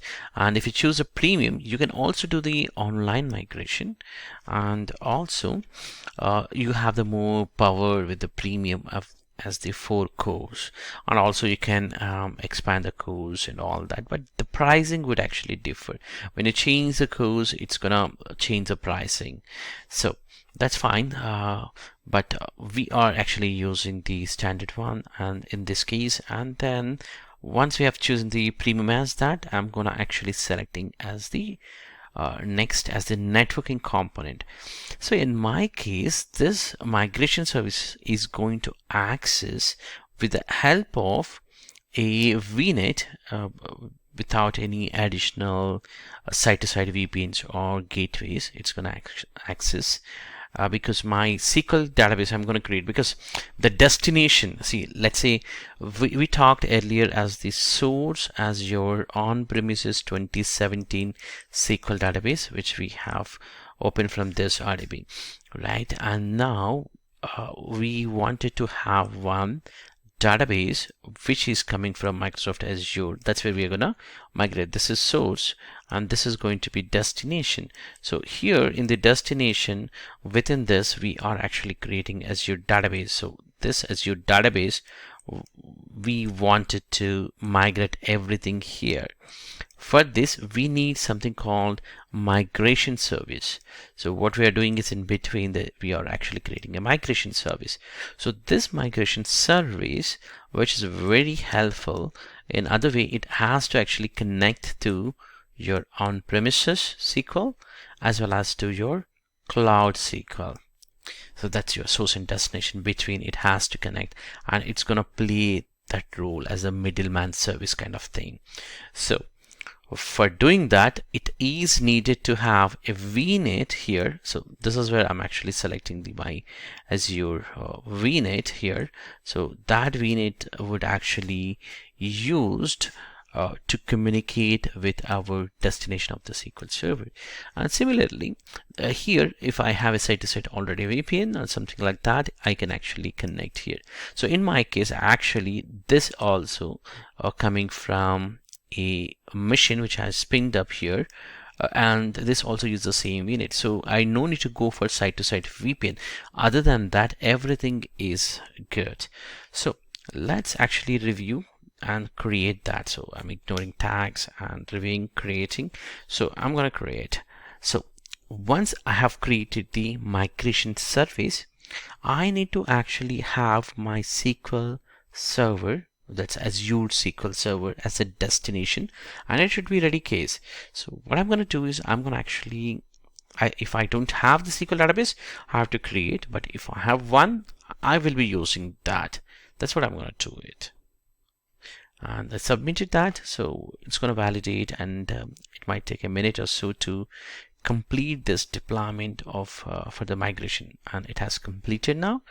So I'll just go to the service, and you see here this is nothing, and it always talks about, hey, this is the successfully created migration project specific database, and you can run a migration project from here to continue further. But we don't have a project yet, because we have to look for destination SQL database.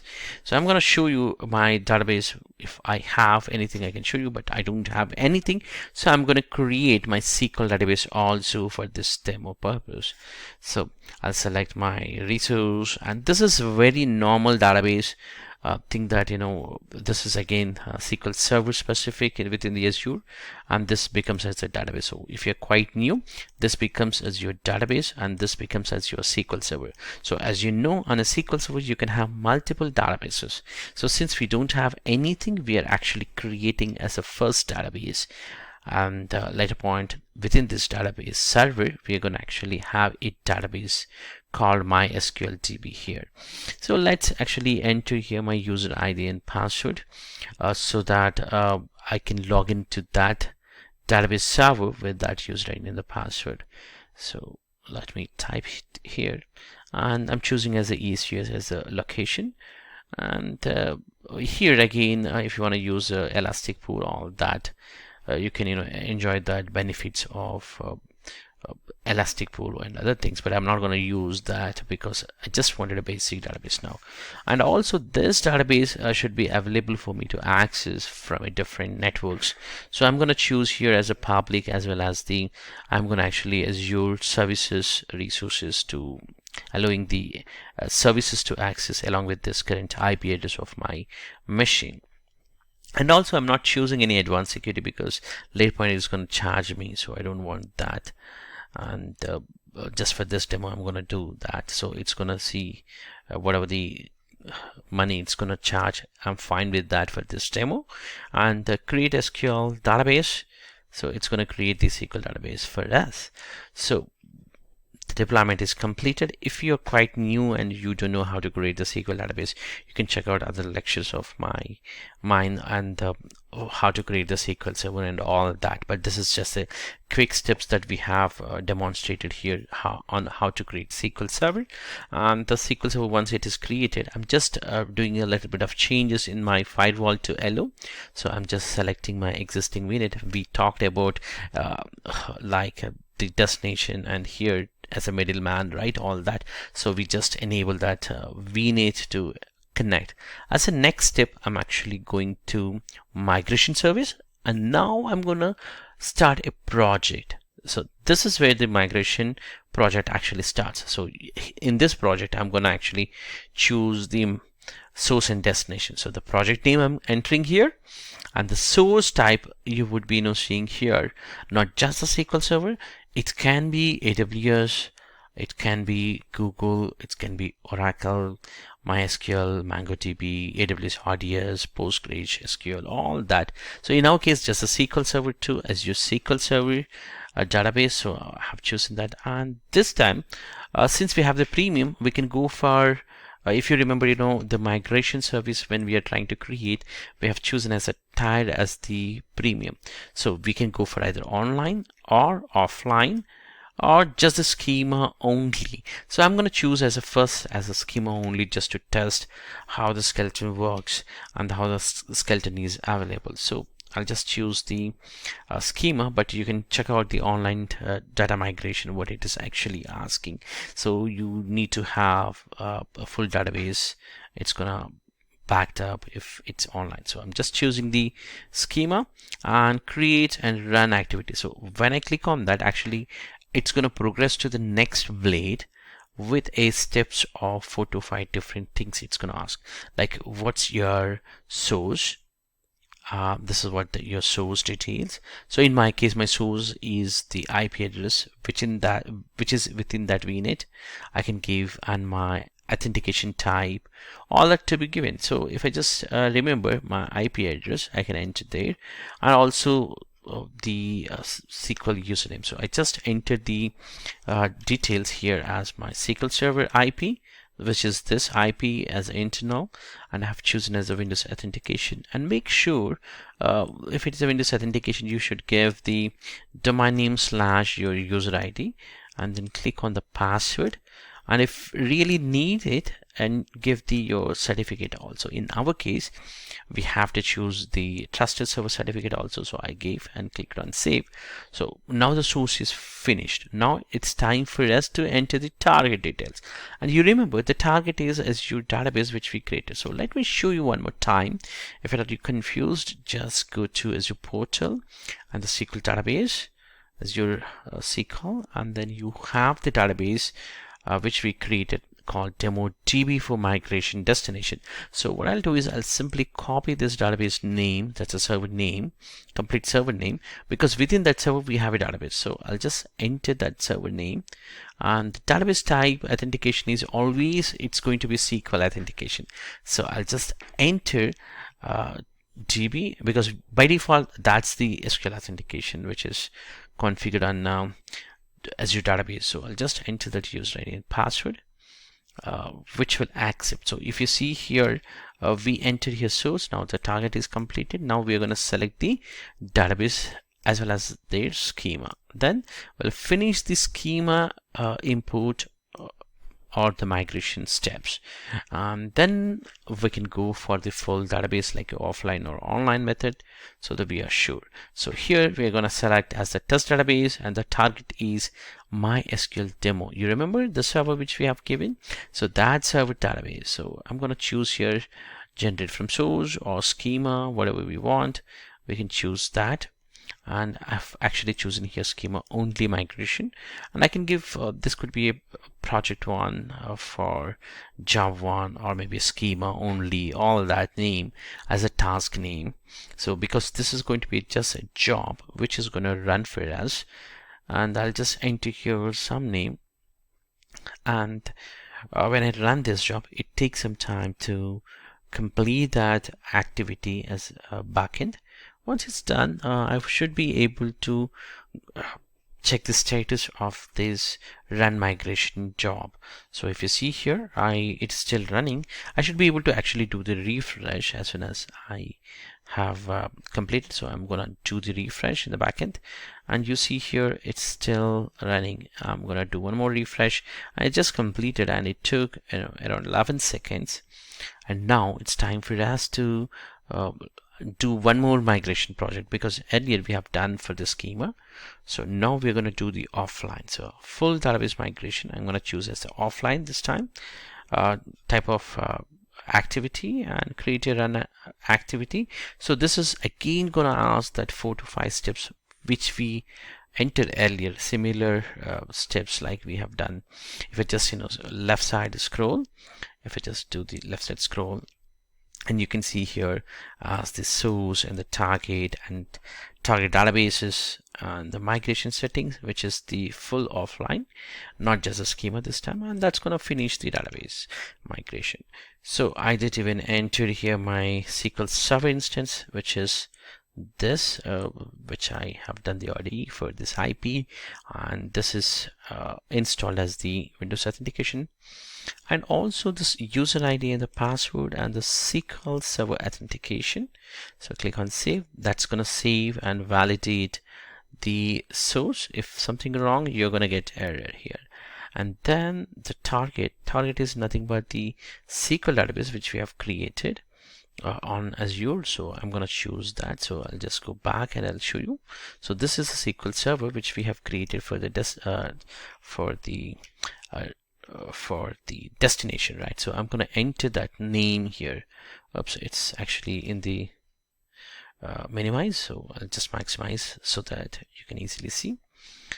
And it's a SQL authentication. I'm gonna choose the user ID for that user for authentication purpose, and click on save. That would actually saves my target. So now source is completed, target is completed, but the database is not completed. So we need to look for what database we're going to migrate, right? So we're going to migrate testdb from my USCA SQL01. That's the on-premises SQL, and then click on save and configure migration settings. So this is the database size is 16 MB. It's a smaller one, just wanted for demo purpose. And configuring is completed. So I just have to select what are the tables, or it's going to come all that. And if I just take you to my SQL Server, and you can see after connecting, you see here just the one table is there. And if I just go back as your portal, click on save. So here I can give as the activity name as a DB migrate earlier, and this would take some time. So I can simply click refresh. Earlier what we have done, similar thing. So it's completed, and it took 0 seconds, in fact, because the schema is already there. So it just delta what it has taken. The database is single table it has, so it's nothing. So if I just go to my database name, which is my Azure SQL database, so I'll just go to this database and I'll just copy the server name. What I'm trying to do is I'm going to try to connect from my studio management, SQL management studio, and then try to see what happens. So here authentication is always the Windows authentication, not accepted. So SQL authentication. So I need to choose here my SQL authentication ID, that's a Paddy, and then the password, what is the password, and then click on connect. So I should be able to connect to my SQL database, which was now migrated and available on my Azure cloud. So you see here the database is has the same table, whatever it is. So I can simply just right click and select the top 100 rows or something like that. If I have whatever it is, it's going to show me. So I have just the 3 information as a name. Same thing I can see in my database, which is from the on-premises. So it's quite easy and very useful for the migration. So most of the things actually works based on the database migration assistance, which is DME in short we call, which is very useful. I hope this lecture is very useful. You can actually try to do these database migrations, because it's not just the one type of the database you might encounter with a lot of different database types. So I haven't covered everything, but you can give it a try, and most of the time all these steps are very similar, but the only thing is the database gets changed. And I hope this lecture is useful for you. Thank you for watching this. Hello and welcome back to Microsoft Azure Monitoring section.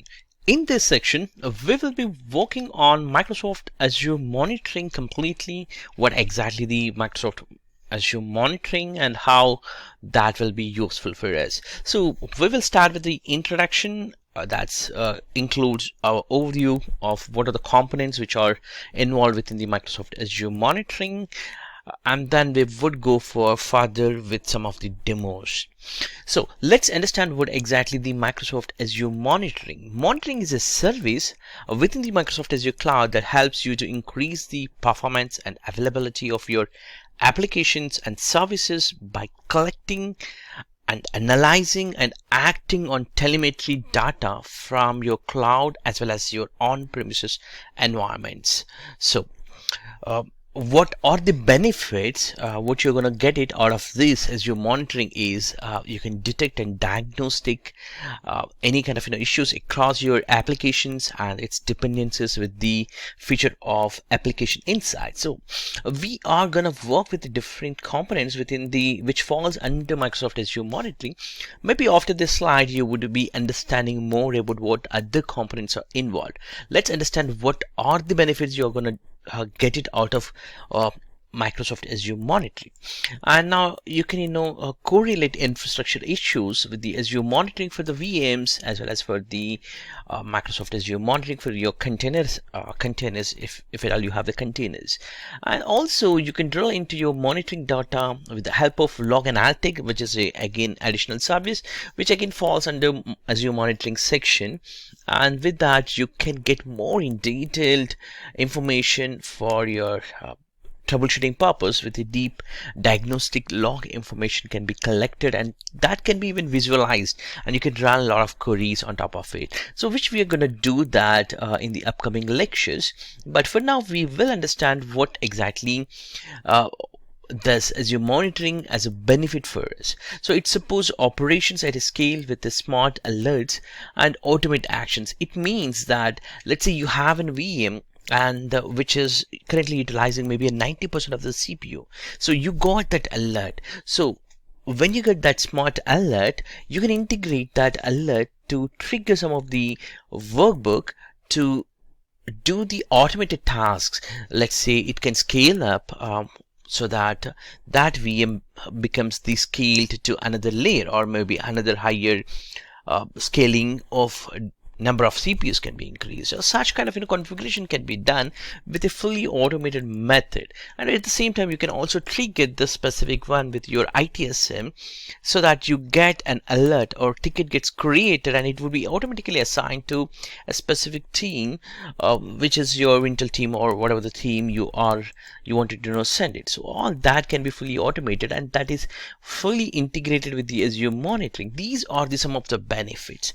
Now let's also talk about the last point within this slide, which is the create visualization of your Azure dashboard. So you have a real visualization of your data and you can create that with the Azure dashboards, and you can integrate, you can add that data, whatever it is coming either from the log analytics or maybe from the monitoring metrics, all that will be pushed into a dashboard so that you have a proper dashboard where you can have full information, and also you can automate with the work. Let's understand more about Azure Monitoring. What are the sources where it can collect and other information? So the first point would be the source. So when we talk about the source, definitely Azure Monitor has to collect or has to work on some kind of source data. So what are those data? So if you look at here, the first one would be the applications, operating systems, and your Azure resources or subscriptions, Azure tenant, or even any of the REST API based custom sources also can be accepted. So let's say if I'm talking about the tenant, I can collect the audit logs, if I'm talking about the subscriptions, maybe I'm talking about the service health and activity log, and if I'm talking about the resources, let's say metrics and diagnostic data or monitoring solutions, all that. And when I talk about the guest operating system, it could be a diagnostic extension or maybe log analytics agent or dependency agent that will actually becomes as a source, and that gives the data for Azure monitoring. So what happens if you have the applications? So if you have the applications, you can monitor full life cycle of the applications with the application insights. That becomes as a one of the source. And now once you have the source, basically these data, whatever it is collecting, let's say I told earlier metrics, I told about logs, audit logs, all that becomes into two major categories. So if you look at here, one is a metrics, which I'm going to talk, and also other one would be the logs. When we talk about the metrics are automatically collected that measures its performance. So it's purely about the performance specific, and logs are collected that shows the activity in your Azure, either applications or operating systems, it can be subscriptions. With a little configuration, you can collect more detailed logs from your Azure Monitoring Insight within your Azure Monitoring portal. So you can do as much as configuration, you can do it within the Azure portal, where you can do it all this configuration within the Azure monitoring menu to access a wide set of features to work with monitoring data collected across all of your applications, like diagnostic or all other different kind of logs. So basically you need to understand here two things. One is the metrics and logs. We are going to work on the metrics and the logs as we go further. If you take an example of any of the virtual machine within the Microsoft Azure portal, and you see here you have the dashboard under overview, which talks about the CPU and network with some kind of chart, right? These are the things which are coming from the metrics. So you can customize these data with more information. Let's say you can have here the CPU time or maybe other metrics information which you wanted to pull out. Let's say you have you want to go for the data disk queue or read and write operations. All that can be customized, and you can drill down further with the different kind of chart methods like area chart, bar chart, all that. So these are coming from the metrics. So let's also understand about the logs. So logs are coming from under monitoring section under diagnostic settings. So these are the additional logs. So what would happen is when you enable these guest level monitoring, what happens is since we are configuring on a virtual machine, let's say that virtual machine application logs and security logs, all that logs also will be redirected. I mean that data will be saved to within the monitoring specific area. Definitely that should go to one of the storage account, diagnostic storage account. So that's called the, here you need to go for a storage account to be created. That's where it will be redirected, and it will be there for some time to read those logs, and you can have that entire data will be populated into the Azure monitoring. And if you see the extensions of this virtual machines, there's only one extension. So what happens is when you enable that, actually there will be another extension gets added to the virtual machine, and it would take advantage of that extension, and based on that it works. So we will jump back to PowerPoint and understand more about it, and we would be just trying to learn here as a kind of overview, and we are not actually diving into the proper demos at this point of time because it's just the overview section, and post to this we would be jumping into every possible options for the monitoring, and we will deep dive into that. Let's understand what we have done so far. Within this Azure monitoring, we talked about the data source and different data sources and different set of metrics or maybe logs that can be collected, and these are basically two different categories of the data type. One would be the metrics and other one would be the logs. So post to this, what we do is we would configure based on those metrics and the logs as the alerts, or maybe we would process this information to Azure Log Analytics services, where you will be running some of the queries so that you can visualize this data. That's what we are going to try as the overall.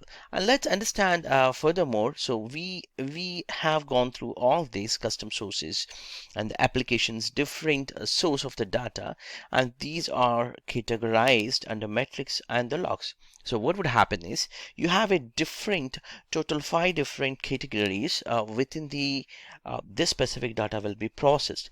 As we understand earlier, Azure Monitor isn't just for monitoring Azure services though, since it can collect different type of data across any layer within your application stack. To illustrate this more, the data that Azure Monitor collects starts with the Azure platform. This includes the single sign-on information from your Azure Active Directory or Active Directory, like audit logs and the activity logs for your service health and configuration changes within your Azure resources. And those resource logs, along with the platform, which is the application platform, maybe or all kind of platform metrics, which provides detail to the operating system and the performance of each resource. So if we take here as example for a minute for the compute resource such as a virtual machine. Let's say this virtual machine will be supporting your application infrastructure, requires an agent to collect logs and performance data from guest operating system workloads. These VMs can live in Azure or in maybe another cloud or even on your on-premises. So you can connect to an existing System Center Operations Manager, that's SCOM. The SCOM can be used for your monitoring purpose and integrate that from there. You can pull the data also. For your applications itself, we use the application insights features, which would gives you more information for the Azure monitoring to collect detailed metrics and logs related to the platform and for the performance of the operations of an application written in any language for that matter in any environment. For everything else, as you monitor has the APIs, so you can use the custom APIs to collect the data, anything from the REST API client. And data from all resources is collected together as you monitor it into either metrics or the logs as we talked earlier, and this allows us to analyze the data across all of your resources using a common set of methods and tools. If you look at more about the metrics and logs one more time, on metrics are stored in the time series database, and that are very lightweight and capable of supporting near to the real-time scenarios, which making them practically useful for alerting and fast decision of issues. Let's say if the spike of the CPU is higher, you get the real time and you can act on them on immediate basis, and you can take the fast decision on that issue. And if you look at the logs contains the different kinds of data that you can get it from the log analytics with the log analytics dashboard. So what happens is it will gather from a different sets of the logs, so not just from the one source, so it would contains the multiple source. So that means you are getting a more powerful information because the source is multiple, and this information can be queried with the query language, and they're especially useful for performing complex analysis across your data from a variety of sources. Once the data is being collected, Azure Monitor has a complete set of features to analyze, and it can act on that so that you can interactively work with metric data using Metrics Explorer and within the Microsoft Azure portal. So here, what exactly the log analytics? So if you look at the log analytics, is what it is performing here is it's a kind of tool that lets you write query to analyze all of your log data and interactively work with the results and add metrics in a form of graphics and output from your log queries to Azure dashboard. So you can get this information populated in your dashboard, so you can simply go to your dashboard to see what's going on in a single view for your Azure metrics. And these dashboards can be exported and imported so that you can share with your colleagues. So it's so easy. Once one person has created, you can always go and view it, that specific dashboards. Let's also understand about what are these five different things. So if you look at here, you can integrate with whatever the data is coming based on the data matrix or logs. You can integrate with them with the logic apps or functions, or you can also integrate with third-party REST APIs, and you can, once it is integrated, you can respond based on the alerts, and these alerts can be auto scaled.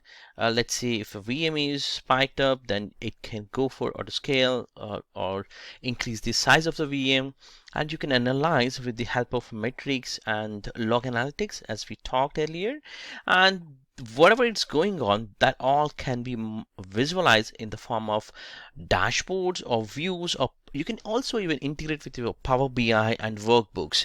And once we have done that, the final one would be the insight. So when we talk about the insight provides a customized monitoring experience built on Azure Monitor data and different features that it has for particular applications and services. Application Insights is the most extensive, and it provides a sophisticated set of features for monitoring ages, and performs the data in addition to identifying exceptions throughout all of the components of Azure different your applications.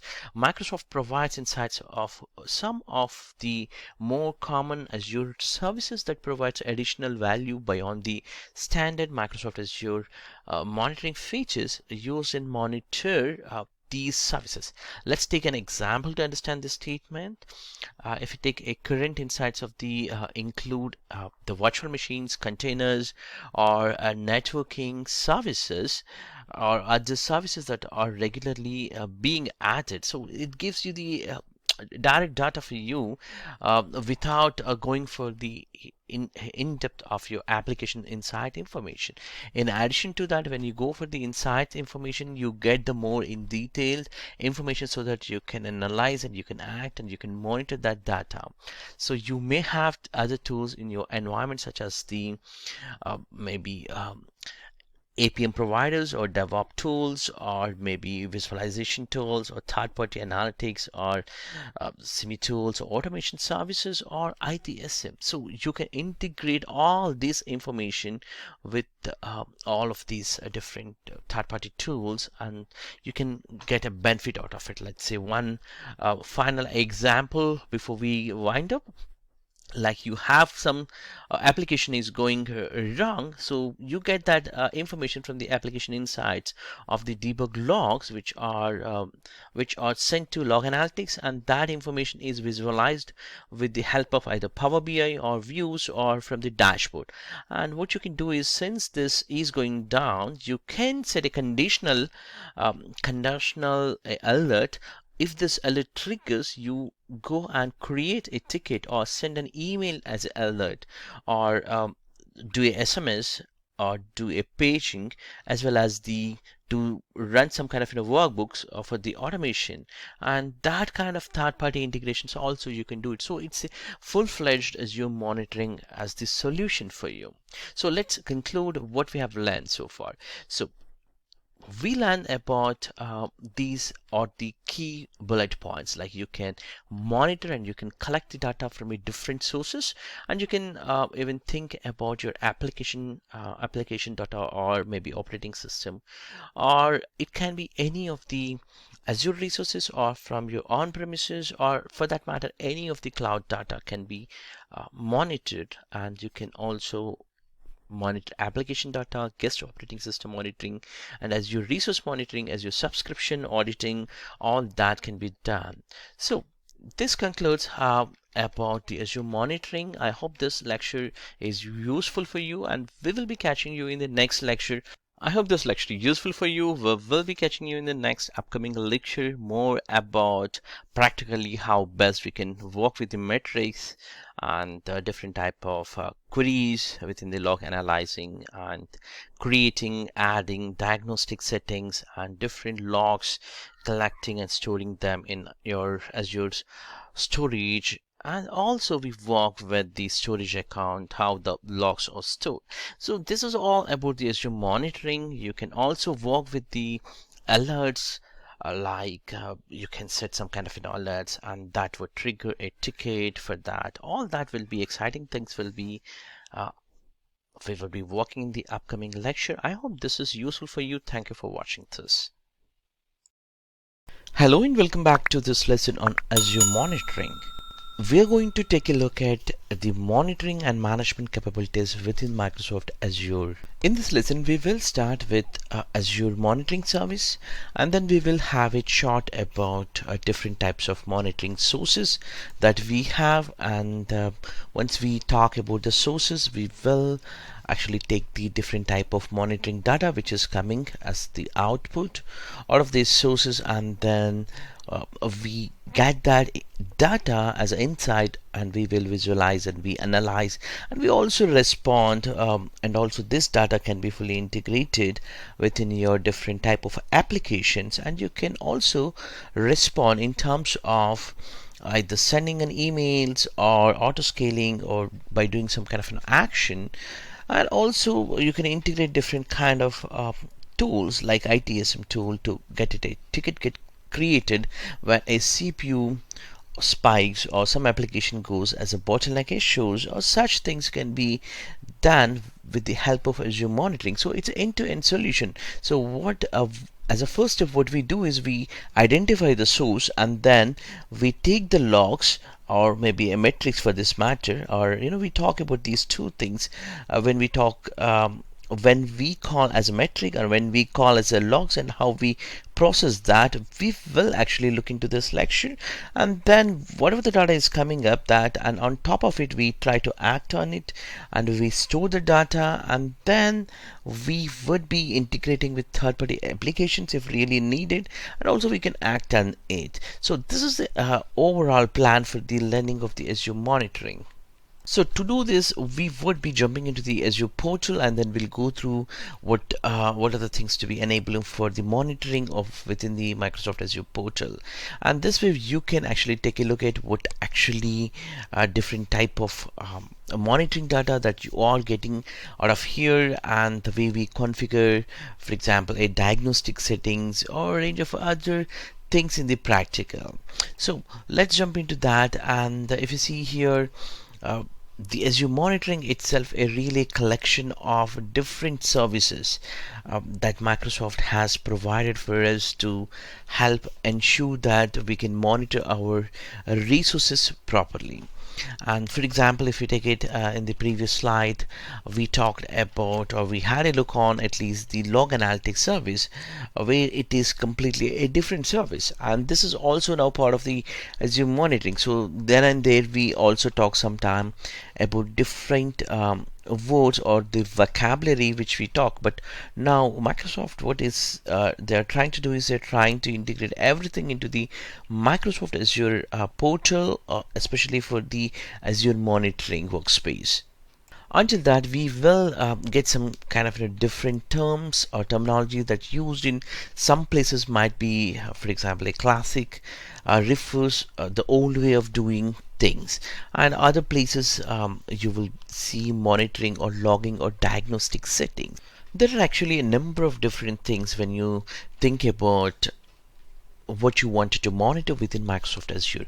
So let's start at least starting from the tenant side. So from the tenant, we would try to collect the audit logs for what has been done, which user is trying to create some kind of actions or performing within that tenant, or subscription layer like a service health and activity log, or maybe if you have a different resources, let's say application metrics, or maybe a diagnostic of that application, or maybe a monitoring of your application solution, a complete application, or guest operating system. Let's say you have a VM, you onboarded a VM and you wanted to collect the diagnostic extensions, and that you wanted to process for the log analytic services by installing a log analytic agent. So, or dependency agents, or application full life cycle of the application with the help of application insights. All these things you can actually target as the data source, and then you can actually process for the monitoring of these kind of data types.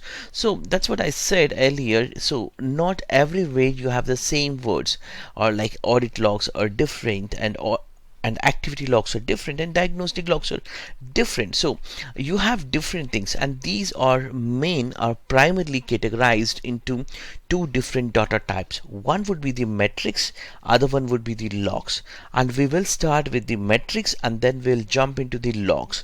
But what we do is, with the data type, we would actually process for the getting the alerts, or maybe for the Azure process for the log analytics services. That's where you would be getting further level of, maybe you can integrate with your Power BI to get a proper report in a GUI mode, or you can pin it on your dashboard so that that resources health can be monitored all the time, and that dashboard can be exported and saved with your colleague or with your teammate, so that they will have this unique dashboard, or you can create for your team in other way, what I'm trying to say here. So these are the proper things which we wanted to cover. So we will start with the metrics. What kind of data is exactly metrics? So when we talk about the metrics, the things like maybe average CPU utilization, or maybe a network through output which is running from a specific VM. So in other straight words, what exactly metrics is, it's a lightweight numerical data type, and that actually describing something that is happening for a resource over a given time specific period. Or let's take one more example, like CPU utilization or over time, or maybe through output per second, so and so on. And now when we collect metric data, it's important for us that to monitor within the Microsoft Azure that what we collect at what frequency of a minute, or maybe a for 7 days, or maybe 30 days, all that. So that's very important. So that will be associated when we talk about the metrics data. By default, Microsoft Azure or monitoring services will store for 93 days this information as a metrics information, and which is available as a by default. However, some of these metrics will really require some additional configuration. And now, for example, if we take a good example, if a virtual machine, let's take that as an example, because of when we see metrics provided by a platform, but if we want to see some more in depth of the details of what's happening within the operating system of that specific virtual machine, we can't get that information definitely. So that falls under logs. So let's actually jump into the portal and understand about what exactly metrics. So what we have done is we tried to understand about the source. So you have different sources here, and custom source is nothing but if you created any of the application and which is definitely compatible with REST API base, you can also integrate that as the source, and then you would be actually collecting either metrics or the logs format, and that would be processed for further analysis and acting on that specific monitoring actions can be performed. So now let's have a look on exactly on what exactly metrics and where we have this metrics within Microsoft Azure portal. I just logged into Microsoft Azure portal, and I can open up one of the virtual machine too, just to show you. So within this virtual machine, if I just take maybe this virtual machine, I do have here metrics which are populated already, close to 4 different data, which is by default and which is coming from my platform. For example, CPU or network or disk operations. This is in disk as a total, and this is for average. So if I just click on any of this data, actually this goes to Microsoft monitoring, Azure monitoring specific. So in other words, actually this goes to Azure monitoring. So I can open up directly from here as the monitoring space. So monitoring is another one where you can open up here directly. So you can actually open directly from the monitoring, and if you just go back here, this is where actually it is coming, like Metrics Explorer, which is nothing but you need to select what is the resources. So you can't select multiple things. Let's say if I want to select multiple things, it throws an error, but what you can do is you can actually pull the required specific resource. Let's say I want a specific VM, for example, this VM specific, and I wanted the apply this specific VM, and here these are the pre-built-in metrics which are available. Let's say I want percentage of the CPU, so I get this data. So this data is coming from the local time of last 5 minutes. Let's say I want from the last 24 hours, or maybe last 30 minutes, or maybe last 7 days, how it's actually going. So you see here there is a spike on 40% on May 27th or 29th. So I can actually drill down further to get more information on that. So from what time to what and how was the spike, all this information I can get it directly from here. And if I don't really like it here, this chart, I can change the chart model from maybe a bar, so that would maybe a suitable one. So this actually gives more information, and I can actually drill down further, like 30 days. So this gives me a good status of a specific VM, would happen on what date, got spiked. All that information I can get this information. Metrics are very straightforward, and you can get the data, the required resources, and you can select, and most of the time it would be pre-filled all the required information. And if you want pin to your dashboard, you can pin this so that it actually goes to your dashboard. So let's pin this information, like pin dashboard. This is what you have to do, and that goes to pinned information. And if you just go back here, so you get your dashboard, and you can customize based on the required information. Once you have done the customization, let's say I want smaller or bigger, all that, once the configuration is done for the dashboard, you can actually export, or you can download, and you can even upload. All that kind of information can be done. Let's jump into the presentation and try to understand where are we. So we understand about the sources, different type of sources are there, and the data, whatever it is coming, that would be comes in a two different formats, and we understand about the metrics. And now it's time to understand about the logs. So let's understand more about the logs. So when we focus on the logs, from the logs there are two different type of logs you would be collecting. One would be the diagnostic logs, other one would be the activity logs. We'll start with the diagnostic logs, followed by a demo on the diagnostic logs, and then we will be working on the activity logs. The first one is first. Under diagnostic logs, you have three different types of logs can be collected majorly. So the first one would be the tenant logs. When I talk about the tenant logs, which are outside of your logs, for example, a Active Directory logs. So it's basically out of your subscription specific logs. And other one would be the resource logs. So when we talk about the resource, let's say you have a storage account or maybe NSG, and you wanted to collect that specific log. So that's where the resource logs come. So these resource logs are purely diagnostic logs, so that you understand what's happening, what kind of packets are going with your NSG, all that flow you can understand. And also the OS level logs are collected by an agent which is running inside of your computing resource. For example, a virtual machine, and you wanted to collect the application logs, security logs, or maybe some other logs which are specifically coming from your operating system. So that kind of logs can be collected from the operating system logs. So let's jump into the portal to see where exactly this option and how to collect that. If you're talking about any of the virtual machine, just go to the monitoring section, and you have the diagnostic settings. This is where you can enable your diagnostic logs. Let's say you just wanted to collect some of the verbose or maybe security, all that different things can be collected. Otherwise, you can simply go to your monitoring, and you can actually take whatever the resources you want. From settings, you have the diagnostic settings. This is where it will show you all the resources for your subscription. You can even filter based on your specific resource groups, but in my case I'm just showing you everything. And this is where you can find out if the diagnostic status are already enabled. Let's say you are enable your diagnostic logs, then it will show you as the enable. Let me take one example of one of the NSG, like in a demo VM NSG. So all I have to do is just click on that specific resource, then I should be able to actually enable directly by adding diagnostic settings. So what would happen is it's gonna ask you what are these settings. So why you're collecting, if you're collecting for a purpose, or maybe a specific settings you wanted to retain. So give a meaningful name.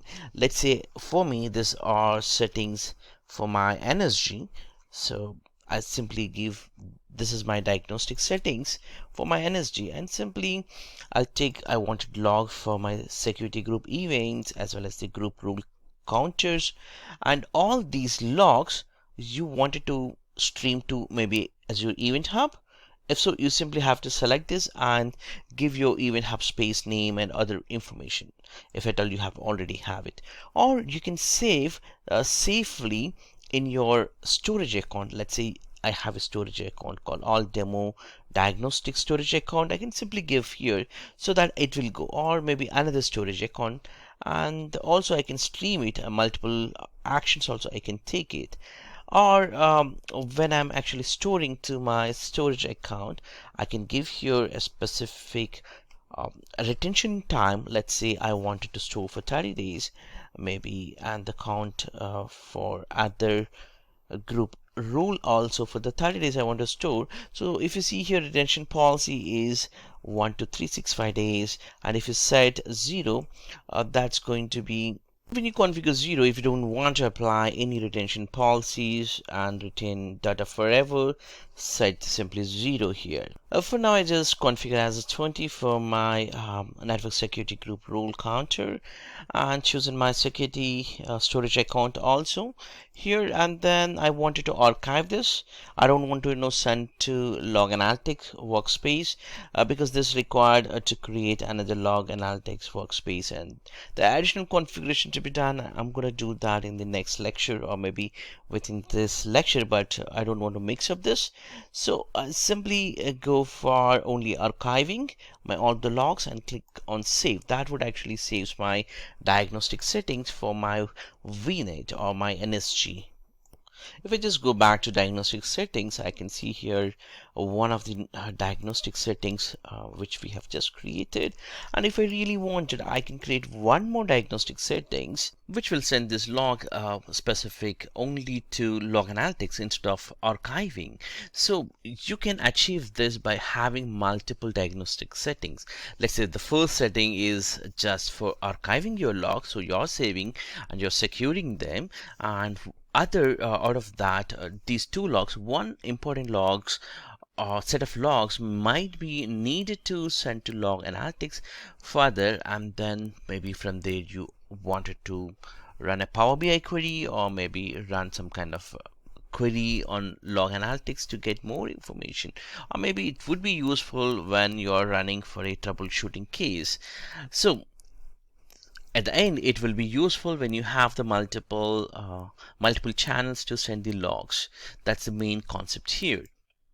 Let's try to enable diagnostic logs for the virtual machine. To do that, I can simply go back to monitoring space and diagnostic settings, and you see here if I start enable guest level monitoring, what would happen is it's actually installing one extension within this VM, and that would actually collects, or it would actually sends the logging information for us. So if you see, just go back to one of the extensions page, and you see here you have current extensions, or you see here just a monitoring agent is there, but you don't see anything called which is specific to the diagnostics. So let me enable this from going back to the diagnostics and enable.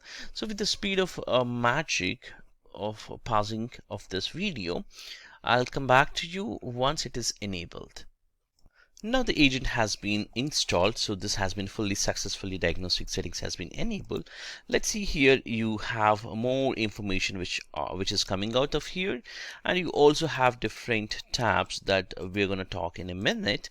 And let me directly take it to the extensions page of this VM and see here what was added. You see here This Microsoft Insight, which is a VM diagnostic settings, agent has been installed, and it is actually provisioned successfully. So this will actually pull all the diagnostic settings which we configure under monitoring under diagnostic settings. So let's jump into the what we configured. So you see here performance counters can be configured here. Let's say if it is specific to the SQL server of that VM, you can collect that logs, and also you can customize it. So when we talk about the customization, you have multiple other information and their rate of where you wanted to collect, and including the percentage or count, all that kind of configurations can be done. And also the logs, these are the basic logs which are populating like application critical, error or warning. And if you're looking for the verbose, you can configure all these system level, security level, all that can be configured. Or you can even go for a custom level where it actually talks about more customizing what kind of diagnostic settings or the diagnostic logs you want to collect. Let's say I want for the IAS specific logs, or maybe event tracing specific logs. All that can be actually collected. And if you see here, crash dumps can be collected, and you can add that performance counter or process monitor, all that information. And things is which is in a preview. I don't think so this is part of your Azure 500 exam or other exams, but this also collects a specific logs, but this would actually cost you additional charges might apply. And coming back to the agent, so what happened is all these diagnostic logs will save under with this help of this extension, which is nothing but your agent, right? What we talked, so that agent actually saving all the information under storage account with a quota of maybe a 5 GB, and enabling infrastructure logs can be saved, error logging, all that information gets stored into your storage account. So let's go back to all demo diagnostic storage account and see how this data actually looks. So I'll just go back to storage. Within this storage account, you can go to Storage Explorer so that you can explore with the Storage Explorer directly from the Microsoft Azure portal. And if I just go back to the tables, you might have metrics as well as the diagnostics specific. And if you see here, diagnostic infrastructure logs, and within this you have a lengthy of logs are coming up, and these are the logs which cannot be read here properly maybe, but you can actually read these logs if you integrate the log analytics services. That's where it will be useful. So we would go and learn the log analytics services in the upcoming lecture. For now, this is how it looks, and let's review what we have learned so far. So far we focused on metrics and a later point on the logs, and within the logs we also found diagnostic specific logs. Now it's time to learn and understand about the activity logs. So activity logs are different types. So if you see here, these are the activity logs. Like you can do some kind of operations on activities, let's say a user specific or a policy specific or maybe a resource specific. Let's see, one best example is one user is trying to modify some resource, so that falls under activity logs.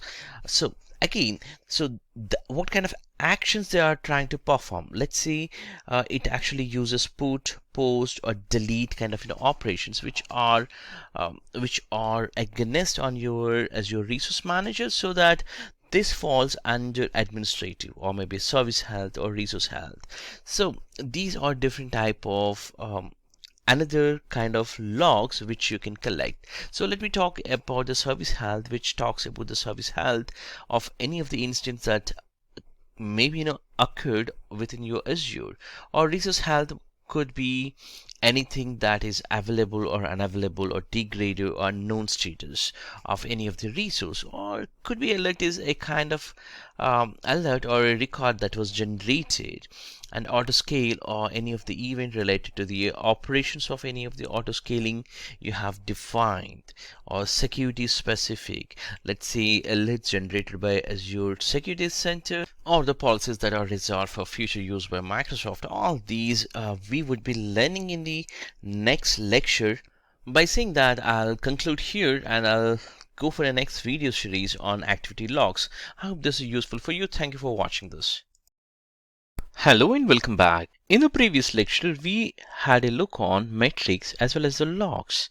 Within the logs, we had a look on diagnostic logs, and in this lecture, we will be looking at more about the activity logs. Activity logs can be pulled even for the across the subscription, and different types of logs can be pulled, and these are mostly called as the audit logs sometimes. These logs will also help us to see who has been performing what operation across your resources or maybe across your subscription, and these will show the complete activity logs. And these activity logs also previously used to called as order logs or sometimes operational logs. But as I say, the main focus of these logs to say who and what and when for different operations across your subscription. Especially the activity logs will provide detailed logging information for different types of write operations, or a put, post or delete operation. Specific things will be you can get across the resources. Our subscription is important to know that this does not only include read operations or nor include operations from previous Azure Classic model. Also, other logging information also can be pulled, for example, administrative purpose logs and service health and resources health. For example, what kind of resources events are generating from availability, unavailability, or degraded, unknown. And if you're setting for some kind of alerts that alert specific information, and auto scale, even the events that are operations of any of the auto scaling settings that you have defined, and the security generated events or alerts that would come from your security center, and the policies that are reserved for the future use of Microsoft. That all kind of information also you can pull out of audit logs or activity logs. Let's jump into the Azure portal to see what we can do or how can we pull out these activity logs. Let's take example of one of the resource called storage account, and this is the storage account that we have created earlier. And if we go back to access keys and if we start doing any of the key regeneration example, let's say think that you are the developer and there is a business case that you have regenerated because of one employee has been moved to different project, or maybe he's no longer with the company. So in that situation, once we regenerated, the application might not be working because it was hard coded this key information on your storage account. So in that situation, what we would do is once the application gets failed, you need to see what went wrong, and if you are going back to the activity logs, check what are the operations has been performed. Let's say if I just refreshed, I should be able to see the operation which has been done last 5 minutes back. Example, list storage account, which we just go here and see here this list of the storage account has been regenerated, and the change history information will be available if we have done multiple times. And you can create even alerts, which we are going to learn in the upcoming lectures. But for now, if you see here, the activities will be very clearly gives the information what happened and how this was success or failure. All that information you would come to know, and you would be getting very detailed information. For example, here regeneration of the storage accounts successfully generated the key. So these kind of information will be getting into the activity logs. So far what we have done is we actually had a look on a specific resource, but if we are looking for from the Azure monitoring portal, then definitely you would get not just for this specific resource, you would actually getting for the consolidated view for the entire subscription, whatever the resources are available. Now if I go back to the monitoring, and you can simply click on activity log, this is where it's going to show you the similar logs whatever we have performed, like storage account specific.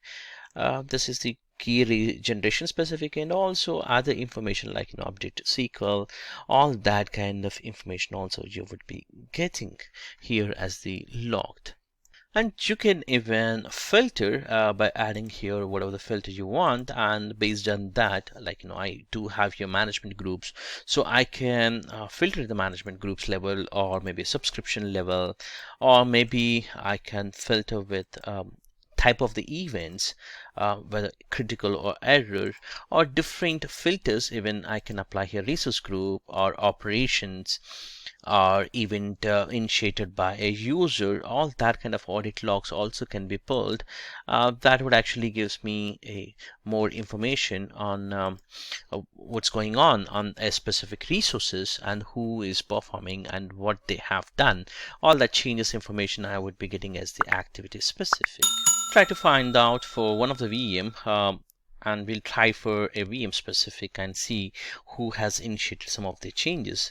It's not all the time by a specific user. Sometimes the Microsoft Azure itself will initiate some of the changes. So let's take that as the one of the filters. So I'm just adding one more filter here, resource group, and within this resource group I may go for a specific resource. Like let's go to the e-learning passion, and you see here storage action. There has been a tried, but it has been failed because this has been logged by the entire resource group. And also let's give a try for the last, this is actually pulling from the last 6 hours. So let's go back for last 1 month and see what's happening within this resource group. And you see here, as we got earlier for the storage account, which was failed, but other things has been initiated by Microsoft itself. For example, audit policy action and health event resolved issue. This has been, there was some health issues for that specific resource, and it has been resolved. And there are a lot of audit policy actions which are performed, and management logs has been created by a user. And these information, like if you see here, right task also performed on this, and different operations which are performing by a different auditing, or the logs, activity logs are performing. All that can be pulled, and you can also apply further level of filter if you want, and get the more information on top of it. And this is a time span and resource type, all that, or you can get into the more activity log specific information directly. You can pull out from the Azure monitoring under activity logs.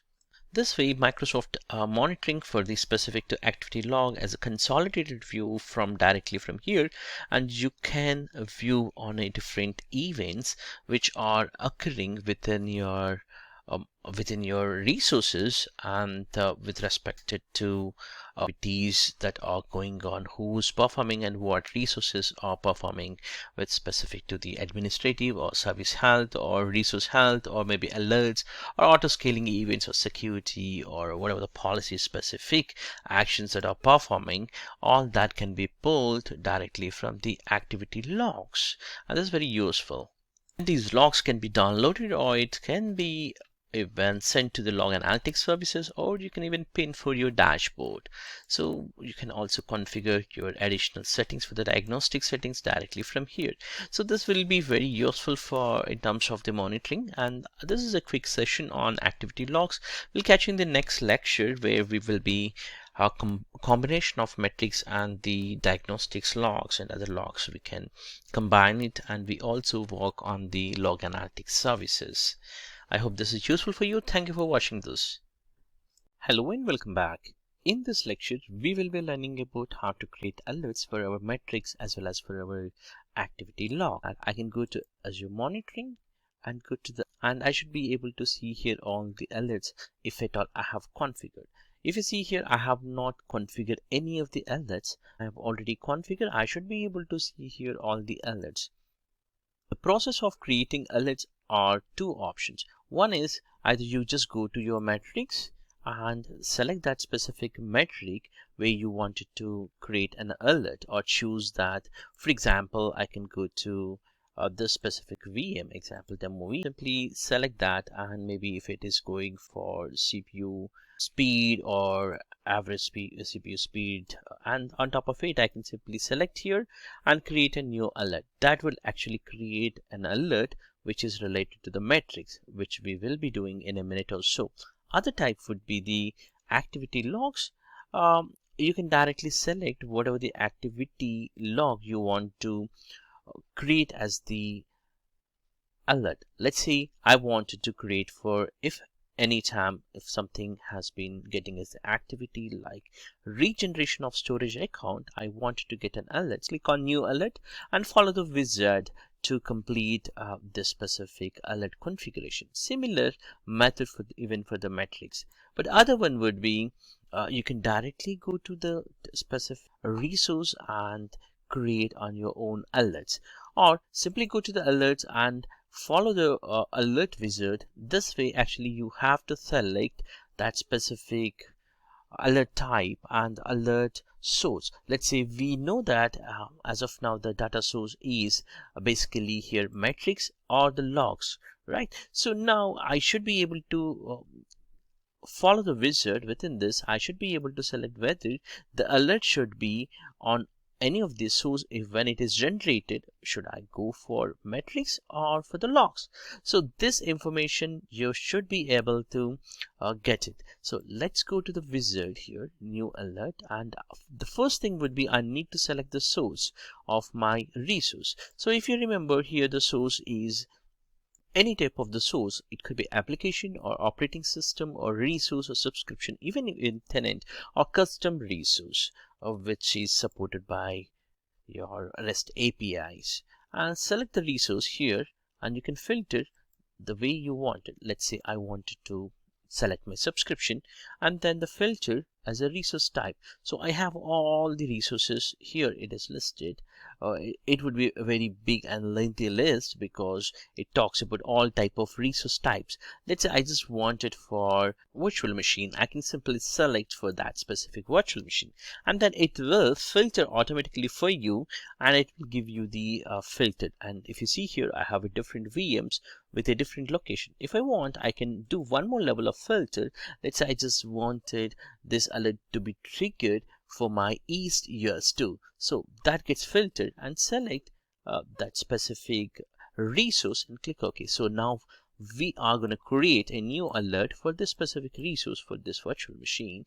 And now the condition comes. So here what you wanted to configure are the signaling method. So as you know, that signaling method would actually depends on your either metrics or from the activity log. So let me go further. It actually shows the activity log also. So basically you have here an option for signaling of any of these two, let's say either metric or logs. We selected here the resource as a source and then we need to choose whether you want this specific alert to be created for metrics or logs. So let's decide that here. Let's say if the CPU percentage is higher, I wanted a specific event to be triggered, or the rule should be signaling logic is based on my CPU percentage. I can filter here for the chart for last 1 week, so I can see here what's going on as the specific aggregative value of my CPU. Let's say if I move here my cursor close to 20%, what the current CPU spike was, I can see on this graph and so date. So if I assume that let's say there is a critical alert which is spiking more than 25%, and then you can give here as that specific value, and if it is coming as a 25% of the threshold value from again here thresholds are static and dynamic, so dynamic will have the advanced level configuration. Let's have a look on static. So within the static you have an operation of greater than or equivalent of average value of 25% greater than that. Then what we are going to do, so we are going to based on the value of the aggregative of value of the 5 minutes every 5 minutes of the granularity, and you can configure the evolution of the every 5 minutes of the frequency, and you are actually getting an alert based on that. So let's configure even the dynamic. So these values for the operator will be the same, but you do have here an option for as the advanced settings. This is where you can ignore a specific timing. If you expect that there would be a spike between that specific operation time and date, you can ignore, or you can number of violations greater than that, then only trigger. Such kind of configurations can be done. So let's click on done value. So anything which is coming post to that as a 20%, and then so for what we have done is we selected the scope of that resource, whatever the resource or the source, and then we filtered, or we try to trigger alert based on the activity logs or the logs or maybe metrics. That's what we have done. So here within the resource and the condition with that specific to the log, and now the final step or close to the final step would be the action group. So action groups will contain more about the integration of third party. So you need to create here, let's say if I create a new action group called here, let's say I can give here as the notify my Azure admin and the short description of the notify is user, and I've selected, and then I'm going to actually create a resource group that's going to create here to be created like a default log analytics alert or whatever the resource group you have. So you can select that. For example, all demos is my resource group. Within that, now I'm going to call here my action name. Let's say I want to send for SMS example. So here action type would be here you want to send and receive these emails or SMS or push voice or ITSM.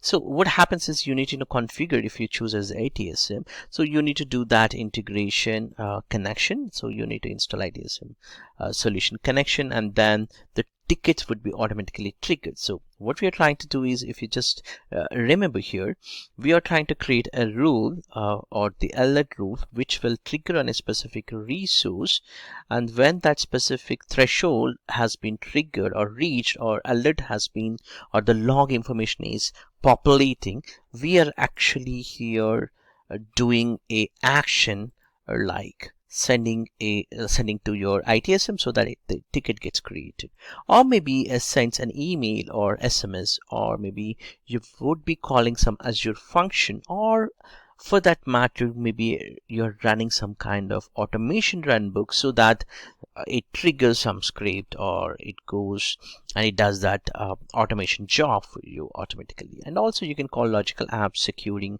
webhook, or webhook can be triggered. All these are the different actions that can be done. Let's say I want to set an alert as the email. I can give here my email, like my company email ID, maybe Azure admin at myitcompanynames.com, and my SMS, so I would get an alert to my phone as the SMS.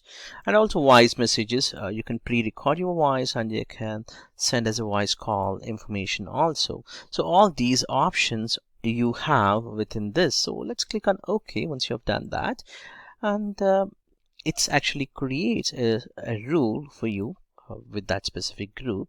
And later point you are gonna create a rule with a specific to the rule name. Let's say if you remember, when we begin here there was nothing here, because what we have done is we tried to went to the alert and created a new alert, but there was no alert. So to get these alerts, or to create this, we followed this method new alert rule, and finally we have selected the resource conditions, also the resource groups also we have selected, but we have not named for this alert whatever the name to be it should be given. Let's say this is for my VM CPU spike, and simply give this, and whatever the save alert on a resource group name, maybe I just wanted to put it into all my demos VM. So, and what is the criticality of this or the severity of your alert? Let's say if this has been triggered, it will actually show you within this as the number of events or the alerts has been triggered. So what I'm going to do is I'm going to actually select here as maybe this is SEV3, simply enable for creation, and then it's going to actually create a rule, and in a minute or so, it's actually gonna show me here as that specific rule. Now the notification has been created here, rule, and if I just go here and refresh, I should be able to see one at least. So manage alerts rules as a one, and if I just click on here under rules, so this would show me my existing rules. You see here, so this is a rule. What would happen is within this rule we have selected the resources and the condition and action group which will send an email or other information. So we give the short name. With this name, let's say if this is the email, so it's gonna actually come as a subject, notify AZ Azure, and to this admins it's gonna send the configuration like email, or it's gonna send the SMS with the subject short name. It's gonna do these kind of alerting mechanism will work. I put in some server load on a CPU. This is one of my virtual machine, and I just put this heavy load on my CPU, so it's currently going. So I may get an alert soon. I should be able to get the alert and trigger an email also with respect to that. You can check out here now the alert has been triggered in a minute, and you see here it has been spiked. Azure Monitor alert has been spiked with the CPU spike again so triggered, and the rule and all other information has been came, and I got this as the email to me. Now it's time for me to check from the Azure portal too. Within Microsoft Azure portal under monitoring and alerts, now you able to see here the alert what it is started. For example, the SEV3 one which we triggered, and you can check out what happened, and this is fired, and the status is currently new. That means nobody is working. And let's say you have a team who wants to closely working on it or monitoring, so you can simply select it, and you can say change the status with instead of the new you can say acknowledged, and Paddy working on this alert example. So you can give whatever the comment so that you will get that entire information will be logged here as acknowledged, so that other team members knows that hey, somebody is working on it, and if they simply click on it they would actually get the entire history of that. If they just go here, once alert has fired and notified with the admins, that is especially over the email as well as the SMS has been sent, and the status changed by Mr. Paddy with the comments whatever they have given here. This is that I'm working on it, so this information gets logged so that we know that what's going on this. I have also got my alert on my mobile when have actually done the changes. I got this alert as well as this is the CPU spike specific alert also triggered on mobile as an SMS. So this is how it works, the alerting concept. I'll go to the last topic within this lecture about Azure monitoring service limits. So within this, since these are specific to the aggregator values and the number of alerts that you get it and which are sending as the SMS or email, there's a limit on all of them. You cannot send more than a specific number of emails or number of SMSs. Let's say emails up to 1000 email notifications can be sent to an email address, and similarly SMSs can be sent up to 10 for SMS notification to your phone number, and the push number would be a 10 which can be sent, and these kind of configurations or have a limitation. You can check out this documentation on the with respect to the limitations that are available on alerts specific to the action groups. I will be sharing this link information within the lecture under resource section. Please do check out that. Here is a quick recap about what we have discussed so far. Firstly, we understand about the Azure monitoring, and we have number of sources which are coming the data, and we looked into see different things about metrics and the log information, and we wanted to do something about that of the data which is coming out and the error. There's a way we created alerts coming to the play, and we tried to create different alerts, And we know that we can monitor two different types of signals. Either it could be a metrics information or activity log information. And these either activity or metrics logs, either you can go and create or pull out directly from a specific resources, or you can directly go to the alerts and try to filter based on whatever the alert is triggering, and based on that you can create the specific alerts, and that alert can trigger when actually that specific activity log initiated or metrics has been triggered, so that you get either email, or it can even configure to integrate to get a SMS or different alert mechanism that should happen. So once it is triggered, you get actually this kind of a dashboard where you would be working on that specific severity or whatever the ticket it got generated, and you can find which engineer is working and what's the current status of that. I hope this lecture is useful for you. Thank you for watching this. We'll catch you in the next lecture on specific to the log analytics services. Hello and welcome back. In this lecture, we will be learning about service health. Maybe you're wondering that in the previous lecture, we learned about Azure monitoring, and now we jumped into the service health. So the major difference between the monitoring and the service health would be Azure monitoring is just for us, right? So we try to monitor all these and get more information out of these resources directly, which are related to our resources. However, if there is an outage within the Microsoft services, how do you know? So that should be an interface that should tell about what kind of services are going down, or what kind of services are impacted. So that's where the service health status comes. So it can track basically 3 different events that might impact your resources. So in the Azure monitoring, we talked about our resources which are reconfigured. For example, in this case, maybe in the Azure monitoring, we talked about like applications or resources, operating systems, all that. Now we're talking about in this lecture about the service health. The service health is 3 different things it would actually monitor. The first one would be the service issues. Any problems that are coming within your Azure services that are affecting right now. For example, there could be some region down, or maybe a VM creation process down, or maybe some data center down. Such things would be which is gonna show you within the service status or service issues. Now, planned maintenance is anything which is coming as a planned maintenance in the upcoming maintenance windows within the Microsoft Azure. That would come into the planned maintenance. Not just that, so anything in the future they are planning to take it down or depreciate, then it's going to come up. And health advisory is, let's say you are running with the older version or the current version, but that has been upgraded to latest version. Let's take one of them would be the managed disks example. Non-managed disk you're using maybe, but everything has to be migrated to the new method, non-managed to managed disk example.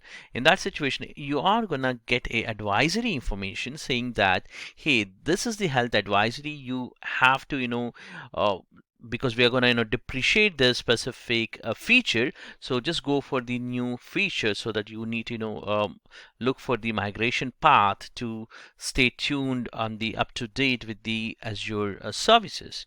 So that's one of the health advisory you can get it. That's the third one.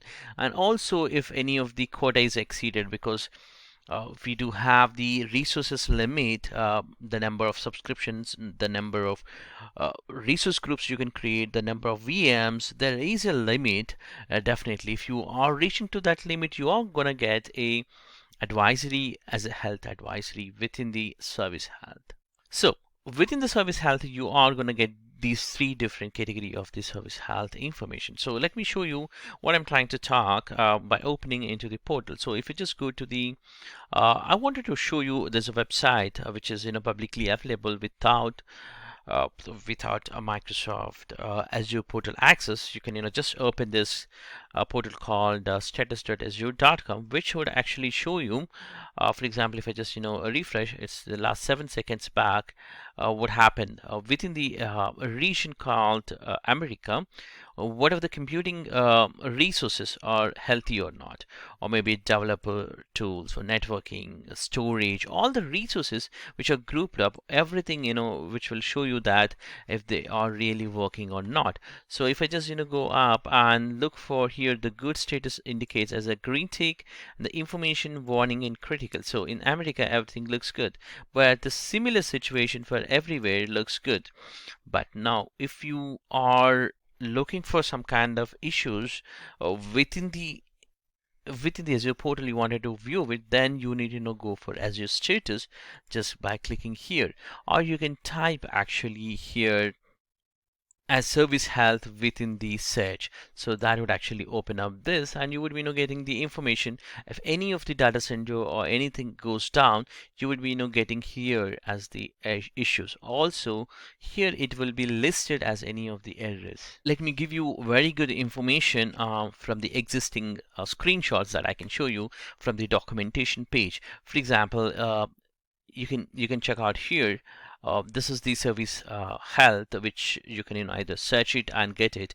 Once you get into it, you would be getting here the 3 different action events. One would be the service issues, planned maintenance, and health advisory. That's what we talked about it within the PPT. Like here, you're getting the service issues, planned maintenance, and also the health advisory, and also a security advisory, which is in a preview at this point of time. If you see here, as your SQL VM service maintenance notification, which is coming up within this, and it's going to affect any of the resources. If you have anything was created, it's going to tell you that, hey, you're going to get here this specific SQL instance might be go down or might impacted with more latency or such kind of information. You would be getting it, and when this is planned, you are getting it. So the registration process will happen between 22, so here, and it will not cause any downtime, but prior to that it's going to affect it, any of the VMs. So such kind of information you would be getting very clearly and more focused, so that that you can move it, or you can plan during the time like for the higher availability by filling back to other regions. Such information you can configure it. So this is going to affect for the West US too. And if you can look at here more, with this you are actually getting under service issues. So this specific VM, that's the operations specific Splunk 03 VM, is going to have impacted. So with the higher information, if you just drill down further, you might be getting that here it says that, hey, it's going to impact it because of the latency issues within that specific region, which is West US. So you can get the support directly from Microsoft. If you really need it to overcome this kind of issues, you can simply raise a ticket and fix that. So that's all about specific to the monitoring and service health specific. And any issues that you wanted to monitor, it would be coming back here, and based on that you can get more information. Let's see if I have here 3 of the different issues were already reported and they were fixed it, and that mitigation, all that steps are completely available here with along with the proper update, and the that's what you would be getting. This is how. So if you worked with the Office 365, you would be getting the similar kind of updates they also. So these are very similar to that. So here the planned maintenance, still we have one issue, and which is gonna address for us in case of if anything goes wrong, you might have to look into this. So this service health talks about Microsoft Azure services specific, and you need to differentiate that. If anything is specific to your resources, then we should be talking about monitoring our own resources or network traffic or security concerns.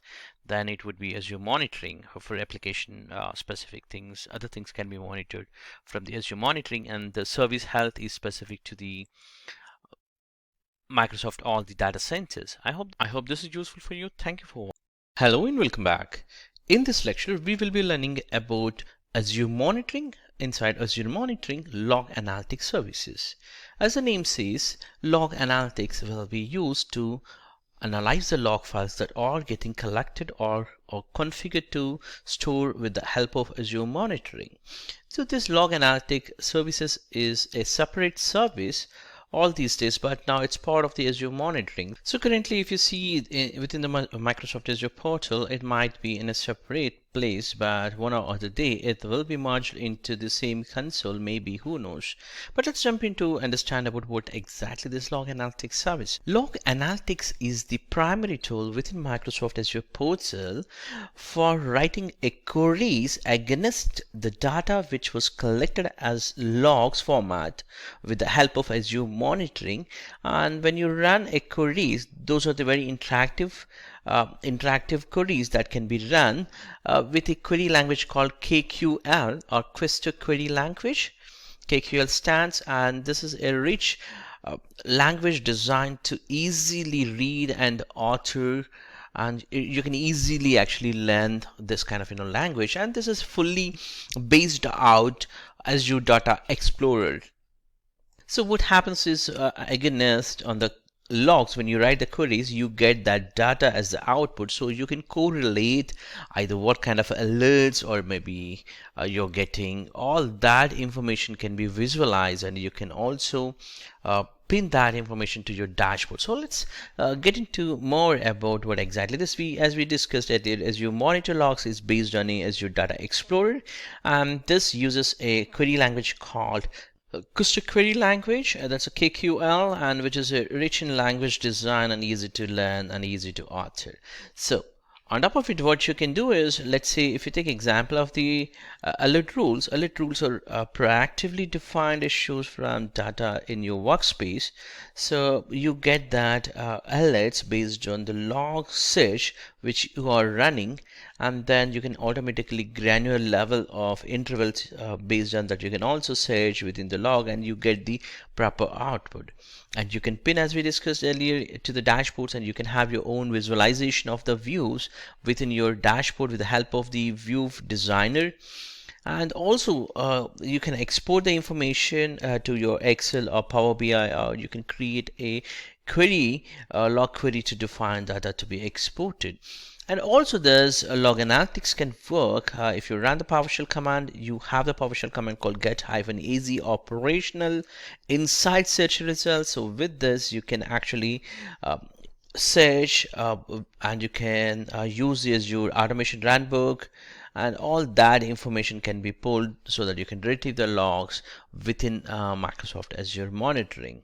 And let's jump into more about other monitoring or API logs also used within the Log Analytics services. Now it's time for us to understand more about what exactly this query is. So this query looks, this is a very simple query which talks about security events, which are, if you see, this is how the query will be there, which is written in a KQL language, and this is a security event where time generated ago around 7 days, and with the event ID equivalent which is a 4625, and you can get the summarized count by the computer with the timestamp generated last 1 hour rendered with the time chart. So this is very simple, and if you want to look at the complex one, so like you want to left join, right join, then this would be one of the example. So yes, you do have here left and right joining, all other tables information also possible. And let's jump into how actually workspace looks. So this is the sample dashboard where you are actually running a query. This is where you paste that query or you create a query. These are the views, or these are the tables, or these are the files which contains all this information, and you can write the query and then you get that information in a table or chart format. And that's how it actually looks, the Log Analytics services. So let's enough for the in terms of the discussion. We'll jump into Microsoft Azure portal to create Log Analytics services, our first workspace. To create Log Analytics workspace, you have to just search for the resource called log analytics, and you would be getting as the workspace specific. And if you see, if I just click on that, I would be actually getting here different workspaces that I have already created, and these are used for a different purpose, so I don't want to mix up these things with our demo. Let me create one new log analytics workspace by clicking on add button. That will load another blade where I need to input here what is my resource group I have to choose, and then the name of the log analytics. For example, I can give here as the USA specific web project demo, and region, and post to that I need to choose the pricing tag. So let's click on the pricing tag.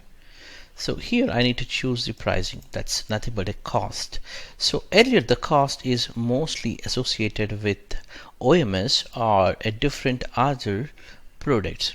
Now log analytics is purely based on the per GB based. So I can choose here per GB based pricing and click on tags. This is where I can give some kind of tag so that I know what I'm trying to do or for my billing purpose. And then I can review here, and I can simply click on create button. That would actually create. So I have actually done this step earlier with a different name called US web project demo. So let me take it here. So once I have created the workspace, you have here the different options that can be configured. As a first step, I need to connect the data source. That means I need to pump it, or the logs should be redirected here, either diagnostic or metrics data. And then I need to configure my monitoring solutions so that I can work on it. To work on this, I need to go to workspace data source section, and you see here I have a different type of data which that I can configure here. So I have here storage account logs. That means I can add here my storage account logs that are stored from in my storage account. So as you remember in the previous lecture within the monitoring, what we have done is we have redirected all those logs to the storage account. Now we can take that storage account and read here and associate, and then we can run the queries. Similarly, for the activity logs, as we talked, there are two different type of data which is coming as a signal for us. So out of one is the logs, other one would be the metrics. So here under activity logs, you can choose what kind of activity logs you want to enable. And once we have done that, it's still loading. In fact, once we have done that, you can also configure for your resources, and on top of it, if you want to do some kind of automation jobs to be executed, you can do it from the automation account, which can be configured here. So this is all about a workspace specific overview. Let's jump into the demonstration of how to query, how to enable all that can be done. As a first step, let's configure for Azure Activity Log. So I'll just click on here. If you see here, it's not connected at this point of time. This is very important. All I have to do is just click on it and say connect. So, and you just have to click here connect. So that would actually does the magic for us to collect. If you see, Activity Log is connected. If you don't want, you can disconnect that, but for now we have already connected. Now to redirect the logs to our log analytic workspace, what we have to do is we have to go to Azure Monitoring and simply configure that specific monitoring for those resources. So let's say I wanted to configure diagnostic settings for a resource called maybe NSGs or maybe a different here. So let's take some of them. If you see here, this is enabled, but these were not enabled. So for me, I wanted to configure my maybe demo VM or to be enabled. So I'll simply configure this diagnostic settings, all metrics. I wanted to send it to log analytic services. Here I can choose multiple I have a multiple workspaces here, log analytic. Out of that, my workspace is US web project. So I can see that here I wanted to redirect. So I can give a meaningful name here, for example, like settings 1 for demo VMs for Azure web project, and simply all I have to do is save. So now this gets connected. Like this configuration, I should be able to do it. That configuration has been saved. Let's also configure for NSG. So I can go for NSG of this, so which is already configured, but that time we were redirected to the storage account. Let's configure one more setting for the same thing. So I'm just configuring these two logs to be redirected to my log analytics. Here the project is this, and I can give here settings to as the NSG and simply save it. So this configuration gets saved. So whatever the activities are related to the diagnostic settings are redirected, these specific two events or the rules or the log files gets redirected to my workspace, log analytic workspace called US web-project demo, and I should be able to run from log analytics workspace the queries. So let's move to log analytics workspace and read those logs which we are talking about. So if you see here, I'll just go to my queries under here, logs. So once I click on getting started, I would be getting here as the within this window one more window which talks about complete logging information, and you have already pre-built in some of the queries that can be used. Let's say I want number of requests which is count across all the APIs, or SQL specific, storage account specific, a lot of other things which are pre-built in. So if you just don't want those examples, simply close that and you have a pre-built in log analytics query information here. So this is the this is one way, and other way would be to open logs or the query analyzer or query tool. You can go to directly to the monitor and click on logs within the monitor. So you can click here, and this also would open the same thing. So just for the comfortness, I'll just hide this menu for monitor so that you have a right space. I'll close this, and you have here the query. This is where you build the query and you get the query results done. Let's say I have here some of them like alerts example. So in the left side, whatever you have here under log management, these all are the tables which are categorized when the logs has been reached to log analytics workspace. It has categorized in a different way and different tables, and all the information has been saved which is coming from our logs to these tables. Let's take one example here. For example, Azure activity. So this has different functions and other information, but if you just click on this little eye icon, which is a preview data, so that will actually shows what is the information is available from that activity log of Azure activity table. So if you see here, this is a sample data which you are getting, the top two, and if you just see here, or if you just click here, see in query editor, by clicking this would actually create automated query and a query for this specific thing, and you also getting the value for this. So this is how it looks like. So here we need to understand more about this query building process. Is not the core lecture for this discussion, because this is completely a different topic, and you can learn easy way from Microsoft documentation on KQL language, how to read or how to edit or how to build your own query, and you can make different functions and other information. But for now, this is how it looks, the information when we query for that specific Azure activity information. Let's try to build one example query here. Like I want it for Azure activity. I'll simply insert that activity specific, but within this activity I wanted to filter based on maybe where my user ID. Let's say my user ID here, if you see here, the user ID is color is the name, so I'll just say where color, simply it is popping up and it's giving you as the intelligent way, either it contains or even equals. So that's also coming automatically. I can give here my email ID. So let's say this is the email ID, and give that, close with the double quotes and run that. So it would actually gives you more information with the 14 different records which are coming from Azure activity table. And if I want further level of filter lights, I can do it directly from here. Let's say I want only started, status as success or failed, all that also I can do it here. And equals to, contains, all that GUI specific also I can filter. So it's so easy. If you know what table you wanted to query, post to that.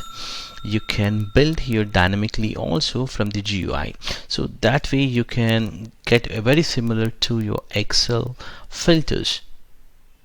Let me share with you another useful feature within the query building is like once you have the results, you can simply go to one of the sample report or sample information. Let's say this is one of the information which is coming from their logs. So I simply scroll down and I want something here. Maybe let's say the property value is status is okay. Here you maybe wanted for error. So unfortunately I don't have anything for the error, but I can show you for the okay. So what I can do is currently records of 14, but what I can do is I can simply status code is okay. So instead of I type here as the one more where, I can simply click on these three dots and say include okay or include not okay, equals or not equals, or exclude column. So all these possible ones you can build dynamically from the GUI. Let's say equals okay, which is this. So it has been put for me automatically, and then if I just run it, I should be able to get the proper data. This time only 7 records that are showing. If I just scroll a little bit right side, you see activity substatus is okay, only showing. So that's how it's very powerful and easy to use. You can just check once the documentation and go through it. So easy for us to build any complex queries within this KQL language. And finally, if you want to save this query altogether, you can just click on three dots and give a name. Let's say this is for my status as okay example, and I can give you a category. This is for my IT, some category name. Simply save, so that this query can be recalled any point of time. Let's say you want one more filter. The easiest filter you can do here directly, you have the filter option. You can do whatever the filter and then apply and run. So that's going to actually add another filter for you, informational or success. So you are getting actually a more complex queries are getting built here dynamically. And lastly, if you can, I can even recall my saved queries directly from here. I just have to go here and open up my query explorer. I can see here saved queries or saved solutions. So here I can simply go, and under IT category I have status okay. So I can simply recall this and rerun that. If you see here, it's coming as that. And also I have another option. Under queries, I do have here multiple query options. For example, if I take it as a virtual machine, I can go ahead and run some kind of virtual machine specific query. Let's say specific to the CPU or maybe a disk space. All that kind of queries, built-in queries can be run, and you would get that specific output. That's how it's so easy, and you have most of the built-in mechanism or built-in queries are already Microsoft defined. And if you want, you can customize your own queries with a drag and drop, or the options like I've shown you earlier, easy way to include, exclude, and then save them and run the required query, or you can recall that directly from your reports. So it's so easy for you to work on the specific to the Azure monitoring logs within this log analytic queries. That being said, we can conclude this lecture. Hello and welcome back. Again, we learned in the previous lectures about Azure monitoring, but this time we are going to deep dive into insights. Insights will give you the more information at the deeper level of monitoring, and also insights will have a ready-made package also, so that you can directly look at the core components and common issues and related to the performance, or maybe could be the problems, or you can easily diagnose the issues. So let's have a look on it. So when we talk about the insights, we have application insights, which will be give you a greater details of your application's coding related insight, debugging, or which process or which area of the code has a problem, or maybe it is taking longer than the expected time. All that application insights will give you. And also in this demo we're going to have a look on virtual machines and the scale sets. So coming back to the virtual machines, you would be actually getting the complete insights of the virtual machine performance and the health of your virtual machines, along with the virtual machine scale sets, including their running processes, deeper level and dependencies of that each virtual machine, and also the components it's gonna talk it, or it's gonna communicating with whatever other virtual machines, and the vital applications, identifying the complete performance of the bottlenecks of your network issues also can be found with the help of insight. And this insights is not just for the Windows, it can also monitor your Linux operating systems for your virtual machines and the virtual machine scale sets, and hybrid virtual machines connected to Azure Arc, and on-premises virtual machines also can be monitored, and virtual machines hosted other cloud environments also can be monitored. And coming back to the pricing, pricing is there's no specific pricing direct cost for the insights. It actually goes and sits with the Azure monitoring pricing. So whatever it was billed per GB basis, that's going to actually bill for you. And when you are trying to configure, you might have to configure as a pre-requirement of anything related to the insights. You need to actually configure log analytics workspace, which we have a dedicated lecture in the previous lectures. You can check out that. And later point we would be actually enabling the insights for specific to the respected insight category. For example, if you're talking with the applications, we would be enabling with explicitly for the application insights. And for the virtual machines, as we talked, we are going to actually have a great demo in detail with the virtual machines and the scale sets within this lecture. And when we talk about the storage accounts, yes, for this insights also applied for the storage account, so that you get the performance of your storage account, how it is actually performing. And you do have the insights for the Kubernetes services containers, and you get the greater details of Kubernetes services specific, for example, that are hosted on a cluster. That's nothing but AKs, and self-managed Kubernetes clusters, and also self-managed cluster hosted on Azure Stack on premises, and also Azure Red Hat OpenShift and Arc enabled Kubernetes services, all can be monitored with the help of the your containers within the insights. When you enable the Kubernetes specific monitoring for the containers, it gives you great performance visibility for by collecting memory and processor metrics from controllers, nodes, and containers that are available within the Kubernetes through metric API. And also containers also collected the information from the logs also, and that will help you to identify the average processor and memory utilization, and you get the knowledge on identifying the what kind of resources are basically at the bottleneck. And also you can identify container resides in a controller or a pod. This will help you to get the controllers or pods overall performance. And also it supports the complete review of your resource utilizations at the workload levels and host level, so that you get the standard process and support for the pod, and also understand the behavior of the cluster under average and heaviest loads. You can find out that information, and configuring alerts proactively with the help of insights. You can get the more inside of your CPU or memory utilization, or on the nodes and that are extended or exceeding your given threshold controls a health state which occurs in a cluster at the infrastructure or maybe at the node health rollup. So that gives you, great performance specific insights information.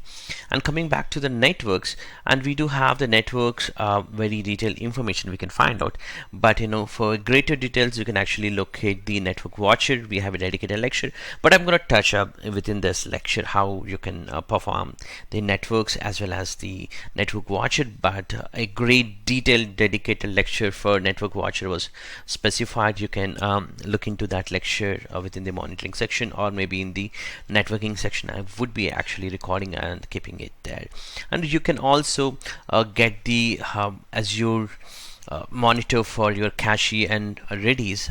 This gives the overall performance, failures, capacity, and operation health for your Redis resources, so that you get the exact Azure cache.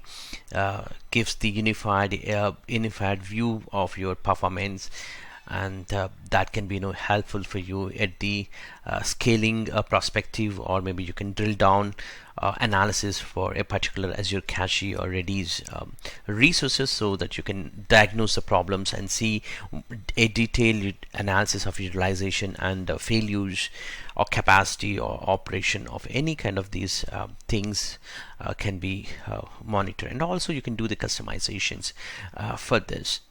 And when it comes to the Azure Cosmos DB, it will provide you a view of overall performance, failures, capacity, and also operation health of your entire Azure Cosmos DB resources in a unified interactive experience you are actually getting. And it gives you great details at the scale perspective, as we talked, very similar to the Redis and drill down analysis, customizable.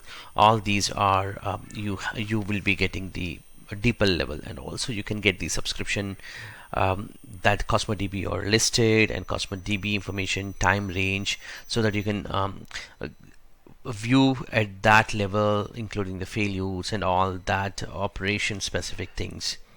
And also when we talk about the key vault specific monitoring, you can actually get the complete vault specific request and performance and failures and the latency.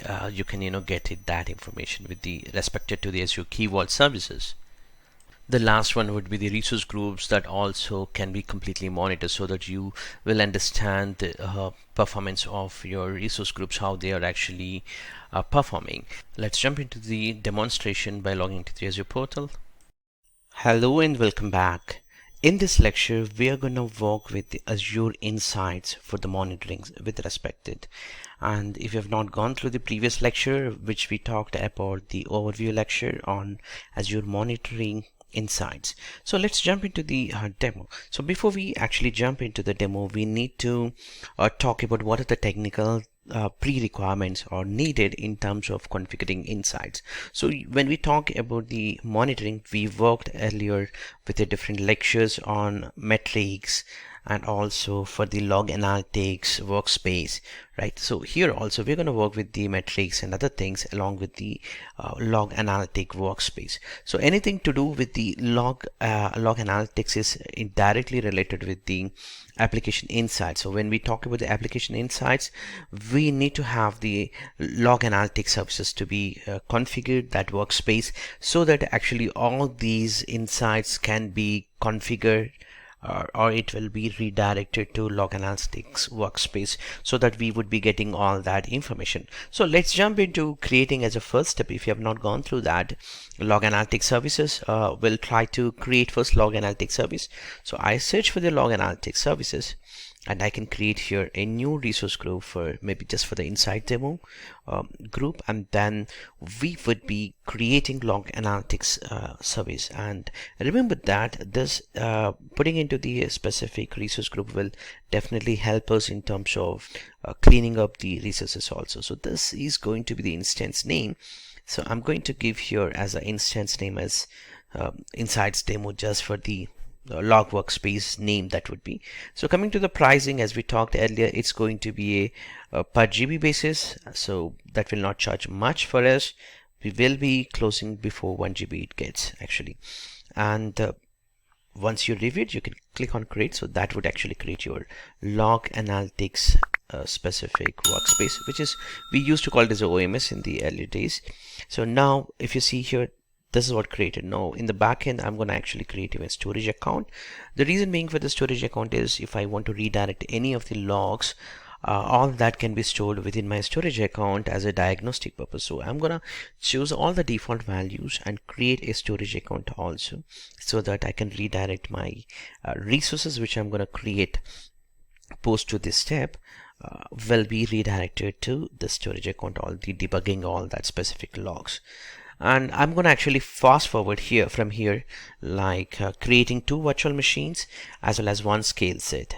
So if you just see the my resource group, if I just go to the resource group, currently I have only insights, and which is a log analytic workspace, and the storage account. I just created here 2 virtual machines and 1 scale set, and you can see here, and I didn't show up these because these are the basics things which you can create on your own. It's just plain scale set as well as the virtual machine you can see here. So if you are trying to learn about how to create virtual machines or maybe scale set, please do check out other lectures which was deeply talked on that. So now if I just take it any of the virtual machine called demo VM2 or maybe VM1, that's a VM1 and VM2, and 1 scale set called scale-VMs. So these 3 things has been created in the backend. If I just go back to my Insights log analytic workspace, you have here actually 2 things. The first thing is you need to connect your data source, and then you need to configure your monitoring solution. So to do that, I need to actually configure this data source for my virtual machines. It can be Windows or it can be Linux. Or you can configure your activity logs, storage account logs, all that to redirect to the log analytics workspace. In fact, we talked about all these 2 things like Azure activity logs and storage account logs in the previous lecture with respect to the log analytics services. Now what we're going to do is, now we are going to work with respect to the workspace data source by configuring virtual machines so that this data source would be redirected. Just to contact this log analytic workspace with this virtual machines. That's what we are gonna do it. Later point, we can also, if you want, we can configure the storage account logs, all of that. But in this demo, we're gonna work with the virtual machines. So click on virtual machine, and you see here you have 3 virtual machines. One is a VM01, VM02, and scale set. All you have to do is simply click on the VM and then connect it. So this is gonna take some time to connect it. What would happen basically? So let me open up in a new tab. What would happen in the backend is, so if I just go to that virtual machine, there's going to be one extension is going to be deployed. So if I just go to my extensions within this virtual machine, so when we enable this monitoring, so this is what it's gonna enable. But if I just go to VM02 maybe you see here there's another other than the monitoring agent extension, there would be a backend extension also gets be deployed in a minute or so when we actually fully connected my VM01. So once that is done, I will get as this workspace is configured. Now I'm gonna do for the same thing for demo VM2, and also I will be doing for the scale set from here, but I cannot do it from the scale set here, so I need to do it actually from the scale set. So let me show you the VM01 once again. Here the extensions, or let's go to the insights and see here you have the insights. At this point of time it was not yet enabled, and you don't have anything here, and all you have to do is you have to actually click on this enable button, which would enable. When you click on enable, it's going to actually enable the insights. So as of now, what we have done earlier is from the log analytics services, we have integrated only virtual machine for the monitoring, but we didn't enable anything with the insights. So the insight should be open or should be enabled directly by going to the virtual machine, and from the insights click on enable button. Then what would happen is there would be additional plugin that gets actually added as an extension so that you get the more information directly. So let me show you here. So at this point of time, there's nothing was populating here. So if I just go to other virtual machine and do the same thing, like going back here and from the insights, I'll just go to the insights and here insights and then enable. So this is going to be actually deploy additional extension which will give us a predefined metrics or predefined configuration which will have the complete monitoring core things like for your performance specific CPU, all that. So let me pause this video recording and come back to you in a minute. So I've just paused it. 2 of the virtual machines has been successfully enabled. So all I have to do is I have to wait for some time to populate the data, because in the backend it has to install the agent. At the same time, if I just go to the extensions, actually I will be getting as the dependency agent windows. And if I just look at the type, Azure monitoring with respected. So the first one is, this one is actually coming from the log analytics specific, and this one would be the inside agent, which is nothing but the dependency agent window. And so this takes some time to pull out the information with the help of these 2 agents. So let's jump into, maybe we can jump into the scale sets to do the same thing. So I'll just go to my scale sets, and if you see here within this also you have the insights. So just click on the insights and enable. But this time, even what happens is you need to actually choose here the workspace. So let's say you have more than one log analytic workspace also. Either you want to create as a new one or choose the existing one. So in my case, I wanted to choose the existing one which we created already earlier. So that's a insights demo which I wanted to choose. So click on enable. This would actually take some time to enable the information, but remember, we're talking about the scale set. That means any configuration that we do it that needs to be updated. I mean to say, if a virtual machine already is pinned up and it is readily available, we need to actually go back and click on an update. So if you see here, if you just read here, it says that hey, you have to go to the instance and select it and click on update. So in my case, I configured a very basic scale set which would definitely spike the creation of the virtual machine, because the RAM and all other settings were aggressively configured. That's why when I do the upgrade, I'm getting actually more scale set virtual machines has been updating in the back end. Because that's running as a different 3 virtual machines.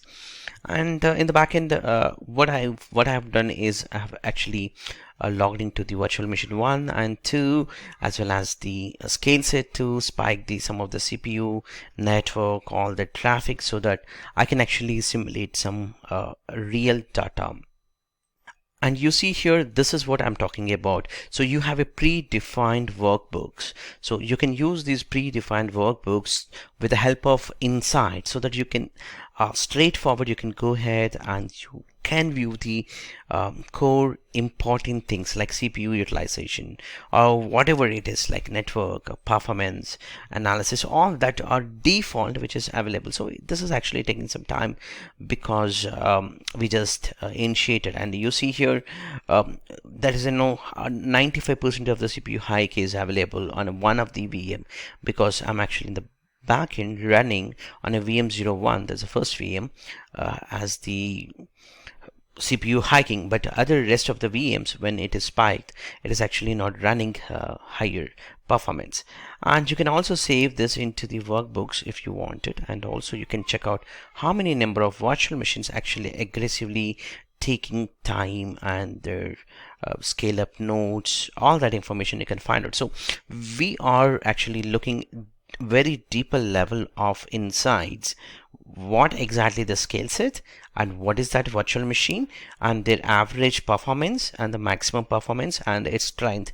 And also we can get it here, network dependencies, active ports, connections, performance analysis, all that you can pull up with the help of your performance, and all that can be pulled up with the help of insights. So insights gives you very good information here. Let's say if we are talking about the CPU, so one virtual machine would this is a virtual machine which is actually, if you look at here, the 001 is the virtual machine. This would actually spiked up because I'm running in the backend here. Within this, I try to connect it and then running the CPU load by stressing my CPU. So that's why it is, giving higher CPU percentage. But for other virtual machines which were scaled, because from the scale, once it is crossed the 75%, it was spinned up 3 more virtual machines, looks like, and they're not running at the high end. You're getting actually great detailed information, including the network performance and the memory, all that. So all these are default. You're not created actually. But if we look at the normal performance, like as you're monitoring, you have to actually specify the specific metrics, all that detailed information, then you would be getting. But here you're actually getting a dedicated information which was already created for you. So you're using a default insights which will give you great details of that specific information. So you see here malicious network specific, all that you're getting. So let's go back. By this time we should actually get some information from the virtual machines also. So let's click on the VM01 and go to the insights, and you should be able to get a great detailed view, very similar. And you see here you're actually getting, let me actually because I zoomed it for your convenience of your text to visible. So what I'll do is I'll just minimize the blades to a great way, like just minimize these also, so that you would actually get a great view. So just minimize, and now I can zoom it, and you see here I'm getting actually a great map for this map, and this is a virtual machine name, and in the backend 27 processors are running, and one port which was open, which was contacted 7 servers, and 137 port is running, and I get very detailed view, and also I get the different clients which are connected to this virtual machine. So this is the 23 clients which are connected, so and so IP address. From this IP, these are all the public IPs are connected to this virtual machine, and it has established the connection basically. Now you're getting actually very great detailed with the map. So this is what actually pulling from the dependency agent that was we have shown in the extensions. You see here that's a port, and as I said earlier, I have actually logged into the VM01 and then initiated a connection to a scale set VM01. From there, that's a VM01. From here I actually logged into scale VM01 and try to initiate a connection with the RDP. That's why 3389 port is coming. So you get very detailed information what's happening within that VM. This is what insights actually gives you, right? You're getting very great view. You see here. So from there I actually made an another connection with the RDP and running a stress on a CPU. You see here 100% it is CPU's performance taking. So I'm getting very detailed information out of my insights, and you get a great view in terms of the mapping format, right? So now when we look at other details, let's say you see here the port, all that is actually coming up very detailed, right? And now let's go to the back in the here you have the performance metrics. So you get, when you actually view these are the predefined things which you are getting automatically. As we talked earlier, actually if I look at all other counters, you're able to see here in terms of the aggregated values, if you want, like utilization percentage. So it is actually taking 100% because I'm running on that virtual machine also, VM01 also a specific CPU loads. That's why it is taking 100% all the time. So I get the more information inside, and it is actually using the percentage wise aggregated values and the scope, and just for the not just for the CPU, you're actually getting everything. So if you see here, it's actually taking 100% CPU. If I just stop it, and if I come back after 5 minutes maybe, and if I change that to 5 minutes metrics, I would be getting that value to be go down for my CPU, and you're getting disk IOPS, CPU, all that which are actually coming as a default predefined for you, and utilizing that insights related to the performance specific information. And if I just go down also, I can show you some other details, like if I talk about the workbooks here, these are the workbooks. You can actually save it for your purpose, so that you can actually revisit and you can save that as a workbook. And available memory, so you see here the spike of the memory from 6.32, it has came down, and you see here the CPU, all that is actually coming up. And you can actually go for 5 minutes view if you want, and you can view that, but it's not 5 minutes, so you can't get the CPU specific performance specific, but you are getting actually all that. You can go to gallery and you can create your own workbooks from here, and within that workspace you can actually work on it. So you're getting detailed information about network dependencies, and from the workbooks you can create that specific one, and you get that view. Actually, you see here how much total network traffic which is going, and whether it is a malicious connections or the normal connection. You're getting a detailed information, the bytes, all that, along with the CPU processes which are taking. It's a great view, great detailed information you are actually getting out of it, right? And let's go to one more time to the insights folder and have a look on the performance. And see here, this is for the disk performance. You see you're getting actual disk specific and CPU. You can check out the minimum, maximum, percentage, and disk latencies. So these are the default things you are getting. That's the insights which is available for you. And you can also click on the, earlier we talked about within the Azure monitoring section, we talked about the log events, alerts, connections, changes that you can track it, right? So all these are also directly you can do it from here, and you can monitor alerts and any of the severity based, and also any dependencies. You see here it's connected to 17 servers total, and it has established the number of connections, and the changes you can track it. So it's a great view that you have, and you can also view from the properties, the MAC ID, IP address, all that information. And similar thing for the VM02 also. And if I just go back to my insights, this should be actually talked more about the VM02. I'm running in the network traffic, but you can see the performance, all that, in a minute or so. You see here the CPU percentages going down from the spike, and also network is taking a lot of time, the memory, all that. Actually you get very detailed view here.